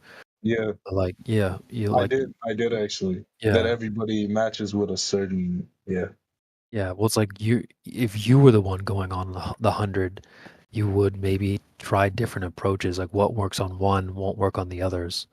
And so yeah, it's good to try different things. Yeah, so you won't jive with everyone as well. So there's just some of those things to keep in mind. Like you don't have to try and force it on somebody. If it's not working, just take a break, let them come back. yeah. That was my thing. That it worked really well. Like that dude was skeptical, and I put him through the whole thing of the Masons too, and the conspiracies, and not even a conspiracy, just the religious thing and the atheism and consumerism. I connected all the dots in his head. He didn't really think it through that much, but he saw that there's like a lot of value in what I was saying. And then I saw that, and I was like, okay, I'm about to go all in. And his brain is kind of like a child's brain. If you don't let him like chill for a second, he's just gonna get mad and emotional like a baby. Yeah. So yeah, and because I was an idiot too. I just bam arguments, boom, boom, boom, boom, boom, boom, boom. He just got disinterested and completely dismissed it. But he'll Yeah. come around back to it 100%. He's Yeah. already been skeptical. Like you can't really go back from that stuff. Mhm. Yeah, I mean, I think like keep it simple, man. That's what I try to do, especially when you have new people. Like that, you don't want to overwhelm them with like the Masons and this and that. Like they'll that can turn some people. If some people are interested in that, if you can tell that that's something they're previously interested in, you can use that to your advantage. But I would be more. I'm real hesitant with new people. Let's start slow. Like what? Why don't you draw the shape? Um, Yeah, like treat them like retards. well, not that. Just treat them like you just want to. It's that old kiss. Keep it simple, stupid. You don't have to go into all these like complex ideas. Is then you start confusing them and like you overload them a little bit. So yeah, keep it real simple with people and stick to the basics. Like so, yeah. I mean, we had a guy in the other day. He was like, "Yeah, so have you heard of like the toroidal magnetic field?" It's like that's getting real. That's something you might present to someone who's been I around for don't a long even know time. that, bro. I don't even know what that is. Yeah. Damn. Well, so yeah, that's my advice. Is just like keep it real simple with people. If they already have interest in, like I said, like Masons and this and the other, then go ahead. But like, if they're new, they're still learning the topic. Like, save that for later, type of thing. So Yeah. yeah, that's my advice for you. But like, Nice. You're right, bro. Great advice. I felt like I got a little bit too cocky too, because I already had converted one dude. Bro, in a week, not in a week, but like in a month, I even convinced him that aliens aren't real and all that stuff. And I got too cocky, I guess.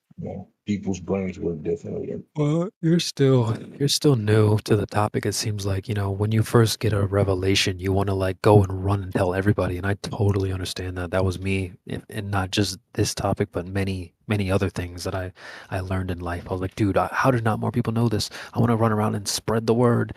And They like just don't be caring. Yeah. yeah, some people. Well, that's why I like posting up. Like they come to you, they come here, and if they're tapped out, they need a break, they leave. Whereas like, I don't go door to door like, hey man, have you heard the word? Get the door slammed on me. Like Friday, there's a gift for that actually. Yeah, like a Jehovah's Witness. Yes. Well, them guys are actually crazy, bro. That was literally in Friday. So I try to take the other approach is like I post up here and they come seek you out. And yeah. So I don't need to go door to door and spread the word to people that don't even want to hear it. You know what I'm saying? Yeah. So But that's the thing, that dude that I was talking to, he was like interested. Like I asked him a few things. I was like, when does water curve? How does water curve? Like this and that. And he was very interested. Like he really paid attention to it. And I gave him the Christian talk too and everything. And yeah, I don't know. Bro just wasn't meant for it. yeah, some people aren't cut out for it. I think that's a good thing to keep in mind as well. I think By all means. sometimes it's a select group of people. Not everyone's designed or cut out for it. Not everyone can be in the NFL. Not everyone can be in the UFC type of thing. So Yeah, it's not for everybody. Intelligent design calls for some retards as well. Well, it can't all be intelligent. yeah. Nah, but I mean, some people have the idea of the NPC thing too. So it's like, what are you doing trying to like program an NPC type of thing? So that's something to keep in mind as well. Yeah, now that I really thought about it, like yesterday and today, like, why was I that pushy? I was that pushy because I think it was an ego thing. Like, I wanted to prove to myself that I was gonna completely turn this guy's perspective, which it's not what it's supposed to be about. It's about No, sharing and yeah. helping people. And I realized that dude he's a complete normie. Like, he's a loser. He doesn't care about Yeah. anything.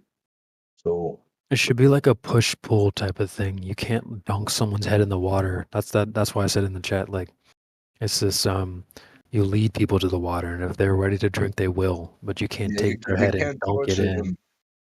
Yeah, you know that people with rabies, they like hate water. Like, they're terrified of it. Their throat, they start having seizures when they drink water. That's ridiculous, bro. So It's yeah, kinda like that. look for the cues, look for the signs of someone that might be interested, and they will come to you, and then yeah, you can work with them. But if they need a break, let them. But you definitely can't force it on people. Let's think of it like a dance partner. You get a dance partner, you gotta like start slow, rock side to side for a bit. You can't just like shove them across the dance floor, so. And using that analogy, like, not everyone's gonna be a good dance partner with you.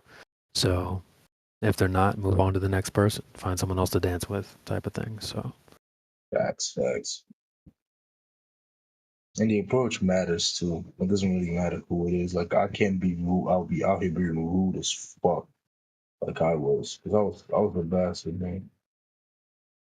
yeah, well, I was gonna say there's no cheat code. If there was, we would just hit the cheat code on everybody. By all means, bro, it would have been the most searched topic right now as well, like in 2018 or whatever. But it isn't.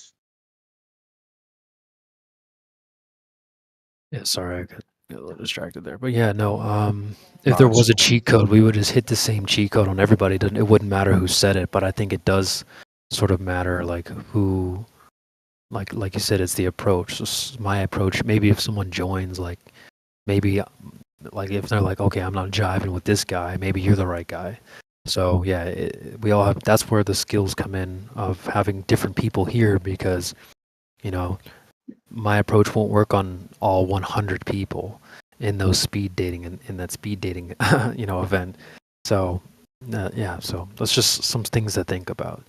Switch up your approach from time to time, try new things, and if you're not the right guy, step aside, let someone else dance with that person. So yeah, true. By all means, bro. Is Eric Dubé in this server by any chance? Because I saw a guy who's called like something Heretic Dubé. yeah, that's my boy Central. No, he switches his name up a lot. I don't think Dubé's been here before, but we did have a member who did have a conversation with him recently. Get the link. My boy FLW, he made that GTA image. Oh yeah, the collage. Yeah. He had a conversation with Dubé like a couple weeks ago. I'll grab a link for you. Oh, that's great. I mean, obviously, you know about what was his name? Zerka. Yeah. John Zerka. I think he said in an interview that I saw like a clip. He uploads sometimes clips, like 20-minute clips. He said that he will interview Eric Dubé, I believe, or that he has interviewed him. I don't know which one is it, but I really hope he has. You know what's the weird thing? Eric Dubé, I don't know if he's like very successful or not, or kind of successful. I kind of wonder, why doesn't that dude get a better PC, bro, to have like high quality videos? Who? Eric Dubé. Like, he puts Oh. so much effort. Why doesn't he just get like a 1060 GTX, bro? I don't know, bro. I mean, He's a like Hindu. He you don't said, care about that stuff. right? Everyone has different strengths, bro. Like, I have my strengths, and it's not the computers and all that stuff. But I never really even fell into the Dubé camp. I was more in the Oakley camp. Are you familiar with Nathan Oakley? I believe you talked to me about him, but no, I ain't at all. I don't know his It's all stuff. good. No, it's I know okay. Dubé. I know Dubé. Yeah, people fall into these different groups, and like Dubé had a big camp, Oakley had a big camp. I definitely fell into more of the Oakley camp when I was coming up. But yeah, I mean, we all learn kind of the same stuff, so it's all good. I'll grab Is a he link on to Oakley's channel. YouTube or Rumble? I'm about to Oakley look him does up. it. He does a show every morning. Oh, he's like Nick Fuentes. Like he has a. FED. It's actually pretty good. I really like Oakley. He's pretty. Creation Bear. Yeah. What's up? Funny that I just came in and you were talking about this. I was just on the Flat Earth debate live that was an hour long, and the whole show was about me. Really? So go check it out. It's all about me and about how everyone's got a problem with me there. I swear to God. Yep. Go check it out. Nathan Oakley? That like. Yep. Crying and moaning about me, bro. Well, I was cordial. I said, hey, I just want to be your friend. I love you guys. I'll pray for you. They were like hating on me. Like, they were tripping, bro. Just go watch it, bro. It's crazy. Is it called Flat Earth Debate 1972? Whichever one was like an hour or two ago. 6 hours ago. 6 hours ago. 6 hours ago? Let me see what time it is. Yeah, that's probably right. Don't show up. It was like 9 a.m. Well, Yeah. usually Yeah. he doesn't. Yep. It was on that one. Yep. Oh, I see you in there now. Okay. Yo, bro, are you Christian? Yeah. Repent or perish? Are you Christian? You could say that. Christ is King, bro. Shabbat Shalom. Hey, Yeshua HaMashiach, baby.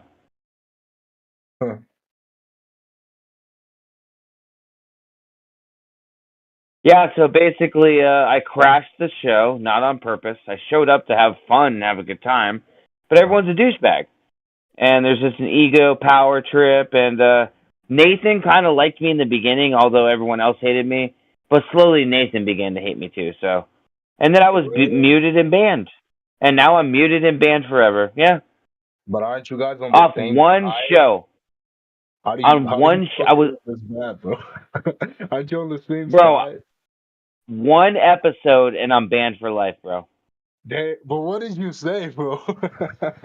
Well, I had Arwen and Neil and everyone was just tripping. You're gonna have to watch the show to watch how it turns into a cluster F.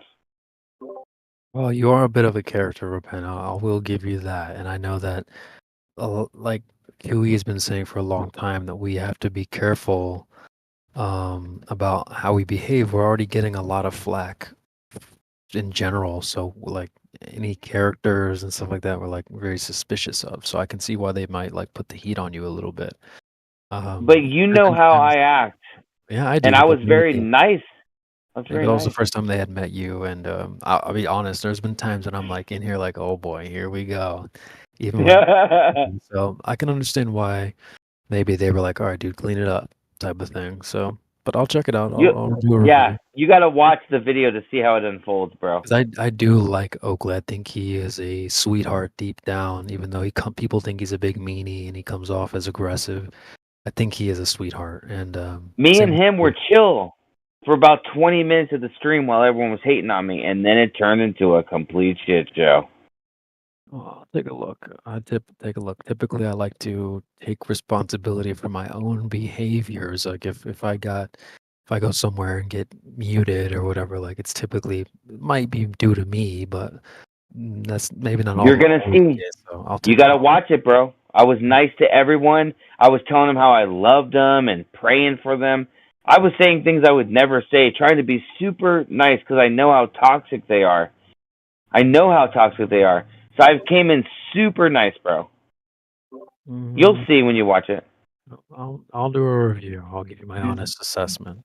This Thank is you. the most recent stream that's like 2-3 hours ago, and there's like a Yes. compilation of a race. Yes. It's It's 1 hour long.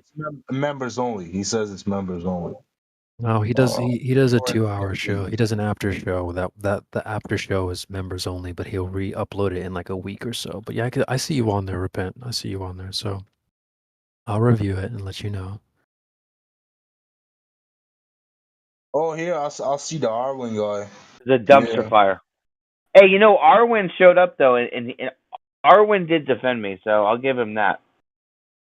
Arwen was like, "Why are you attacking this dude? And why are you guys like tripping out?" So I'll give Arwen that. Well, I think they maybe just want to have you clean up a little bit, but you're the character. But I don't know. I don't know. You, I mean, I haven't listened to it in full, so I just think based on some of what them like me. based I mean, on hey, when I'm on the politics and religion, I'm about to become a mod there, bro. So apparently, some people do like me. I know I'm a little bit rough around the edges, but this is my true personality. You know, I don't want to be false or lie to people. Bro, it's better than being fake. If you're being phony, people can tell. Like, nah, you cool, man. Thank you, buddy. Yeah, I mean, I know that those guys are real particular, and I know that they've dealt with in the past people who like LARP and whatnot. So I don't. Maybe they just hadn't got to know you, and they don't know you. But I will say, sometimes your character is a little rough around the edges, but maybe that's where I'm they're sorry. coming from. Well, you don't have to apologize to me. I'm just saying. I think that's probably I'm trying where to dumb it down the best where I it comes can. from. I know. Well, Yeah, I get it. I love the impressions and stuff like that. But remember, I was telling Lamar, this is this is actually kind of way we can bring it full circle. When we were talking to that kid like Zeke, you know, he was a young dude and he was still learning things, and you were like, yeah, bro, toroidal magnetic field. It's like that that's what I mean by like a little bit rough around the edges, where we could maybe clean that up. And I think Oakley probably would just put the heat on you to maybe smooth out those rough edges. But again, I'm just basing what I've heard from you. I haven't actually listened to the stream yet, but I would imagine that's where it comes from. Oh, it's a complete dumpster fire, bro.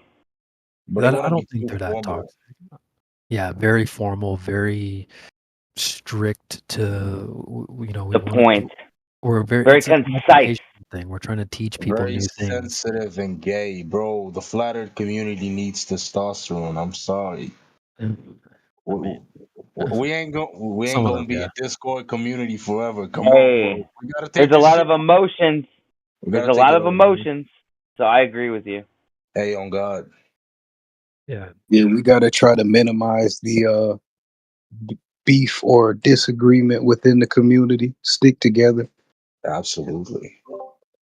Well, I think I agree with that, and I also say we gotta minimize the goofy. And like, there's times when I'm goofy and I repent. I know you're a funny guy and stuff like that, but we already get like I was saying earlier, we already get enough flack, so we don't need to give people a reason to continue to point and laugh type of thing. You know what I mean? So I would imagine that's where some of the heat came from. They do put the I heat might on have to. people, so I might have to rewatch the episode myself, to be honest with you. I would. Hey, wait. Hold on. Can we watch it together? Probably. I mean, it is kind of long, but Just Bro, 1 hour. Share that screen. Shoot that shit, man. yeah, we can't do Shoot it. screen share here. But Here, let me mute my mic. Oh. I'll mute my mic. I'm gonna guess you're a fire sign. What's your zodiac sign, bro? Sagittarius. Yep, Sag. fire sign. Isn't that a Nigga, fire get sign? Sag. Yeah, Leo, Sag, Aries. Yo. So, hey, yo, bro, are you all about them signs and stuff? Because I actually started looking into it yesterday. I know that the bitches that be saying stuff about it don't really know too much about it. There's like a deep science behind it, like Aleister Crowley shit. But I haven't gone too deep into it. What does Taurus rising mean? Can I ask you this? I have no idea, The fuck but I does do that know that mean? we are fire signs, dude. I'm a water sign, bro. Oh, yeah? Taurus rising. Taurus But I ain't a rising means. faggot. Hey, I water's don't. cool, bro. Y'all got it. Y'all got it. I got to get back to work anyway. All right, let's watch this video. Oh, my bad, bro. you guys really want to watch it? I don't know. How It's long an is it? hour, bro. It's just 1 hour. It's That funny. means that nobody. I mean, there's not a lot going on here, but it's gonna be. Let's skip to the good parts, like the beef. Yeah, jump like 10 minutes into the You beginning. you can't unless I someone love makes a beef. clip. Someone would have to go make clips of it. We can't skip it forward on the bot. It'll start from the beginning. That's cool. I mean, whatever. I'm down. I don't know how to make a clip. I'm new to this stuff, bro. I can't I be will say making if I clips of it. put it, I probably won't like if we're gonna put on a because like me, the reason why I jump on here is just to make sure that you guys don't have to listen to the bot unless Oh it's yeah. just a quick we make Let's vote. reaction Let's stuff. vote. If I Let's stick it vote. on, I'm out. I'm just saying, but Let's that's up vote. to you guys. Who wanna watch it? Who wanna watch it? I Type want to one watch in the it, bro. type one in the chat if you wanna watch it. Everybody in here. Let's Let's go. watch it. Let's watch it. Fuck it. Let's do it. All right. Well, I will say as the host of the show, I probably won't host while it's going live, so you guys can. I'll stick it on and I'll probably go do something else. But if that's what you guys want, that's fine by me. That's cool. Thank you, brother. Bro, thank you. Bro, you're the best host. You're so calm with it. You're so emotionally controlled. Like you have a very soothing voice. I feel like you can never get angry by hearing you speak and shit. Hey, Nah. Come on, bro. All right. All right, I'll stick it on, guys. That's fine. Oh.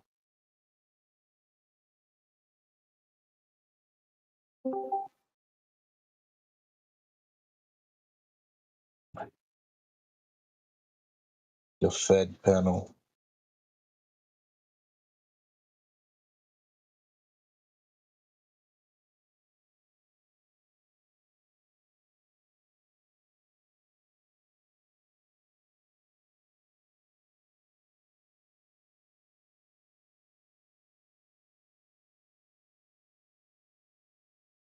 Yeah. No, I get it. I get That it. didn't work. Real quick, repent. Did anyone join the panel that was the ops, or was it just you? It was just me. Okay. So, I Oh mean, wait, yeah. There was the regular guys and then me. Right.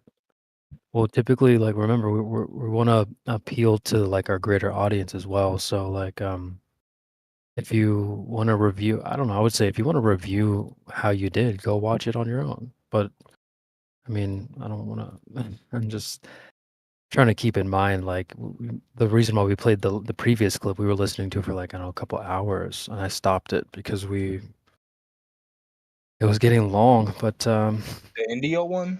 yeah, but that Was one that had going for hours? I came in right at the end, bro. yeah. I mean, let me see how long it was.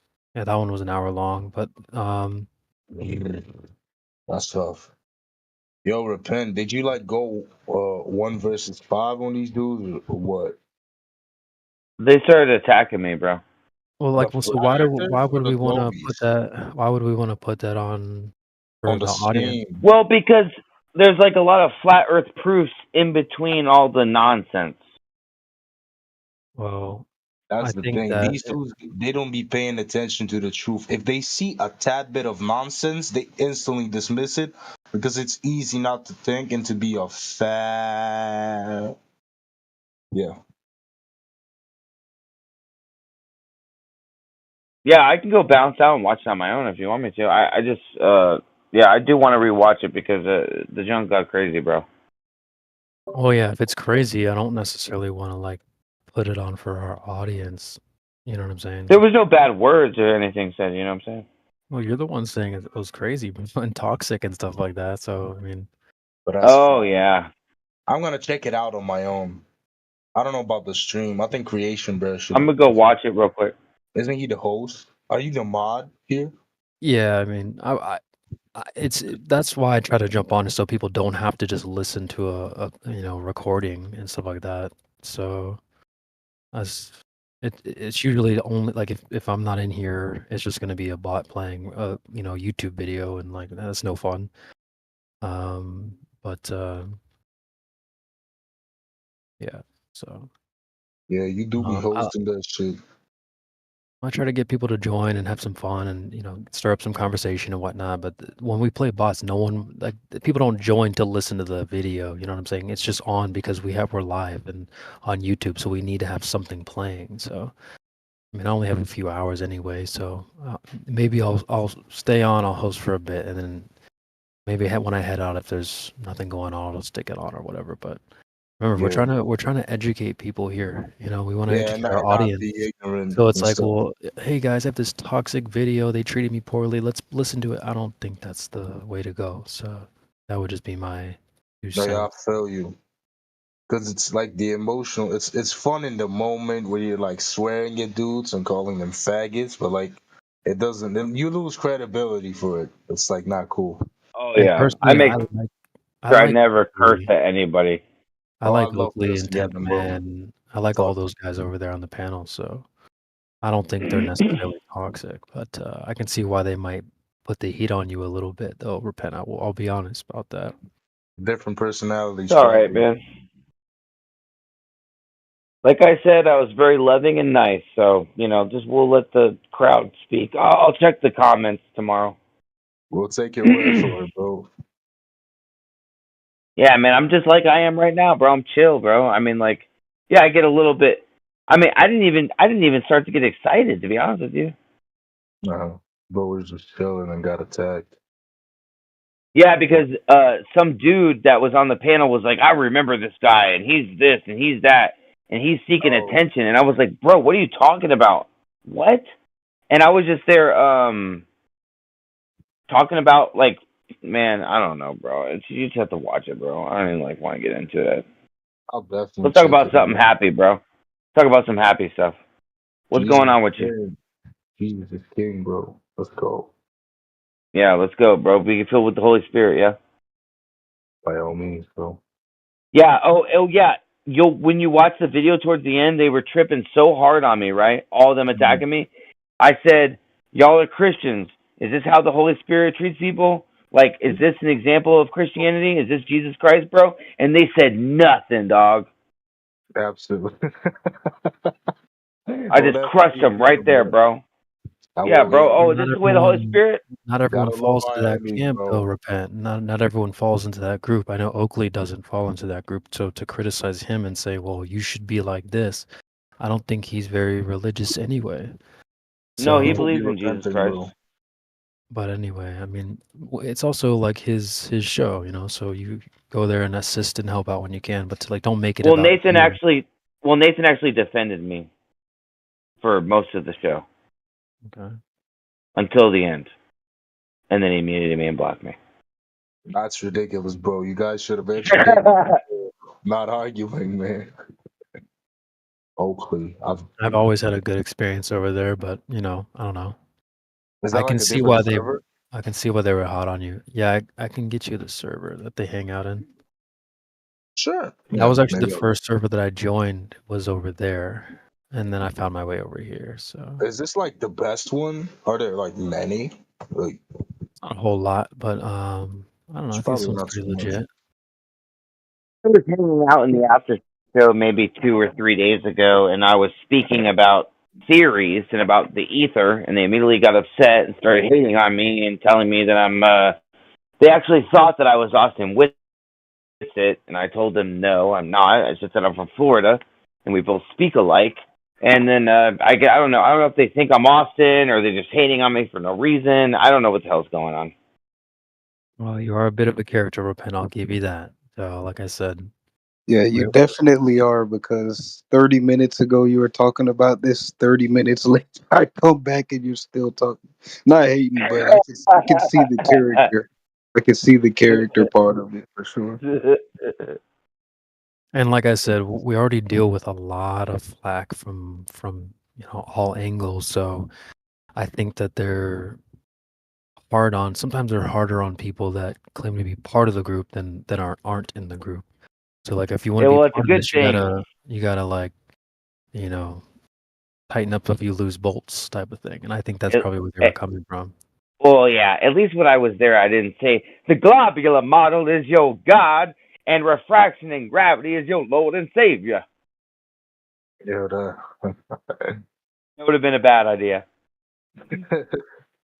Oh, they love being humiliated, bro. They're fucking women.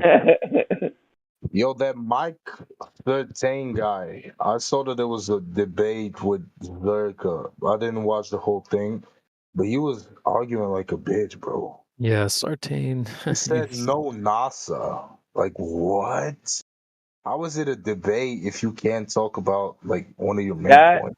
is the Dunning-Kruger champion. Yeah, Sartain's an interesting character. I'm not a. I think he should just stay in his own lane. Yeah. Really, from Isn't he the dude that got like, sorry for interrupting, bro? Isn't he the dude that on the podcast his girlfriend like embarrassed yeah, him she and like, did. I was watching that live. bro? I was watching Imagine that being live. that dude and being cucked that hard. Like, what? Well, when How can you she be a man and getting dominated by your bitch, bro? they went It's on a Fresh and woman. Fit, and she apologized, and he was like, "Oh no, nothing really happened." I thought that was pretty funny. Oh my god, it's all right, babe. Fucking But yeah, yeah. I was watching that live. They were on the Whatever podcast, and she, Oh, that one is trash, bro. And yeah, it's kind of painful to listen to that one. I think that what's his name, right? Brian, he gets walked on really easily. Oh, he does, and he doesn't know how to argue well enough, bro. How No, could you gentrify Fresh and Fit? Nobody will ever do it better than Fresh and Fit. They're the yeah, pioneers of that shit. Nobody can do it better. So he they just doesn't got a come bunch of close. white dudes in the room, like, so like, do you think that like men are like, do you think that men like make money? Yeah, Well, that's not okay. I got a yeah, pussy. And they don't even, bro. They don't even know what they're talking about. yeah. I mean, he It's doesn't come so close it to lacks Myron. the spice, bro. You can literally say it. These dudes ain't got stuff on them, bro. Myron is funny. He was you know Abba and Preach, like Yeah, YouTube. yeah. Hmm. They're like sissies, and I believe that Myron was making fun of them, making racist ass jokes. Like he took a dread wig, he put a dread wig on and started acting like a monkey. Yeah, I watched that live. It was hilarious. It was brutal in They front tried of to fucking cancel him. They in tried to front of like mass report the video. 100,000 people.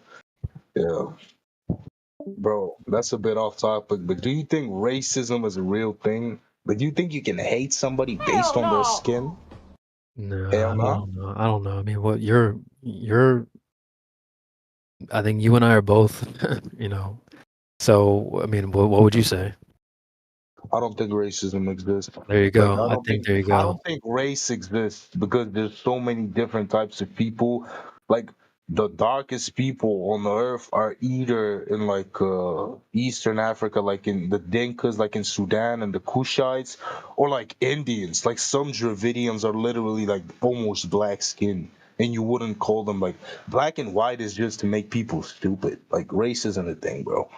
Stupid. Well, once you leave the States, you don't like people just ask you where you're from. They don't ask you what you're like. If you were like, if you go to like, you know, some country in Europe, and you're like, what are you? You're American. You're not white or black or whatever. Like, you're where you're from.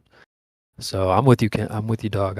I don't think it really exists, but I think people cope by insulting you for things that you can't change, like your skin color, and people like politics wise, like they take advantage of people with less money and less developed cultures, like the West African slavery.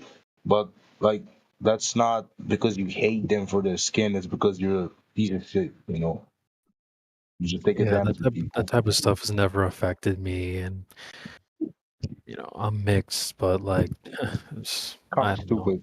I don't know. I think it's kind of. The liberals be getting too fired up with it. I've never like seen like live, not live in real life, like people going that hard about racism. I had this white girl once. She was trying to convince me that white people can, like black people can be racist, and white people have like reverse racism or some stuff like that. Like, bro, are you out of your mind? Yeah, Those people live on the internet, not on the flat earth Discord, but on the shitty part. Fuck them. yeah, yeah. It's just another. What's up, Solano? How are you, dog? How you doing, man? Good. Yeah, no, I completely disagree. Whoa. It's okay. I It mean, exists. we don't all have to Yeah, I agree. mean, I'm Hispanic, but I have black children, Did you hear the whole? so I get to. Oh, and what you think, bro? What do you think? You want to like define No, it no. first? So we're on the For I same went. page. Well, that's a what is your definition? Racism Oh, no. non-existent. Yeah, I would say yeah. It's not even a. I wouldn't define something that doesn't really exist. But I don't think you if can you hate have like a somebody different on this stance, game.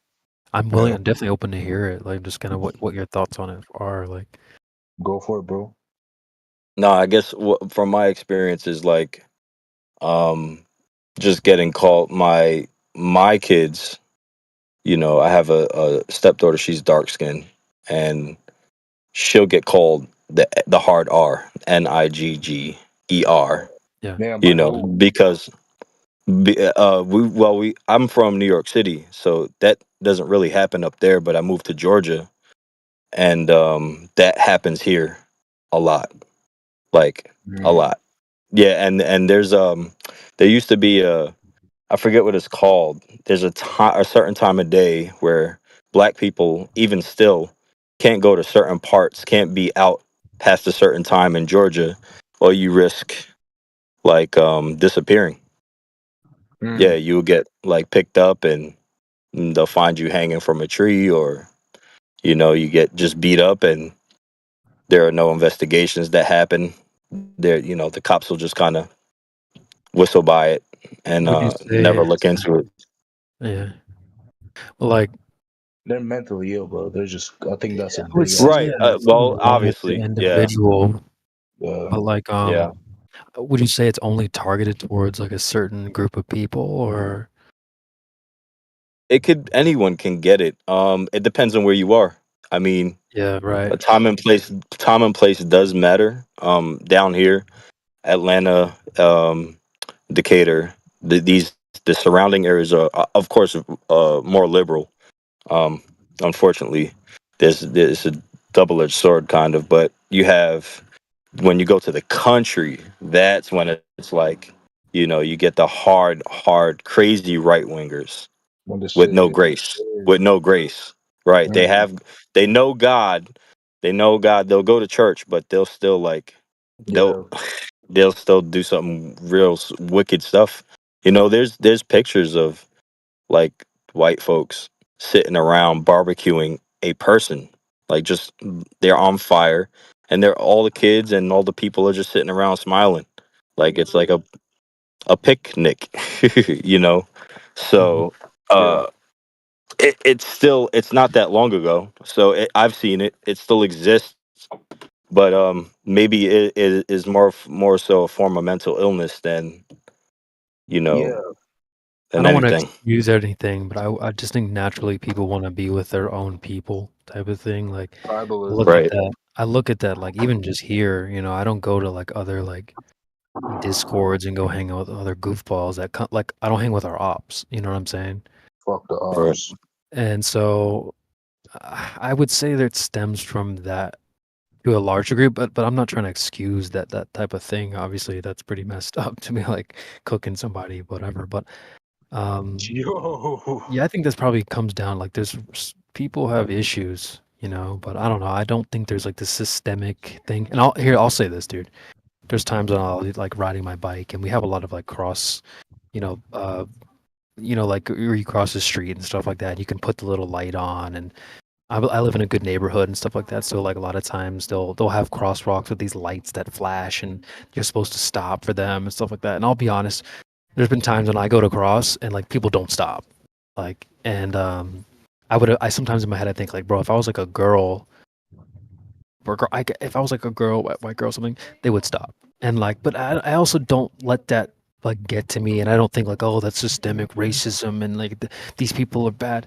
I don't know, man. It's crossed my mind, but I just try not to use it as an excuse to like be salty or anything like that. I've had people call me the same thing, and like, well, okay, am I supposed to like cry about that? But I can understand, like, especially if daughters, like I can understand how that would be way more It hits impactful harder. It hits harder. for your daughters. Yeah, Because that's pretty now you hard. want to kill them. Because now you fear for your daughter's life. I have a sister, bro. On God, I love God and everything. If somebody did anything to my sister, I am not seeing light another day, bro. I'm lying behind bars for the rest of my life. I'm killing somebody. I'm But sorry. like, here's the thing, bro. I'm mixed. My mom's white, my dad's black. How can I possibly say like like there's like systemic racism when I'm like I go against that whole ideology. You know what You I'm know saying? what My there whole my is? whole being. But I think, go ahead. bro, you know there's, I think, the powers that be deal with certain races of people a certain way. For example, with the black people from slavery are not really natives, but like the current like black people living there that are from slavery, like the West African, so transatlantic slave trade, they have certain ways of dealing with them, like the culture.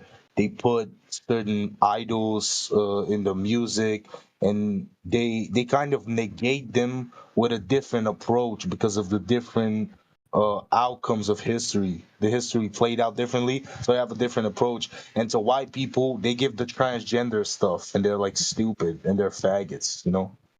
Me personally, I'm racist towards only one group of people, and that's the French. I fucking despise them. I think they're disgusting. I also hate the Greeks. I don't like the Turkish. Iranians are kind of nasty, but that's it for me. The others, I can tolerate all of them. I hate everybody equally, bro. Let's go. No, the French are rude, man. They're Fuck really them, bro. rude. Yeah, they're rude. But no, I think systematic oppression does exist on Oh, aggression, a yeah. certain They level. definitely, yeah. Um, Oppression, but I sure. think I don't want to what is this censor this channel for I any can reason, mute. but it's called I can deafen the YouTube if you need to say what you need to say. That's fine. no. If any of you have ever read the Protocols of Zion. Oh, are you talking about Zionists? Those Jewish No, but Nazis no, out wait, here wait, breeding? hey, Oh my god. chill out. Fuck If the Jews. it's actually the FBI has the file on their website. I think it's in PDF form, but look up the Protocols of Zion, and it's creepy. But they claim that these people they claim that it's forgery, it's fake, but it's actually it has to do with a lot that's going on today. If you Yeah, just take a look at the Protocols of Zion and read through it, yeah, man, that's just some systematic oppression at its best. And then they're playing races or people against one another purposely, so they end up with yeah, the left, yeah. right, the left wing, right wing thing, like they always create more and more war within communities, East Coast, West Coast, in hip hop, in the beauty industry, and this and that. Of No, course, there's a machine behind all that for yeah, because sure. they Yeah. want you focused on other things, and they also tell you that the world is like a flying ball. The fuck, but yeah, bro. No, if Zionists creep you out, you should learn about the Jesuit order, bro. I'm not gonna get too Oh, deep I into know it. about that too. Yeah, Oh yeah, yeah, yeah. that I I used to can't. be involved in occult stuff, but I gave my life to Jesus, and that like Me, changed me too, the bro. I everything. was Yeah, going up. yeah, Oh, let's go. Shabbat shalom, bro. yep. I'm still studying alchemy and all that. But yeah, I don't touch any of that not anymore. yeah, No, it's no, definitely sir. tricky, bro. It's that when you dabble in it, yeah. I'm Yeah. protected by the Holy Spirit, but like yeah, bro, they be putting people against each other all the time. And in the Talmud, like the Jewish explanations of the Torah or the Tanakh, which is like Hebrew Bible, you probably know it. They say that I do. Gentiles meaning non-Jews, which by the way, the nation of Israel is not meant to be like an ethnic thing. I'm not gonna get into it, but they say that the Gentiles or the non-Jews are like dogs, and the Jews' souls are the only souls that are pure.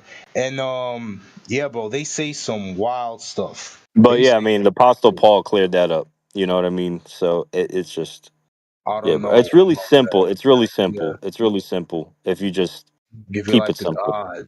If you keep it simple, man, because the flesh is weak. You know what I mean? It's. I don't want to get into all that, but it's God is good, and there's a life after this death, and it's not easy to get to life after this. Oh It's yeah, hard.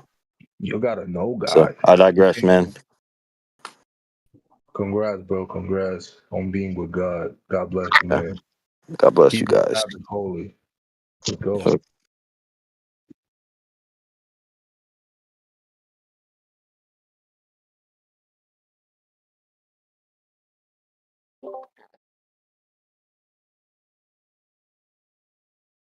I was just listening to Fresh and Fit. He I don't know if you guys Ooh, vibe with FNF, but I like Myron, Myron. yeah. Fresh is kind of like, well, sometimes, so I feel like he takes parts sometimes only. Like he just sits there and, well, imagine if me and you were dating. What would you do if I had a small dick but a lot of money? Like Myron gets really into it. I fuck with Myron, bro. But Yeah. what were you about to say? Well, I mean, just like with Indio, I can't keep up with that. You know, people could criticize me and be like, "Oh, dude, you're nothing compared to Indio," and I'd be like, "Yeah, yeah. I mean, I'm not trying to be. I'm my own person." That's where Fresh comes from, and I know he does get a lot of flack, and I've thought about that from time to time, like why he doesn't like feel They energized to hate on chime him in. so much, bro. They hate on him so much. You know, if I was there, maybe I feel like I would chime in more and those kind of things, but He's he good. does some other things behind the scenes. Oh He yeah. gets certain guests and things like that, but Now they uh, respect him for sure. Like he's a good guy, bro. it wouldn't be the same without both of them, type of thing. So, but anyway, Yeah, it's fresh and fit, you know. yeah, yeah. Yo, what's up, room? Let me Hey, just clarify. What's Fresh good, is the bro? brown brother, and Fit is Myron. Is that how that goes? Myron is the Sudanese guy. Yeah. Yeah, but is he the one they call Fit, or who's Fit and Fresh? I mean, Fit, which one is Fit Fresh is and the which one is guy Fit? that they hate yeah. on, like Max, because of how? his opinions. Fresh is the guy that they clown on because of his looks, like the chubby, darker skinned dude. And Right. Fit, I guess, would be Myron, which is like the Sudanese guy. Okay. Yeah. No, I know. I know the program. You know, they're entertaining. Yeah, they cool. They definitely made a new format for people, bro. They're trendsetters. Have you, like we just talked about this? Have you seen the Whatever podcast? Like the Yeah. gentrified version? But that's so lame. I can talk about for hours how much I dislike that shit, bro. The Nah, whatever podcast, SOS, yeah, all of them. I've seen. I've seen all of that stuff. bro. It needs a little bit of spice. They completely took the seasoning out that bitch and just ran with it. It's disgusting, bro.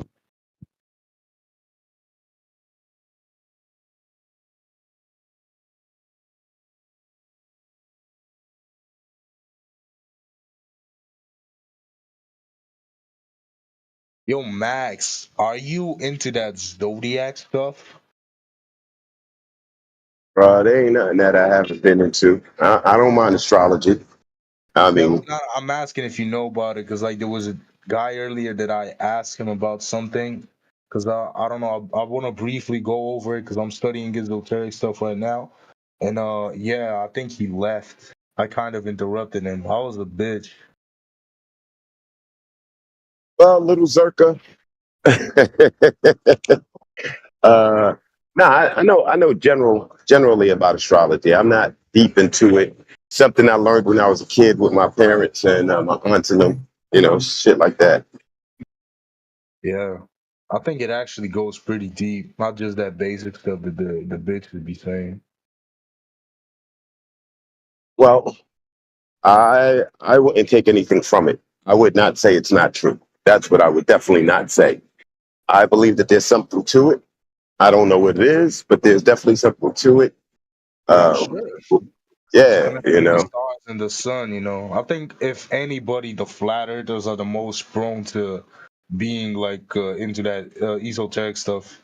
You know, Yeah, but a lot of flat earthers will slam me for the astrology, bro.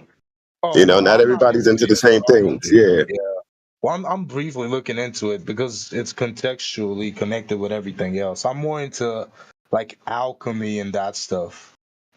Yeah. Which is it's also Alchemy, I'm not it's pretty into. gay. It's pretty gay. You know, demonic stuff. What a fucking like these niggas trying to be God. Like, bro, you still jerk off. How are you God? God is better than you. You fucking loser. But yeah, man. Well, if you're into that, Lamar, check out what I posted in the chat. There's this guy named Athen Kementi. Oh, And is that something to do with the Kemetics, like Egypt? no. He does sidereal astrology. You send that guy to me. Yeah, I have him in my tabs, bro. I got Okay. like 150 open tabs Yeah, on I mean, Google. he's been on Crow 777. That's how I heard about him. Shout out to my dude Crow. Be shouting out my nigga Crow 777. Yeah, that's good. So, well, you can read there. It says it uses the actual size of the constellations in the sky, not the way that mainstream presents it. So, even in Not the sidereal, glowy. yeah, it's a little bit different. Like your sign might be slightly different in sidereal. So, and he's like obviously, I'm pretty sure he's not into the heliocentric stuff. So, like, if you are interested and you want to combine your understanding currently with the astrology stuff, I think he'd be a good route to go down if you're yeah. into that type of stuff. So He looks like he's really into it, bro. He looks like a French dude that's divorced. Like he into it.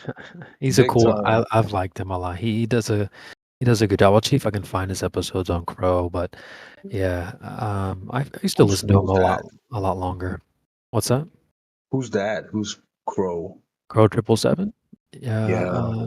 So I used to like, as a lot of people will like, subscribe to my Patreon and stuff like that. Like, I never ever paid for anyone ever except for Crow 777. Be shouting out my nigga Crow Oh. 777. Shout out to Crow. I'll get you his website. He kind of moved behind a paywall because they kept trying to like ban his stuff on YouTube. I'll get his website though. Okay. But he's done things in the past with he has a telescope, and he's kind of got famous for this thing called the lunar wave. Oh. Maybe you've heard it before. Let's see if I can find it on YouTube. Oh, no, definitely not. I haven't heard of it. I've heard of similar things of, astronomy and astrology, but yeah, definitely not that one. Oh, lunar wave, yeah. 777, that's like the Crowley number. That's like the divine numbers stuff. Okay. Yeah, like a lot of his stuff has been like kind of Oh, fucked this with on website is YouTube. But yeah, he's the only thing I ever paid for ever, and I don't know. He brings on really great guests. You'll look if you go to his website. There's a free episodes. He has I health, just went here. law, Wayne McCrory, Jason Lindgren. I actually called into a show one time and I asked him. I was like, "Well, Dan, I don't know if I have that clip somewhere. Shoot, I wonder if I lost that clip." But I did call into the Whoa. show and I spoke to Crow. Maybe you've heard of what's his name? Dr. Andy Kaufman. It was an episode with Dr. Andy Kaufman, Jason I've Lindgren, his heard that co-host. name. I've definitely heard Yeah. that name. Yeah, Yeah. he popped up during the cough thingy. But I see that he has a lot of episodes. He has like 550 of them. yeah, bitches. bro, they go hard. Yeah, Whoa. they go real hard. And they go into some deep stuff, bro. They talked about like the second sun. They talk about the sky clock. He's a flat earther. Oh, that's beautiful. I love their Yeah. law. Their law episodes are really good, but the health ones are also really good. One of my favorite episodes are with this guy named David Avocado Wolf. So Oh. yeah, I used to try to put my ex onto them. It's like just Yo, we would listen. David Avocado Wolf is crazy, bro. I love him. He is crazy. Yeah, he's an interesting guy for sure. But like, yeah, Avocado Wolf. their Discord got pulled down. But they used to have some great stuff. Like, you can't really go to Google and be like, "Hey, I'm sick. What should I take?" They'll be like, "Take Tylenol." Like, if I used to go to like the Crow and be like, "Hey guys, like, I would search in their search function and see what other people would do when they were sick or how to stay healthy and that kind of stuff." So He covers a lot of things, bro. Yeah. yeah, I learned about. He also had a guy on that I bought a lot of my supplements from. What's his name? Clive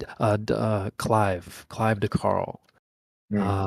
I got all my supplements from Clive. He taught me about magnesium and What subs you selenium. take?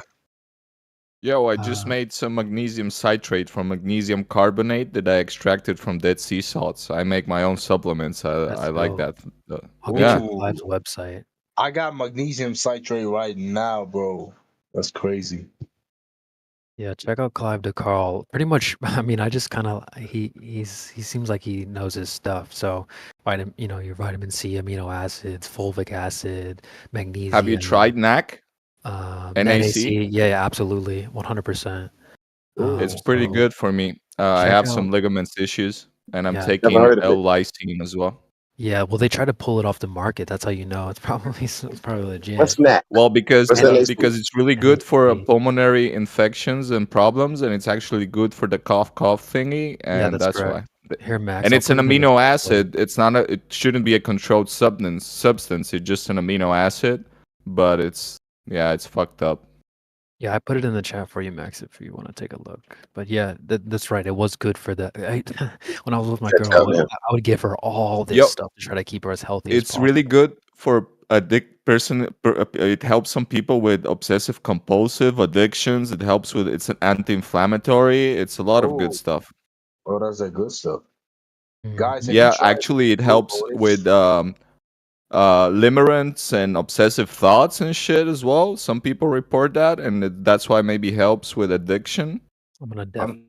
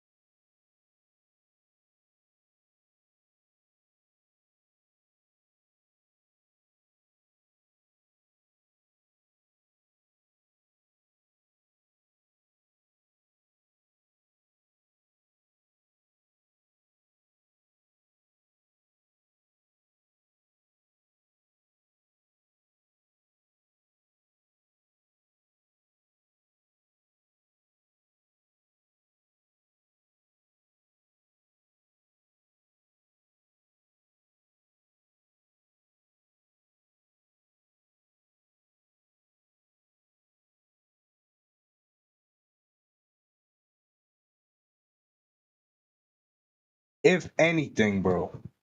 Nothing is So it's random. pretty interesting because you have things are always really near the golden ratio, but never quite. And it's actually like nature trying to achieve the impossible perfection of the ethereal. Because then phi ratio comes from the infinite number, but then you have the Fibonacci, no, not the Fibonacci sequence. Fibonacci?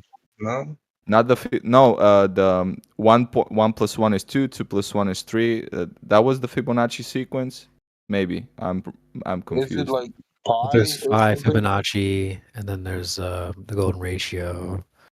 Yeah, so Fibonacci comes from a finite number, and the golden ratio comes from an infinite number. And when the Fibonacci sequence, which is like 1 + 1 is 2, then the last number you sum the previous, and then it's 2 + 1 is 3, 3 + 2 is 5, 5 + 3 is 8, etc. When it reaches 144, when it reaches 144, it's the closest to the Fibonacci sequence the first time, and then every sequence of a few 100,000 numbers, it's almost phi ratio.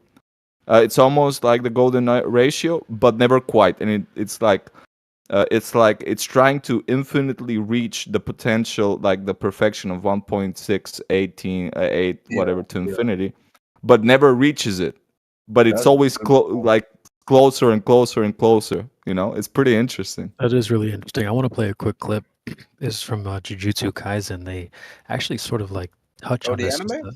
Yeah, they touch on this a little bit. There's a character in there that uses this ratio for his attacks. So like you'll notice in the clip at the very end, the person he's teaching, he's like, "Whoa, like you didn't even use your blade. He used the back of his blade, and it was wrapped up, but he still had a critical hit because of this ratio." I'm gonna play it really quick, and you guys can take a listen. My curse technique allows me to forcibly create a weak point I can exploit on any opponent. 7 to 3. Striking the point at that ratio when you draw a line along the target's length causes a critical hit.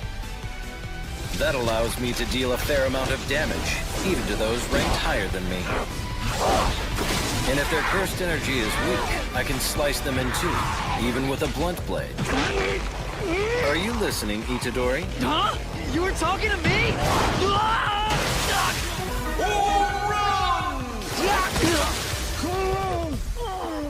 Should you really be revealing something like that to the enemy? It's no problem to reveal a technique like that to an opponent. In fact, it can even work to your advantage if it misleads. I want to focus on the curse. It feels like I should be listening to him. There is merit to it. Revealing one's hand is a gambling tactic that increases the effectiveness of one's technique. I'll show you.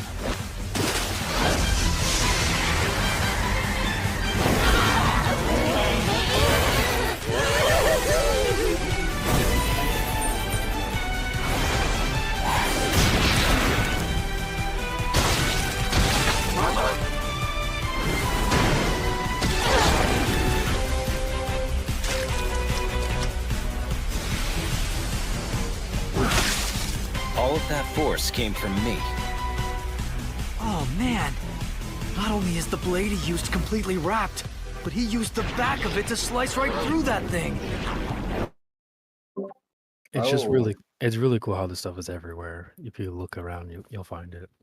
So beautiful. Well, bro, the people. Sorry, just a second. The No, no, people no, that study I'm art listening. and proportion and things and beauty and faces, it's all these ratios, right? It's in the cinema too. Actually, for two characters to look like on screen in the movie, like they talk to each other. Actually, you have like four corners of the screen, and one has to be in a certain angle, and one, I think it's called the 180 rule or something. But yeah, it's definitely everywhere. Well, can I just say that dubbed anime sounds so weird? Like that dude sounded like he was trying to sell me something, you know?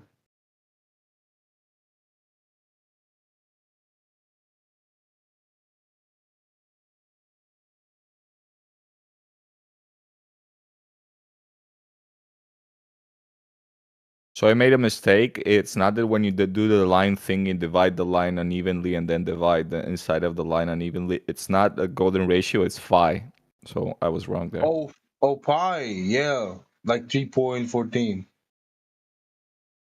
Not pi, but phi. Yeah, it's Phi. phi. There's phi, and then there's also Fibonacci. Yeah, so there's you were talking I about don't phi. know none. I don't know nothing about that phi, bro. I just know about that pi. Oh, I don't even know the sequence of numbers. I just, I know the the basics of this. Yeah.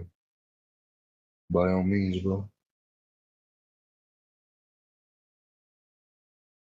There's a certain point where I have to condense and distill information because, like, there's a saying, you have to know a little bit of everything and everything about something. You need to have your mastery, but then also collective, Sure. common culture and knowledge, right? Oh yeah, you got to know a little bit about everything. That's for sure. Hello? What's good, bro? Goose. I'm good. How are you? Christ is King, bro. Shabbat Shalom. Typical Goose. Pardon? Goose is loose. What's Philly Goose? What's good, bro? I'm good, man. How are you? I'm doing great, bro.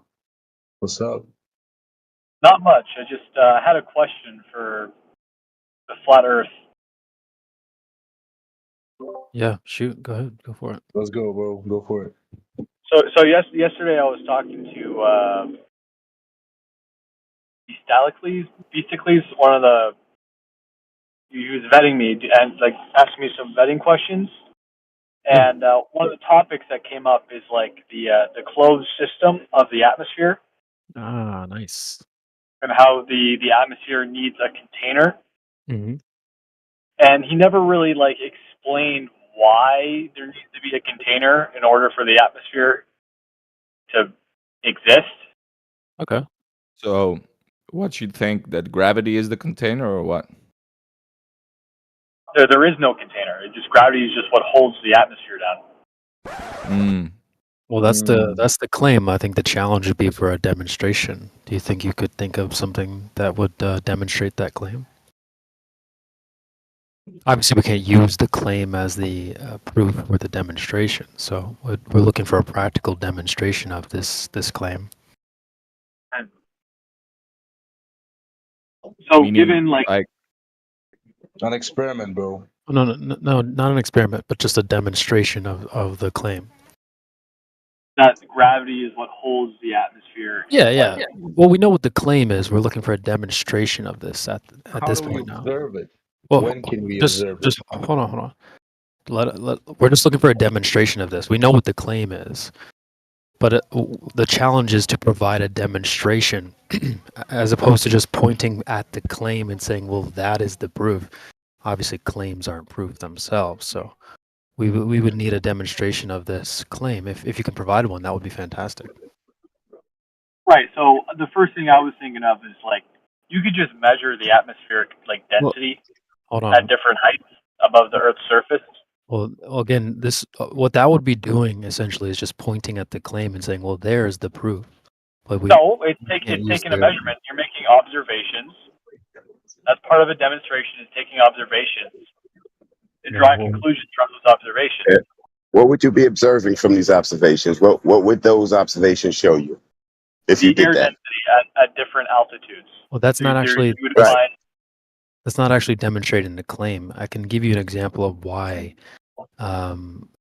We know that there's a gradient, but what the claim is that there's an open system with there's no container with to hold in this pressure.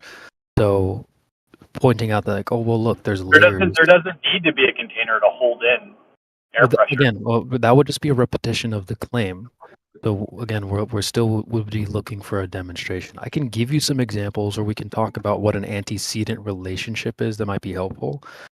But what we can't do is simply raise our finger to the sky and point at the sky and say, "Well, there it is, right there." Surely that wouldn't be a demonstration of the claim. That would just be pointing at the claim itself. Right. And so, like, let me give you a quick example, Goose. This might actually be helpful. Are you familiar with what an antecedent relationship is? No, and I honestly don't give a shit. I'm just here Whoa, to like ask. bro, relax. I know. I just don't care. Like I Well, came here to ask about. well, if you wanted to answer, we can give it to you, but it's just going to involve this. I came here to ask you guys about Yeah, the yeah. container, and then you started asking me questions on what I believe. I want to know what you guys Yeah, believe about So the you're container. making an observation that there's a density gradient, and you're just associating it as proof for something, but you can interpret it in many ways, relative density. But why would that prove that there's not the gravity is holding it down? It doesn't prove anything. It just proves that there's a gradient. Which isn't in contention. We know there's a gradient, but to have a gradient, you're gonna need a container for that too. But again, I think it's well. Why do you need a container for there to be a pressure gradient? Well, you said you didn't care, but it's gonna involve this antecedent Why relationship. why do you need a container Well, for there I'll to be a show pressure you. gradient? I'll show you. But again, it's gonna involve this antecedent relationship that you said you didn't care about. So, do you really want an answer if you don't care? I don't want definitions for confusing terminology. Give me it in layman terms. Yeah, I was gonna just give you an example that will help, highlight what it is. If you don't know what it is, I think that would be really important to understand. Yeah, like I said, I don't care. So just Pop go a on Coke with can. your explanation. Hey guys, Yo, why do you I've come got an here example. like with an Roger, attitude and let him just let him answer your question. He's not trying to argue. Like you came here and you asked. Like he's being nice and respectful. Please just be. Just be I am. I'm being honest. I'm saying I don't care. Don't you want my honesty? I don't care about antecedent relationships. I just want to know why there needs to be a container. You asked a question and he wants to explain it to you. There's some things that you can't just outright explain. There's more concepts to it. Let him do it in layman's terms. He will. He's not the type of guy that just goes in all out of things that you wouldn't understand. He tries to keep it simple and he's nice with everybody. So We please can don't give it to you. yell. Chill out. He can give it to you. Just chill and listen to him, bro. And if you don't want the answers, I don't know, come around another time. But all I'm asking for is a simple explanation as to why there needs Not to be all things are simple. Not all things are extremely simple. This is not a question of like you can't explain it instantly. It's not about how many fingers I have on my hand. It's a complicated question, bro. You gotta let him explain for real.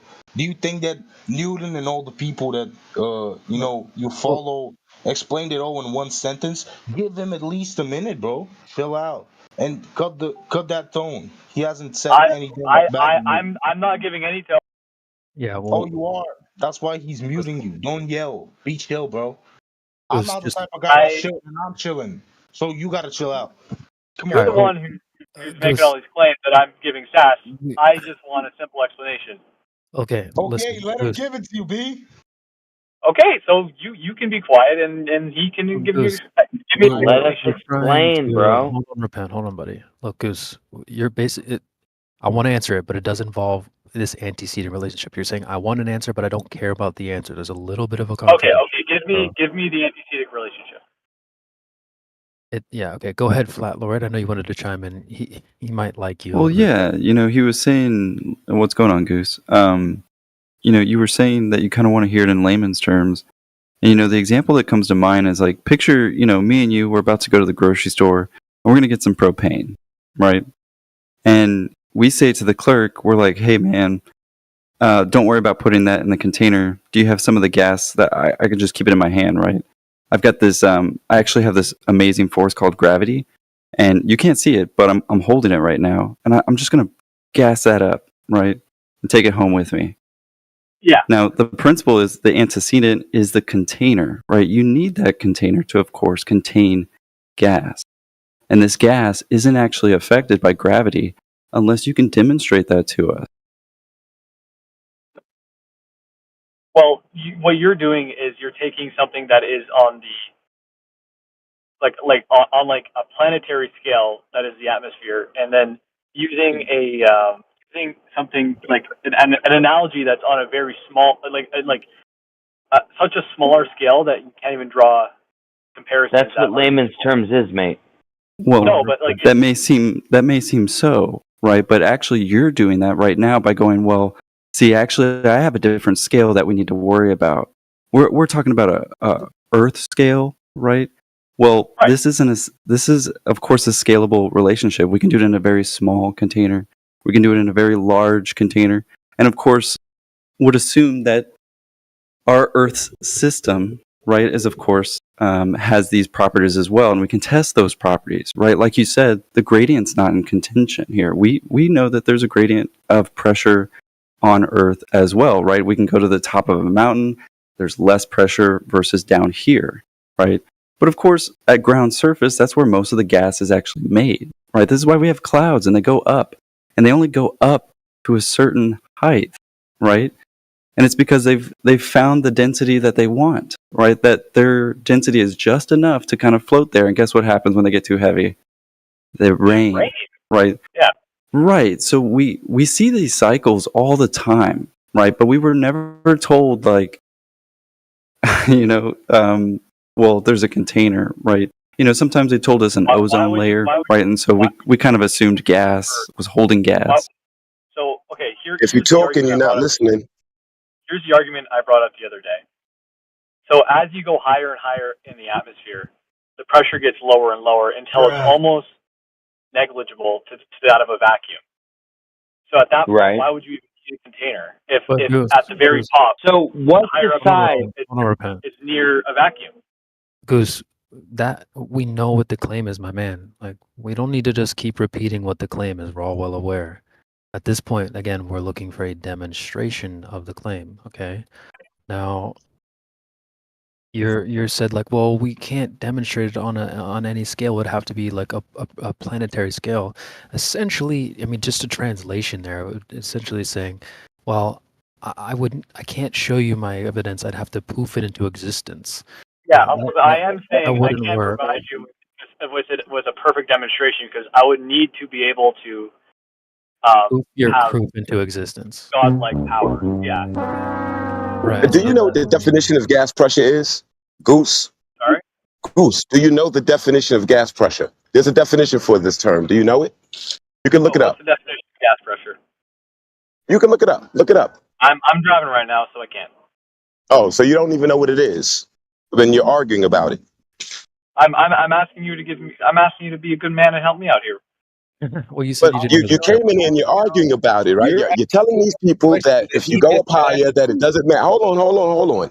You're telling these people, after they've explained to you several times, that the antecedent is a container, right? And that's what you need in order to have any kind of gas pressure. Doesn't matter the gradient. No, you don't. It does not matter the gradient. No, you don't need a Well, container. give us an example. Everybody's waiting for your example. Remember, friend. Do you guys? Does anyone here have an air compressor? Hold on, friend. 1 second. When you say like, no, you don't need it. That's just You don't need repetition. But that's just repetition of the claim. But it's true. Do you have an air compressor without a container? Where is the fucking proof? Is what they're asking. So here's the thing, though, like, compressor. He said the compressor. So here's the thing: like, you take an air compressor and then you open up the valve. Right. Then So it- there's then it air becomes already an open- compressed in there, right? There's air in the container, right? Is it in the container? Is the air in the container? Okay. Yeah. End of story. End of story. Look at chat. Look at chat, bro. It's in the container. Why are you giving me that example? It's in the rules. It's in the rules, bro. Look at chat. Hold on, We got Goose. He's Bro, driving. You gotta know the definition of gas pressure. That's what you gotta know. In order to have this discussion, you need to know some basic things. That's one of them. And you're not I know, prepared like- to have this I know, like- discussion I know- if you don't I even know know what that is. You don't. If you don't know gas pressure, which is the discussion, the discussion you came in there and asked about gas pressure, you need to know what it is, and you just said, "I don't know what it is." Not giving me the definition. Why would I give you the definition? You came in here claiming to know. Bro, I the don't definition know. is in the chat. If you need I'm it. very open-minded. I might have my biases. Be patient and listen Well, to people when you ask a question, Goose. bro. Be polite. Come on. Goose, Don't I interrupt. know you're driving, so would you like me to read out the gas pressure definition? It's in the live stream voice text, He's by the way. driving, Lamar. He's driving. Just let him. I know he's driving. So, Alright. gas pressure is a force exerted by gaseous molecules as they collide with the walls of the container. If the volume and temperature of a container of gas are held constant, an increase in the number of gas particles will result in an increase in pressure, and vice versa. So, could you do me a favor? Container to have gas pressure. That's what Hold on. science. And says. also a hold gradient. on, guys. Hold on, guys. It's getting Whoever old. just read the Yo. definition of gas pressure, could you do me a favor? I just did, but sure. No, Anand. could you also search up the definition of atmospheric pressure and read that out for me? Oh well, that would still involve gas pressure. So, Well, could you please search it up and read it out? Well, atmosphere is a misnomer anyway, right? Because atmos is gas and sphere is a shape, and gas has no inherent shape, right? right. So, atmospheric, also known as air pressure, which requires the walls of a container. So, it's still the same issue that we're dealing with here. Well, could you what is the definition of I just read it. atmospheric pressure? I got you. But it still involves air pressure, which so this goes Okay, back to the. we Hold can on, talk about Goose. this after we Hold read on, out the Goose. definition. Hold on, buddy. No, I understand what you're saying. It still Hold on. involves air pressure. Well, hold on 1 second, because this goes back to what an antecedent relationship is, which is what you're going to have to maybe understand is important here. You said you didn't really care about that, so that is the. However, if he does care, I'm willing to Oh, he do. what's the word for like I'm willing I've got to it like for you, man. toss the thing over. Listen close.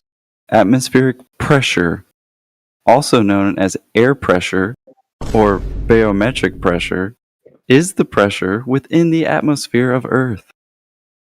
See the problem? Okay. And could you also search up the I would be searching this up on my own. So I do apologize for asking you to do I can do your homework. I got some But I time. do appreciate it. Could you also search up what is the cause of atmospheric pressure? Well, Goose, remember when we said like, well, let's look up the definition of an antecedent relationship. You said you didn't care, but now. No, but yeah, Hold on, I am. you're interrupting.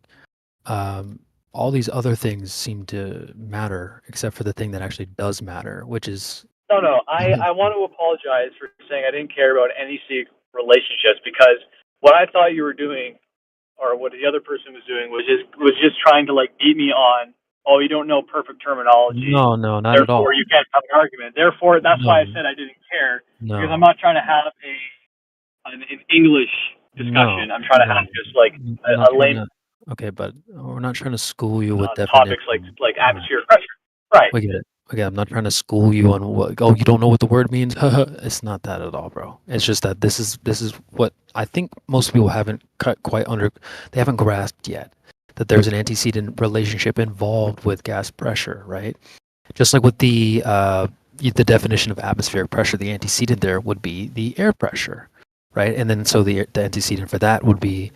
You're not going to like this very much, but it would be the container. But we can explain why there's a requirement there. I know you're saying you don't need it, but that would just be repeating the claim that we're already familiar with. Repetition of the claim isn't evidence of said claim. So I just wanted to give you an example, actually, not just like school you with the definition, because I think the definition isn't as important. The example will highlight it really easily. I use the example. You might hear the example of steak and a cow. If I have a steakhouse and you come to my steakhouse and you'd like a filet mignon, well then you know when I plop the filet on your plate that it came from a cow. I don't have to show Can I get a pork filet mignon? Right, exactly. Yeah, good point there. Well, you know that it came from a cow and it's beef, and so I wouldn't necessarily need to show you how many spots the cow had or what its name was or what farm it came from. You already know that it's a cow. There's a requirement. You don't get the filet mignon without the cow. But I also really like the example of a banana. So like we have a picnic and I come with banana slices. Well, you know that it came from a peel. I don't have to dig it out of the trash to prove to you that the banana slices came from a peel. Those two things are required. They go together. And so in terms of the air, essentially, when you were pointing out these slices or the layers of the air, that doesn't actually prove that it didn't need a container, right? So the claim essentially is that the Earth is this peelless banana, if you will. So pointing at the slices or the layers, like, look, here's a bunch of banana slices, doesn't really prove that it didn't come from the peel. Our presentation involves that you can't get the banana slices without the peel, you can't have the beef without the steak, and you can't have the gas pressure without a container. So that would be my presentation. To say that no, well, we don't need a container, I don't need a peel, I don't need a cow. You're gonna need a little bit more than slices of beef or slices of steak or slices of the atmosphere. We'd have to have an actual practical demonstration of that claim. So I hope that understands and highlights the discrepancy issue here. I do have a hypothetical question I do want to ask. So I understand what you're saying. Like, if like, because the definition of air pressure, like in the definition, it requires there to be a container. Then like you can extrapolate that. Well, can I make a quick correction? Pressure. Can I make a quick correction? I wouldn't say it's just based off of a definition. Like the definition of a banana, it's more like the reality is there are no bananas in reality that are just growing on trees without a peel. So it's not just based off a definition. I would say it's based on reality. But there also are there's like the law of entropy, right? The law of second law of thermodynamics, which is another part of the argument as well, which we can get into. I wouldn't say it's just because the definition says this, therefore that's what it is. I think that it's just that's the only way to have gas pressure is to have it with some sort of container. And so that's why we ask people to provide a demonstration. Now may I ask a hypothetical question? Sure. Okay, so given that the atmosphere has to be a container, according to your view, what would happen if you were to instantaneously remove a container? Okay, great. That actually leads what would into happen? Perfect. Let me play a quick clip from a gentleman who's talking about the second law of thermodynamics. This should answer the question perfectly. So I don't know if I can listen to it, but I can't watch it. it's okay. He explains it pretty well, and then I'll explain it a little bit further if needed. So let's take a quick listen. It's pretty short. One of these bulbs, some bromine, and in the other, I have a vacuum. And if I open the tap between these two, you will see spontaneously the bromine rush from one to the other. Now that is the simplest change we can have, perhaps, because all that happens is a change in entropy. In this case, the expansion into a vacuum, nothing else is involved. There's no energy change, there's no temperature change, there's no change except entropy. So without the entropy Okay, so from that video, I'm assuming what you're saying is that if they're continuing to move the atmosphere rush out into vacuum space instantaneously, and we'd all just die, we'd all suffocate. Well, so I'll just kind of like highlight a little bit more of the video. I'll explain a little bit further. He's basically got these two bulbs. They're attached. It's this one container. There's a valve in the middle, and so on one side of one of the bulbs has bromine gas in it, and there, like I said, there's a valve in the middle that's sealed. And so when he opens the valve, the high pressure moves to obviously the lower pressure area, the quote vacuum. And so yeah, that's the law of entropy, right? You have the contained gas, but if you were to open the seal, it moves from the higher pressure area to the lower pressure area. So hopefully that answers your question. So what about the container keeps the gas in the upper atmosphere? What container? What container? Hold on, repent. Can you ask your question again, Goose? So since we know as altitude increases, right, air pressure decreases. Correct. Yeah, there's a gradient. I think we can both agree on the gradient. I think we can take the gradient off the table. I think there's no contention there. We're familiar with the gradient. The claim, really, the important part is the containment, right? Just like with the banana slices. So pointing at the banana slices, like, look, there's slices, doesn't really help us verify the claim that the banana didn't need a peel to begin with. So it's not the layers that's the important part. I'm just this is for me, less for you. Like just me explaining my thoughts, so you don't need to. Okay, gotcha. Go ahead.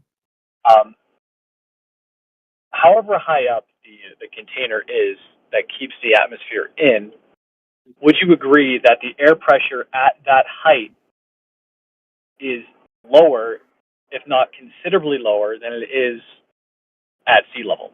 Of course. Okay. So why then, if you were to remove the container, the only thing separating a perfect vacuum from high altitude air pressure is maybe a couple pounds per square inch? Does that mean that the entire atmosphere is then sucked up and lost into space? I'd like to answer that. Go ahead, Max. Yeah. We don't know what's up there. You have no idea what medium that space is. You have the story that it's a vacuum. But if it was a vacuum and there wasn't any barrier in between, we wouldn't be able to breathe. All of the air would violently go into the low pressure because that's the way physics work. That's the second law of thermodynamics, as the gentleman It highlighted wouldn't there. violently. Like the only the molecules of air whose vector points and has enough kinetic energy to overcome the attractive force of gravity would escape the atmosphere. That's not true. That's not true. Simply not true. You don't have for the any gas to presentation escape, for it that. would have to have enough. Would you agree that for the gas to escape Earth's atmosphere, it would have to have enough kinetic energy to overcome the gravitational force that attracts all matter? That is what we're talking about. You missed part of the presentation there. As the gentleman said, there's no energy change, there's no temperature change. It's simply the law of entropy. So the entropy would absolutely take over. Now you're kind of adding all these details like, violent and us suffocating and things like that. I think that's not necessary. I think we can see. I didn't say violent. That was the other man. I said violently because it would explain violently. Well, we don't even have to go into that though, because you can see I don't know if you're able to see. I know you're driving though. You can see in the demonstration what would happen, and so there's really no need to It's a change in entropy. I understand. So what forces are acting on the air on surface level that would cause it to, as the other gentleman said, violently escape higher and higher into the vacuum we don't of space? need to go in. We don't need to go into those types of hypotheticals because we know that. I'm asking what forces would be acting on. It's not, but it's not necessary because we know that now we've understood that there's an antecedent relationship involved here, and there has to be a container. So to like, Well, if you don't want to. How do you know that space is a vacuum? How do you know space is a vacuum? How do you know that space is a vacuum? But we don't need to go into that. Those are just hypotheticals, you see. So we don't need to write checks that we can't cash. So what we can cash we can cash in on the law of entropy easily, and that's not in contention whatsoever. The gradient's not in contention at all.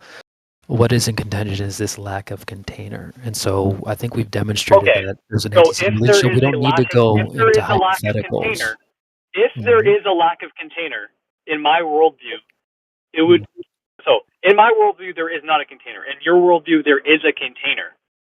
Okay. That's the difference. I'm asking you, in my worldview, where there is no container, what would happen to the atmosphere? That's just a hypothetical. I would be writing a check that I cannot. I'm asking you according to your worldview. Well, I'm not asking you according to my worldview. I'm asking you according to your worldview.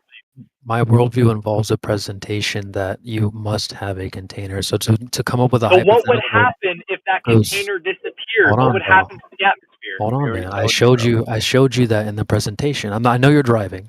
We can listen again if you want to. But I understand. There was a change. There was all that changed was the entropy. So the gas from the one bulb violently got into the other bulb. But that's a very small scale. I'm asking for a planetary scale. Well, you don't get. First of all, you don't get to reference those types of scales without measurements of this quote planet in the first place. And that would be going down a road I probably don't think you'd want to go down to. But again, we don't need to go into these hypotheticals. A planet with a radius of 6,800 kilometers. Yeah, I know. See, then you'd have to present a measurement Now for you that. have to prove that. Because you don't get to reference a scale if you don't have measurements for that All right, scale. give me 20 years. I'm gonna go walk around the Earth and come back with a measurement. Goose. Can you wait? Hold on, Can you Goose. wait if it? Hold on, bud. Even in your hold on, even in your worldview, that's not what they did to quote measure it. So you can't. It's not like they did. First of all, and you don't. There's no way you could possibly think they just imagined that number, right? They had to have come up with that number somehow, some way. And I know you don't think that they took 20 years to do it by walking. So I think that was a little bit. The kids was. Well, I'm saying when I'm gonna go take my own measurement, and I'll do that by walking around. No, you could just later. tell me where you got the number from. Surely that had to have been measured, right? It's not that they did what you're just saying. I think that was a little bit dramatic of you to say that. Well, Surely they came up with that DB. number some way. It wasn't via walking for 20 years. So What's up, how do you think there that- was an experiment. There was probably several experiments done, Oh, all of probably. which Oh, let's let's just concur start with with one one. each other, give the Let's same start. answer. Let's start with one, maybe. Do you think? Is this the route you want to go down? You want to go down the measurements route? No, I'm okay. The question I'm still stuck on that you don't want to answer because you don't want to get into hypotheticals. That's like, Why would what's wrong with hypotheticals? I'm asking what would happen in your worldview Why? if the container of the atmosphere disappeared. What are you gonna do with the Because I hypothetical? want to fucking know, man.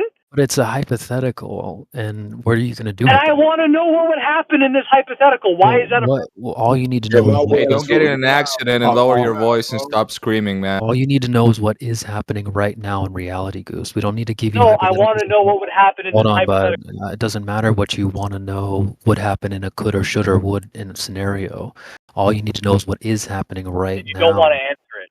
Hold I'm on, dude. asking you a simple question. No, we don't have to answer your hypothetical. So there's nothing you can do Then with I that. don't want to move forward with this conversation if, Okay, if, well, you, that's because fine. if you don't want to That's fine. That's answer fine. my hypothetical question, which That's is a fine. very easy question to answer No, because it's you've not. already Then, answered it. then give us the You've answer. already answered it. Hold on, I guys. just have Hold to on, confirm it. hold on one second. Goose. If it's an easy answer, why don't you just tell us what would happen? I don't know exactly what would happen because Wait, I you don't just said it understand was your an worldview easy. as well as you do. You said it was an easy answer, so surely you know what the answer is. What is it? No, it's an easy answer. As I'm saying, it should be simple to explain. Go ahead. Because Go you're ahead. trying to disprove my You got it. worldview. You got it. I know, guys. It should be simple for you guys to explain. Why? I don't know your worldview Well, we gave better.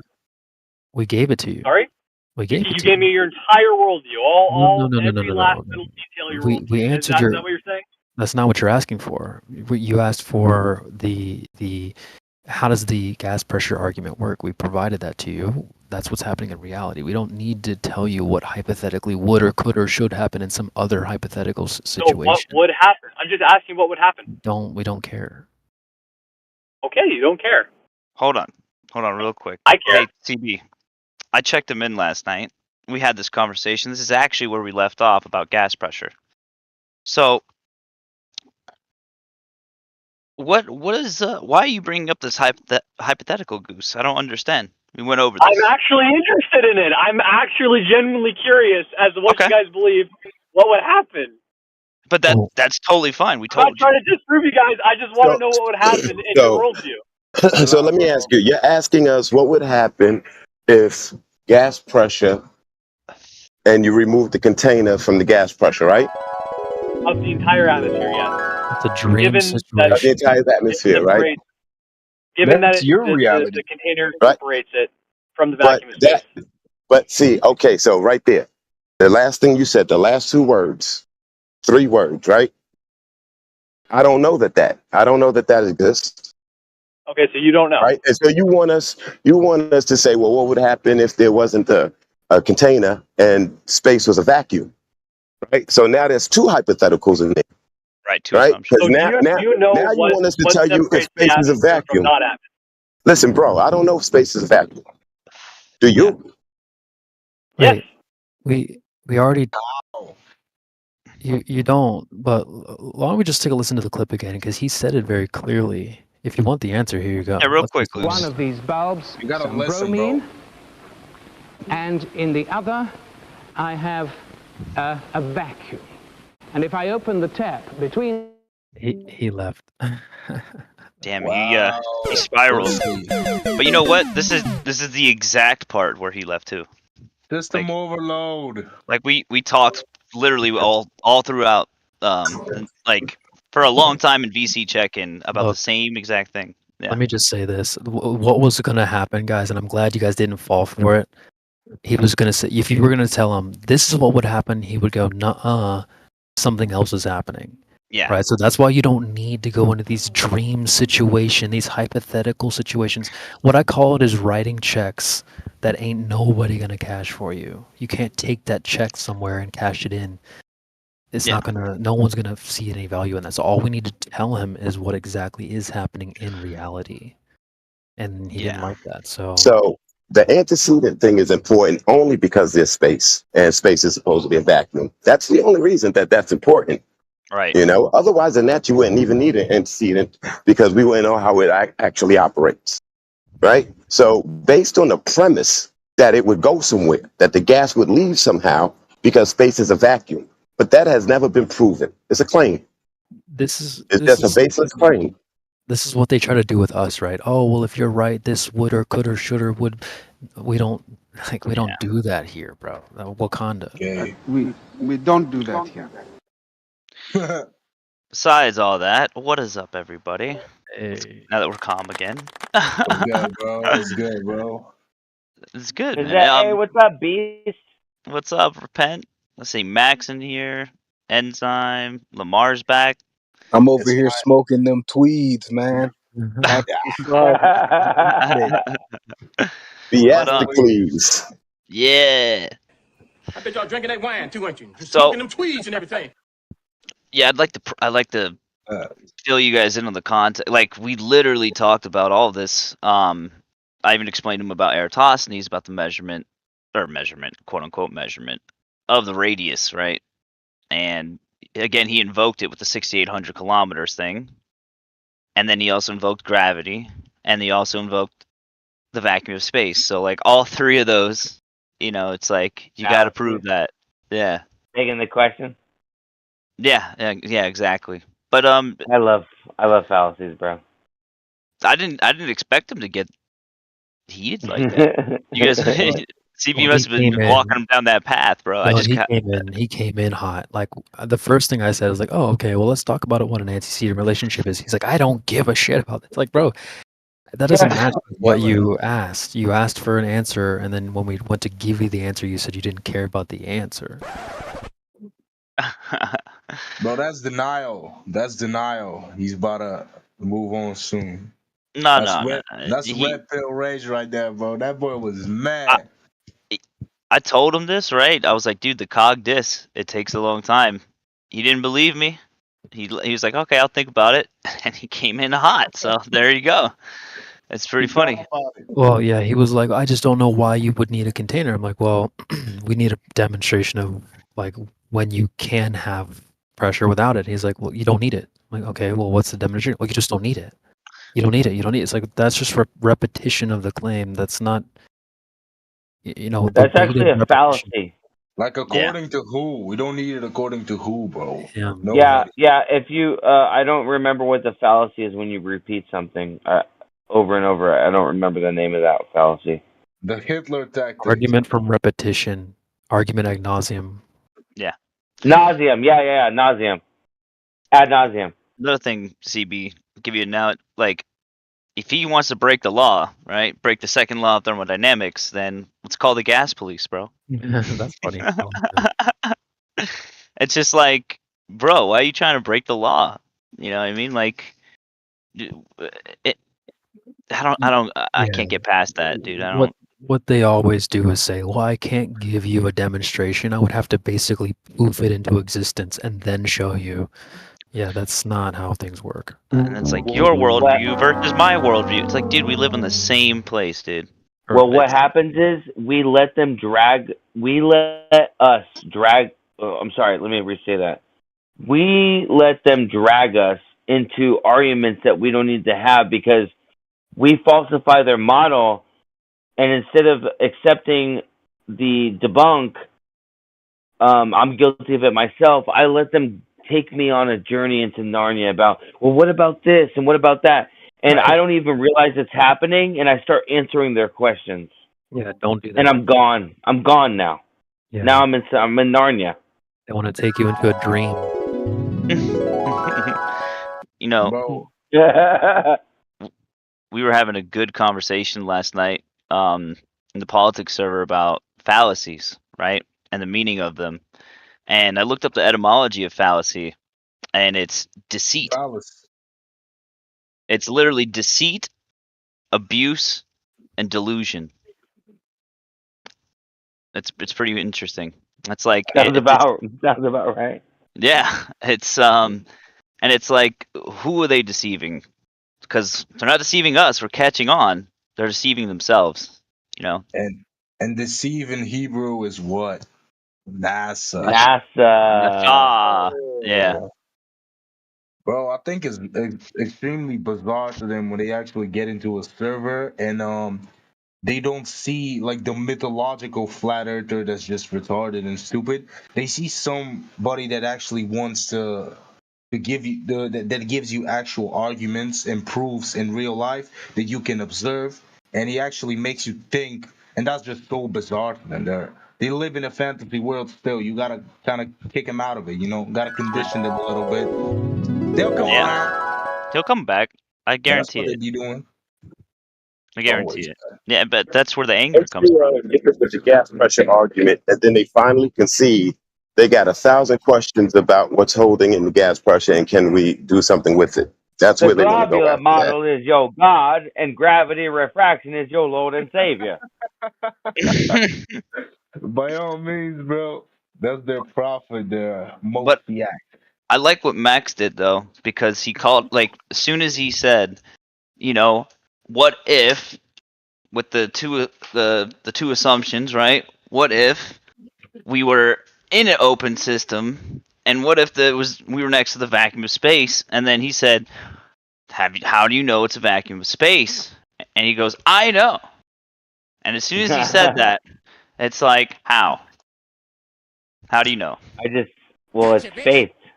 It's He was based on faith, indoctrinated, bro. indoctrinated his entire life to believe it's a vacuum. This is going to be a hard nut to crack for you. This is the problem, bro. It's appeal to consensus because the person knows that a bunch of people believe it. He's in a safety net if he stays within that paradigm.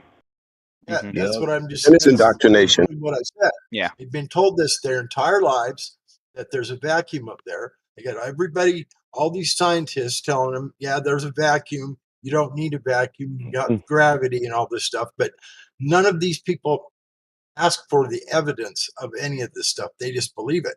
They don't ask for the evidence of gravity. They don't ask for the evidence of, the demonstration of entropy that you showed him. Oh, that's on too small of a scale. That's not, you don't have this big Earth with all this gravity and blah, blah, blah. They are so ingrained into this believing in these things like gravity that you're going to have to take it one step at a time. I don't know what it took for you guys or what. Can't blame them, bro. I can tell you what Can't it took blame for 'em. me. It So took me God one day Rocket, is all. God Rocket, right? You ever watch a movie and you're like, that doesn't make sense. That's not realistic. And then you're like, Well, of hey, it's course. okay. It's okay. It's a movie. We can understand that it's fiction. You get what I mean? We can understand that it's a movie, and it's a goofy ass movie if you think about it. Like, not only would we have to defy the law of thermodynamics, the second law, but if you think about it, if we're moving fucking 67,000 miles per hour around the sun and also spinning 1,000 miles per hour, and the sun's also going 667,000 miles per hour around the galaxy, like, not only would gravity have to be so freaking strong to hold in all of the like, it just doesn't make any sense. Like, if we're moving that fast and then you poke a hole in the container, right, or have an open system, like, the gas would just be like we would be like a comet if you think about it, right? Like, if As the we're gentleman said earlier, all it's a understand that. violent Yeah. escape. Yeah, we all understand that perfectly, because we've been through it all. But this is a one step at a time thing for these people to get it. You're going to have to define, like you did with entropy. Somehow you're going to have to get it through these people's head that just because it happens on this small scale doesn't mean that the larger scale doesn't apply, because it does. You can't take, like, it's a second law. It's a law It's the law of entropy. It's what happens every time, no matter what. That's why they call it a law. We can't stop it. We don't know why it happens every time, other than the fact that it does. I mean, we know why, because it's, if there's low pressure, then high pressure moves to low pressure. That's obvious. You can We know we're watching a movie. He doesn't know he's watching a movie. Do you know what I think the problem might be? And I'm guilty of it myself. Is that we're so advanced and we're so many years into this and we're so used to the anti-flat earthers that sometimes, and like I said, I do it myself, we assume that these people already know the arguments and we might attack them a little bit harder than we should. Yeah. Well, not only that, we assume that they understand what we're their saying. own model. They don't. Yeah. Yeah, they don't understand. They don't understand because they have their own understanding that no, it's a globe. It's got all this gravity. We've been taught this our entire lives, and stop them into believing that there's no gravity at all. It's a hard nut to crack. Trust me. I've seen this over and over and over. I've been here for years listening to this stuff day after day. I don't want to be guilty of pushing people away because I came off arrogant. You know what I mean? Yeah. Well, it's not even it doesn't matter. It's like someone who's rational wants to know the truth.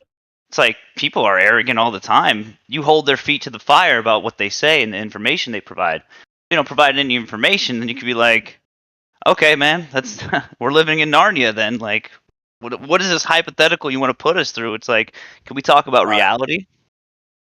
Like, right. I'm just asking you to say use your imagination. Imagine what would happen. Okay. Anybody can do that. Anybody can make it. Oh, I imagine this will happen, but how do you know? No one's I think Creation Bear Creation Bear said it best, and Creation Bear actually stole your argument and I used it in a debate yesterday. Thank you, sir. I said that you walk up to their house, right? And you got a brand new Porsche and the keys are in your hand and you knock on the door. Hey, bro, take the Porsche for a spin. I don't want that. Can you give me a Hot Wheels model of it?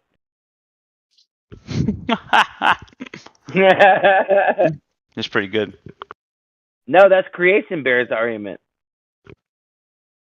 No, I'm just saying it's still pretty good. Oh yeah, I stole his joke. Yeah. Yeah, please feel free to share those around, man. I got some sepia.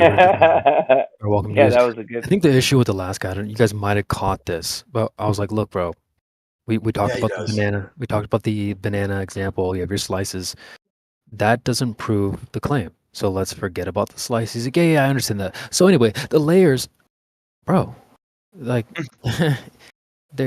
he just wants it his way instead of the way it is. He went right back to the layers. Oh, but look, on the ground we have this much pressure. Up there we have different pressure. Yeah, I understand that. But in the same way that if you kept trying to tell me, hey, look, bro, I have this magic banana. It grew on a tree, no peel. I'm like, okay, great. How would you prove it? Well, look, here's some slices of banana. Nice. She's like, oh, he's like, here's some slices of banana. That doesn't prove what you're telling me. But this is what they do with the gas pressure thing. They're like, well, so we have this big earth, this big banana, didn't come from a peel. There's no peel net needed. And we're like, okay, we'll go ahead and prove it. And they're like, well, look, here's a bunch of slices of the atmosphere. Here's the gradient, but we don't have the container proof. Whoopsie. He went right back. He's like, well, I understand. So anyway, layers. Yeah, dude. Yeah. Like, that was the moment I think he like kind of started to fail and fall down the stairs. Well, so hold on. That's where you just watch cognitive dissonance on display. Yeah. No, that's exactly what happened in the VC check-in. We hit him with everything he needed to know. Law of entropy, gas pressure, container. He's like, okay, I understand that. So anyway, layers. I'm like, okay, great. All right. So he's like, well, tell me what would happen in a non-reality. No, we just told you what happens in reality. But if I went to the wardrobe with the witch, what would happen? We're like, here's what happens in reality right now. He's like, but what would happen in a non-reality? So I'm glad you guys didn't fall for the bait. So CB, right? Oh, I almost did, bro. I think I know why. That's why I had to stick you on mute for a second. Go ahead, Beast. No, I think I know why. No, I know why you came in so hot, because literally we were talking about gas pressure gradients, right? And he goes, well, how come, like at first, how come, there's less air pressure as we go up versus, like at ground floor? And I'm like, okay, where's the gas produced? Right? We have the I felt like that right at the bottom. yeah, and like explained it totally fine. I'm like, yeah, bro, like this is where the gas is produced. That's why there's more air pressure here. There's more air Propane tank is more always the best. Yeah. yeah, but Liquid on the bottom. yeah, and if pressure is or gas pressure is the force of the molecules, exerting their force along against the walls of its container, right? Then where it's produced at the bottom level, there's more kinetic energy, hence more pressure, and there's not enough air molecules to bounce off of as you go higher. I mean, it's as simple as that. Well, they think that the gradient is some sort of. They think the answer lies there. They're like, well, look, there's a gradient, it goes up and up and gets less. Well, that doesn't mean you don't need a container. I love this banana argument because They believe that's just pointing at the proof of slices gravity. and saying that's the proof that you don't need a peel. It gets less and less Somehow, until it turns into a vacuum. that somehow, that's somehow proof of gravity, which is an effect. So they're lost in a paradigm where they don't understand that gravity is an effect and not a container. Yet they claim that the gradient proves gravity, and they're going in some sort of circular reasoning that they don't even understand where they are. Yeah. No, they even brought up a helium balloon with him, and he can see. I'm like, so how does a helium balloon, defy gravity? And then he goes, well, the buoyant force is greater than the gravitational force. I'm like, yeah, that's what he said. I was just like, wait, okay. Don't say gravitational force. Just say electrostatic. Everything's intrinsically electrostatic. Yeah. We don't even have to do that. We don't have to give them things that you just have to take away what they think is actually happening. They're saying that gravity pulls gas down. You can show them that does not happen. I love listening to it, right? Because it's almost like they've reversed the burden of proof to a degree when we're actually just educating them, right? It's more of a lesson because they don't know what they think that they know. And so most of this turns into FU, right? Flat Earth University, right? So well, they are reversing the burden of proof, but at the same time, I don't mind helping them out. Well, I that's don't what I was just mind saying. throwing that in there. Yeah. No, Everybody I wouldn't recommend it. I personally wouldn't recommend. But I don't do reversing burden of proof. I don't do that. I know where I live. You think you live somewhere else. It's up to you to show me that. And if you can't, then what are we talking about, really? You want me to, get mad because, you don't have an I explanation? know. Sometimes we have to go into Narnia for a little bit, but I don't mind helping them out as long as we can stay logical. I don't know. I personally wouldn't recommend trying to feed them. I think you should try to. Yeah, that's a good point. It's that neti approach. I recommend it 10 toes down. That's a good approach because. What is it? I'll put it in the chat. Yeah, it's called neti. Yo, 10 toes down, bro. Stand on your spot, man. Hell yeah. What's the neti net? And don't let them move you. Don't let them gaslight you. Hell no. So listen, the neti is a Sanskrit expression. It means not this, not that, neither this nor that. Right? So it's used to. You're like blowing my mind, bro. Well, yeah. Well, this is like the opposite. When you were like, oh, tell them it's electrostatics. It's like the opposite of that. Tell them take what they think is happening and tell them it's not that, right? So here's a good example. Here's a good example, right? They'll be like, what is the moon? You go, not a rock. Right. Right. You don't have to be like, well, I think it's a plasma, and you're basically when you do that. They forced us into replacing our model. That is smart. I didn't even think about that. When you do that, essentially what they're looking at you like a clown at a birthday party. So when you start giving them things, essentially what they're gonna take from you is this. Well, the realtor just called me and said he's got a photographer hang on. scheduled for 4th. So yeah, they look at you like a clown at a birthday party, and so when you start giving them things, essentially what you're doing is you're blowing up little balloon hot dogs and balloon hats and things like that. So they're not actually taking what you're offering them and thinking it's valuable. They want my hypotheses, right? No, CB. they don't even want that. They're gonna take what you offer them and then run off and treat it like this cartoon hot dog balloon that you blew up, even though it might be Jesus. something valid like electrostatics. So don't give them that. It'd be like, if they're like, oh, so what's really happening then? If you're right, not what you think is happening.